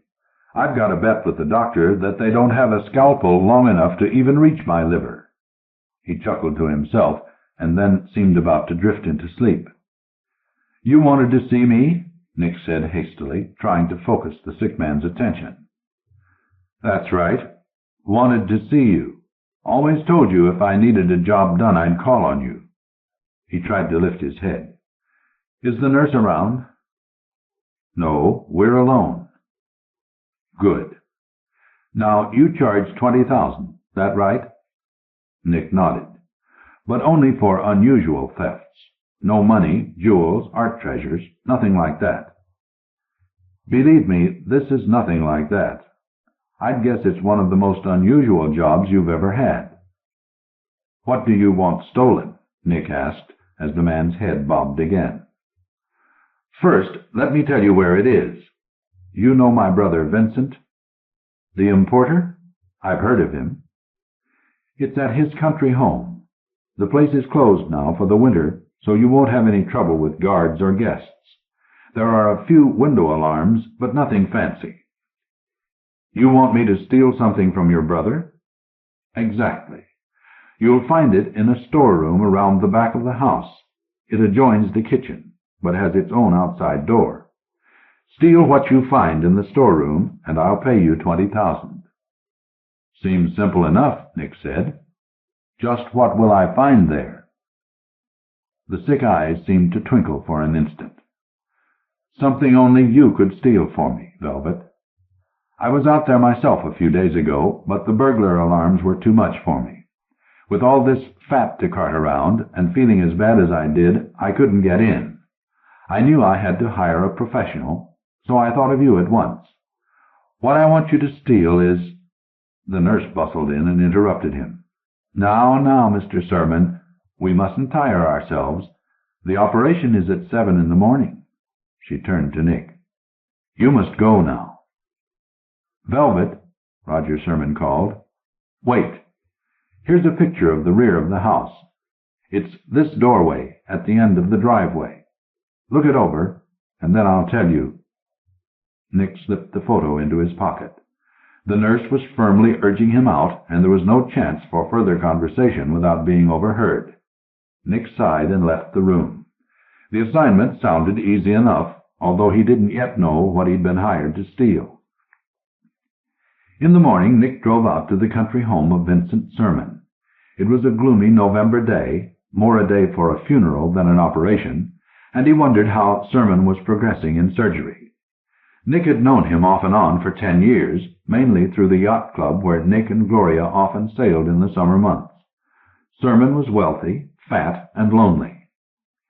His wife had long ago divorced him and gone off to the West Indies with a slim, handsome Jamaican, leaving Sherman with little in life except his trucking business and his passion for food and drink. Sherman's brother, Vincent, was the glamorous member of the family, maintaining a 12-room city house in addition to the country home. His wife, Symons, was the answer to every bachelor's dream, and his importing business provided enough income to keep her constantly one of New York's best-dressed women. In every way, Vincent was the celebrity success, while Roger was the plodding fat boy grown old and lonely. Still, Roger's trucking business could not be dismissed lightly, not when his blue and white trucks could be seen on nearly every expressway. Nick parked just off the highway and walked up the long, curving driveway to Vincent Sherman's country home. The place seemed closed and deserted, as Roger had said, but when Nick neared it, he could see the wired windows and doors. The alarm system appeared to be functioning, though it wouldn't stop him for long.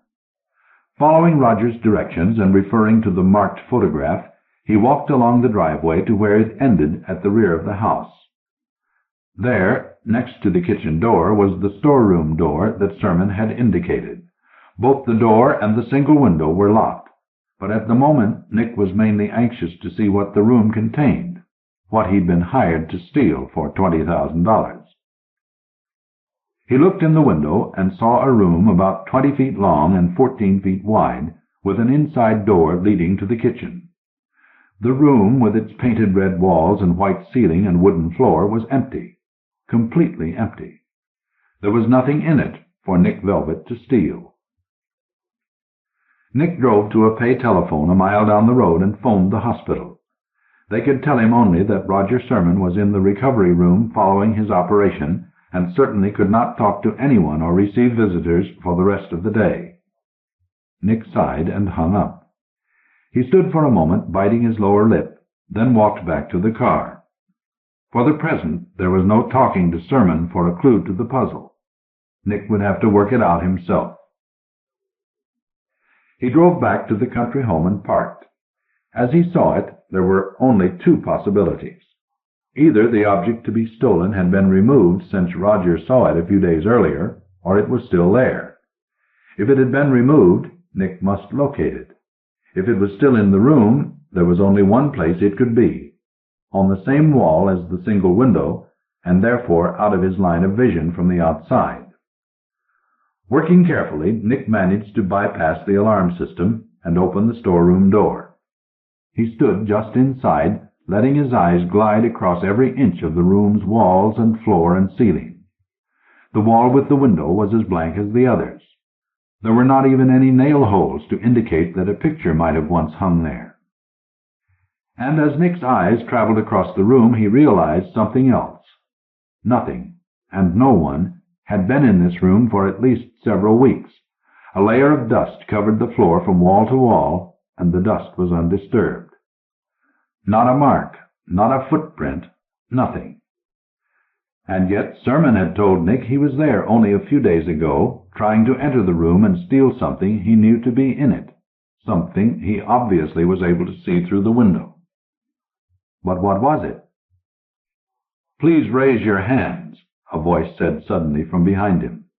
"I have a gun." Nick turned slowly in the doorway, raising his hands above his head. He faced a short, dark-haired girl in riding costume and boots who held a double-barreled shotgun pointed at his stomach. He cursed himself for not having heard her approach. "Put that thing away," he said harshly, indignation in his voice. "I'm no thief." But the shotgun stayed where it was. "You could have fooled me," she drawled, her voice reflecting a mixture of Southern and Eastern origins. "Suppose you identify yourself." "I'm a real estate salesman. Nicholas Realty. Here's my card." "Careful with the hands." "But I told you, I'm not a thief." She sighed and lowered the shotgun. "All right, but no tricks." He handed her one of the business cards he carried for just such emergencies. "Are you the owner of this property, miss?" She tucked the card into the waistband of her riding pants. "It's Mrs., and my husband is the owner. I'm Symons. He allowed himself to relax a bit as she stowed the shotgun in the crook of her arm, pointed away from him. "Of course, I should have recognized you from the pictures in the paper. You're always on the best-dressed list." "We're talking about you, Mr. Nicholas, not me. I find you here by an open door that should be locked, and you tell me you're a realtor. Do they always carry lock-picks these days?" He chuckled, turning on his best salesman's charms. "Hardly, Mrs. Symons. A client expressed interest in your place, so I drove out to look it over. I found the door open, just like this, but you can see I only took a step inside." "That's still trespassing." "Then I apologize. If I'd known you were in the neighborhood, I certainly would have contacted you first. My understanding was that the house had been closed down for the winter." "That's correct. I was riding by on my way to the stables and saw your car on the highway. I decided to investigate." "You always carry a shotgun?" "It was in the car, part of my husband's hunting equipment." "You handle it well." "I can use it." She gestured toward the house. "As long as you're here, would you like to see the inside?" "Very much. I gather this room is for storage." She glanced in at the empty room. "Yes, it hasn't been used in some time. I wonder why the door was open and unlocked." She looked at the alarm wires, but didn't seem to realize they'd been tampered with. "Come around to the front." The house was indeed something to see, fully furnished and in a colonial style that included a huge brick oven in the kitchen. Nick took it all in, making appropriate real estate comments, and they finally ended up back at the door to the storeroom. "What used to be in here?" Nick asked. "Odd that it's empty when the rest of the house is so completely furnished." "Oh, wood for the kitchen stove, supplies, things like that. I told you it hadn't been used in some time." Nick nodded and made a note on his pad. Am I to understand that the house would be for sale if the price was right? I'm sure Vincent wouldn't consider anything under 100,000. There's a great deal of land that goes with the house. They talked some more, and Simone Symons walked Nick back to his car. He promised to call her husband with an offer in a few days. As he drove away, he could see her watching him. He had no doubt that she believed his story, but he also knew she'd have the alarm repaired by the following day. The news at the hospital was not good. Roger Symons had suffered post-operative complications, and it might be days before he was allowed visitors. Nick left the place in a state of mild depression, with visions of his fee blowing away like an autumn leaf. He had never before been confronted with just such a problem. Hired to steal something unnamed from a room that proved to be completely empty, he had no way of getting back to his client for further information. If he waited till Roger was out of danger and able to talk again, he would probably jeopardize the entire job, because Vincent Symons and his wife would grow increasingly suspicious when no real estate offer was forthcoming during the next few days. Perhaps, Nick decided, he should visit Roger Symons' home. He might find some clue there as to what the fat man wanted him to steal. He drove out along the river for several miles until he reached a small but obviously expensive ranch home where Roger had lived alone for the past several years. Starting with the garage, he easily opened the lock with his toolkit. The car inside was a late-model limousine with only a few thousand miles on it. Nick looked it over and then went to work on the trunk compartment. There was always the possibility, however remote, that Roger had succeeded in his own theft attempt, but for some reason had not told Nick the truth. But the trunk yielded only a spare tire, a jack, a half-empty sack of fertilizer, and a can of red paint. The spotless interior of the car held a week-old copy of the New York Times, a little hand vacuum cleaner for the upholstery, and an electronic device whose button, when pressed, opened or closed the automatic garage door. Unless Nick was willing to believe that the fertilizer had been the object of the theft, there was nothing in the car to help him. He tried the house next, entering through the inside garage door, and found a neat kitchen with a study beyond. It was obvious that Roger Symons employed a housekeeper to clean the place. No bachelor on his own would have kept it so spotless. He went quickly through the papers in the desk, but found nothing of value. A financial report on Symons Travelers showed that it had been a bad year for the trucking company. There were a number of insured losses, and Nick wondered if Roger might be getting back some of his lost income through false claims. He dug further, seeking some mention of Roger's brother, some hint of what the empty room might have contained. There were a few letters, a dinner invitation from Simone Symons, and finally a recent bill from a private detective agency in New York City. After another hour of searching, Nick concluded that the private detective was his only lead. He drove down to Manhattan early the next morning, parking in one of the ramps off 6th Avenue. The Altamont agency was not Nick's idea of a typical private eye's office, with its sleek girl secretaries, chrome-trimmed desks, and wide-tinted windows overlooking Rockefeller Center. But Felix Altamont fitted the setting. He was a slick, smooth-talking little man who met Nick in a cork-lined conference room because a client was waiting in his office. "You must realize I'm a busy man, Mr. Velvet. I can only give you a few moments. Is it about a case?" "It is. I believe you did some work for Roger Symons." Altamont nodded his balding head. "What sort of work was it?" The detective leaned back in his chair. "You know I can't discuss a client's case, Mr. Velvet." Nick glanced around at the expensive trappings. "Could you at least tell me what sort of cases you take? Divorce work doesn't pay for this kind of layout." "Quite correct. As a matter of fact, we do not accept divorce cases. The Altamont agency deals exclusively in industrial crimes, embezzlement, hijacking, industrial espionage, that sort of thing." Nick nodded. "Then the investigation you conducted for Roger Symons was in one of those fields?" Felix Altamont looked pained. "I'm not free to answer that, Mr. Velvet." Nick cleared his throat, ready for his final bluff. It so happens that I'm in Roger Symons' employ myself. He hired me to try and clamp a lid on his large insurance losses. The company's threatening to cancel his policy. Then you know about the hijackings. Why come to me with your questions? Certainly I know about the hijacking of Symons trucks, but with my employer in the hospital I thought you could fill me in on the details. Symons hospitalized? He's recovering from a liver operation. Now let's stop sparring and get down to business. What was hijacked from his trucks?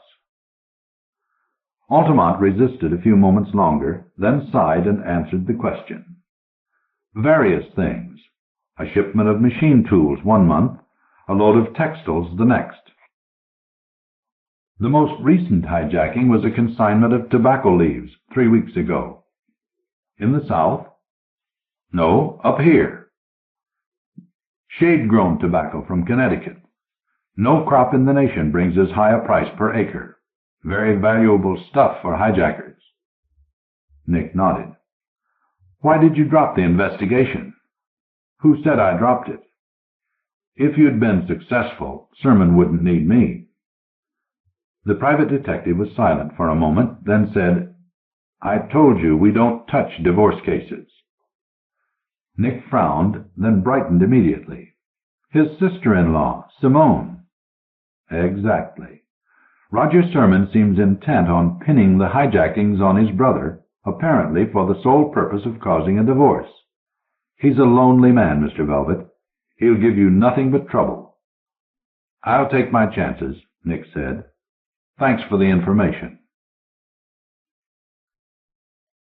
When Nick arrived at the hospital late that afternoon, he was intercepted by a brawny, thick-haired man who bore more than a passing resemblance to Roger Symons.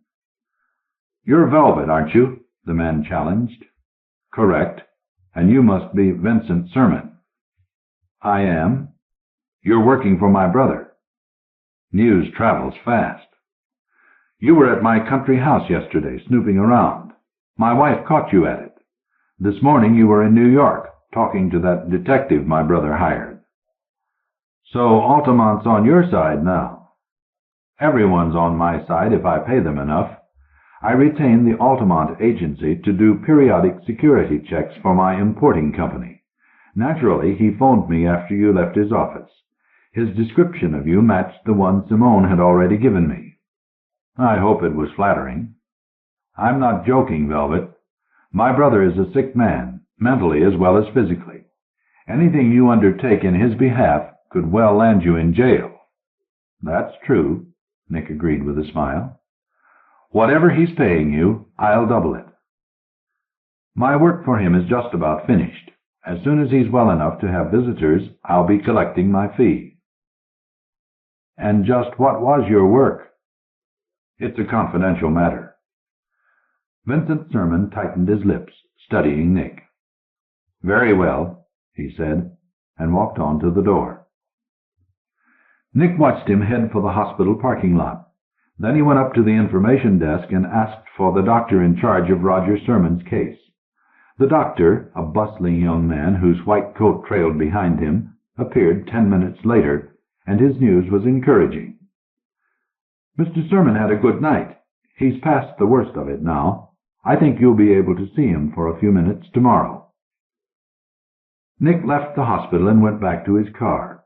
It was working out just fine now. The money was as good as in the bank. He drove out the country road to Vincent Symons' place, and this time he took the car into the driveway, around back, and out of sight from the road. Working quickly and quietly, Nick bypassed the alarm and opened the storeroom door once more. This time he knew what he was after. On his way to the hospital, he'd stopped to pick up the can of red paint from the trunk of Roger's car. He had it with him now as he stepped across the threshold into the empty room. He stood for a moment staring at the red walls, and then got to work. It had occurred to him during the drive back from New York that there might be a connection between the can of red paint in Roger Symons' trunk and the red walls of the empty room. Roger had driven the car to the country house a few days before his operation to attempt the robbery himself. If the paint on the walls had been Roger's target, the paint itself, he could have replaced stolen paint with fresh red paint from the can. Nick had stolen strange things in his time, and taking the paint from the walls of a room struck him as only a little unusual. The paint could cover any number of valuable things. He'd read once of a room that had been papered with $100 bills from a bank holdup, then carefully covered over with wallpaper. Perhaps something like that had been done here, and then a final layer of red paint applied. He got to work carefully scraping the paint, anxious to see what was underneath, but almost at once he was disappointed. There was no wallpaper under the paint. Nothing but plaster showed through. He paused to consider, then turned to the paint can he'd brought along. Prying off the lid, he saw his mistake at once. The red in the can was much brighter than the red on the walls. It was an entirely different shade. He inspected the can more closely and saw that it was marine paint, obviously destined for Roger Symons' boat. Its presence in Roger's trunk had been merely an annoying coincidence. Before Nick had time to curse his bad luck, he heard a car on the driveway. He left the room, closing the door behind him, and had almost reached his own car when two men appeared around the corner of the house. The nearer of the two held a snub-nosed revolver pointed at Nick's chest. "Hold it right there, mister. You're coming with us." Nick sighed and raised his hands. He could tell by their hard, icy eyes that they couldn't be talked out of it as easily as Simone Symons had been. "All right," he said. "Where to?" "Into our car. Vincent Symons has a few more questions for you." Prodded by the gun, Nick offered no resistance. He climbed into the back seat with one of the men beside him, but the car continued to sit there. Presently the second man returned from the house. "He's on his way over. Says to keep him here." They waited another 20 minutes in silence until at last Symons' car turned into the driveway. Simone was with him, bundled in a fur coat against the chill of the autumn afternoon. "The gun wasn't necessary," Nick said, climbing out of the car to greet them. "I thought it might be," Vincent Symons replied. "I had you tailed from the hospital. You're a thief, Velvet. I've done some checking on you. Roger hired you to steal something from me, didn't he? Look around for yourself. Is anything missing? Come along, we'll look." With the two gunmen staying close, Nick had little choice. He followed Vincent and Simone around to the storeroom door. "This is where I found him the first time," she told her husband, and, sneezing suddenly, she pulled the fur coat more tightly around her. "He was back here when we found him, too," the gunman confirmed. Vincent unlocked the storeroom door. The walls stared back at them blankly. Vincent Symons inspected the place where the paint had been scraped, but found nothing else. He stepped outside and walked around, his eyes scanning the back of the house. "What are you after, Velvet?" "What is there to take? The room's empty." "Perhaps he's after something in the kitchen," Simone suggested. Vincent ignored her suggestion, reluctant to leave the rear of the house. Finally, after another pause, he said to Nick, "All right, we'll look through the rest of the house." An hour later, after they'd convinced themselves that nothing was missing, and after the gunmen had thoroughly searched Nick and his car, Vincent was convinced that nothing had been taken. "What's the paint for?" he asked Nick. "My boat." The dark-haired importer sighed and turned away. "Roger is a madman. You must realize that. He'd like nothing better than to break up my marriage to Simone by accusing me of some crime. Altamont was hired to prove I was hijacking Roger's trucks and selling the goods through my import business. He hoped Simone would quarrel with me about it and then leave me." Nick motioned toward the gunmen. "These two goons could pass for hijackers any day." One man started for him, but Vincent barked an order. Simone's eyes widened, as if she were seeing her husband's employees for the first time. "You don't need to hold them back," Nick said. This time the nearer man sprang at him, and Nick's fist connected with his jaw. The second man had his gun out again, but before he could bring it up, Simone grabbed his arm. "Simone," Vincent shouted, "stay out of this." She turned on her husband, her eyes flashing. "I never knew you used hoods, Vincent. Maybe Roger knows what he's talking about. Maybe you really are trying to ruin him by hijacking his trucks." "Shut up." Nick backed away, his eyes still on the two hoods. "I'll be leaving now," he said. "You two can fight it out." Nobody tried to stop him. As he swung his car around the others in the driveway, he could see Vincent Symons still arguing with his wife. The next morning, Roger Symons was sitting up in bed, just finishing a meager breakfast, when Nick entered the hospital room. He glanced at the paper bag Nick was carrying, and then at his face. "I'm certainly glad to see you, Velvet. Sorry I didn't have a chance to tell you what I wanted stolen." "You didn't have to tell me," Nick said with a grin. "After a couple of false starts, I figured it out." "You mean you got it?" "Yes, I've got it. I had a few run-ins with your brother and his wife along the way, but I got the job done last night." "How did you know? How could you know?" "I talked to your detective, Altamont, and learned about the hijackings. Once I started thinking about it, the country place, the driveway leading to the storeroom, my reasoning must have followed yours quite closely. Vincent's hired hijackers were bringing the loot there and leaving it in the storeroom for transfer to his own importing company trucks." The fat man moved uncomfortably under his blanket. "Exactly. I tried to tell Simone, but she demanded proof. I think she's got it now, and I think you have too. It wasn't easy finding something to steal in an empty room, something that would be worth $20,000 to you. First I considered the room itself, but you would have needed heavy equipment for that, and you told me you'd hoped to accomplish the theft yourself. That led me to your car, and I found the paint can in your trunk. Next, I almost stole the paint off the walls for you until I ruled that out too. Finally, I remembered about the last shipment that was hijacked a few weeks ago. It consisted of bundles of valuable tobacco leaves, and certainly such a shipment would leave traces of its presence. Yesterday, out at the house, Simone walked into the storeroom and sneezed. Then I remembered something else I'd seen in your car." Roger Symons nodded. "The little hand vacuum cleaner. I was going to use it if I got past the alarms."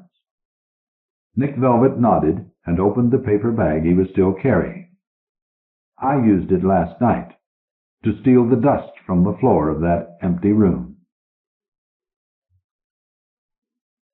The Coldness of 1,000 Suns by Celia Fremlin.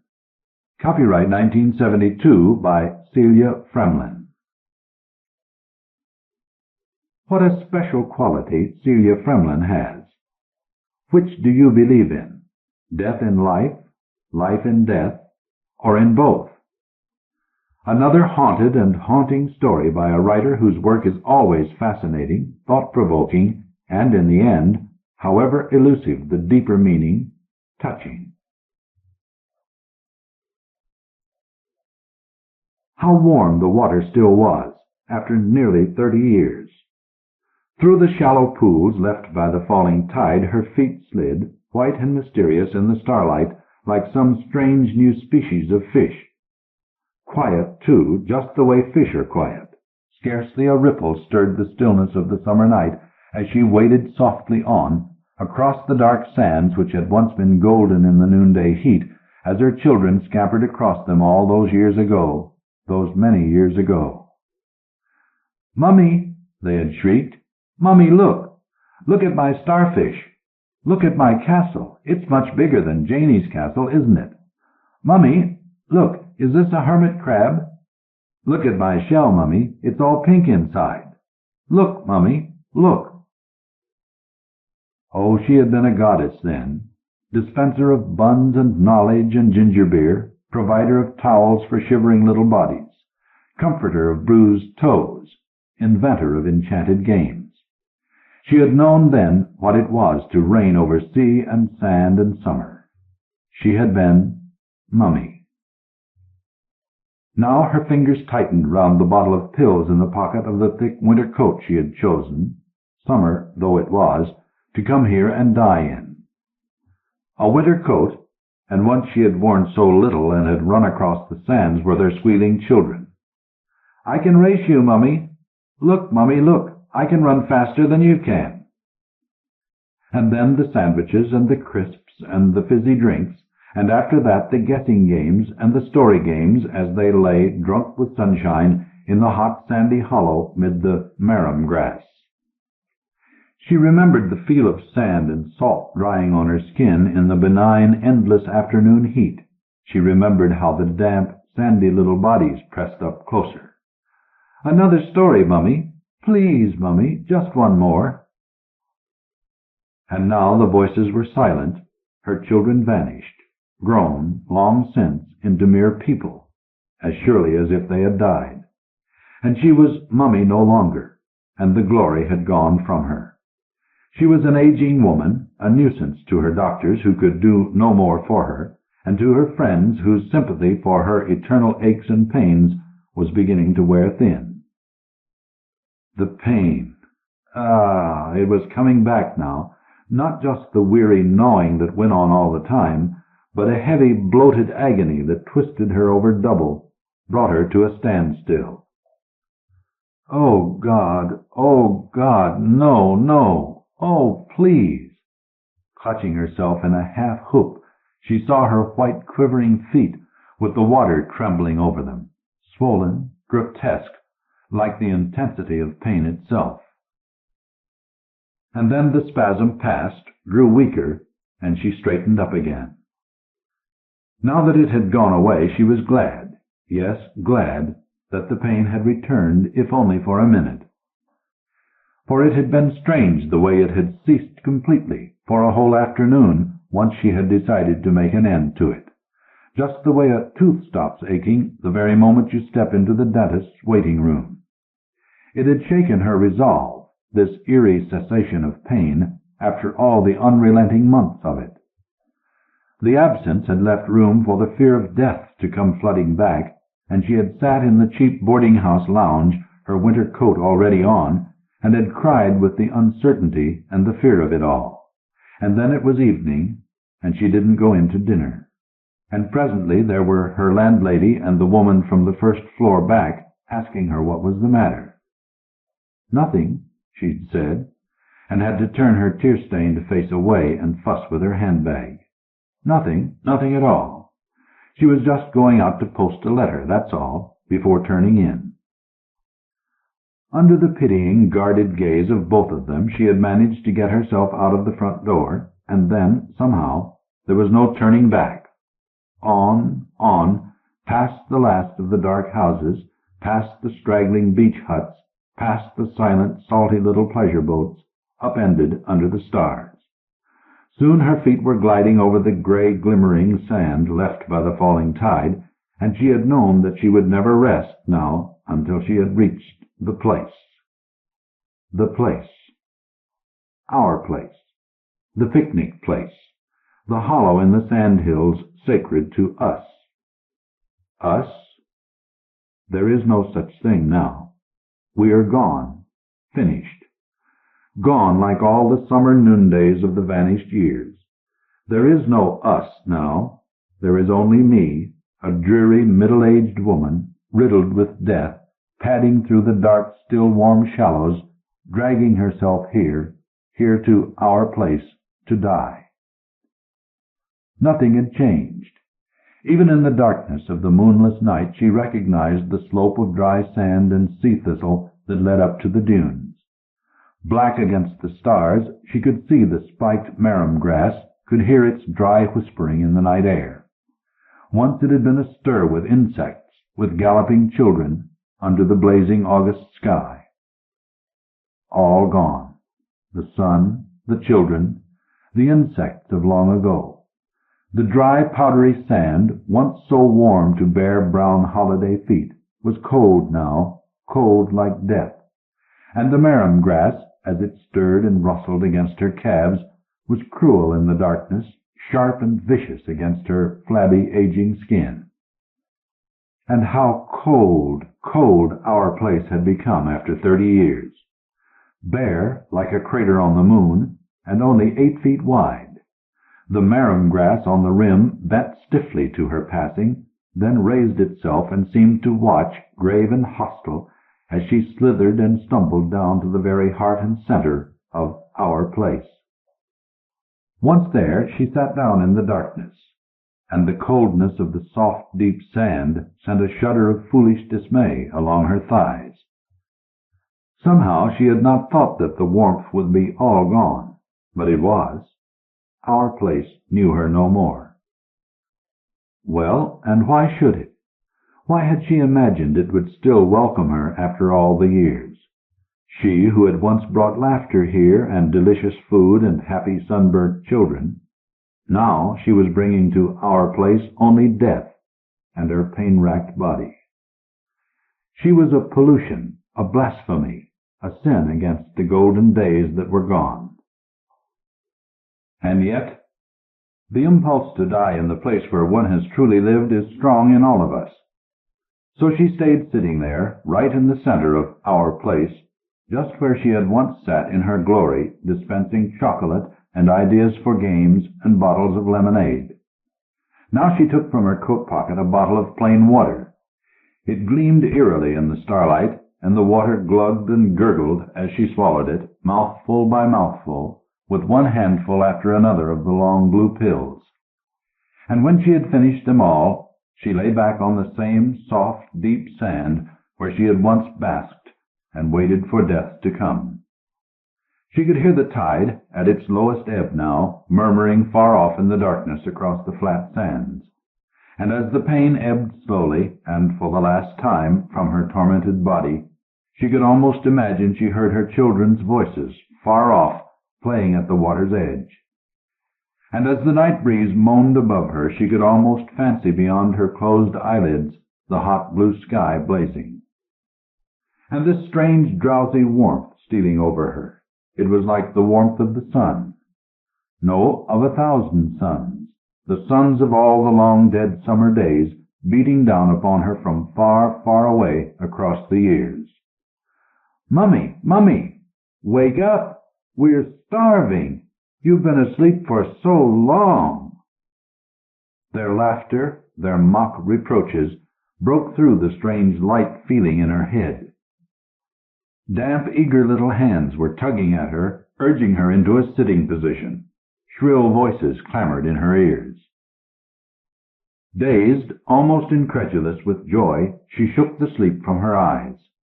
What a ghastly dream! Thank goodness the kids wakened her before it had got any worse. For a few moments she lay still, ignoring their clamor, and gave herself up to the incredible sensation of being young, of having a body that was well, the miraculous, unbelievable sensation of health, of organs working exactly as they should, all of them, in magical, effortless harmony. "Mummy, you said we could have the picnic straight after our swim. You promised. Oh, Mummy, come on." And slowly, still dizzy with sun and sleep, and with a stupefying sense of relief, she scrambled to her feet, the dry, powdery sand scattering this way and that from her sun-warmed limbs. How marvelous her body felt, so strong, so lithe, and with only the ridiculous barrier of a bikini between it and the glory of the sun. And now she was standing up. And as she stood there, her littlest child, her very brown little 4-year-old, ran up, squealing with excitement. "Look, Mummy," she cried. "Look, everybody! I'm going to go bye-bye in the sand, like Mummy did." And so saying, she flopped down onto the patch of sand her mother had just vacated, then leaped up as if she had been stung. "Mummy, Mummy, it's so cold where you've been lying. Mummy, why is it so cold?" The Panic Button by Michael Gilbert. Copyright 1972 by Michael Gilbert. Mr. Calder and Mr. Behrens are back, and glory be they are still around. For this time they are involved in an affair in which the fate of the world, no less, is at stake. literally the fate of the world. Will there be a nuclear war? Will someone press the panic button that could result in the destruction of millions of human beings? Watch the moves and countermoves, and hold your breath. Mr. Calder first met Colonel Garnett in 1942 in the Western Desert. The colonel, who had commanded an armored regiment with such dash that it had lost most of its tanks, was doing a stand-in job as GSO-2 at Corps. He had acquired the reputation of turning up more often at the dangerous end than was usual with staff officers. Nevertheless, it did surprise Mr. Calder to see him at that particular time and place, seeing that the infantry regiment to which he was attached was about to do one of the things which infantry regiments dislike greatly. It was due, in 5 minutes' time, to advance over a stretch of open desert which was certainly registered by enemy mortars and was probably full of anti-personnel mines.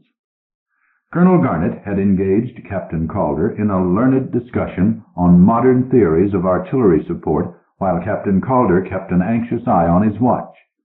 When the whistle blew and he climbed cautiously out of the line of slit trenches, he was staggered to observe that the colonel was climbing out with him.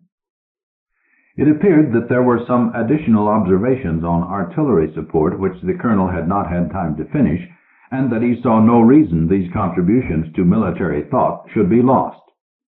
Just exactly, as Mr. Calder said afterward to his CO, as though we were out for an afternoon stroll. And the odd thing is that the mortars didn't open up, and if there were any mines, we at least didn't step on them. In fact, we had remarkably few casualties. When we reached our objective, the colonel said, "Well, I must get back, I suppose.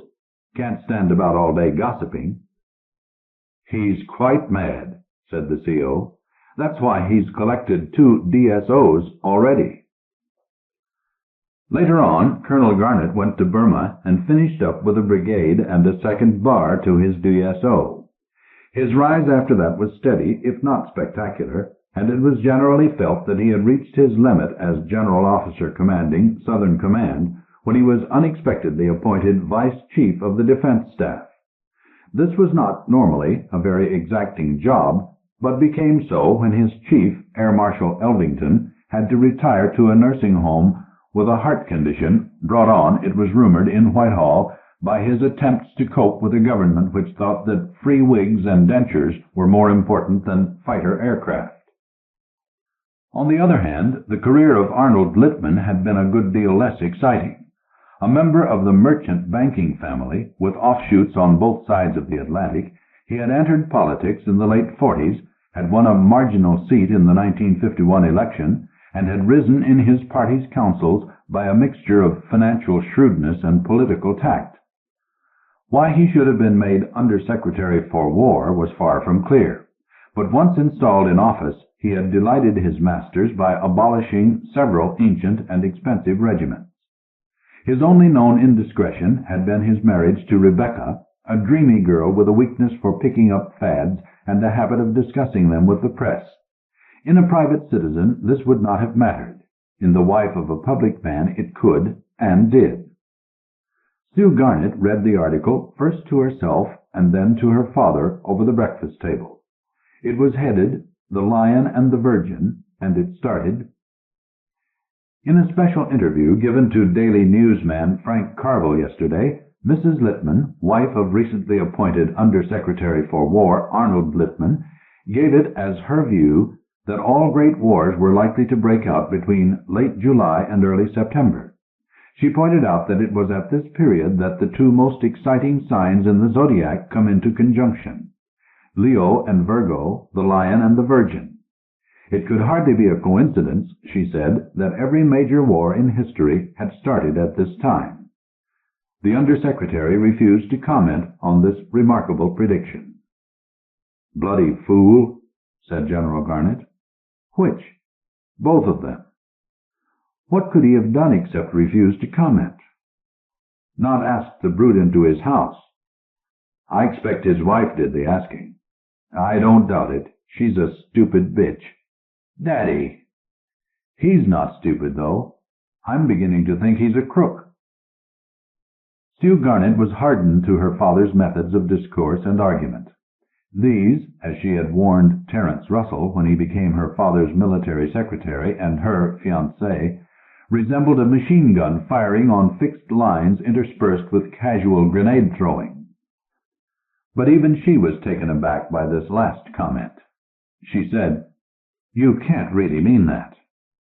"Can't I?" said the general, decapitating his second breakfast egg with the same zeal and expertise that he had once decapitated a Japanese officer with his own samurai sword. "What about that fight we had last month with the Americans over the ground-to-air ballistic missile? Our prototype was years ahead of theirs and a bloody sight cheaper. So why did we have to give them the contract?" "Well, why did we?" "If you want my guess, it's because Lippmann, or his associates, have got a big holding in the American company." "If you can prove it," said Sue, "you ought to do something about it. If you can't, you ought to be jolly careful about saying it. After all, he's your boss." "My boss," said the general, "is the Queen, and not a jumped-up jack in office who'll probably be Deputy Postmaster General next time they reshuffle the cabinet. Damn it, where's Terence? I want to see those papers before the meeting." "He's your secretary. You ought to know where he is." "He's your fiancé. You ought to keep him up to the mark, the idle young beggar. What are you laughing at?" "I saw your last confidential report. You said that he was a keen and promising young officer." "Are you aware, miss," said the general, filling his mouth with toast, "that you can be prosecuted under the Official Secrets Act for disclosing the contents of a confidential document?" "And did you know," said Sue unrepentantly, "that you can be cashiered for leaving them lying about?" "You never lock anything up. Anyone could read them. Our charwoman might be an agent of the Chinese Secret Service." The idea so tickled the general that he roared with laughter while trying to swallow the last piece of toast. In the middle of this complicated situation, the telephone rang. The general listened, spluttered, listened some more, and then said, "All right, I'll be there."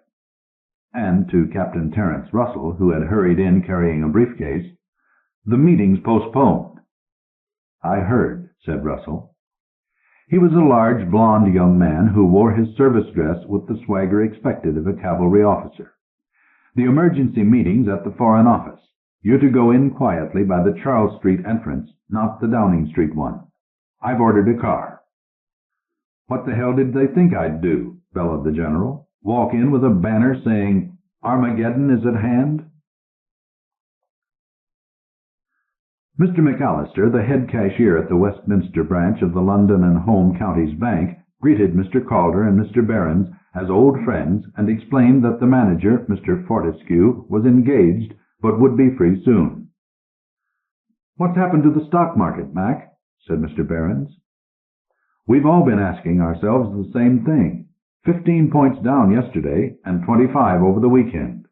We haven't seen anything like it since August 1939.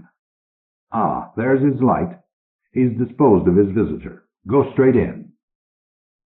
Mr. Calder had sometimes wondered how Mr. Fortescue disposed of visitors whose identities he wished to conceal. One never saw them come out. He concluded that there was either a hidden door in the paneling behind his desk or an oubliette in the floor. "I've not much time," Mr. Fortescue said. "I have to be at the Foreign Office at 11. If you have been reading your papers, you must have seen what is happening." "You could hardly miss it, could you?" said Mr. Calder. "What are we supposed to do about it? Soothe the shattered nerves of Lombard Street?" "The reactions of the city," said Mr. Fortescue coldly, "are not a cause of alarm. They are a symptom of it. The real reason for their uneasiness is that Interstock has started selling heavily." "Interstock?" "I'm not at all surprised that you haven't heard of them, Calder. They take pains to avoid the limelight. They're a group of people, based in Switzerland, who handle much of the floating money of the world. Their funds come mainly from Kuwait, Abu Dhabi, the Argentine, Greece, and South Africa. They are very large sums of money indeed, and Interstock's job is to keep them in an optimum state of investment. This means reasonably high interest rates, but above all, absolute safety. And they're selling us short, are they? They're not selling us short. They're selling us out. Where's the money going? Most of it to Canada. What on earth got into them? That is exactly what we have to find out. The most probable explanation is that someone has deliberately started a scare. There could be financial as well as political reasons for it. There's a lot of money to be made in a falling market if you happen to know when it's going to stop falling. Mr. Barron said, I have, as it happens, a wartime acquaintanceship with Grover Lambert. I understand he's the London representative of Interstock, but it's a fairly casual connection. Even if I could get in to see him, I can't think I'd get much of an answer if I just said, Why are you selling us out? I have often found that a direct question gets a direct answer. Only if backed by force. In some countries, no doubt, the authorities would string him up by his thumbs and prod him with a white-hot knitting needle until he volunteered the desired information. But we can't do that here. No, said Mr. Fortescue, no. His listeners thought they detected a note of disappointment in his voice. Arnold Littman said to his wife, I don't think you quite realize what you've done. I had to make a personal explanation to the cabinet this morning. It was accepted. As far as they're concerned, this particular episode is over. But people aren't going to forget it. In politics, it's fatally easy to pick up labels. Look at Winnie and Tony Pandy. In a few months' time, no one's going to remember precisely what happened, but I shall be permanently labeled as an alarmist. Rebecca Littman said, I'm terribly sorry, my darling, but was I really to blame? What do you mean? When I told that young man that I thought war was coming, was it me talking? I wonder. For God's sake, do you think someone was using me as a mouthpiece, speaking through me? And who do you think was speaking through you? It's a wild idea, but it did occur to me it might have been you. After all, if war was coming, you'd know about it, wouldn't you? Littman had stopped pretending to smile, and his blue-gray eyes were as cold as the snow-fed lakes of his fatherland. He said, I suppose you haven't by any chance passed on that interesting idea to the papers, too. Oh, Arnold, as if I would. Littman said, No, I don't think even you would be stupid enough to do a thing like that. Terence Russell and Sue Garnett were sitting on a bench in St. James Park watching the ducks. They, too, were discussing the crisis. Daddy's been very funny lately, said Sue. You know he promised me a month in Florence. The thing was practically fixed, and now he's backpedaling. It's almost as though he doesn't want me out of his sight, in case anything starts. Nothing's going to start. Well, that's a comfort, said Sue. If anyone knows, you ought to. I'm only a junior captain, said he modestly. You also happen to be military secretary to someone who is notoriously the least security-minded officer in the three services. Daddy doesn't just leave confidential papers in taxis. He discusses their contents with the taxi driver. Terence grinned and said, If you're not going to go to Florence, why don't we get married? Right away? As soon as possible. Have we enough money? I've a feeling we shall manage all right. Well, said Sue, it would be rather nice. Mr. Calder had not found General Garnett as hard to approach or as difficult to talk to as he had anticipated. The general had not pretended to remember him, but had greeted him as a former comrade in arms. He had also, clearly, seen his DMI file and was quite willing to talk. What we really want to know, sir, said Mr. Calder, remembering Mr. Fortescue's dictum about direct questions, is whether there really is a chance of someone pressing the panic button, or whether the whole thing's a manufactured scare. The general paused before answering.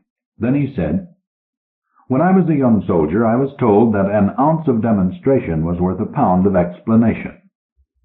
I was just about to make a visit of a routine nature. If you will come with me, I will try to convince you that although a nuclear war could start at any moment, it is extremely unlikely that it will do so." The staff car took them westward toward Holborn, then stopped in a quiet side street. The general unlocked a metal grill which led into a small concrete yard. On the other side of the yard was an insignificant-looking concrete building the size of a large tool shed. Using a second key, the general unlocked the door of this, and Mr. Calder saw that it housed an elevator. They stepped inside. The general pressed a button, and the elevator started slowly to descend. Mr. Calder looked at him. "How far does this go down?" 150 feet. The people who built them had to get through the London clay and into the rock." "There's more than one, then?" "There are 6 in the London area and 8 in the home countries. Here we are. Good morning, Sergeant Major. This is Mr. Calder. You have his clearance?" "Just came through by telephone, sir. Shall I open up?" "Please." The sergeant major evidently released some switch under his hand, and a steel partition behind him slid up. He then rose to his feet, saluted the general punctiliously, and ushered him and Mr. Calder in, remaining outside. Mr. Calder's first reaction was one of disappointment. He saw that the general was smiling. "Well," he said, "what did you expect?" "I don't really know," said Mr. Calder. "Masses of complicated machinery, shining steel, winking lights." "You've been reading too much science fiction. This is a communications center. The machinery it controls is all over the place, the Norfolk coast, Dartmoor, the locks of Scotland. This place is in contact with them all. Triple cable buried in concrete. That set of telephones links with the Defense Ministry and the Prime Minister.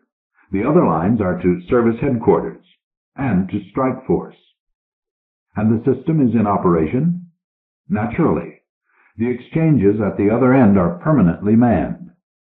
"And either of us could give the order for a nuclear attack right now, this moment?"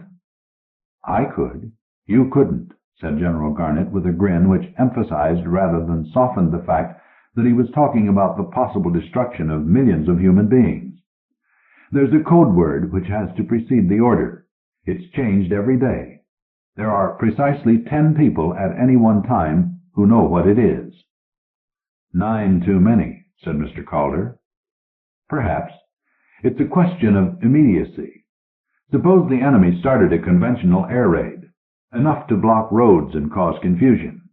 If only 2 or 3 men knew the word for launching counterstrike, none of them might temporarily be in a position to do it, and 10 minutes could make all the difference." Mr. Calder thought it was one of the most disturbing conversations he had ever had. He was not a man who suffered much from nerves, but the smallness of the room, the enormous physical presence of the general, and the 150 feet of earth on top of him were bringing on symptoms of claustrophobia. He said, "You talk about the enemy, General. Had you anyone in mind?" "Naturally. I mean the Chinese." This forthright statement took Mr. Calder aback even further. "Do you think they would?" "I put the point to Lippmann at the meeting this morning. Do you know what he said? He said, 'Their civilization is 2,000 years older than ours. Why would they want to destroy the world?' The only answer I could think of was a rude word beginning with B."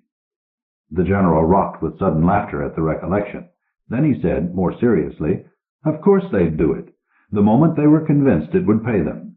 They're logical, a damn sight more logical than we are in the West. They know that the only thing that counts in world politics is results. Legality and illegality don't come into it. That's a conception confined to a country with laws. It cuts no ice in the international sphere because in that sphere there are no laws." The general continued, "If the Chinese could blast the rest of us off the face of the earth and get away with it, they'd do it tomorrow. The rate they're growing, they'd repopulate the world quick enough on their own. But they can't get away with it? Not as long as counterstrike is manned here and in the United States. Our detection apparatus is far more sophisticated than that of the Chinese. We could wipe them out, every mother's son of them.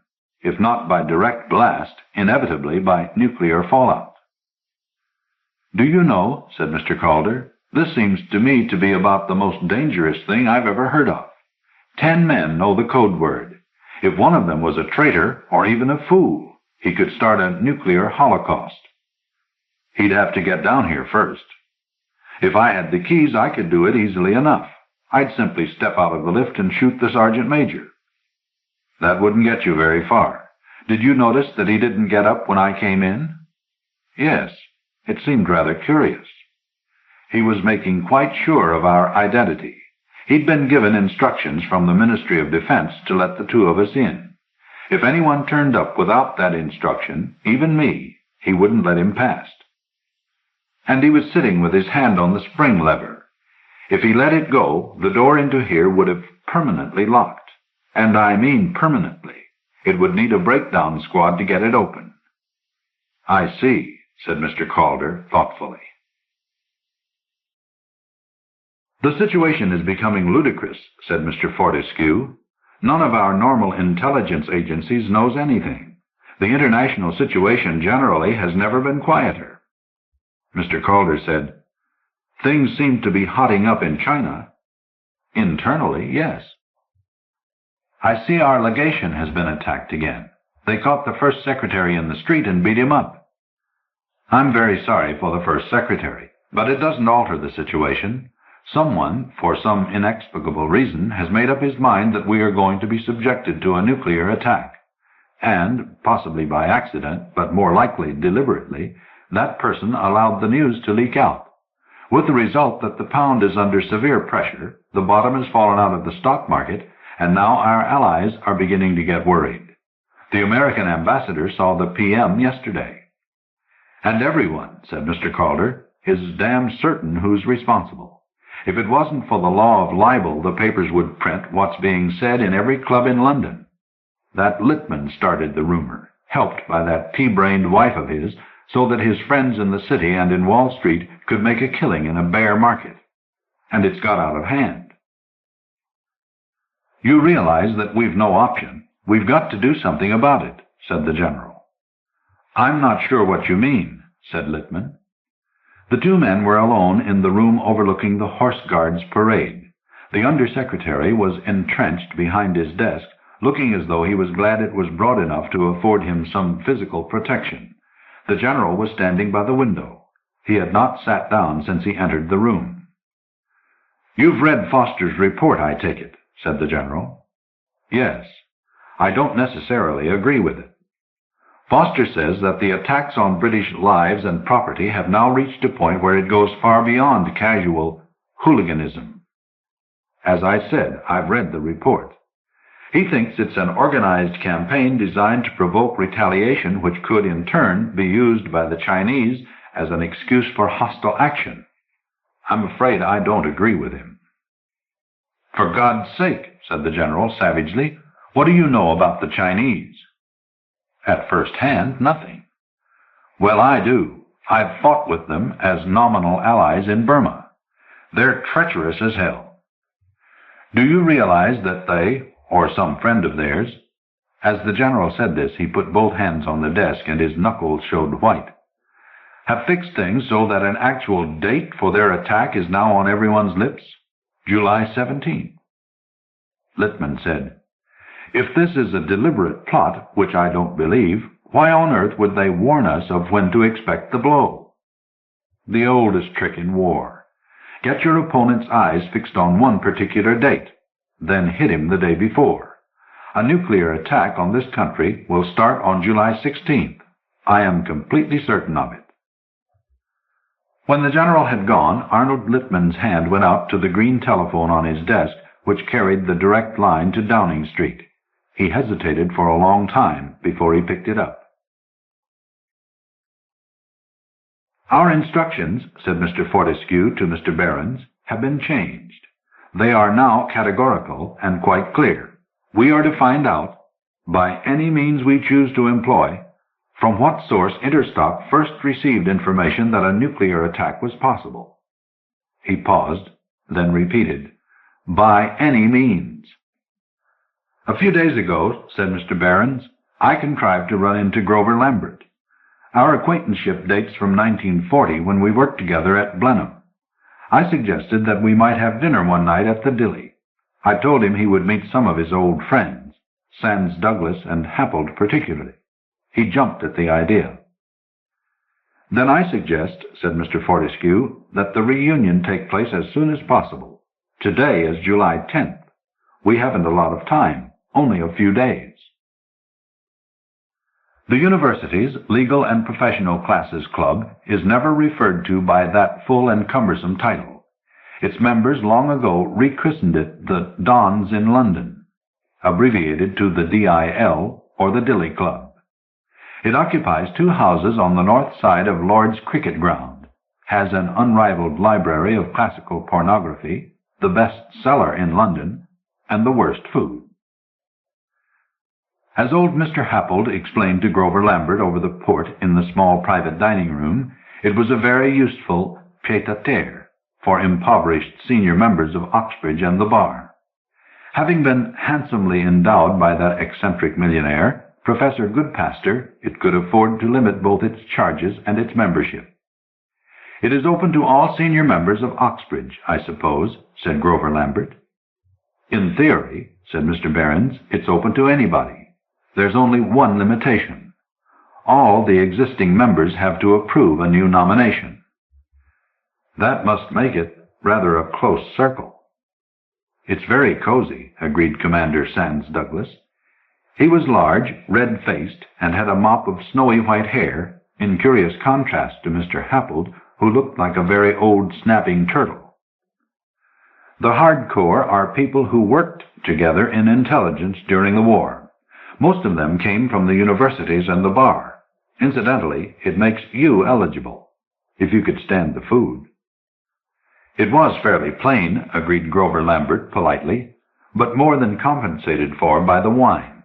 I think that Corton was the finest I've ever drunk. By the way, didn't I recognize your wine waiter? Applin, Sergeant Applin, when you were at Blenheim. Circulate the port, Behrens, said Mr. Happold. It's taken root in front of you. As Grover Lambert took up the decanter, his hand slipped, and he put it down, spilling a few drops. I'm sorry, he said. Stupid of me. It must be the heat. It is warm, agreed Mr. Behrens, studying his guest's face, which was now red and sweating. Would you like to sit outside for a moment?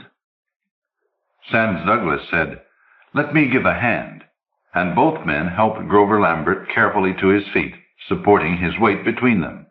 That weight became heavier as his knees buckled and his eyes turned glassy. Put him on the sofa, said Behrens. I thought for one terrible moment, said Mr. Happold, that he was going to upset the port. How long have we got? The stuff would normally knock him out for 15 minutes. Then he'd start to come round with nothing worse than a hangover. Better lock the door, said Sands Douglas. Applin wouldn't let anyone in, but we can't be too careful. What next? What I'm going to do, began Mr. Behrens. I say, prop his head up, would you, Happold? Is to put a regulated dose of scopolamine dextrin into him. It should wake him up enough to make him talkative, but not enough to remember things afterwards. Inject him, you mean? Good heavens, no, said Mr. Behrens. What's he going to think if he wakes up with his arm full of holes? It might get the club a bad name. No, the modern method is to inhale it. He was breaking a capsule under Grover Lambert's nose as he spoke. It's quicker and more effective that way. The unconscious man's eyelids fluttered. Mr. Behrens was perched on the couch beside him and said in a loud voice, Wake up, Lambert. You are Lambert. Grover Lambert. I am Grover Lambert, said the man sleepily. You work for Interstock. I work for Interstock. Your directors have told you to sell your British holdings. Sell British holdings. Why? Why are you to sell British holdings? War. Because of war. Who told you war was coming? Who told me war was coming? Who told you? said Barrett very sharply. The young man behind the counter in the travel agency looked superciliously at Mr. Calder and said, "I'm afraid we aren't allowed to give information about other customers." Mr. Calder leaned forward across the counter and spoke without heat. "You have a telephone. That is the private number of Scotland Yard. You can ring it if you wish and ask for extension 05. That is Commander Elf, head of the special branch. He will confirm my authority." "Well," said the young man uncertainly. "But if you hold me up for more than 3 minutes, I will have this branch closed for a week while we investigate your reasons for obstructing the police." "I'm sure I didn't mean to be obstructive." "Then answer my question." The young man turned to a filing cabinet behind him. His hand was shaking slightly as he pulled out a folder and opened it. He was not the first man to find Mr. Calder unnerving. He said, "General Garnett booked the ticket through this agency 2 days ago." "For his daughter?" "Yes. Air travel, London to Montreal, Montreal to Ottawa, rail to Petawawa. That's quite a small place outside Ottawa. I believe it used to be an army camp." "Single?" said Mr. Barrett. "Not return?" "That's right. We thought it a bit odd." "It would have been odder still if he had booked her a return ticket," said Mr. Calder, and left the shop without further comment. Mr. Fortescue looked at the calendar on his desk. It was held by a large white china cat with a blue ribbon round its neck, and it showed July 16th. He glanced at his watch, picked up one of the telephones on his desk, and dialed a number. The voice at the other end said, "CMP, duty officer. Please get Colonel Jackson." It took a few minutes to find Colonel Jackson. Mr. Fortescue said, "Colonel Jackson? Fortescue here. Send an officer and a sergeant. The officer must be of the rank of captain or above, to detain Captain Terence Russell. He's military secretary to General Garnett. You'll find him in his room at the Defense Ministry. The charge will be under the Official Secrets Act. I'll have the details in your office by the time you bring him back." "Good afternoon, Sergeant Major," said the general. "You look worried. Nothing amiss with your family, I hope?" "No, sir. Not that I know of." "I'm glad to hear it. Now, if you wouldn't mind—" The sergeant major looked even more worried, but remained seated, his right hand out of sight down by his side. He said, "You know the drill, sir. I'm not allowed to let anyone in, even yourself, sir, until I've had a telephone call from headquarters." "Quite right. But this is a surprise visit, to keep you on your toes." "I see, sir." "Then unless you think I'm an enemy agent in disguise, perhaps you'll be good enough to open the door." "I can't do it, sir." "Are you questioning my order?"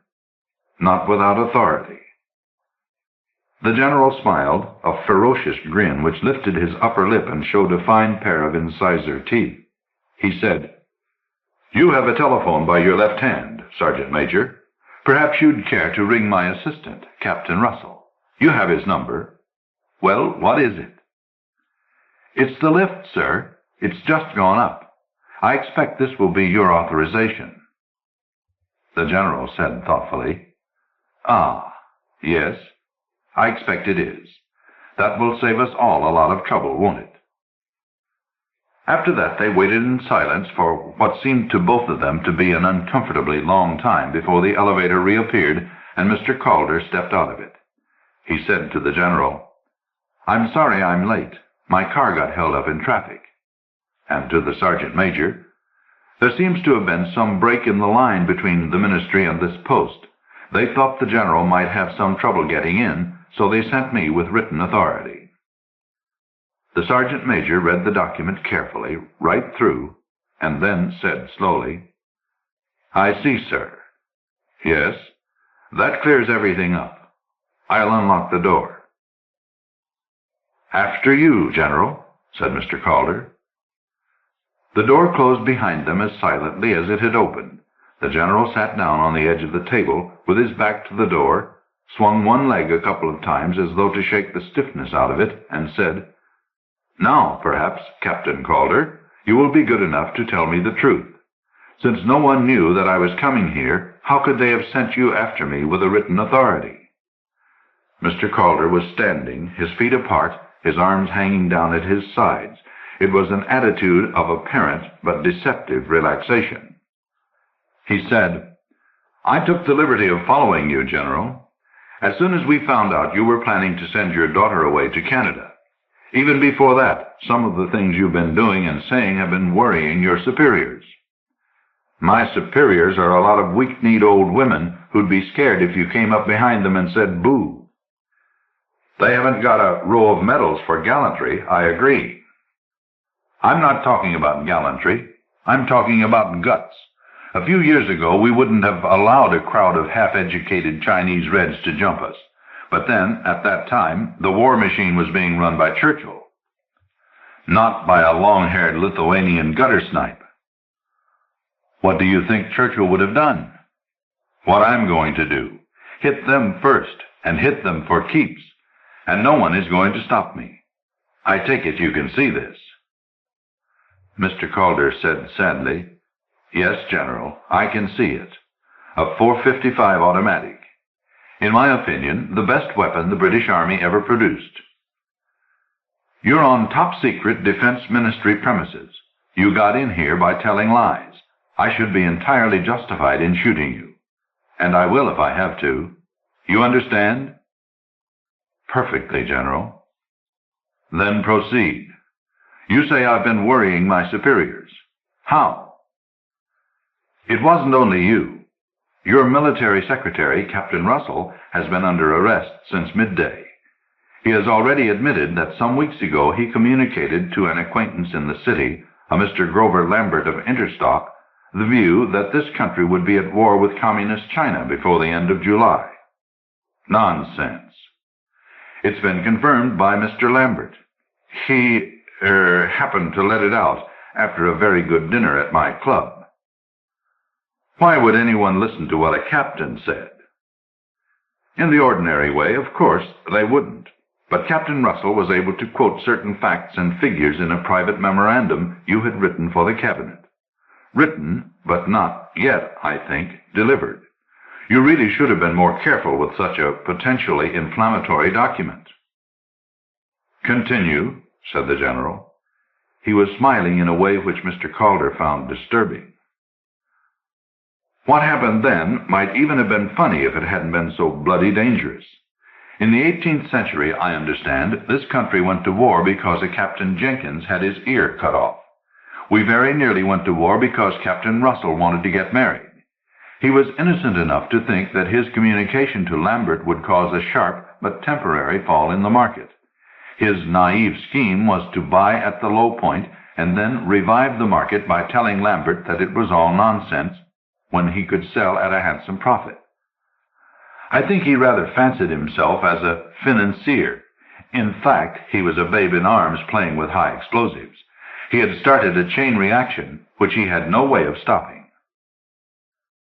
"I can't help noticing," said the General, "that while you have been speaking, you have been edging closer. If you come any nearer, I will shoot your right knee off. But do go on with your story." "What happened then is that the Chinese took fright. They don't understand a free press. When a senior war minister's wife foretold war in July, and then the big boys started selling their British holdings, they reckoned they could read the signs. They got frightened, and they got angry. They still didn't really believe we would attack them, but if we did, they were going to be ready to hit back." "I've always been told that you chaps had vivid imaginations," said the General. "You've made up a very good story. It might even convince a weak-kneed pacifist like Littman. But it doesn't convince me. You're completely wrong. This whole business started in China. It was worked out by them, from beginning to end, like a game of chess. Move and countermove. I'm not a chess player. That's why I'm going to kick the board over before we get to checkmate. Do you think you can stop me?" Mr. Calder was trying to do three things at once. He was keeping the whole of his apparent attention on the general, and he was watching the door, which had started to open very slowly, and he was also trying to work out certain angles and possibilities. The general had picked up the telephone. Still keeping Mr. Calder carefully covered, he lifted the receiver and spoke into it. Counter-Strike Headquarters. General Garnett speaking. Code word Cromwell. Action immediate. Full scale. I'll give you the countdown. 10, 9, 8. The door was open now, and the sergeant major was inside the room. He knew exactly what to do, because Mr. Calder had written it all down on the paper he had given him, and he had now had time to counter-check it by telephone. 7, 6. Mr. Calder noticed that sensibly the sergeant major had taken his shoes off and was moving in stockinged feet. The overhead light would throw no shadow. 5, 4, 3, 2, 1. The sergeant major whipped one arm round the general's throat from behind. As his gun went up, Mr. Calder plunged forward in a dive for the general's knees. Neither of them could have done it alone, but together they managed it. After they had lashed his hands and feet, the general spat in Mr. Calder's face and said genially, "It must be a comfort to you to know that you're too late. Nothing can stop it now." "Do you think," said Mr. Fortescue, "that he realized the telephone had been disconnected?" "I don't think so," said Mr. Calder. "But it's always difficult to know what a madman does grasp and what he doesn't." "When did you realize he was mad?" "In 1942, said Mr. Calder. "But I didn't realize how far his madness had gone. However, I'm very glad he didn't shoot me at that particular moment." "Why at that moment?" "I had an urgent telephone call to make to my stockbroker. You remember what you told us.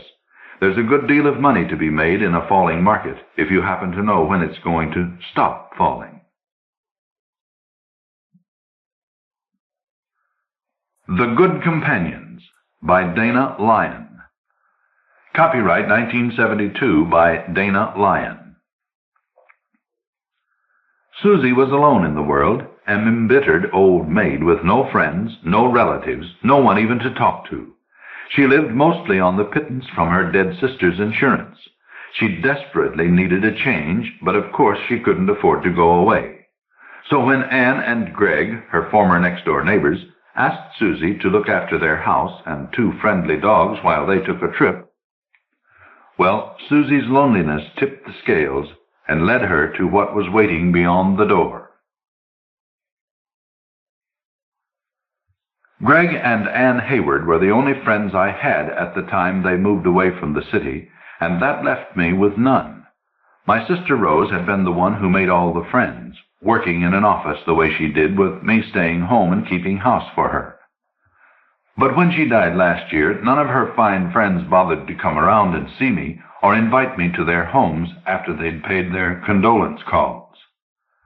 So there I sat, alone, living on Rose's pittance from her insurance and the remains of our father's legacy, until Anne and Greg moved in next door. And why they paid so much attention to someone like me, I'll never know. Maybe just because they were kind and felt sorry for me. Well, of course, I was kind to them, too, like the time I took Greg some of my homemade soup when he had the flu, and Anne was working. He was a writer, so he didn't have to go to work. And I guess some other times, too, though I can't place them. They were young folk in their late 20s, and they didn't have too much of a social life. They seemed to be satisfied just to be with each other, except they'd drop in to see me quite often, to borrow an egg, or use my phone if theirs was out of order, or chat a bit. I missed them badly when they left, but they said they couldn't stand the city noises any longer. They just had to get away, and they'd write. Anne wrote shortly after they'd left. Dear Susie, we've found the most wonderful bit of land, a little clearing in some trees with a tank house. The regular house burned down some time ago, on it, and real privacy. We're camping out now, but we're going to fix up the tank house until it's darling, and then you must come to visit us. Best, Anne and Greg. Well, I didn't hear from them after that for ages, and then along came a letter from them, special delivery. Susie, dear, we're about to ask a great favor of you, though we think you might enjoy it too. Greg has got to take a trip up north to see his family. His father is quite ill, and we don't want to leave the place alone now that we've fixed it up, especially our two darling dogs. Of course, we wouldn't leave them alone under any circumstances, but they hate the kennels where we take them occasionally when we go into the city, and they droop around for days afterwards. How would you like to have a little vacation here amidst the pines and sycamores, or whatever, in the company of two wonderful dogs? They are no trouble at all, are wonderful protectors and good companions. Do say yes, and let us know as soon as possible. Would have called, but we can't get a phone this far out. We'll be waiting to hear. Love, Anne and Greg.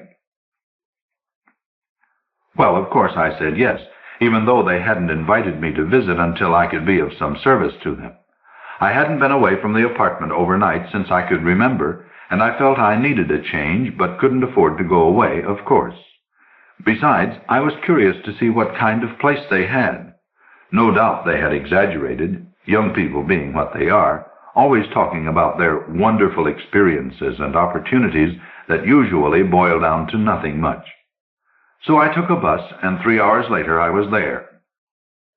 Everything was as they had described it.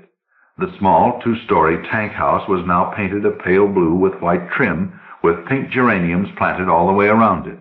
The small clearing, the pine trees rising in the distance. And the dogs, who were introduced to me as Rex and Regina, one a huge German shepherd, the other a small, prancing, beautiful collie. They came up to me while Anne and Greg looked on, smiling, and I reached out a hand to touch the big dog on his head. He had been standing there looking amiable, but now suddenly he changed, without seeming to move a muscle. There was something different and withdrawn about him, like a polite child you're going to kiss who doesn't want to be kissed. I turned to little Regina, who had been dancing alongside him, also seeming amiable. But she too had changed, although I hadn't made a move to touch her. It was as if she were blindly following the other dog's lead. Now, I can't say I don't like dogs, it's just that I've never had any experience with them, having lived in an apartment for the last 30 years, and I can't say my experience with other people's dogs has been too good. They always jumped up on me, or growled, or made messes in the wrong place or something, and I got so I couldn't help feeling that people who devoted their lives to their animals had something a little bit wrong with them, like not liking people but needing something to love. Anne showed me around. All you have to do, she said, is feed the dogs morning and evening, and they'll be happy. Oh, and keep their water dish full outside. Here's the dog door, a big square hole in the back door with a flap over it, where they can come in and out as they please. She laughed. We let them sleep wherever they want, usually in the living room, but they're very neat, perfectly housebroken. They don't claw the furniture or get it dirty, so they have their way with us. She paused. I hope you won't get too lonely here. The freezer is stocked with all kinds of food, and everything is in good working order. She led the way up the narrow spiral stairs and showed me to one of the 2 bedrooms, the smaller one, naturally, which was clean as a whistle and fresh with sunshine. You'll have to go through our bedroom to get to the bath. This place is so tiny, that's the only way we could manage a bath at all, she added apologetically. I do hope you'll have a good rest while you're here. If you want to walk in the woods, take the dogs with you. There's nothing to be protected from, really, but they're good company. Have fun. Later, the 2 of them waved goodbye and were gone in their little compact car, disappearing almost instantly through the tall, dark trees. There were plenty of things for me to do, as Anne had pointed out. Walks in the woods, a color TV set, although it could receive only 2 channels, but color. I'd always wanted one, but couldn't afford it. And there were shelves full of books in the tiny living room, also a small fireplace to sit in front of, during the chilly evenings. I roamed outside and poked around a bit. I could see trees spreading off in all directions with only a narrow dirt road leading to the highway, and I couldn't help wondering why some people have all the luck. I would have loved a home like this, well, just for summers perhaps, with a little car of my own and fresh air and country living. I couldn't help the touch of bitterness in me at the thought that people like Anne and Greg, so young and beautiful and free, with their lovely homemade house and beautiful surroundings, seemed to have everything, while I had nothing. I looked through the books in the living room and selected a mystery that was years old. I sat down with it but couldn't put my mind on it. Restless, I got up and went to the kitchen, fixed myself a can of soup and some buttered toast, then went back to the living room where I turned on the TV, and a whole new world opened up before me. I'd never enjoyed westerns in black and white, but now with the color, the landscapes, the mountains in the distance, all the blues and greens and yellows seemed to fill the room. I was lost in another dimension, far from the city and my dingy apartment and my colorless life as housekeeper for my busy sister, now gone. So dull since she died, so almost poverty-stricken. Again the thought came, why couldn't I have something like this, all my own? Then suddenly there was a dark shadow in front of the set, blotting out the picture, and I was frightened until I realized that it was Rex, the German shepherd, just standing there looking at me. Regina moved up beside him, and they both stared at me. What on earth, I thought, then glanced at my watch. 8:30. The windows dark now, no light in the room except from the flickering screen. Get out of the way, I said to the dogs, but they sat there, unmoving. Oh, good heavens, I suddenly remembered, I forgot to feed them. Anne had said, first thing in the morning you give each of them some canned dog food, and at 5 o'clock a dish of kibble. And now it was more than 3 hours past their supper time. I got some kibble out of the large paper sack under the sink, plumped down their dishes, then rushed back to the TV set. Next morning when I came downstairs, there was a horrid smell. On the living room rug was a mess that one of the dogs had left, and I can tell you I was furious. Anne had assured me they were housebroken. They sat and looked at me, and I could feel the contempt in their whole beings, an extension of what caused the mess in the first place, which enraged and frightened me at the same time. I picked up the nearest thing I could find, the hearth broom, and chased them out of the house. You nasty creatures, I yelled.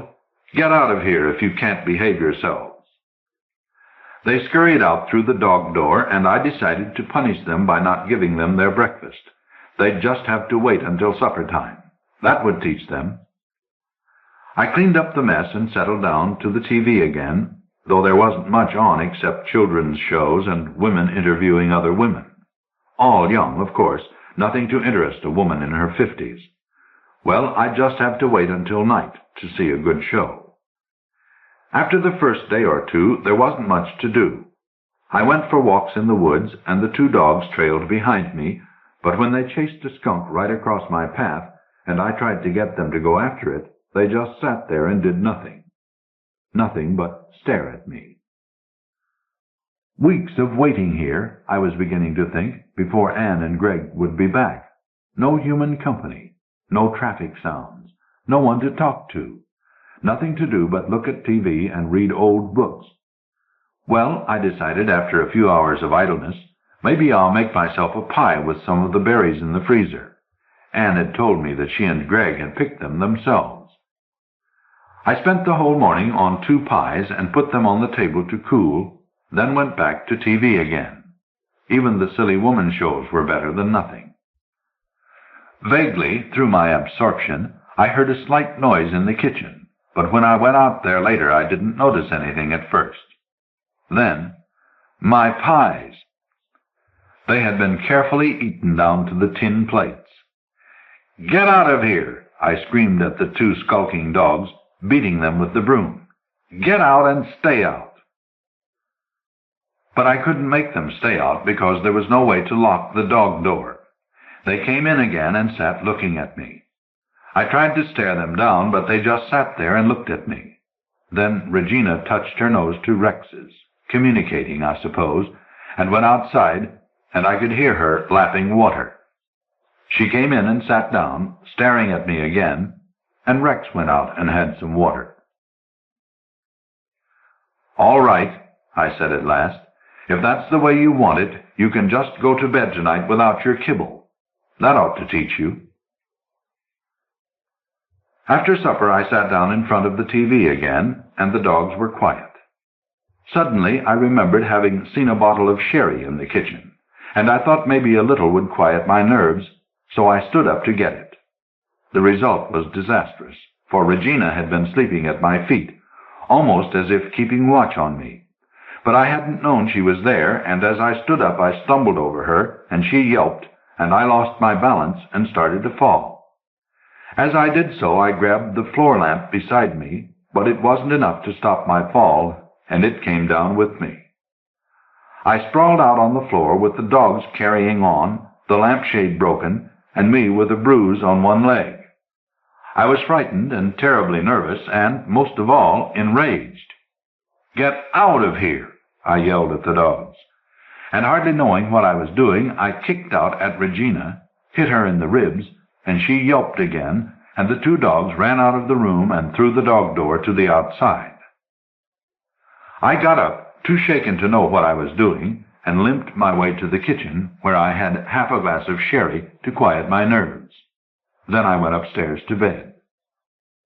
It was quiet during the night. Next morning, when I came down, the two dogs were waiting for me at the foot of the stairs, just sitting there silently, as if they had been waiting for me a long time. I was in no mood for amiability. "Get out of the way," I said, but they didn't move, and I started to go past them. Rex stirred slightly, and the way was blocked, so I stepped past Regina, but Rex was there too. "You crazy dogs! Don't you want me to feed you?" Again I tried to move past them, but they didn't budge. "Get out of my way," I said again, raising my voice. "Move out of the way." They didn't stir. I started to push past them, and now there was a long, deep growl, the first I had heard from Rex, and when I looked at him, his eyes seemed almost red. He pulled back his lips a bit, and I could see the long fangs. I tried to push past Regina. She didn't growl. She simply snapped her sharp little teeth together, and it made a dreadful sound. Now they inched closer to me. Now they were the aggressors, not I. Now they were not blocking my way to the lower floor. They were pushing me upstairs. "No," I said. "No. Good dogs, good dogs. I want to feed you. Let me come down." And I moved down the stairs again. But there was that little collie snapping at my ankles, and the big dog with the low growl in his throat. I moved back. This wasn't enough. Again the snapping and the growl until, step by step, I backed up into the hall above and was pushed against my bedroom door. The dogs were on both sides of me now. Growl, snap, snap, growl. And finally I was in my room, the door closed quickly behind me, and those two terrible beasts on the other side. Now I breathed more easily, though I was still shaken and trembling. Why hadn't Anne and Greg told me they were dangerous? How dare they leave me alone and unprotected with these dreadful creatures?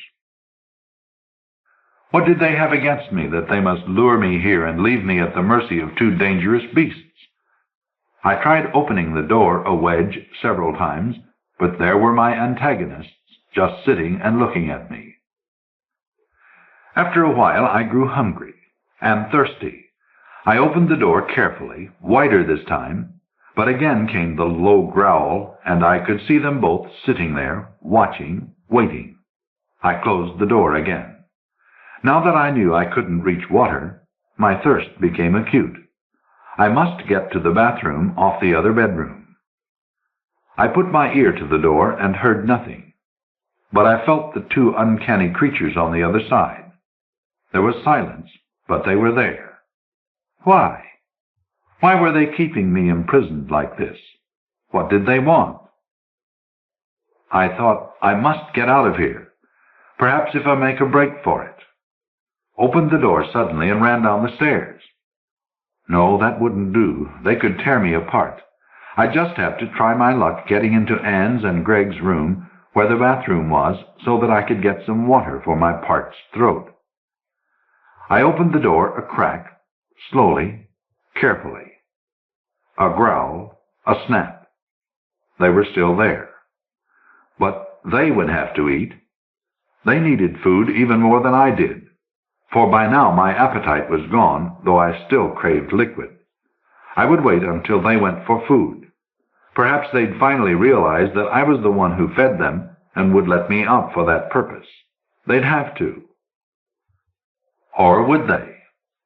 They surely couldn't get at the canned dog food, but now I had a sudden picture of the large paper sack of kibble in the cupboard under the sink, and the cupboard door did not quite close.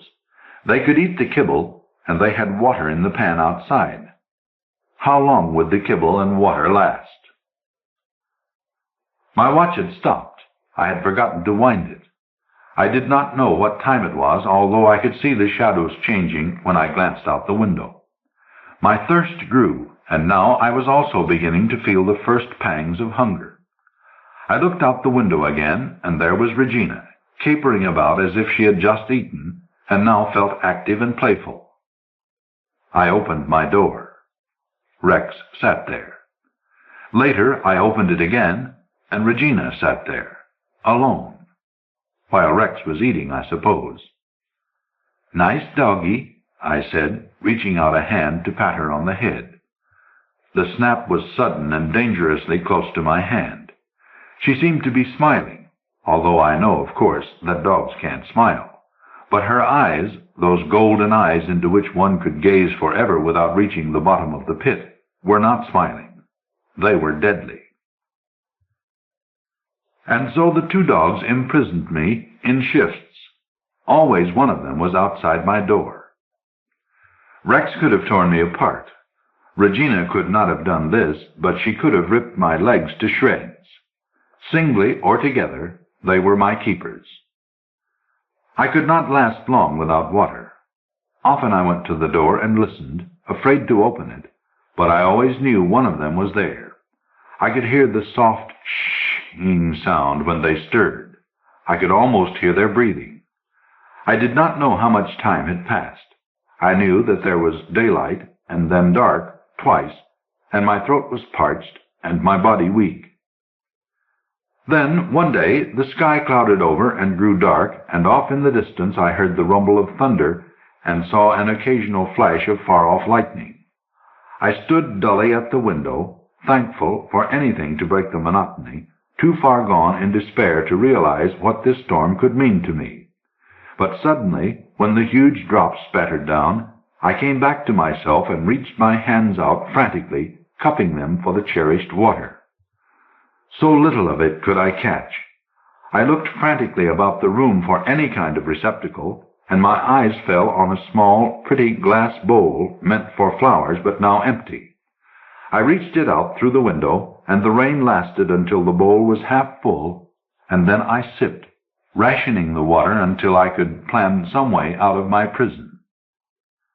Occasionally, when there was complete quiet beyond the door, I would open it a crack. But instantly both dogs, or one of them when the other was busy eating or drinking or exercising, would leap up and stand there, no longer growling or baring fangs, but looking like polite, well-trained pets, smiling at me, it seemed. Once I tried opening the door enough to let myself through, and I could feel, rather than see, the tenseness in their bodies, the preparation for attack, the guardedness that came over them when they sensed that I might escape.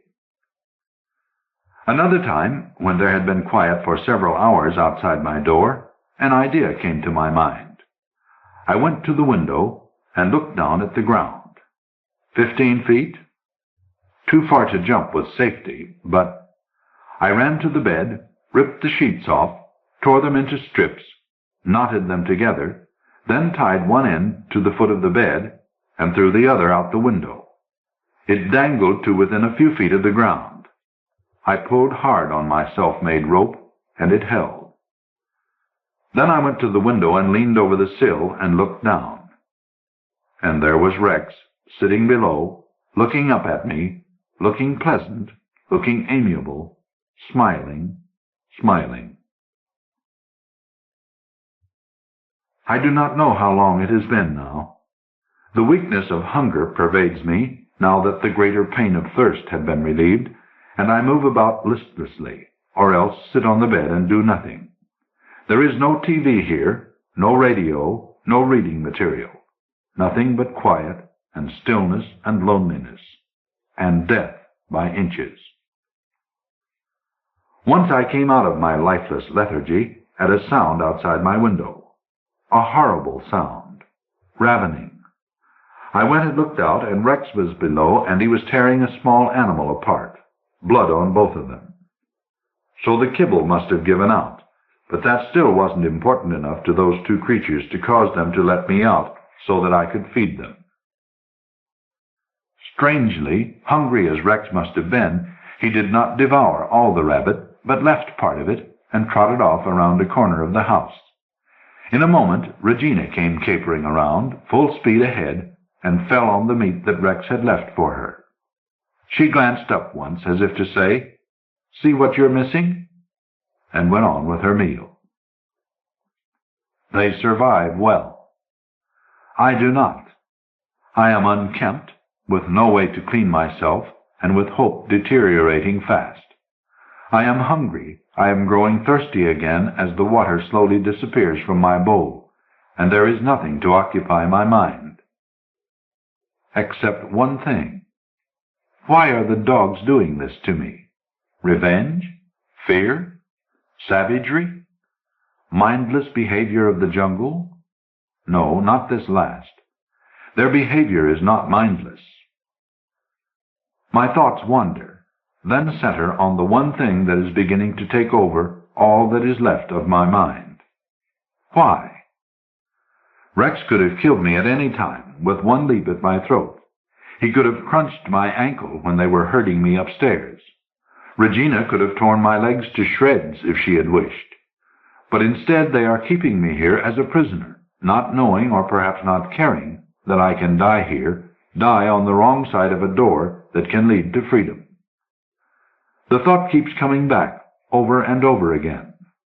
For what else do I have to think about? They could have killed me at any time, so why didn't they? Because they need me to feed them in order to keep themselves alive? No. They are managing without me. They can survive without my ministrations. They are totally self-sufficient.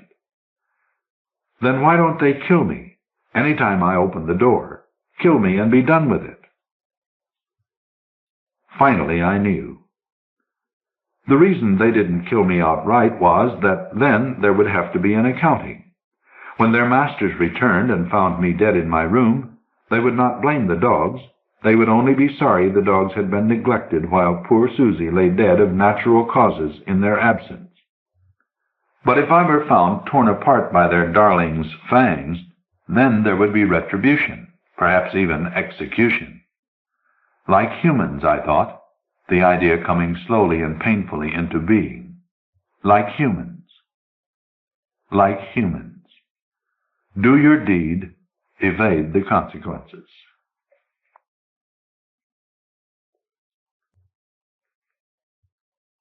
The Niece from Scotland by Christiana Brand. Copyright 1972 by Christiana Brand. What have you come to expect from Christiana Brand? Unobtrusive mastery of technique, interesting plots, a flowing, almost enthusiastic style, credible characters. Yes, all that and more. The more are rare ingredients, the unusual, the unorthodox, the out of the ordinary, and often the flick or even the whiplash of surprise.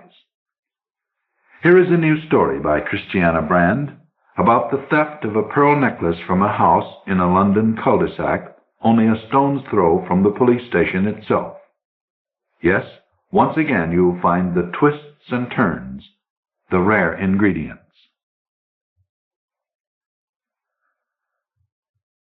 "Well, fancy meeting you again," the pleasant stranger exclaimed, all flattering astonishment.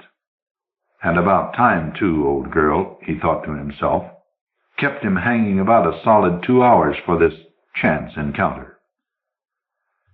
Gladys had first met him last week here in the Green Man at the mouth of the cul-de-sac. She'd been sipping a dry sherry before going home to cope with her ladyship, and he'd happened to sit down at the same table. Such a nice man. He'd seemed so interested in her. Thought her far too good to be just a housekeeper. Wanted to know all about where she worked and for whom. She'd soon found herself pouring out all her little personal troubles. If Gladys had a fault, it was perhaps that she was rather too unreticent about the problems of life with Lady Blatchett. And now here he was again, just dropped in for a quick one, and insisted on her joining him. "Well, all right, but I must be home on the hour. If I'm not, she locks the door and then hides the key, and by the time she's had a couple of drinks, she can't find it again, and I'm done for." "Surely there must be other ways you could just nip in. You've got the run of the place. You could leave something unlocked."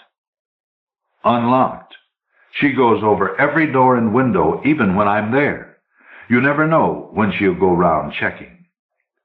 "If I wasn't there, I tell you," said Gladys, "the house is like a beleaguered castle."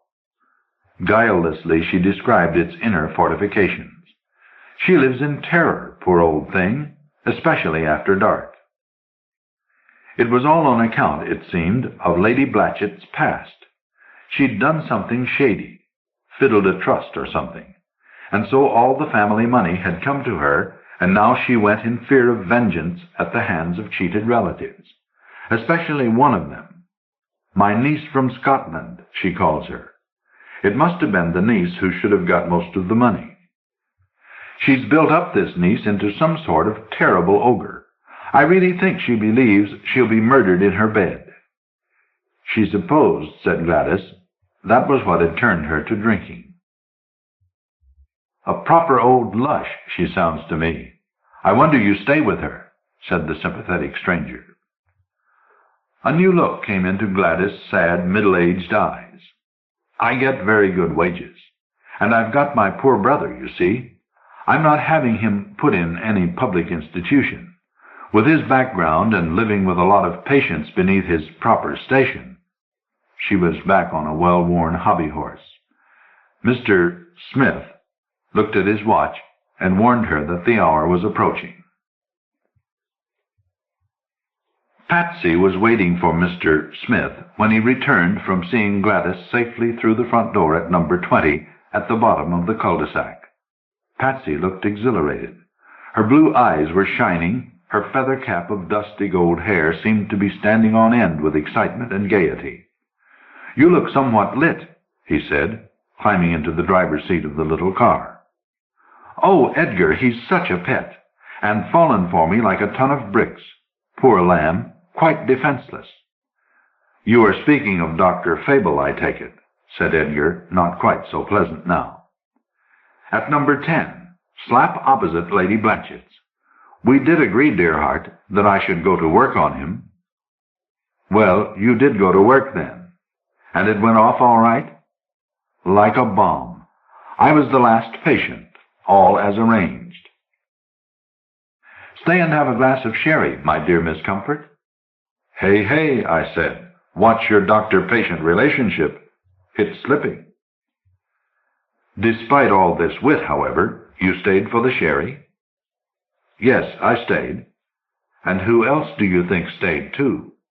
"The desiccated receptionist. Now, wasn't that a master stroke? I made her join us, and now I've got not one of them eating out of my hand, but two." She wriggled complacently in her seat. "So how's about the housekeeper?" Edgar told her his own news.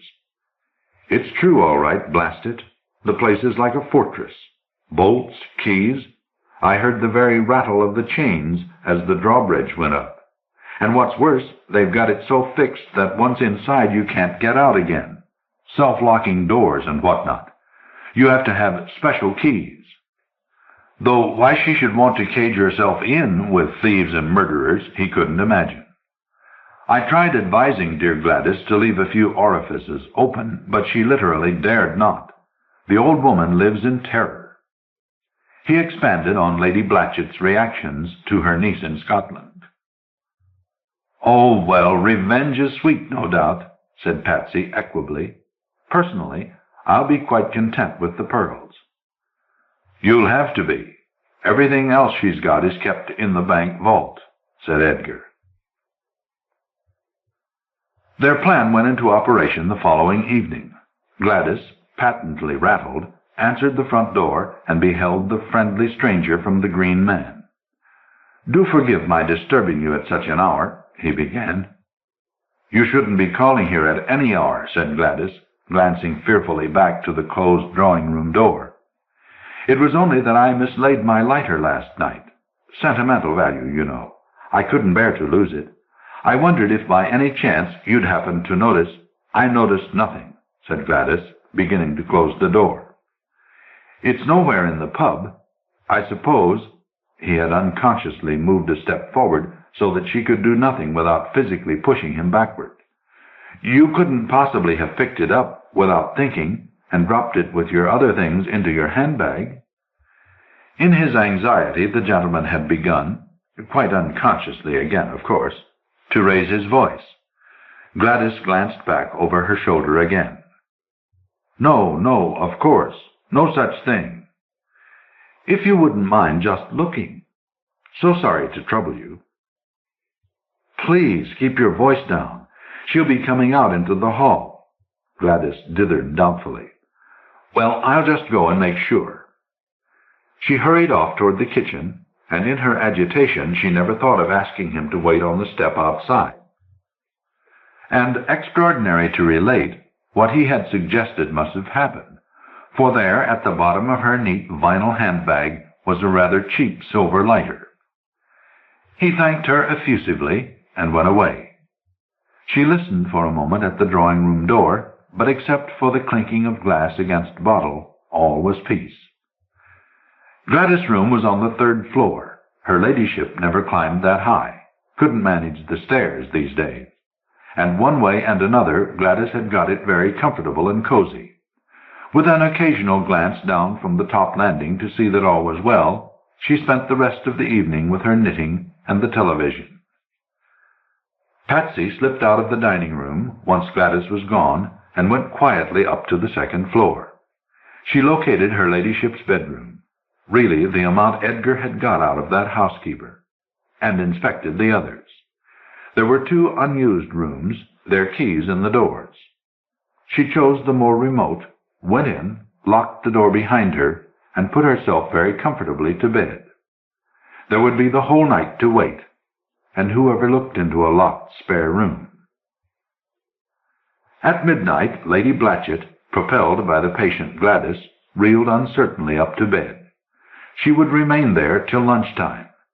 So Gladys had confided to her sympathetic friend in the pub. She never thinks I've got to get up after waiting up for her till all hours. Patsy did not hear them. She was snuggled up under the spare room eiderdown, deep in untroubled slumber. At 11 the next morning, Gladys, according to her custom, inched open the bedroom door and peeked in, before going to the kitchen for coffee and a biscuit. Lady Blatchett was still fast asleep and snoring. The pearls were kept under her pillow, but in her late-evening condition her ladyship hadn't been too careful about concealing them. Gladys could see their gentle gleam tumbled half out from under the crumpled linen. A choker of pearls, not many of them, and not very large, but perfectly matched, they said, of a wonderful quality and worth a small fortune. At that moment Gladys heard the milkman's knock and went down to the back door. Patsy had checked on this being settling-up day. Gladys would be kept occupied for several minutes. Gladys came back into the house to hear muffled squeals and the sound of her ladyship's bell ringing violently. Lady Blatchett had been shocked awake to find her head and shoulders enveloped in a tangle of draperies, and by the time she managed to get free to summon help, the front door had closed and the pearls were gone. Gladys spent some time in calming her ladyship's agitations, which centered largely on the threat of the niece from Scotland, and then she telephoned the police. The station was at the mouth of the cul-de-sac, just opposite the Green Man, and a constable on duty outside was able to report that though many people had gone in and out of the cul-de-sac in the course of the morning, in the few minutes since the theft of the pearls, not a soul had left it. Unless egress had been effected through one of the other houses, which on a rapid mental reconnaissance seemed most unlikely, it was safe to assume that both the plunder and the plunderer were still safely bottled up inside. A police officer made good time to the scene of the crime.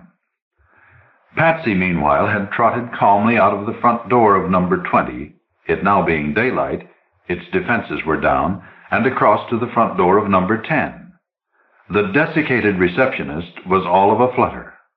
"Oh, Miss Comfort, you're early." "Am I?" said Patsy. "That's not like me. I'm usually late." "Well, you aren't due today until 11:30. "Oh, aren't I?" said Patsy. "Well, never mind. I'll just have to sit in your lovely waiting room and wait." She was at leisure, therefore, to observe the antics of the patient who emerged from Dr. Fable's consulting room 5 minutes later, and she could therefore describe them in full when the police subsequently made their inquiries. In the interim, however, she had been in to see Dr. Fable and assure that infatuated practitioner that her headaches were, alas, no better. He showed no marked distress at this information and agreed that she'd have to come back several times, for more treatment. Meanwhile, have you got another box of the pills for me like you promised? Oh, you are a sweetie. Lovely sample ones again, so I shan't have to pay for those either? He handed them over in their round white cardboard box, faintly rattling, the box plastic-covered and sealed. "It'll have to be a prescription after this, I'm afraid," he said. "That's the last of the lot they sent me. Let me know next time how much good they've done you." "I'll make it an evening appointment and scrounge another drink from you," said Patsy, cheerfully departing. "With you and your nice Miss Hodge," she added, just loud enough for nice Miss Hodge to hear. What with putting down her gloves on Miss Hodge's desk while she ruffled through her handbag for her diary, and riffling through the diary for a suitable date for the evening appointment, it was not surprising that when at last she left, in a near hysteria of jokes and farewells and thank yous, Miss Comfort should have forgotten to take her box of pills with her. She was making such good time up the cul-de-sac that Miss Hodge could not catch her. The receptionist put the box on her shelf, where it merged very nicely into the clutter of professional samples common to any doctor's office, and forgot all about them. The police intercepted Patsy at the mouth of the cul-de-sac. She was highly entertained to learn of the theft of the pearls from the house opposite the doctor's. "Just like on the telly," she said. "Weren't they all thrilled? Right here under the nose of their own dear little police station, in their own dear little cul-de-sac. Was she a suspect? Were they going to search her? She simply longed to be searched, only promised not to tickle."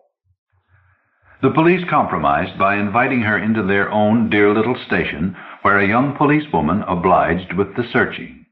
Neither Miss Comfort's charming person nor her handbag offered up anything of interest, except that, mixed up with the exotic clobber in the latter, there appeared a round white box of pills. The police broke the seal and glanced at the pills, even breaking one or two of them across, but they proved to be just pills. Since they showed so little eagerness, Patsy apparently thought it not worthwhile to mention that while one pill box now appeared in her handbag, another had been left behind on Miss Hodge's desk. Instead, she trailed a pretty little red herring. "I suppose the thief must have been the funny man with the medicine." "What funny man with what medicine?" "Well, he came out of Dr. Fable's examining room while I was waiting, but instead of leaving, he sat down while Miss Hodge was busy with the next patient and pulled a bottle of pink medicine out of his pocket and started taking it. I mean, poured it down his throat straight out of the bottle." Police interest perked up. The man was still in the station, having just come through, unscathed, a fairly thorough searching. Yes, and then he jumped up and went over to one of the pictures on the wall and began looking at it, terribly intent. I mean, sort of looking at the frame and feeling behind it in a funny sort of way. A frightful picture, too. Personally, I think Dr. Fable's got it upside down, poor love. Perhaps the man thought so, too. Anyway, he took some more medicine and then went away. The officers went away, too, legging it down the cul-de-sac as fast as they could.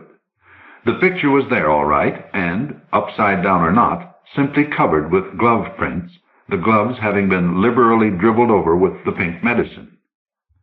Apart from these, however, it all proved unrewarding. There seemed little doubt about the genuineness of Lady Blatchett's loss. The police went about the busy elimination of suspects. Gladys, the housekeeper, had an unsullied 10-year record, and a further 12 years to her credit of faithful, if not devoted, service to her ladyship.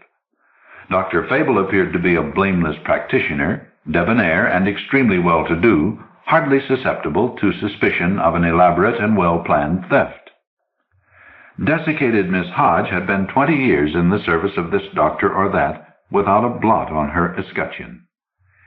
Inquiries in neighboring houses were in progress, of course, but meanwhile all that remained was the little clutch of patients, and one was Miss Comfort, limpidly innocent.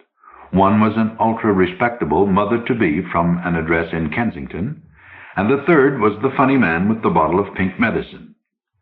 The police may be forgiven for concentrating with some intensity on the man, and since he had not gone at all into Miss Hodge's room, for saving the sanctum to the very last in their investigations of Dr. Fable's premises.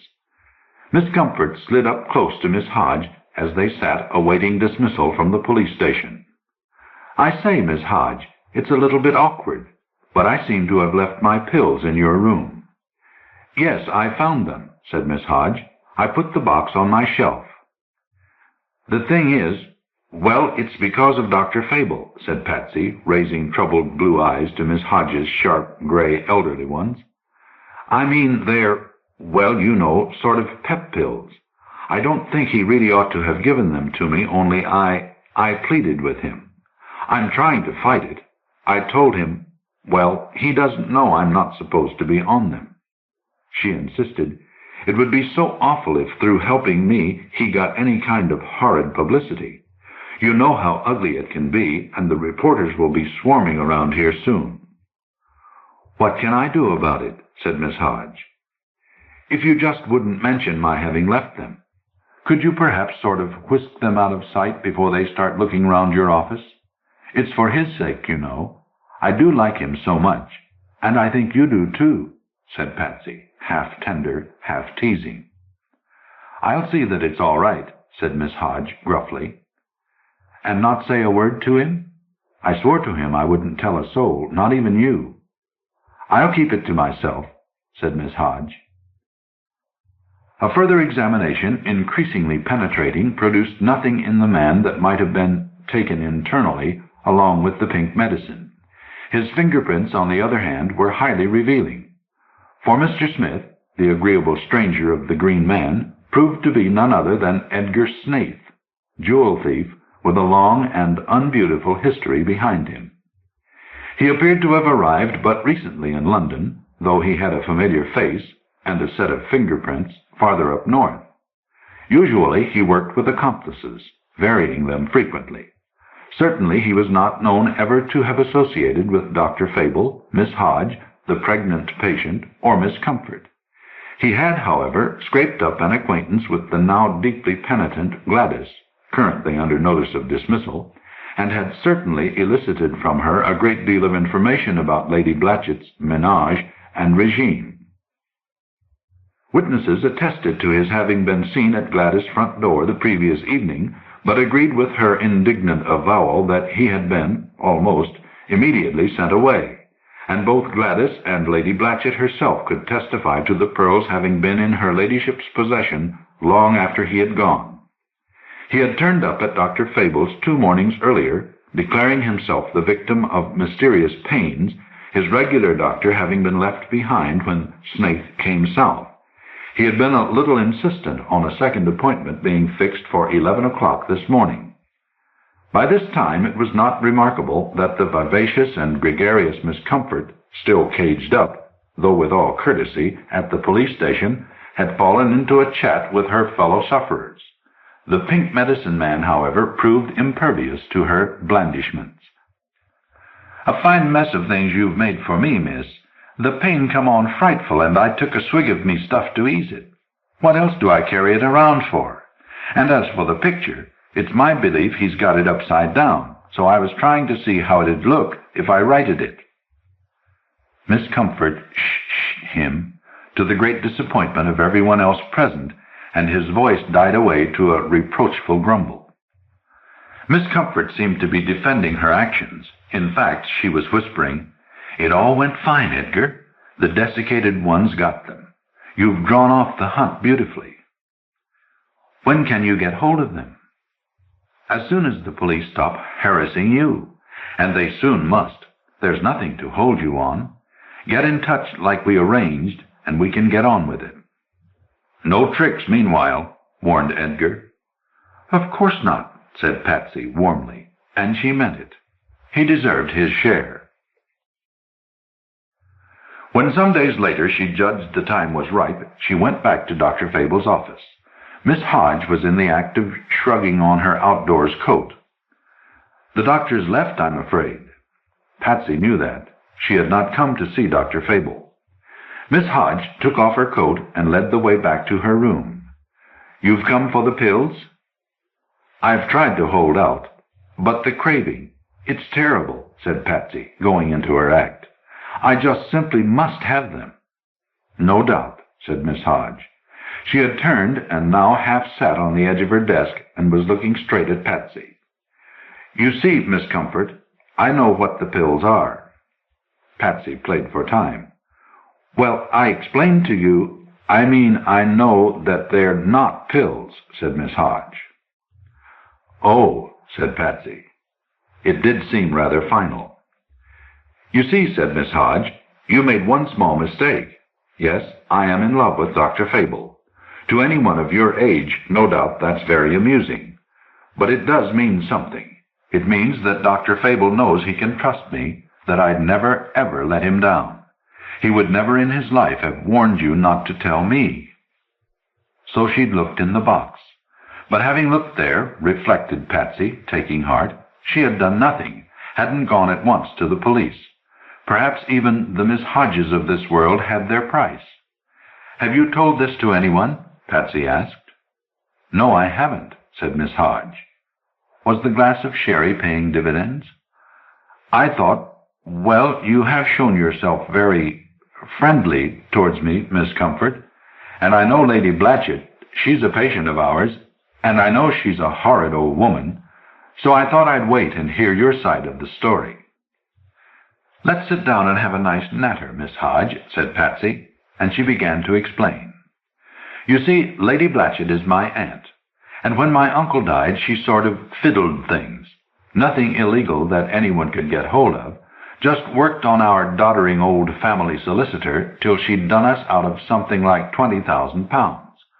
Well, that was too bad. But now my father's dead and my mother's ill. So beautiful she is, Miss Hodge, and still quite young, and so dreadfully ill. And £20,000, or 10,000, or 5 for that matter, might make all the difference in her living a little longer and living that little in comfort. So, well, one day our little house in Scotland was burgled, and I caught the thief. No one more surprised than I was, unless it was him, and I locked him up in a room. And then, instead of sending for the police, I had a little chat with him. Suddenly I saw that if I could bring in a professional, I might get some of my own back. And I do mean that, Miss Hodge," said Patsy, "get my own back. The pearls would be only a part of the value of what she's robbed us of. So we went into partnership. His name, no doubt you realize, was Edgar Snaith." And Patsy went off into fits of giggles describing the alternative plans she and Edgar had devised for drawing the fire of the police. "He's safe enough. He never touched the pearls, and they can't pin anything on him for drinking pink medicine and staring at a picture. Unless, of course, she asked, raising her sweet blue eyes, half alarmed, half smiling, you're going to give us away. You mean, said Miss Hodge, that I'm simply to hand over the pearls to you? Patsy half opened her mouth to propose a cut, but knew better and closed it again. Would you? Please, she said. Miss Hodge got up and fetched the round white box with its green lettering. She sat nursing it in her hand. Then she suggested pleasantly, 50-50? 50-50, said Patsy. 25% for you and the same for Mr. Snaith. The other half for me. Patsy made a wild snatch at the box. It was empty. I was expecting that, said Miss Hodge. She added that Miss Comfort need not worry. The pearls were quite safe, but not where Miss Comfort could ever find them. 50-50? said Patsy. Make up your mind, said Miss Hodge. Patsy's quick little mind shifted. She had spotted a discrepancy. Possession is 9 points of the law, she said. You have possession of the pearls. Why divvy up? Why not scoop the lot for yourself? I am not an habitual criminal, said Miss Hodge simply. I wouldn't know how to dispose of them. Impasse, said Patsy. Impasse, agreed Miss Hodge. And yet, not quite. Possession's 9 points of the law, said Patsy again, but the law will not allow you to keep possession of Lady Blatchett's pearls. Suppose I cut my losses and inform the police. You do just that, said Miss Hodge, growing alarmingly less desiccated every minute, and see where it will get you. It won't get me anywhere except one up on you, and if I can't have my proper share of the pearls, that'll do next best for me. 25% of what a fence will give for them. It'll be worth that much to me to see you doing time, and don't think you won't. You can say what you like to them about me. I haven't got them. I'm in the clear. They don't even know I know Edgar. But Edgar was at that house last night, and he was here the next morning. You wait till Edgar starts coming clean to the police, how you bribed him to take care of the sale of the pearls, which you'd already stolen on one of the old woman's visits here, replacing them with false ones. Perfectly easy while the doctor was examining the patient. You'd have told Edgar to look for them behind the picture frame, said Patsy, warming to her theme, and to swallow them down with some medicine and so smuggle them out. Patsy shrugged. Lots of holes, but Edgar will stop them up, never fear. He's a past master, is Edgar, at conning the police, and there'll still be nothing against him. He won't ever have touched the pearls. He'll tell them you have them, and that'll be true. And against me, also nothing. Except, of course, said Miss Hodge, that the most casual inquiry will reveal that you are the niece from Scotland, with a grudge against Lady Blatchett, and a well-founded conviction that whatever she possesses is rightfully yours. Oh, that, said Patsy. No dice there, I'm afraid, love. You didn't really fall for that, did you? Well, no, said Miss Hodge. You cooked it all up on the spur of the moment from what poor Gladys had confided to your friend Mr. Snaith. You thought such a story must surely win my sentimental spinster's heart, and that I'd turn over the pearls to you. But you didn't believe it? Lady Blatchett is an old woman, said Miss Hodge. So odd for her to have a niece of your generation, especially as your poor dying mother is still so young. She smiled at Miss Comfort with the smile of a crocodile. So much more likely, don't you think, that the niece from Scotland is by now at least a middle-aged woman? Miss Comfort saw the light immediately. Like you. That's right, my dear, said Miss Hodge. Like me. The niece from Scotland, obliged to earn her own living, wangling herself at last with her excellent references into a position where she might observe the old aunt at close quarters, might even ingratiate herself into her favor. The older one became, the more frequent one's visits to the doctor, chosen because his office was so conveniently just across the way, and the more necessary the attentions of the doctor's kindly receptionist. Miss Comfort bowed to necessity. "You are the niece from Scotland." "And you are a professional thief," said Miss Hodge, "and that's that." She rose, dusted her charmless dress. "So I think 50-50 is a very fair division." "Where do we begin?" she said. At number 20, Lady Blatchett rang the bell for Gladys. She continued a serial lecture on the sins and follies of careless talk in public. "But I have decided, after all, to retain you." Gladys was not exactly astonished. Not for nothing had she made herself indispensable over all these years. She said, "Thank you, my lady.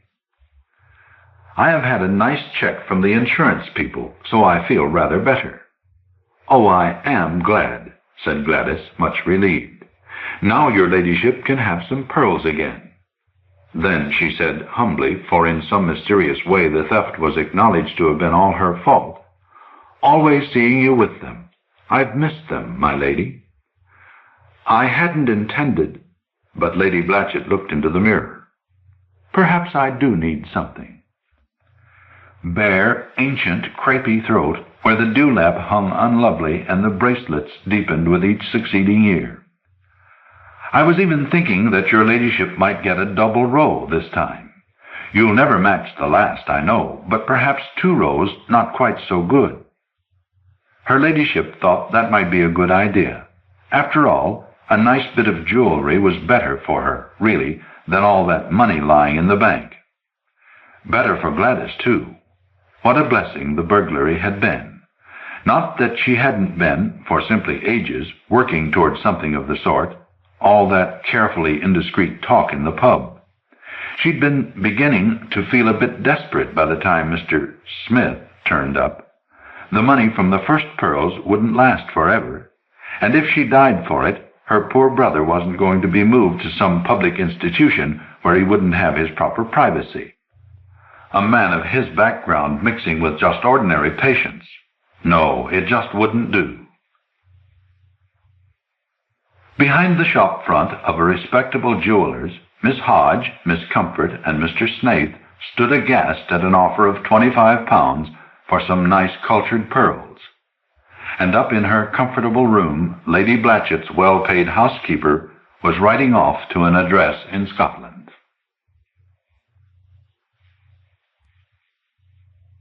The Resurrection Men, as told by James Boswell, spring 1776. By Lilian de la Torre. Copyright 1972 by Lilian de la Torre.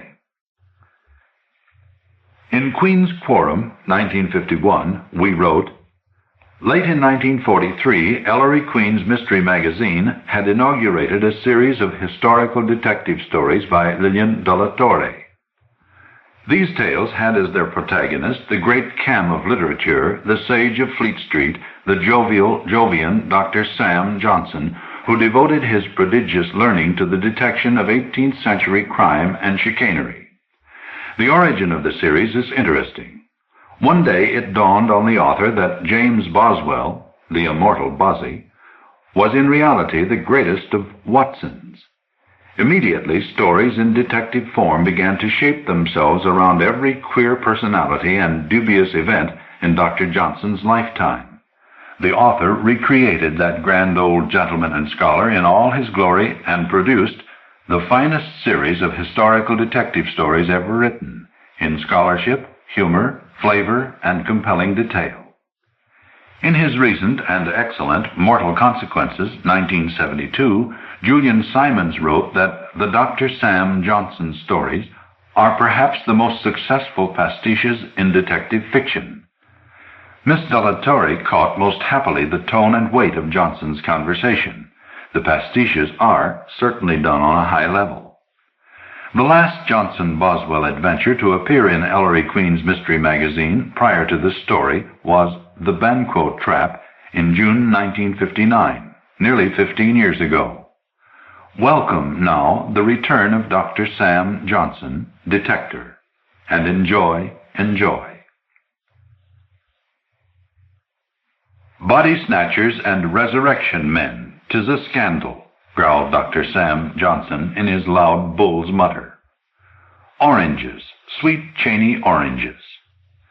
The call of the orange girl rose, filling the theater in the interval between the tragedy and the afterpiece. 'Twas at the afterpiece that my philosophical friend had taken umbrage, for it was announced as the resurrection of Harlequin dead men, a theme which Dr. Johnson considered both sacrilegious and inopportune. What are these mountebanks thinking of, he demanded, to give us another dead man, when the whole town reeks with the grave and the vault, when ghouls and resurrection men lift our dead from the earth, shuddering, to be sacked and carried off by night, and carved like mutton by the anatomist in the morning. Oranges, sweet oranges. The orange girl was before us, a trim little piece with a dimple beside her bee-stung lip.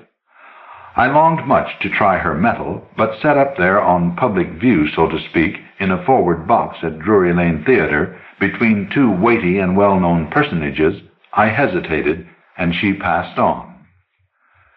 Dr. Sam Johnson, burly and broad, his little brown wig clapped carelessly askew on his head, was known to every tavern and tea-table in town as Ursa Major, the Great Bear, the Grand Cam of literature. Our companion, Mr. Saunders Welch, tall, robust, and powerful, with his snowy poll and his round, benevolent face, was recognized by the upper crust and the underworld alike as the incorruptible Westminster magistrate, second in command to the blind beak of Bow Street himself. Often had the world seen him leading the procession to a Tyburn hanging, black-clad, stately on his white horse, bearing his black baton of office tipped with silver. Nor was I flatter myself, unknown on the London scene. James Boswell, Esquire, of Auchinleck in Scotland, advocate and man of the world, chronicler of the detections of Dr. Sam Johnson, very much at your service. Many an eye from the stalls was marking my elegant bloom-colored attire, my swarthy visage set off by powdered clubbed wig, my genteel bearing and complacent air. And what does Bow Street, my worthy friend was demanding, to quell these grave-robbing scoundrels? What can Bow Street do? Rumbled Mr. Welch. These involuntary levitations of inhumated decedents. He paused impressively, for he loved to outdo Dr. Sam Johnson himself in the matter of sesquipedalian terminology. By which you mean digging up the dead? Suggested Johnson with a half-smile. Just so, sir, said Mr. Welch. We do what we can to prevent it. The vaults are concealed, but the resurrection men find them out. Coffins are sealed, but somehow come unsealed. Guards are set, but the resurrection men prove stronger. They are persistent, for the traffic is very profitable. The anatomist pays high for the fresh bodies he dissects. Too much of this, growled Johnson in revulsion. Harlequin dead man, pah! Let us go. I had got my friend to visit the theatre by promise of a tragedy of a moral tendency, The Distressed Mother, and now it was over he was little disposed to wait for the harlequinade. But I found myself reluctant to leave my bee-stung charmer unattempted. Do, sir, I persuaded, do sit on with us, for they say Mr. de Luterbourg backstage has outdone himself with his scenes and his transformations, his optics and his mechanics, his grand effects of light and dark. Well, well, I'll humor you, Bozzy. Let us see what this Dutchman can do. This complaisance enabled me to close with the pretty orange girl and privily purchase from her at an inflated rate not only a regale of oranges, but a rendezvous for a later hour at a bagnio hard by Covent Garden. I devoured my orange well pleased.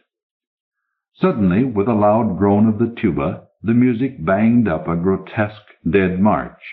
Salt box and cleaver beat time, and nimble fingers made the marrow bones to rattle.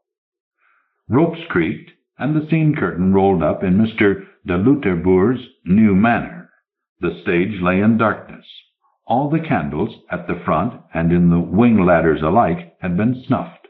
Only a large opal moon gleamed of itself in a black velvet sky. "'Tis some chemical substance makes it glow," observed Dr. Johnson, his interest engaged, for he dabbled in chemical experimentation himself. The Dead March swelled, torchlight appeared, and a grotesque funeral procession stalked into view. The children of the company, inappropriately attired as cupids, capered on first, scattering flowers. Harlequin's bier was borne on shoulder high under a diamond-checkered pall. There followed his friends and enemies as mourners, Columbine in her gauzy skirts supported by the noted Grimaldi as pantaloon, Clown with white-painted face wringing his flowery hands, and the rest of the farcical rout. Dr. Johnson snorted. He hates to be reminded that man, even Harlequin, is mortal. Harlequin, under his pall, was laid in his grave, that is to say, in the cauldron trap, depressed just deep enough, and the mourners footed it off to a quickstep. Boer's opal moon precipitously declined and set. In the dead darkness there was a stir. A sheeted figure, gleaming with a luminous moony glow, sat up in the grave. 'Twas startling. Ladies shrieked, men cursed in admiration. Then the figure straightened and stepped up. The glowing cerements were cast aside, and Harlequin stood before us, a skeleton. Every bone gleamed with that same mysterious moonlight glow, the palms of his hands shone, and where the face should have been shimmered the grin of a skull. "Bravo, Boer," muttered Welch. "Tcha," said Johnson, "black body hose and bright paint." The music struck up a weird melody. Right was Harlequin that night, and his dead man's dance was a triumph of loose shank bones and prodigious leaps. But Dr. Johnson, finding in it no moral content, could not sit still. When the foolery ended, we hardly stayed to hear tomorrow's bill announced, Venice Preserved and Harlequin Cherokee, before we escaped ahead of the press. Outside the theater, as usual, a mob of riffraff was gathered, chairmen, link boys, night-walking wenches, ready-handed rapparees, pimps, and pickpockets. Past us, as we left the playhouse, strolled a youth who engaged my regard, fresh of face, erect of form, lace-ruffled, clad in ivory brocade.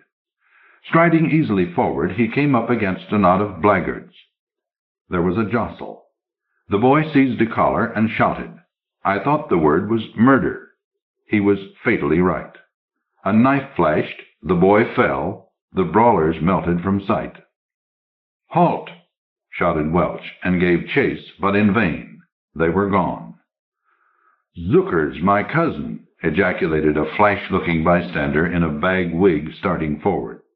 "He's in a fit. Quick, lads, bear him to the tavern."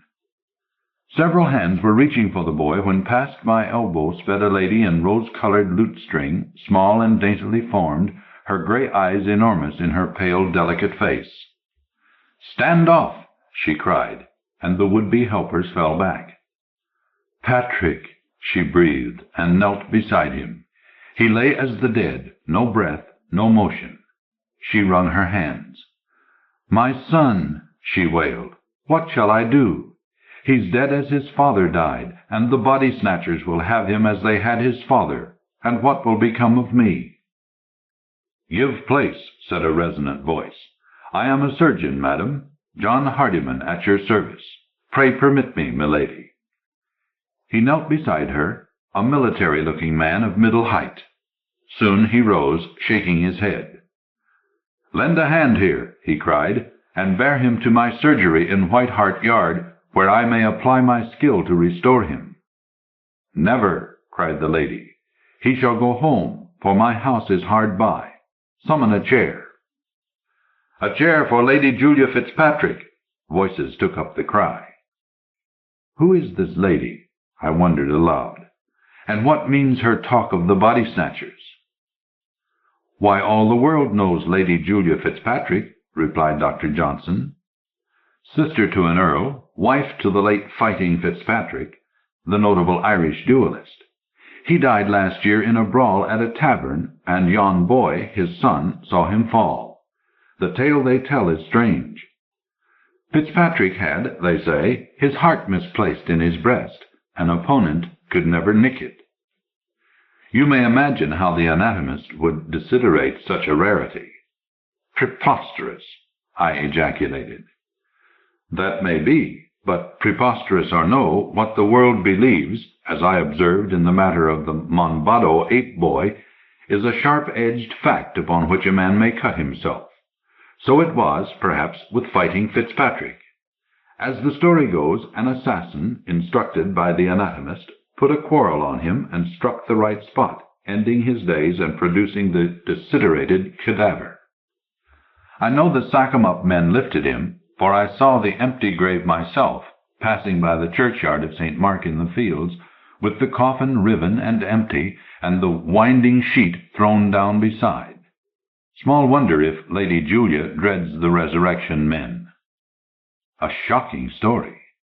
It is so, and who knows? If Fighting Fitzpatrick proved in fact an anatomical rarity, might not the same anatomist have a mind to have the boy on his dissecting table to see if such misplacement runs in families? As we spoke thus, two burly bearers edged a sedan chair with difficulty through the press. Many hands lifted the fallen boy, his brocades now blotched with crimson. The lady ascended the chair, received the inert form beside her. The half-door was fastened, and the chairmen heaved up the poles. The attentive surgeon walked beside. "Let us go along," said my benevolent friend with concern, "for I perceive this lady needs a friend." I followed along towards Covent Garden, but I had another kind of friend waiting in a bagnio there, and at Lady Julia's door in Russell Street I parted for the night. Frustration ensued. My little Cytherean with the dimple, after all, embezzled my gold and left me standing, no doubt following some deeper purse to a more fashionable bagnio, and thus she passes from my story. I went late to my lodging in an evil mood, slept but ill, and rose to melancholy. Then, when I called in Bolt Court, looking for the consolations of philosophy, Dr. Johnson was from home. Not until evening did we meet. We dined together at the Mitre. I was silent as to the perfidious orange girl, but over a mighty cut off the joint, my benevolent friend adverted to the tragedy at the theatre, and imparted something of its consequences. At my urging, he remarked with satisfaction, little Davy Garrick at Drury Lane has consented to lay upon the shelf the resurrection of Harlequin Deadman as long as the public is shocked by the doings of the real resurrection men. And what of the bereaved mother, Lady Julia? Calling in Russell Street, I found her resolved that these ghouls shall not have the remains of Patrick. She fears that they may snatch him from the very house of mourning, and perhaps justly so, for certain it is that it was a body-snatcher's trick, almost successful, when yon bravo in the bag-wig claimed kin, and would have carried him off but for Lady Julia's arrival. She is made wary. The body has been shrouded and coffined, and the lid made fast by her own hands. The wake is in progress, and in the morning the body will be consigned to earth, to be kept under strong guard while the cadaver is fresh. Pah! It destroys the appetite. My sturdy friend, falling silent, applied an undestroyed appetite to the demolishing of a toothsome veal pie. I lent a hand. Not till it was consumed did he lean back with a sigh. "Come, then, Mr. Boswell. We are expected at Lady Julia's." "What, sir, will you make one at a wake, and join in the pillaloo or Irish howl?" "I will do more than that for a distressed mother." We found Lady Julia's house decked in deep mourning. Sable crape draped the doorway and muffled the knocker. The door was opened to us by a sombre-clad footman with a pugnacious bog-trotter's face, and we stood in an entrance hall hung from ceiling to floor with rich mourning trappings laced with silver. From within sounded the low moans and loud howls of the Irish pillaloo. Dr. Johnson, Mr. Boswell, your servant." It was the undertaker, swelling and grand in black broadcloth. "What? Good Mr. Blackstock, sir, yours." The man was known to us, for we had met at Dilly's under more congenial circumstances. Mr. Blackstock, the society undertaker, broad in the shoulder and short in the leg, had a face that reminded me of that pair of Greek masks, one broad grin alternating with a professional countenance of distress. He wore the latter now, mouth corners turned down and eyes turned up. "A sad occasion, sir," he intoned, "and," he added in a confidential murmur, "a strange one. These Irish are too much for me. No expense spared on trappings of wool." He glanced with approval at the costly velvet hangings. "Night made hideous by heathenish howlings." The pillaloo rose to a loud keen, wavered and fell. "No wax figure to display as in my father's time. No hatchment, no loved countenance preserved through my art, but shrouded, coffined, and screwed down in haste, and hugger-mugger off to the grave in the morning. I'll never understand the Irish." "Lady Julia is apprehensive for the safety of the remains," remarked Dr. Johnson. "And she has cause, sir, she has cause." Mr. Blackstock looked put about. "Most unfortunate, that, sir, last year," he muttered. "But I did all I could, the usual guards at the grave, spring guns, and so on, and so I shall again, with close supervision, too. Lady Julia may make herself easy." "I will tell her so," said Dr. Johnson.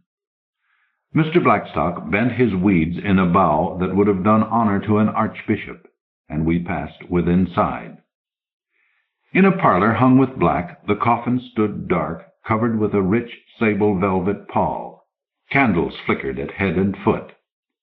Around it knelt the inferior Irish females of the household, tearing at their disheveled locks and ululating with a will. Even ladies of the better sort moaned into their pocket-handkerchiefs, and gentlemen stood by looking grave.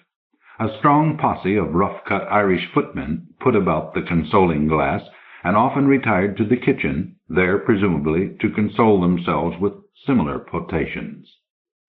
In all the hullabaloo, little Lady Julia sat erect, silent, dry-eyed, and grim.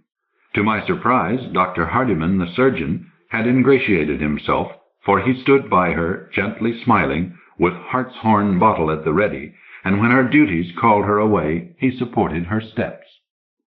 With doleful countenance, Mr. Blackstock tiptoed softly among us, distributing the trappings of wool. Elaborate weepers, white bows fluttering fringe, soon adorned every arm. Rich mourning garments were passed out, black chamois gloves, Italian crepe hatbands, silk mourning scarves, and the finest of funereal cloaks, black broadcloth from neck to heel and deep-hooded to hide the ravages of tears. Tearless, the bereaved mother submitted to be swathed in a long black crepe veil. As the candles paled with the waning of night, the bearers shouldered the coffin and bore it out in the gray of dawn. At the door 6 black horses waited with the hearse, of carved wood black-painted, and surmounted by a sooty solemn crest of tall nodding feathers. The coffin was slid in.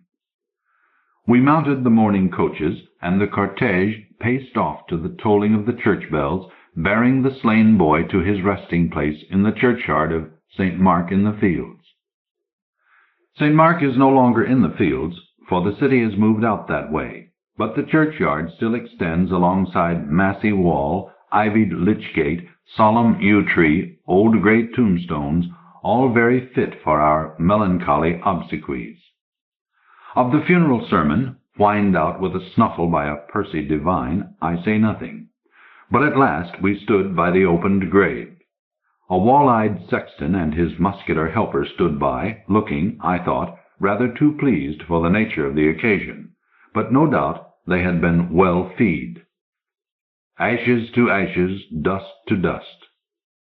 The first clods fell upon the coffin, and the sexton and his man wielded spades with a will to close the grave.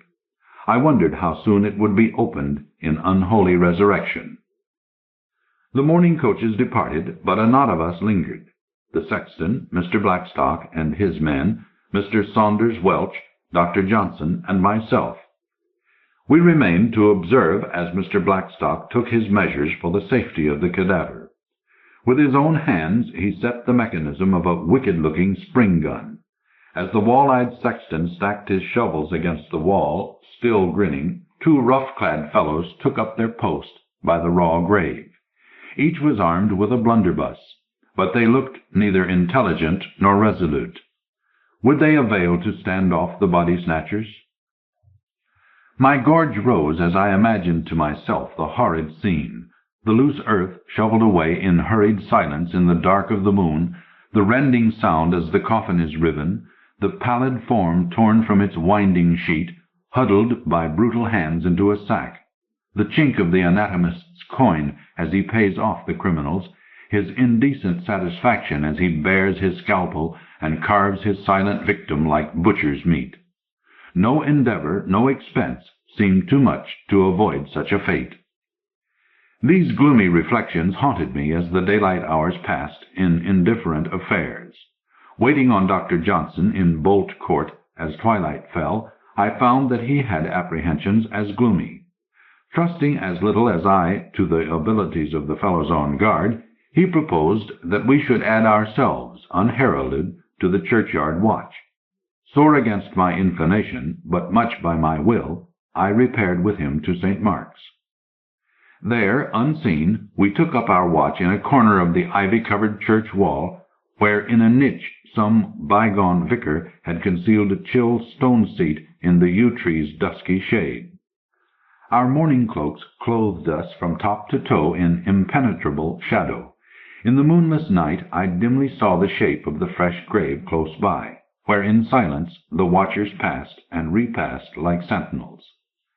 As the hours rolled around, to my imagination the darkness seemed to stir all around us. Vapors arose like ghosts and walked among the gravestones.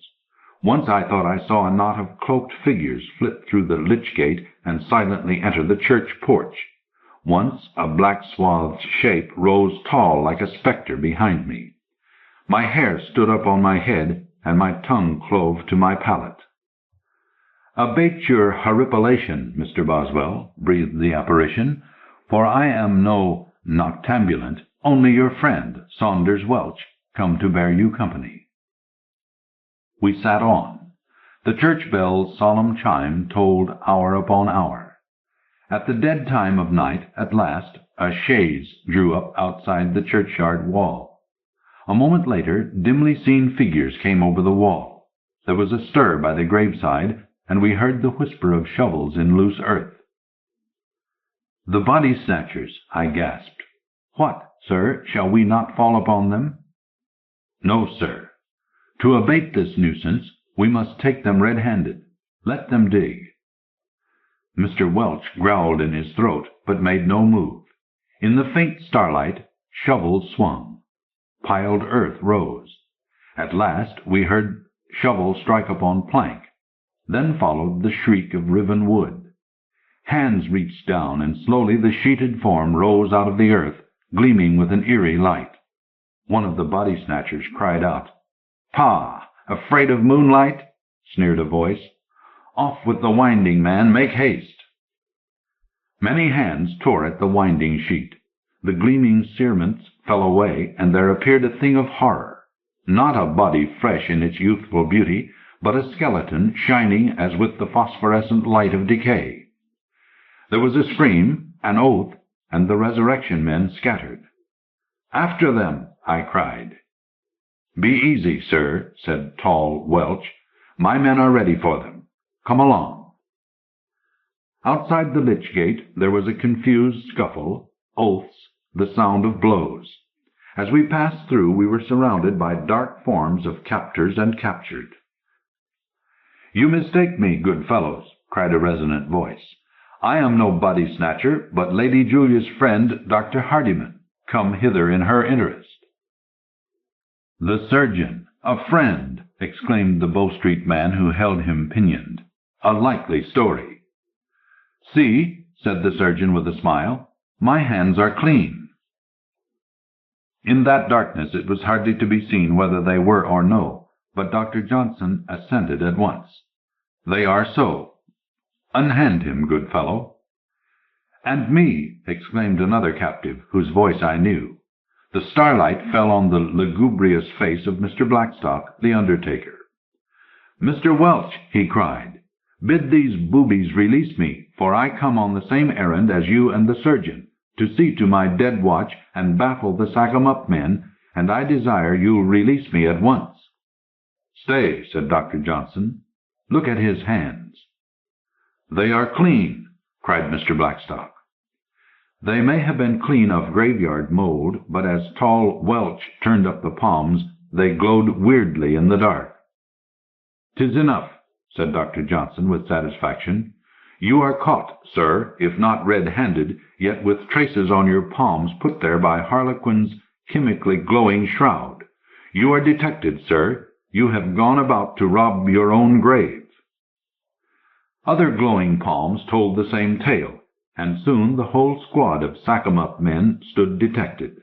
Among them, not at all to my surprise, grinned the sexton. Of course it was he who had disconnected the spring gun. "Bravo, Dr. Johnson!" cried a soft voice, as a black-cloaked figure emerged from the church porch. "Your stratagem has succeeded." Putting back the mourning hood, Lady Julia stood revealed, smiling and sparkling in the faint light that began to gray the east. "Shall I have no credit?" A second form stood forth. I stared in disbelief. The fine eyes, the fair face. There stood young Patrick Fitzpatrick, whom I thought I had seen laid in the grave. "I'm not so easy killed," the boy grinned at my astonishment, "more especially when I find a skilled surgeon to nurse my wound." "A mere scratch," murmured Dr. Hardyman, "and the heart's in the right place, too." "To nurse me like a friend," said the youth with emotion. "Nay, like a father." "Which I yet shall be," smiled the surgeon, and the Lady Julia gave him smile for smile. So I mended, and 'twas but lying low for some 30 hours by Dr. Johnson's plan. "Nay," said the youth with a schoolboy's relish, "'twas a splendid bam. Building up a dummy inside Harlequin's gear, with my lady mother's wig-stand for a head, and so trapping the villain that stole my father's body." The undertaker cursed to himself.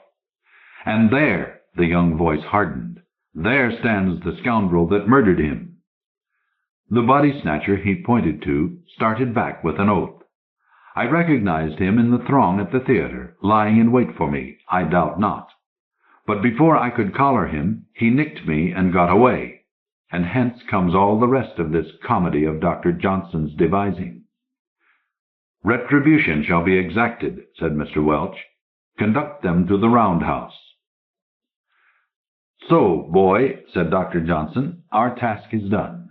Thanks to Mr. de Luterbour's chemical paint, which I had of Davy Garrick along with Harlequin's gear, Mr. Blackstock's villainy is detected.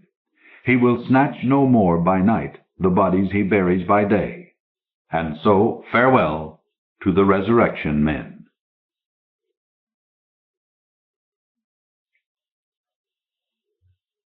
Don't Worry, Johnny, by Robert L. Fish. Copyright 1972 by Robert L. Fish. Another story from the darker side of Robert L. Fish. No bright humor this time, no outrageous puns, no slapstick burlesque. Still, you might find humor in this story about ex-con Johnny Daniels, but it won't be humor to laugh by.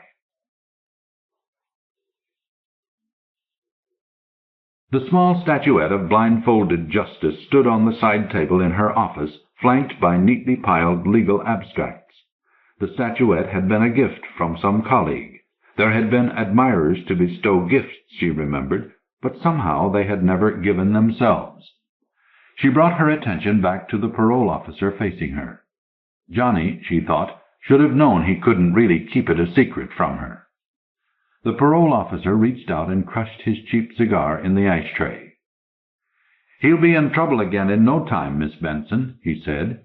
His voice recognized the inevitability of trouble with ex-cons, like sunrise and sunset, into prison, out of prison, into prison. You say you know the girl? Yes, ma'am. She's a tramp. What's her name? A pencil came into her hand automatically. Mavis Gallagher. She's got a room at the Glenmont. You want to call it a room. She sure isn't the one to straighten Johnny out. No morals, plus expensive tastes. Like Johnny, Loretta Benson thought. She forced herself to smile enigmatically across the desk, hiding the pain. I'm just the boy's lawyer, she said, turning up the palms of her well-manicured hands. Not his guardian. I know, the parole officer said, but I thought I ought to mention it to you.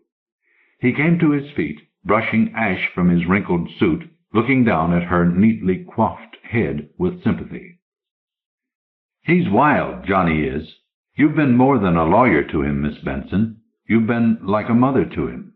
And it's only because of your defending him in court that he's only been sent up once. He shook his head. Now the kid's got a record, he won't be so easy to get off in the future. I know, she said softly, but she was saying it more for herself than for the officer. She watched him tug his misshapen hat into place and move to the door, watched him nod, and then close the door behind him. She stared at the blank panel of the door, not seeing it, seeing only Johnny as she had first seen him 6 years before. She closed her eyes, fighting down the panic that rose at thought of losing him. More than a lawyer to Johnny? Yes. But a mother? God, no. It had all started when the court had appointed her to act as public defender in the case of the State of New York versus John Daniels in juvenile court on a charge of breaking and entering, plus felonious assault on the elderly woman who had come downstairs to find her small shop being ransacked. Johnny Daniels, age 16, orphan. Handsome, reckless, brash, and also amoral, dangerous. And she, a respectable lawyer, age 36, a spinster lady, as she called herself wryly, although she had had opportunities, but she had also had a fear of men. She had arranged bail for the boy and had taken him home to wash up before the trial. At least he would come into court with clean hands in one respect, if not in the other. And Johnny, swaggering into the living room draped only in a towel and asking her if she'd like to help him take his bath. Her first reaction had been shock, followed by an almost irrational anger, and then there had been the shame of knowing her own desire. Could she possibly lose that fear with this child? This child. She still felt that flush of shame, but also the painful want, as he came up to her, reaching for her almost casually. You ain't a bad-looking chick, you know, he said. Not bad at all. They had been lovers for 3 years, discreet but lovers. Under Johnny's tutelage, learned where and when and from whom. She had come to appreciate the infinite capacity of her still youthful body. And in return, Johnny had his own apartment, his clothes, and an ample allowance which he allowed people to believe came from his skill at gambling. But Johnny had not been satisfied. He had tried to rob a bank, overlooking the hidden cameras, and despite all of Loretta Benson's ability, Johnny had been convicted by the photographic proof. He had pulled down a big 5, but had come out in 3, being bright, but for those 3 years her bed had been empty. And now he had come out of prison, outfitted himself in style once again at her expense, and had avoided her. She had thought it was merely getting accustomed to civilian life, but now she had been told it was another woman. She felt ill at the thought. She came to her feet suddenly, bending to the intercom. Dorothy? Yes, Miss Benson. Her personal secretary's voice was incurious. I'm not feeling well at the moment. I'm going home. I'll take some work with me in case I feel better later on, but please cancel the rest of my appointments for today. Yes, Miss Benson. The sympathy subtly changed to a more businesslike tone. I hope you feel better by tomorrow. You're due in court in the afternoon. I know. I'll be there. She shoveled papers into her attaché case like an automaton, closed it with a snap, and let herself out a side door of her office, leading directly to the corridor. She didn't feel like facing her office staff. She didn't feel like facing anyone. The elevator pointer was rising rapidly in her direction.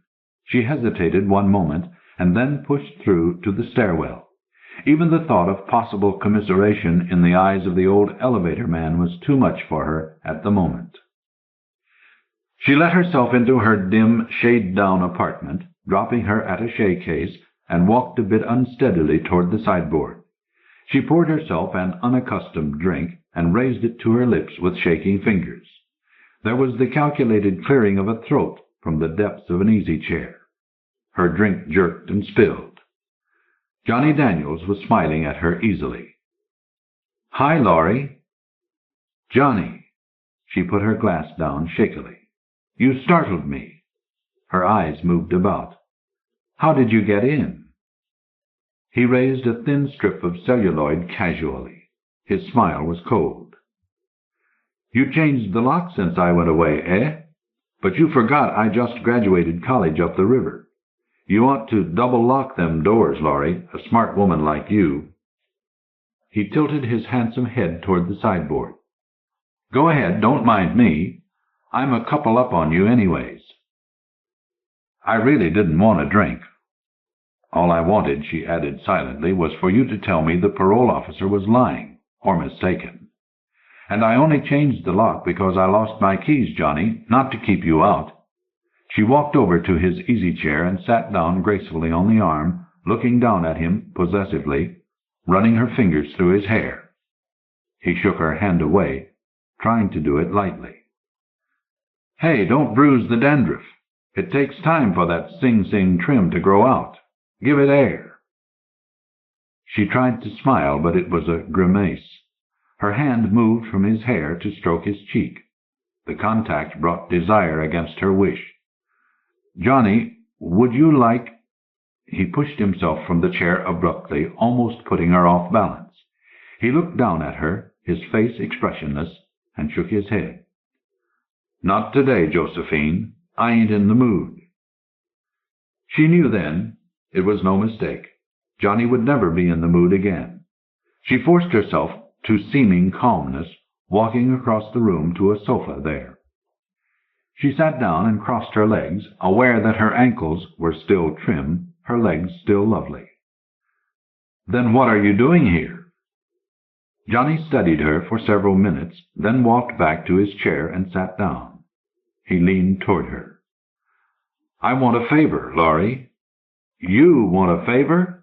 Another?" "This will be the last one." There was a final cutting of ties in his tone. "I want an alibi for tomorrow afternoon, 1 o'clock. At first the words did not make sense, although after short consideration she realized they had not unduly surprised her. She was beyond surprise. She was rapidly getting beyond hurt. "You know, Johnny, you never asked me for an alibi before." The smile was cruel, instantly removed. "I was saving you, Laurie, for the big one. This is it. Why don't you ask your new girlfriend to give you your alibi?" If she hoped to startle him, she failed. Johnny grinned at her derisively. "So you heard about Mavis, huh? Well, what the hell did you expect? I'm young, and so is she." He shrugged. "Anyways, she couldn't alibi a priest. She's got a reputation worse than my own. But you—" Loretta Benson felt an almost hysterical urge to laugh. "Johnny, Johnny, what makes you think I would alibi you?" "Because you're a pigeon, Laurie. Think of it. You ain't stupid. Think how it would look in the papers. A 16-year-old kid seduced by a woman of—" He frowned at her. "What were you then, Laurie? 40? 36, she said faintly. "You looked older, but never mind," Johnny said. "It's the same thing. A client of yours, juvenile case. Poor dumb kid. No relatives, no mama to teach him better, no experience. Court says you got to defend him. Kid don't know which end is up. You take him home and make him do what you want, because if he don't, you'll see to it he gets the works. Kid got no choice, see? And for 3 years running. His cold eyes looked at her curiously. How does it read? Do you want me to draw you a diagram? She stared at him, numb with disbelief. What do you think? He asked again. Picture it in the Daily News. Loretta Benson took a deep breath. It didn't seem possible this was happening, not to her. I would deny it, of course. Johnny laughed, a genuine laugh. You? Man, Laurie, you come alive for the first time in your life, that first time. He chuckled at the memory. You think nobody noticed? The difference in you, I mean? She felt her face reddening. Had they noticed? She wondered. Johnny seemed to read her mind. He leaned forward, a friend. Laurie, take my word, you're a lousy liar, especially about how you feel when I just touch you. Don't put it to the test, because you'd lose. Believe me. Loretta Benson tried to believe she was actually engaged in this monstrous dialogue. I can't alibi you. I've got to be in court tomorrow afternoon. So be in court, Johnny said with sudden ease. He took a cigarette from a box on the end table, lit it, and tossed the match carelessly toward an ashtray. All you got to do is be here at 1 o'clock, in case the phone rings or some nosy neighbor happens to be looking this way. After that, do what you want. He shrugged. The story is I got here at 1 o'clock on the button, and you had to go to court like you say, so you left me here. And I hung around for a while, and then I got tired of hanging around, so I blew. He smiled at her, her former intransigence forgiven. I knew you wouldn't let an old pal down. Johnny. Yeah? His face hardened, prepared for argument and prepared to deal with it.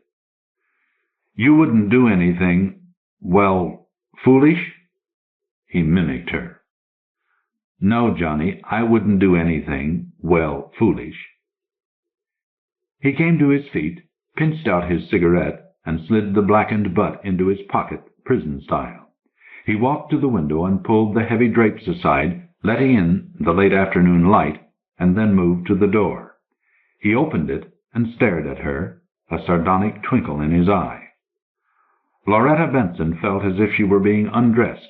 Her hand tugged at her skirt. Johnny grinned derisively. Have fun, he said, and winked at her. The door closed quietly behind him. Through the open curtains, the shadows of coming evening enclosed the room. The cries of children in the street filtered past the locked window frames, echoing faintly in the darkening room. She came to her feet slowly and found her way to the sideboard without lighting a lamp, pouring a large whiskey, sipping it gratefully, her mind at work. An alibi for Johnny tomorrow afternoon at 1 o'clock, or what? An end to her career? Disgrace? Did it really matter? Could anything she did make her feel more ashamed than she felt at this moment? She sipped the whiskey and then poured another. She found herself with the classified section of the telephone directory in her hand, searching lists, flipping pages. She reached up and switched on a lamp. In the sudden light, the number she wanted seemed to spring at her from the printed page. She took a deep breath and dialed, listening to the telephone at the other end begin to ring. Oh, Johnny, why are you making me do it? It was amazing to her, the following afternoon, that her session in court, short as it was, could possibly have passed without the judge noticing her inner conflict or her opposing attorney, a legal enemy of long standing, both recognizing and taking advantage of her obvious confusion. Obvious to her, but apparently not to them. I must be a better actress than I realized, she thought, and paid off the taxi before her apartment door, relieved that the court session had finally been overcome. She tipped accurately and slid from the cab seat to the sidewalk, aware of the driver's admiring glance. There was a car parked in front of the building, apparently undisturbed by the no parking sign beside it. She passed it without paying any attention.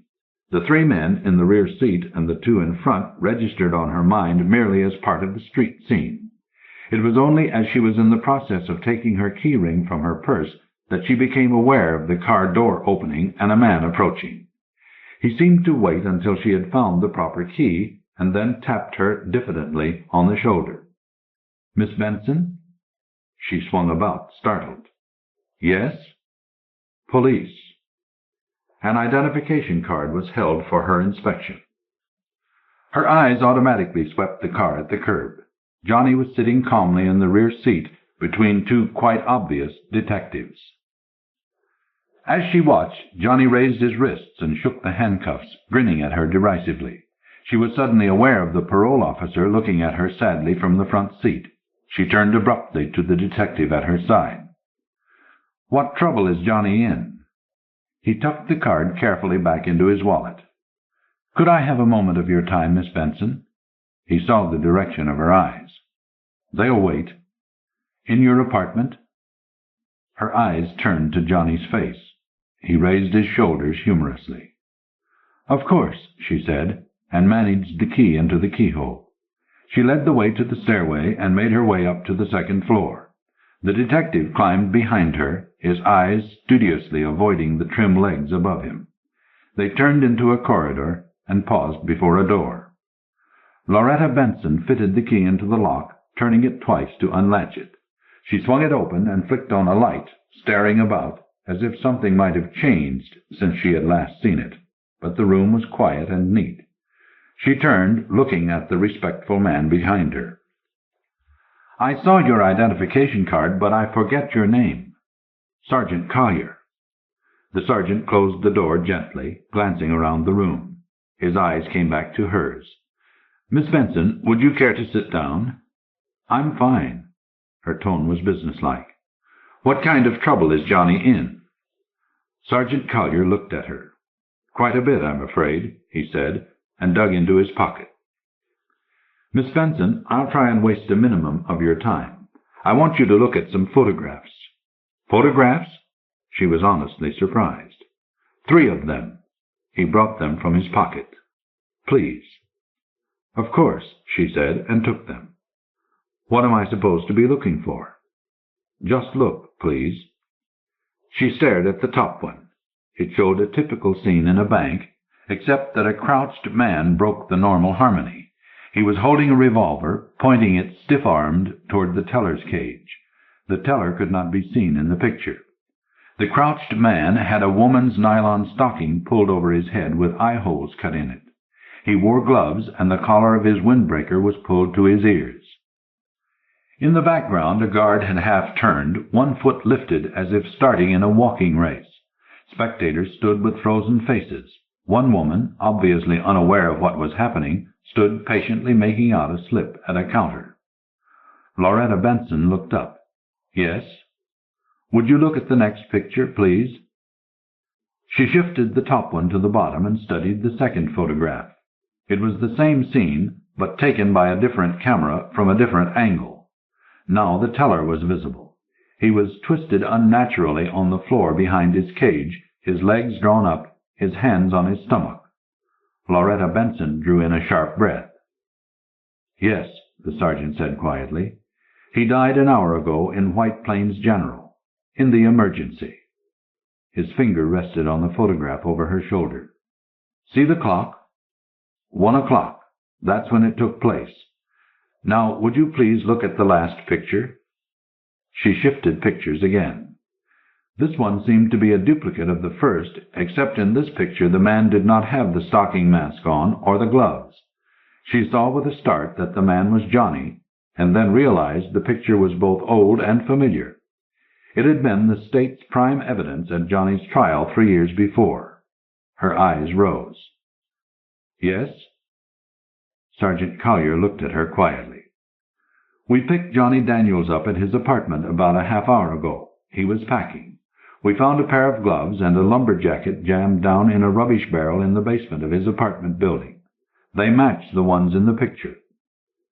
You'll say they're common enough items, and others live in the apartment as well. Both true statements. Still, it's also true we haven't found the gun or the money. Yet. But we say the man is the same height and build as Johnny Daniels, and that the men in both the picture taken today and the one taken 3 years ago hold their arms out the same way, stiff, like on a pistol range. He took a deep breath and continued. Johnny Daniels says he was here, coming into this apartment, at 1 o'clock today. We say he was at the Mamaroneck National Bank at 1 o'clock, and we say these pictures prove it. Loretta Benson remained silent, waiting. Sergeant Collier's eyes were steady on her face. Miss Benson, we know you're a friend of Johnny Daniels, and we know you practically adopted him, and that you are his lawyer. But we also know you're a respectable member of the bar and an officer of the law yourself. This is a capital offense. Daniels claims he was with you at 1 o'clock. Is that true? She could feel the lash of Johnny's words the day before. She could see him sitting downstairs now between two detectives. She could hear the threat in his voice. Miss Benson? She took a deep breath. It's true, Sergeant. I was on my way out when Johnny came. I told him to go in and make himself comfortable, that I was due in court. Sergeant Collier's face fell. That's what he said. That's what it was. The detective frowned. Miss Benson, are you sure of your times? Well, I suppose nobody is ever too sure, especially in a case like this. Loretta Benson shrugged diffidently. If you have any doubts as to the accuracy of my clocks, you're welcome to check them. I remember looking at the one on my bedroom dresser just before I left, and I'm sure it said 1 o'clock, or a few minutes to 1. Sergeant Collier shrugged helplessly. I suppose I'd best, he said, and walked from the room looking beaten. Loretta Benson wanted a drink, but she felt she could hardly take one at this moment. In the silence of the room, the ticking of the clock on the mantel seemed to emphasize the alibi she had provided for Johnny Daniels. It was with a slight sense of awakening that she became aware the detective had returned and was addressing her. Your bedroom clock checks with my watch, and that's as accurate as the one at the station, and at the bank.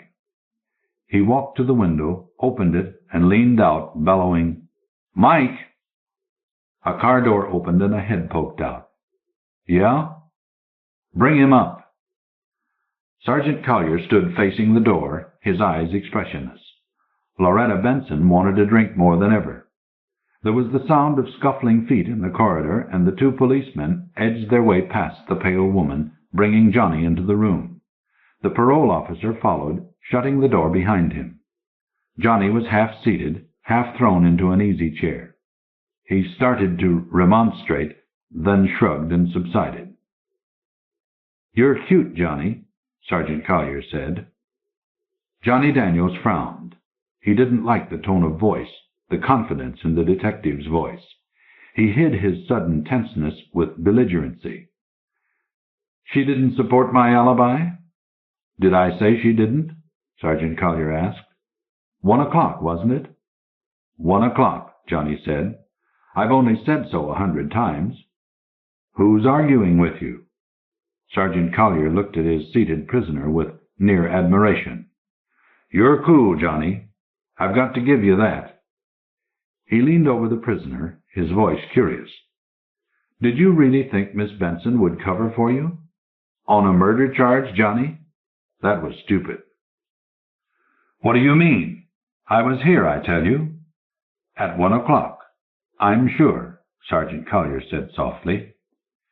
He held up a wrinkled piece of paper he had been palming in his hand and read it. 564 Thistlewood Drive. Meet Johnny, 1 o'clock. Loretta Benson stared. But that's this address. Where did you get it? Sergeant Collier folded the paper carefully and slid it into his billfold. His eyes came up to study Johnny. There was satisfaction in his voice as he spoke to the handsome woman over his shoulder. I found it in a pocketbook on the floor of your bedroom, Miss Benson. It apparently belonged to a girl named Mavis Gallagher. He heard the indrawn breath behind him and felt sorry for the further shock he was about to afford her. I'm sorry, Miss Benson, but she's in your bathroom, stabbed to death. Johnny Daniels stared wordlessly across the room, straining against the strong hands of the mask-like plainclothes policeman on either side of him. His lean, handsome face was pale, outraged. "Don't worry, Johnny," Loretta Benson said soothingly. "I've always taken care of you, and I'll see to it you're taken care of this time. Don't worry, Johnny." Winner Takes All by Patricia McGurr. Copyright 1972 by Patricia McGurr. A terrific suspense story, also destined, we're sure, to become an anthology favorite. Husband, wife, lover, and a deadly game of cyanide roulette. Each man had a 50-50 chance to survive and have everything his heart desired. Which one would it be? The old man, Zeus? The young man, Apollo? Philip Wade sat at the desk in his study and read the note he had just written. My darling Laura, what I am about to do will cause you shock and, perhaps, pain. But I know that you love someone else, and you are more dear to me than my life. So tonight I shall toast you for the last time with a glass of poisoned cognac. Do not grieve for me, my sweet. In the 4 years you have been my wife, you have given me great happiness. I choose this way to set you free with the hope that you too will be happy. Yours till death, Philip. Not, he thought, one of my best literary efforts. A bit over-sentimental. Some might even call it corny. But it should bring a tear to the eyes of readers of the morning tabloid, if it is ever printed. If. He spoke the word aloud, then inhaled deeply. Is this, he asked himself, my final hour? Will tomorrow's papers carry my obituary? He closed his eyes to visualize the headline. Best-selling novelist, age 54, takes own life. What will they say of me? Which book titles will they list? How will they appraise my artistic worth? Or will they dwell instead on my folly in marrying a girl young enough to be my daughter? He smiled grimly, shaking off the questions. He would not, after all, be there to read his last reviews. But it was not too late to draw back. When Don Talbot arrived, he could say he'd reconsidered, did not wish to play this game of cyanide roulette. And then what? They'd be back at the beginning, as they were 6 days ago when he'd confronted his wife and secretary with evidence of their adulterous relationship. He could divorce Laura and fire Talbot. Then Wade would be alive and rich and alone, and the other two would be together and poor. Because that solution satisfied none of them, Talbot had suggested tonight's trial. Let's meet, he said, and set out 2 glasses, one containing poison. Then you and I, Mr. Wade, will both drink, and one of us will die. The survivor will have Laura. And my money, Wade snapped. That's at the heart of it, isn't it? If I use this evidence to get a divorce, Laura will have nothing. But if I die, she'll be a wealthy widow. That's true, the younger man admitted. Since she married you, she's grown used to luxury. I don't want to deprive her of that. But we love each other. It's not something we planned, it just happened. And now we're trapped. You've lain in bed, Wade wanted to say. Now try to make it. Good riddance to you both. But he could not bring himself to speak the words. It was too easy to understand their situation and see his own mistakes. It was his wealth and fame that had attracted Laura. But she had been a loving and faithful wife until, a year ago, he had brought into their household this handsome, virile young man. Looking at Talbot, Wade was painfully aware of the contrast between them. He could not wholly blame Laura. Nor could he take pleasure in seeing her reduced to penury, and he had an anguished awareness of how bleak his own future would be without her. It was then that he began to take seriously the other man's bizarre proposal. In the week that followed, they worked out the details. Talbot was to supply the poison, an insecticide concentrate whose taste and smell could be masked by brandy. Laura would pour the drinks, poison one, then set the glasses in front of them. Laura, Wade objected, is not a neutral party. She'll let you know which drink is safe. I don't blame you for being suspicious, Talbot conceded. But we can't bring in an outsider, and if you have the first choice of glasses and I take the one that's left, there's no way we can make you the loser. Wade thought it over and subdued his doubts. It was, as Talbot said, a gamble. A 50-50 chance, winner takes all. Laura had promised, if he lived, to stay with him and try to make their marriage work. That was a gamble, too, but with her lover permanently removed, a fresh start was possible. He weighed the alternatives, to risk death or let her go, and agreed to try his luck. The test was set for 8 p.m. on Sunday evening. Each man was to prepare a suicide note to forestall any police investigation or talk of murder. Now it was nearly 7:30, and Wade, his own note ready, had nothing to do but wait.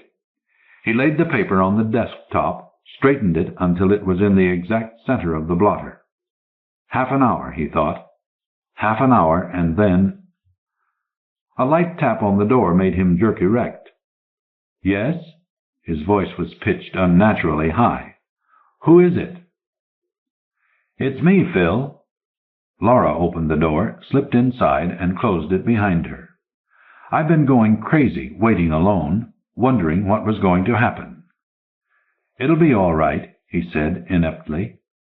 Looking at her, he was once more sure of the rightness of his decision. She was as small and soft and tawny as a kitten. A strand of fair hair drooped over one eye, and she pushed it back with a characteristic gesture that made his loins tighten. Then she came to kneel beside his chair and looked trustingly up at him. She's still a child, he thought, and touched her cheek with a comforting pat. He could not, even now, condemn for her infidelity. I'm frightened, Phil, she said.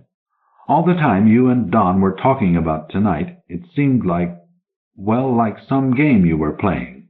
But it's real, isn't it? You're actually going to do it. Yes, it's real, but it's also a game, one with very high stakes. My note is finished. Would you like to read it? He handed her the paper and watched with a certain pride of authorship as she scanned the words, then looked at him with brimming eyes. Oh, Phil, I can't bear it. It's so beautiful. How can you be so kind to me when I've been so wicked? You're not wicked. You met a man your own age, an attractive man, and you fell in love. That's not true. It's you I love. What I feel for Don is ugly and cheap. It has nothing to do with love. I was too dumb to see the difference till this week, when you've been so good, so forgiving. Then when I realized that I might lose you, that's when I knew how much I love you, need you. Phil, you mustn't be the one to die. If that's how you feel, he smiled with a sudden lightening of spirit, then nobody will die. We'll send the young man packing, and you and I will have a special celebration. Where would you like to go, my dear? Name any place on the globe, and we'll have a second honeymoon. I wish it were that simple. She lowered her head till her brow rested on his knee, and her voice was muffled. You don't know what he does to me. It's not love at all, but I have this terrible longing. From the time it began, I tried to stop him, tried to break it off, but I'm too weak. When he touches me, or even looks at me, it's like I was on fire. Oh, it's awful to say these things. I hate myself for hurting you, but I have to make you see how it is. Whatever promises I give you, I couldn't keep them, not so long as Don's alive and wanting me. And if he were dead? Then you and I could be happy again, the way we were before he came and spoiled things. She raised her head to look up at him. Please, Phil, we've got to arrange it so he's the one to die. I'm afraid that's in the hands of fate. It doesn't have to be. I've been thinking and thinking about it. You get first pick of the glasses, don't you? And he's obliged to drink from the other one. That's the way we planned it. Because you didn't trust me. But Don does.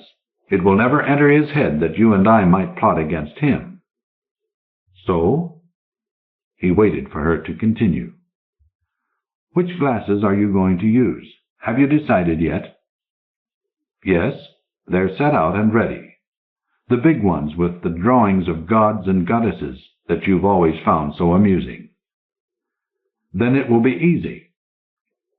She scrambled to her feet, moved swiftly to the alcove that was fitted with a small bar.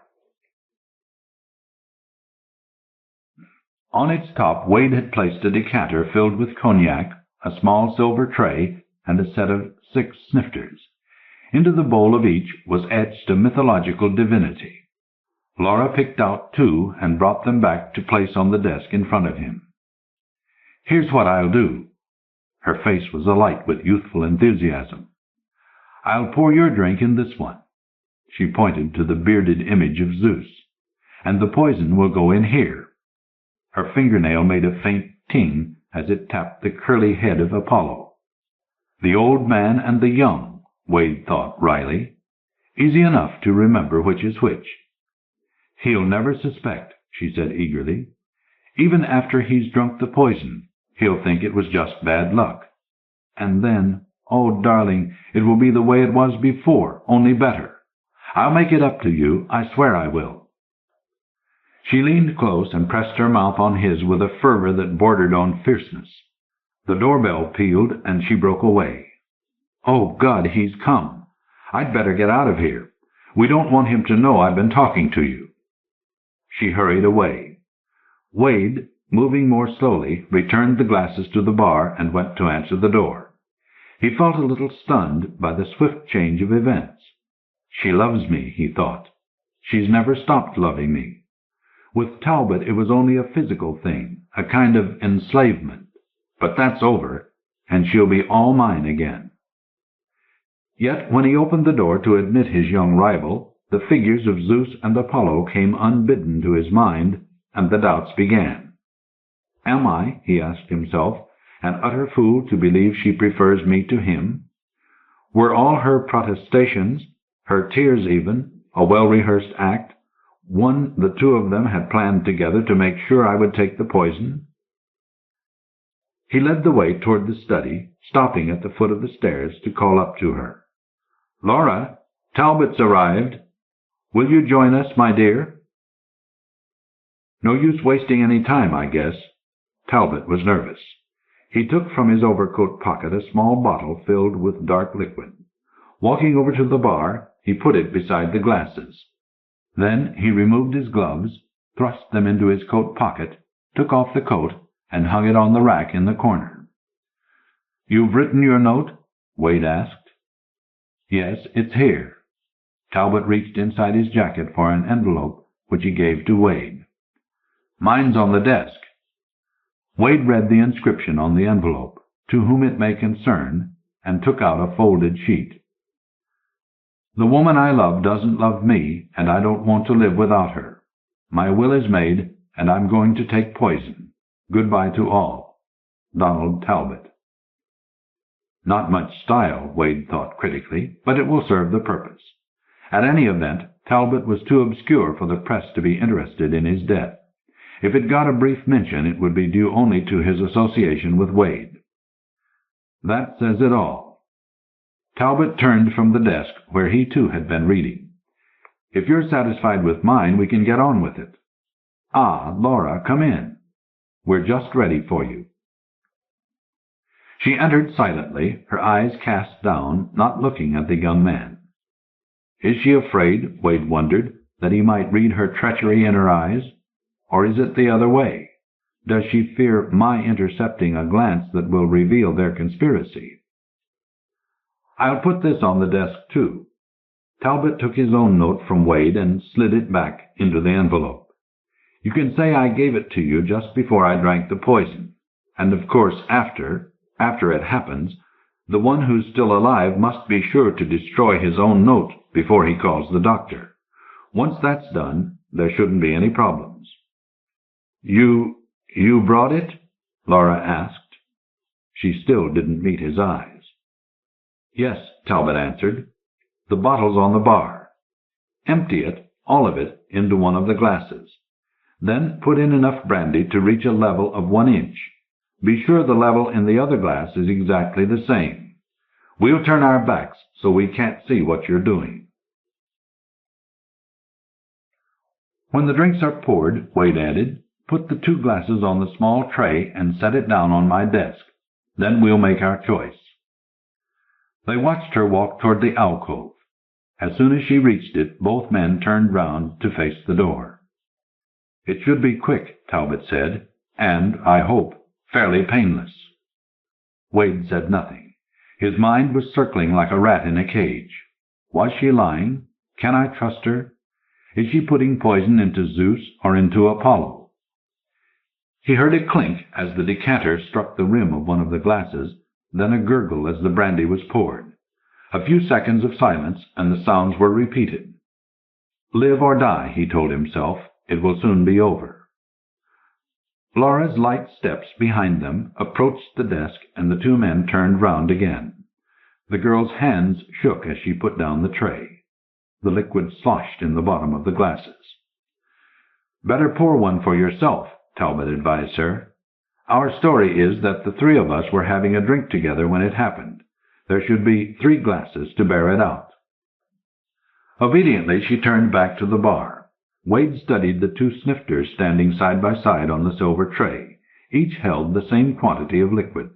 There was, so far as he could see, no variation in color.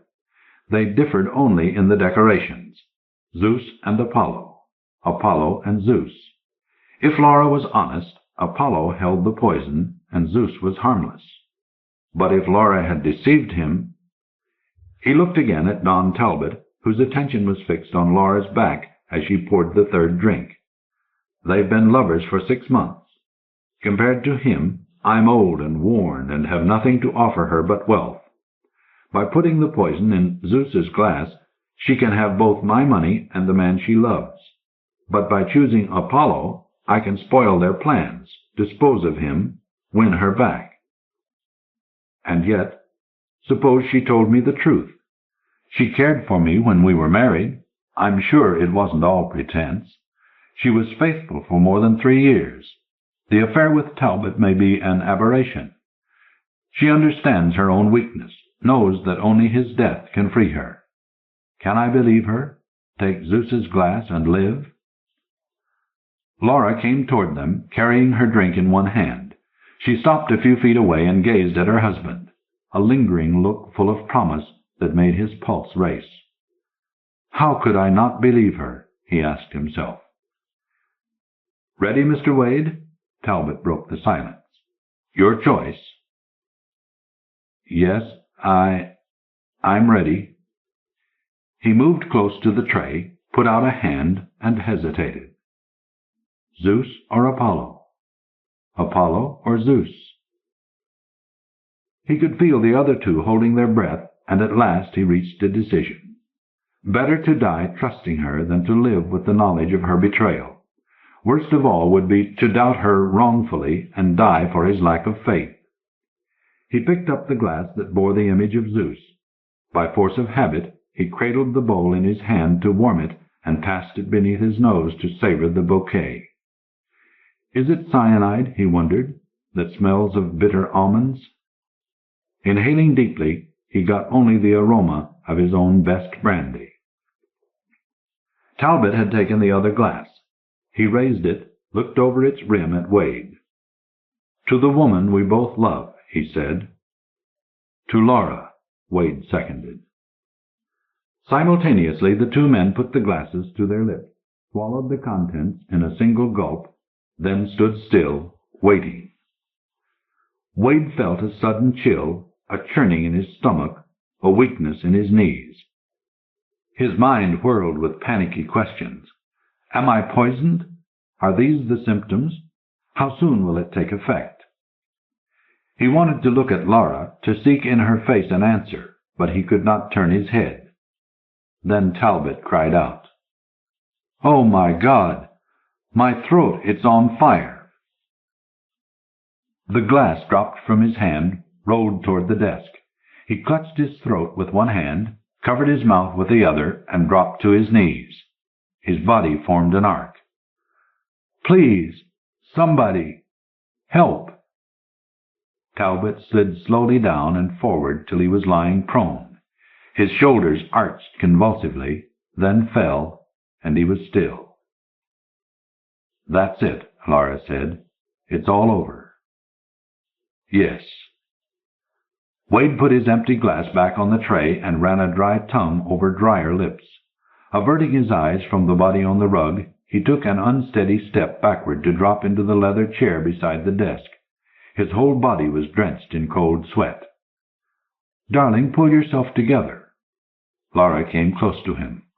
"We've got to be sure our stories are straight and everything's in order before the doctor comes." He looked at her, amazed at her self-control. Her lover was dead by her arrangement, and she was completely calm.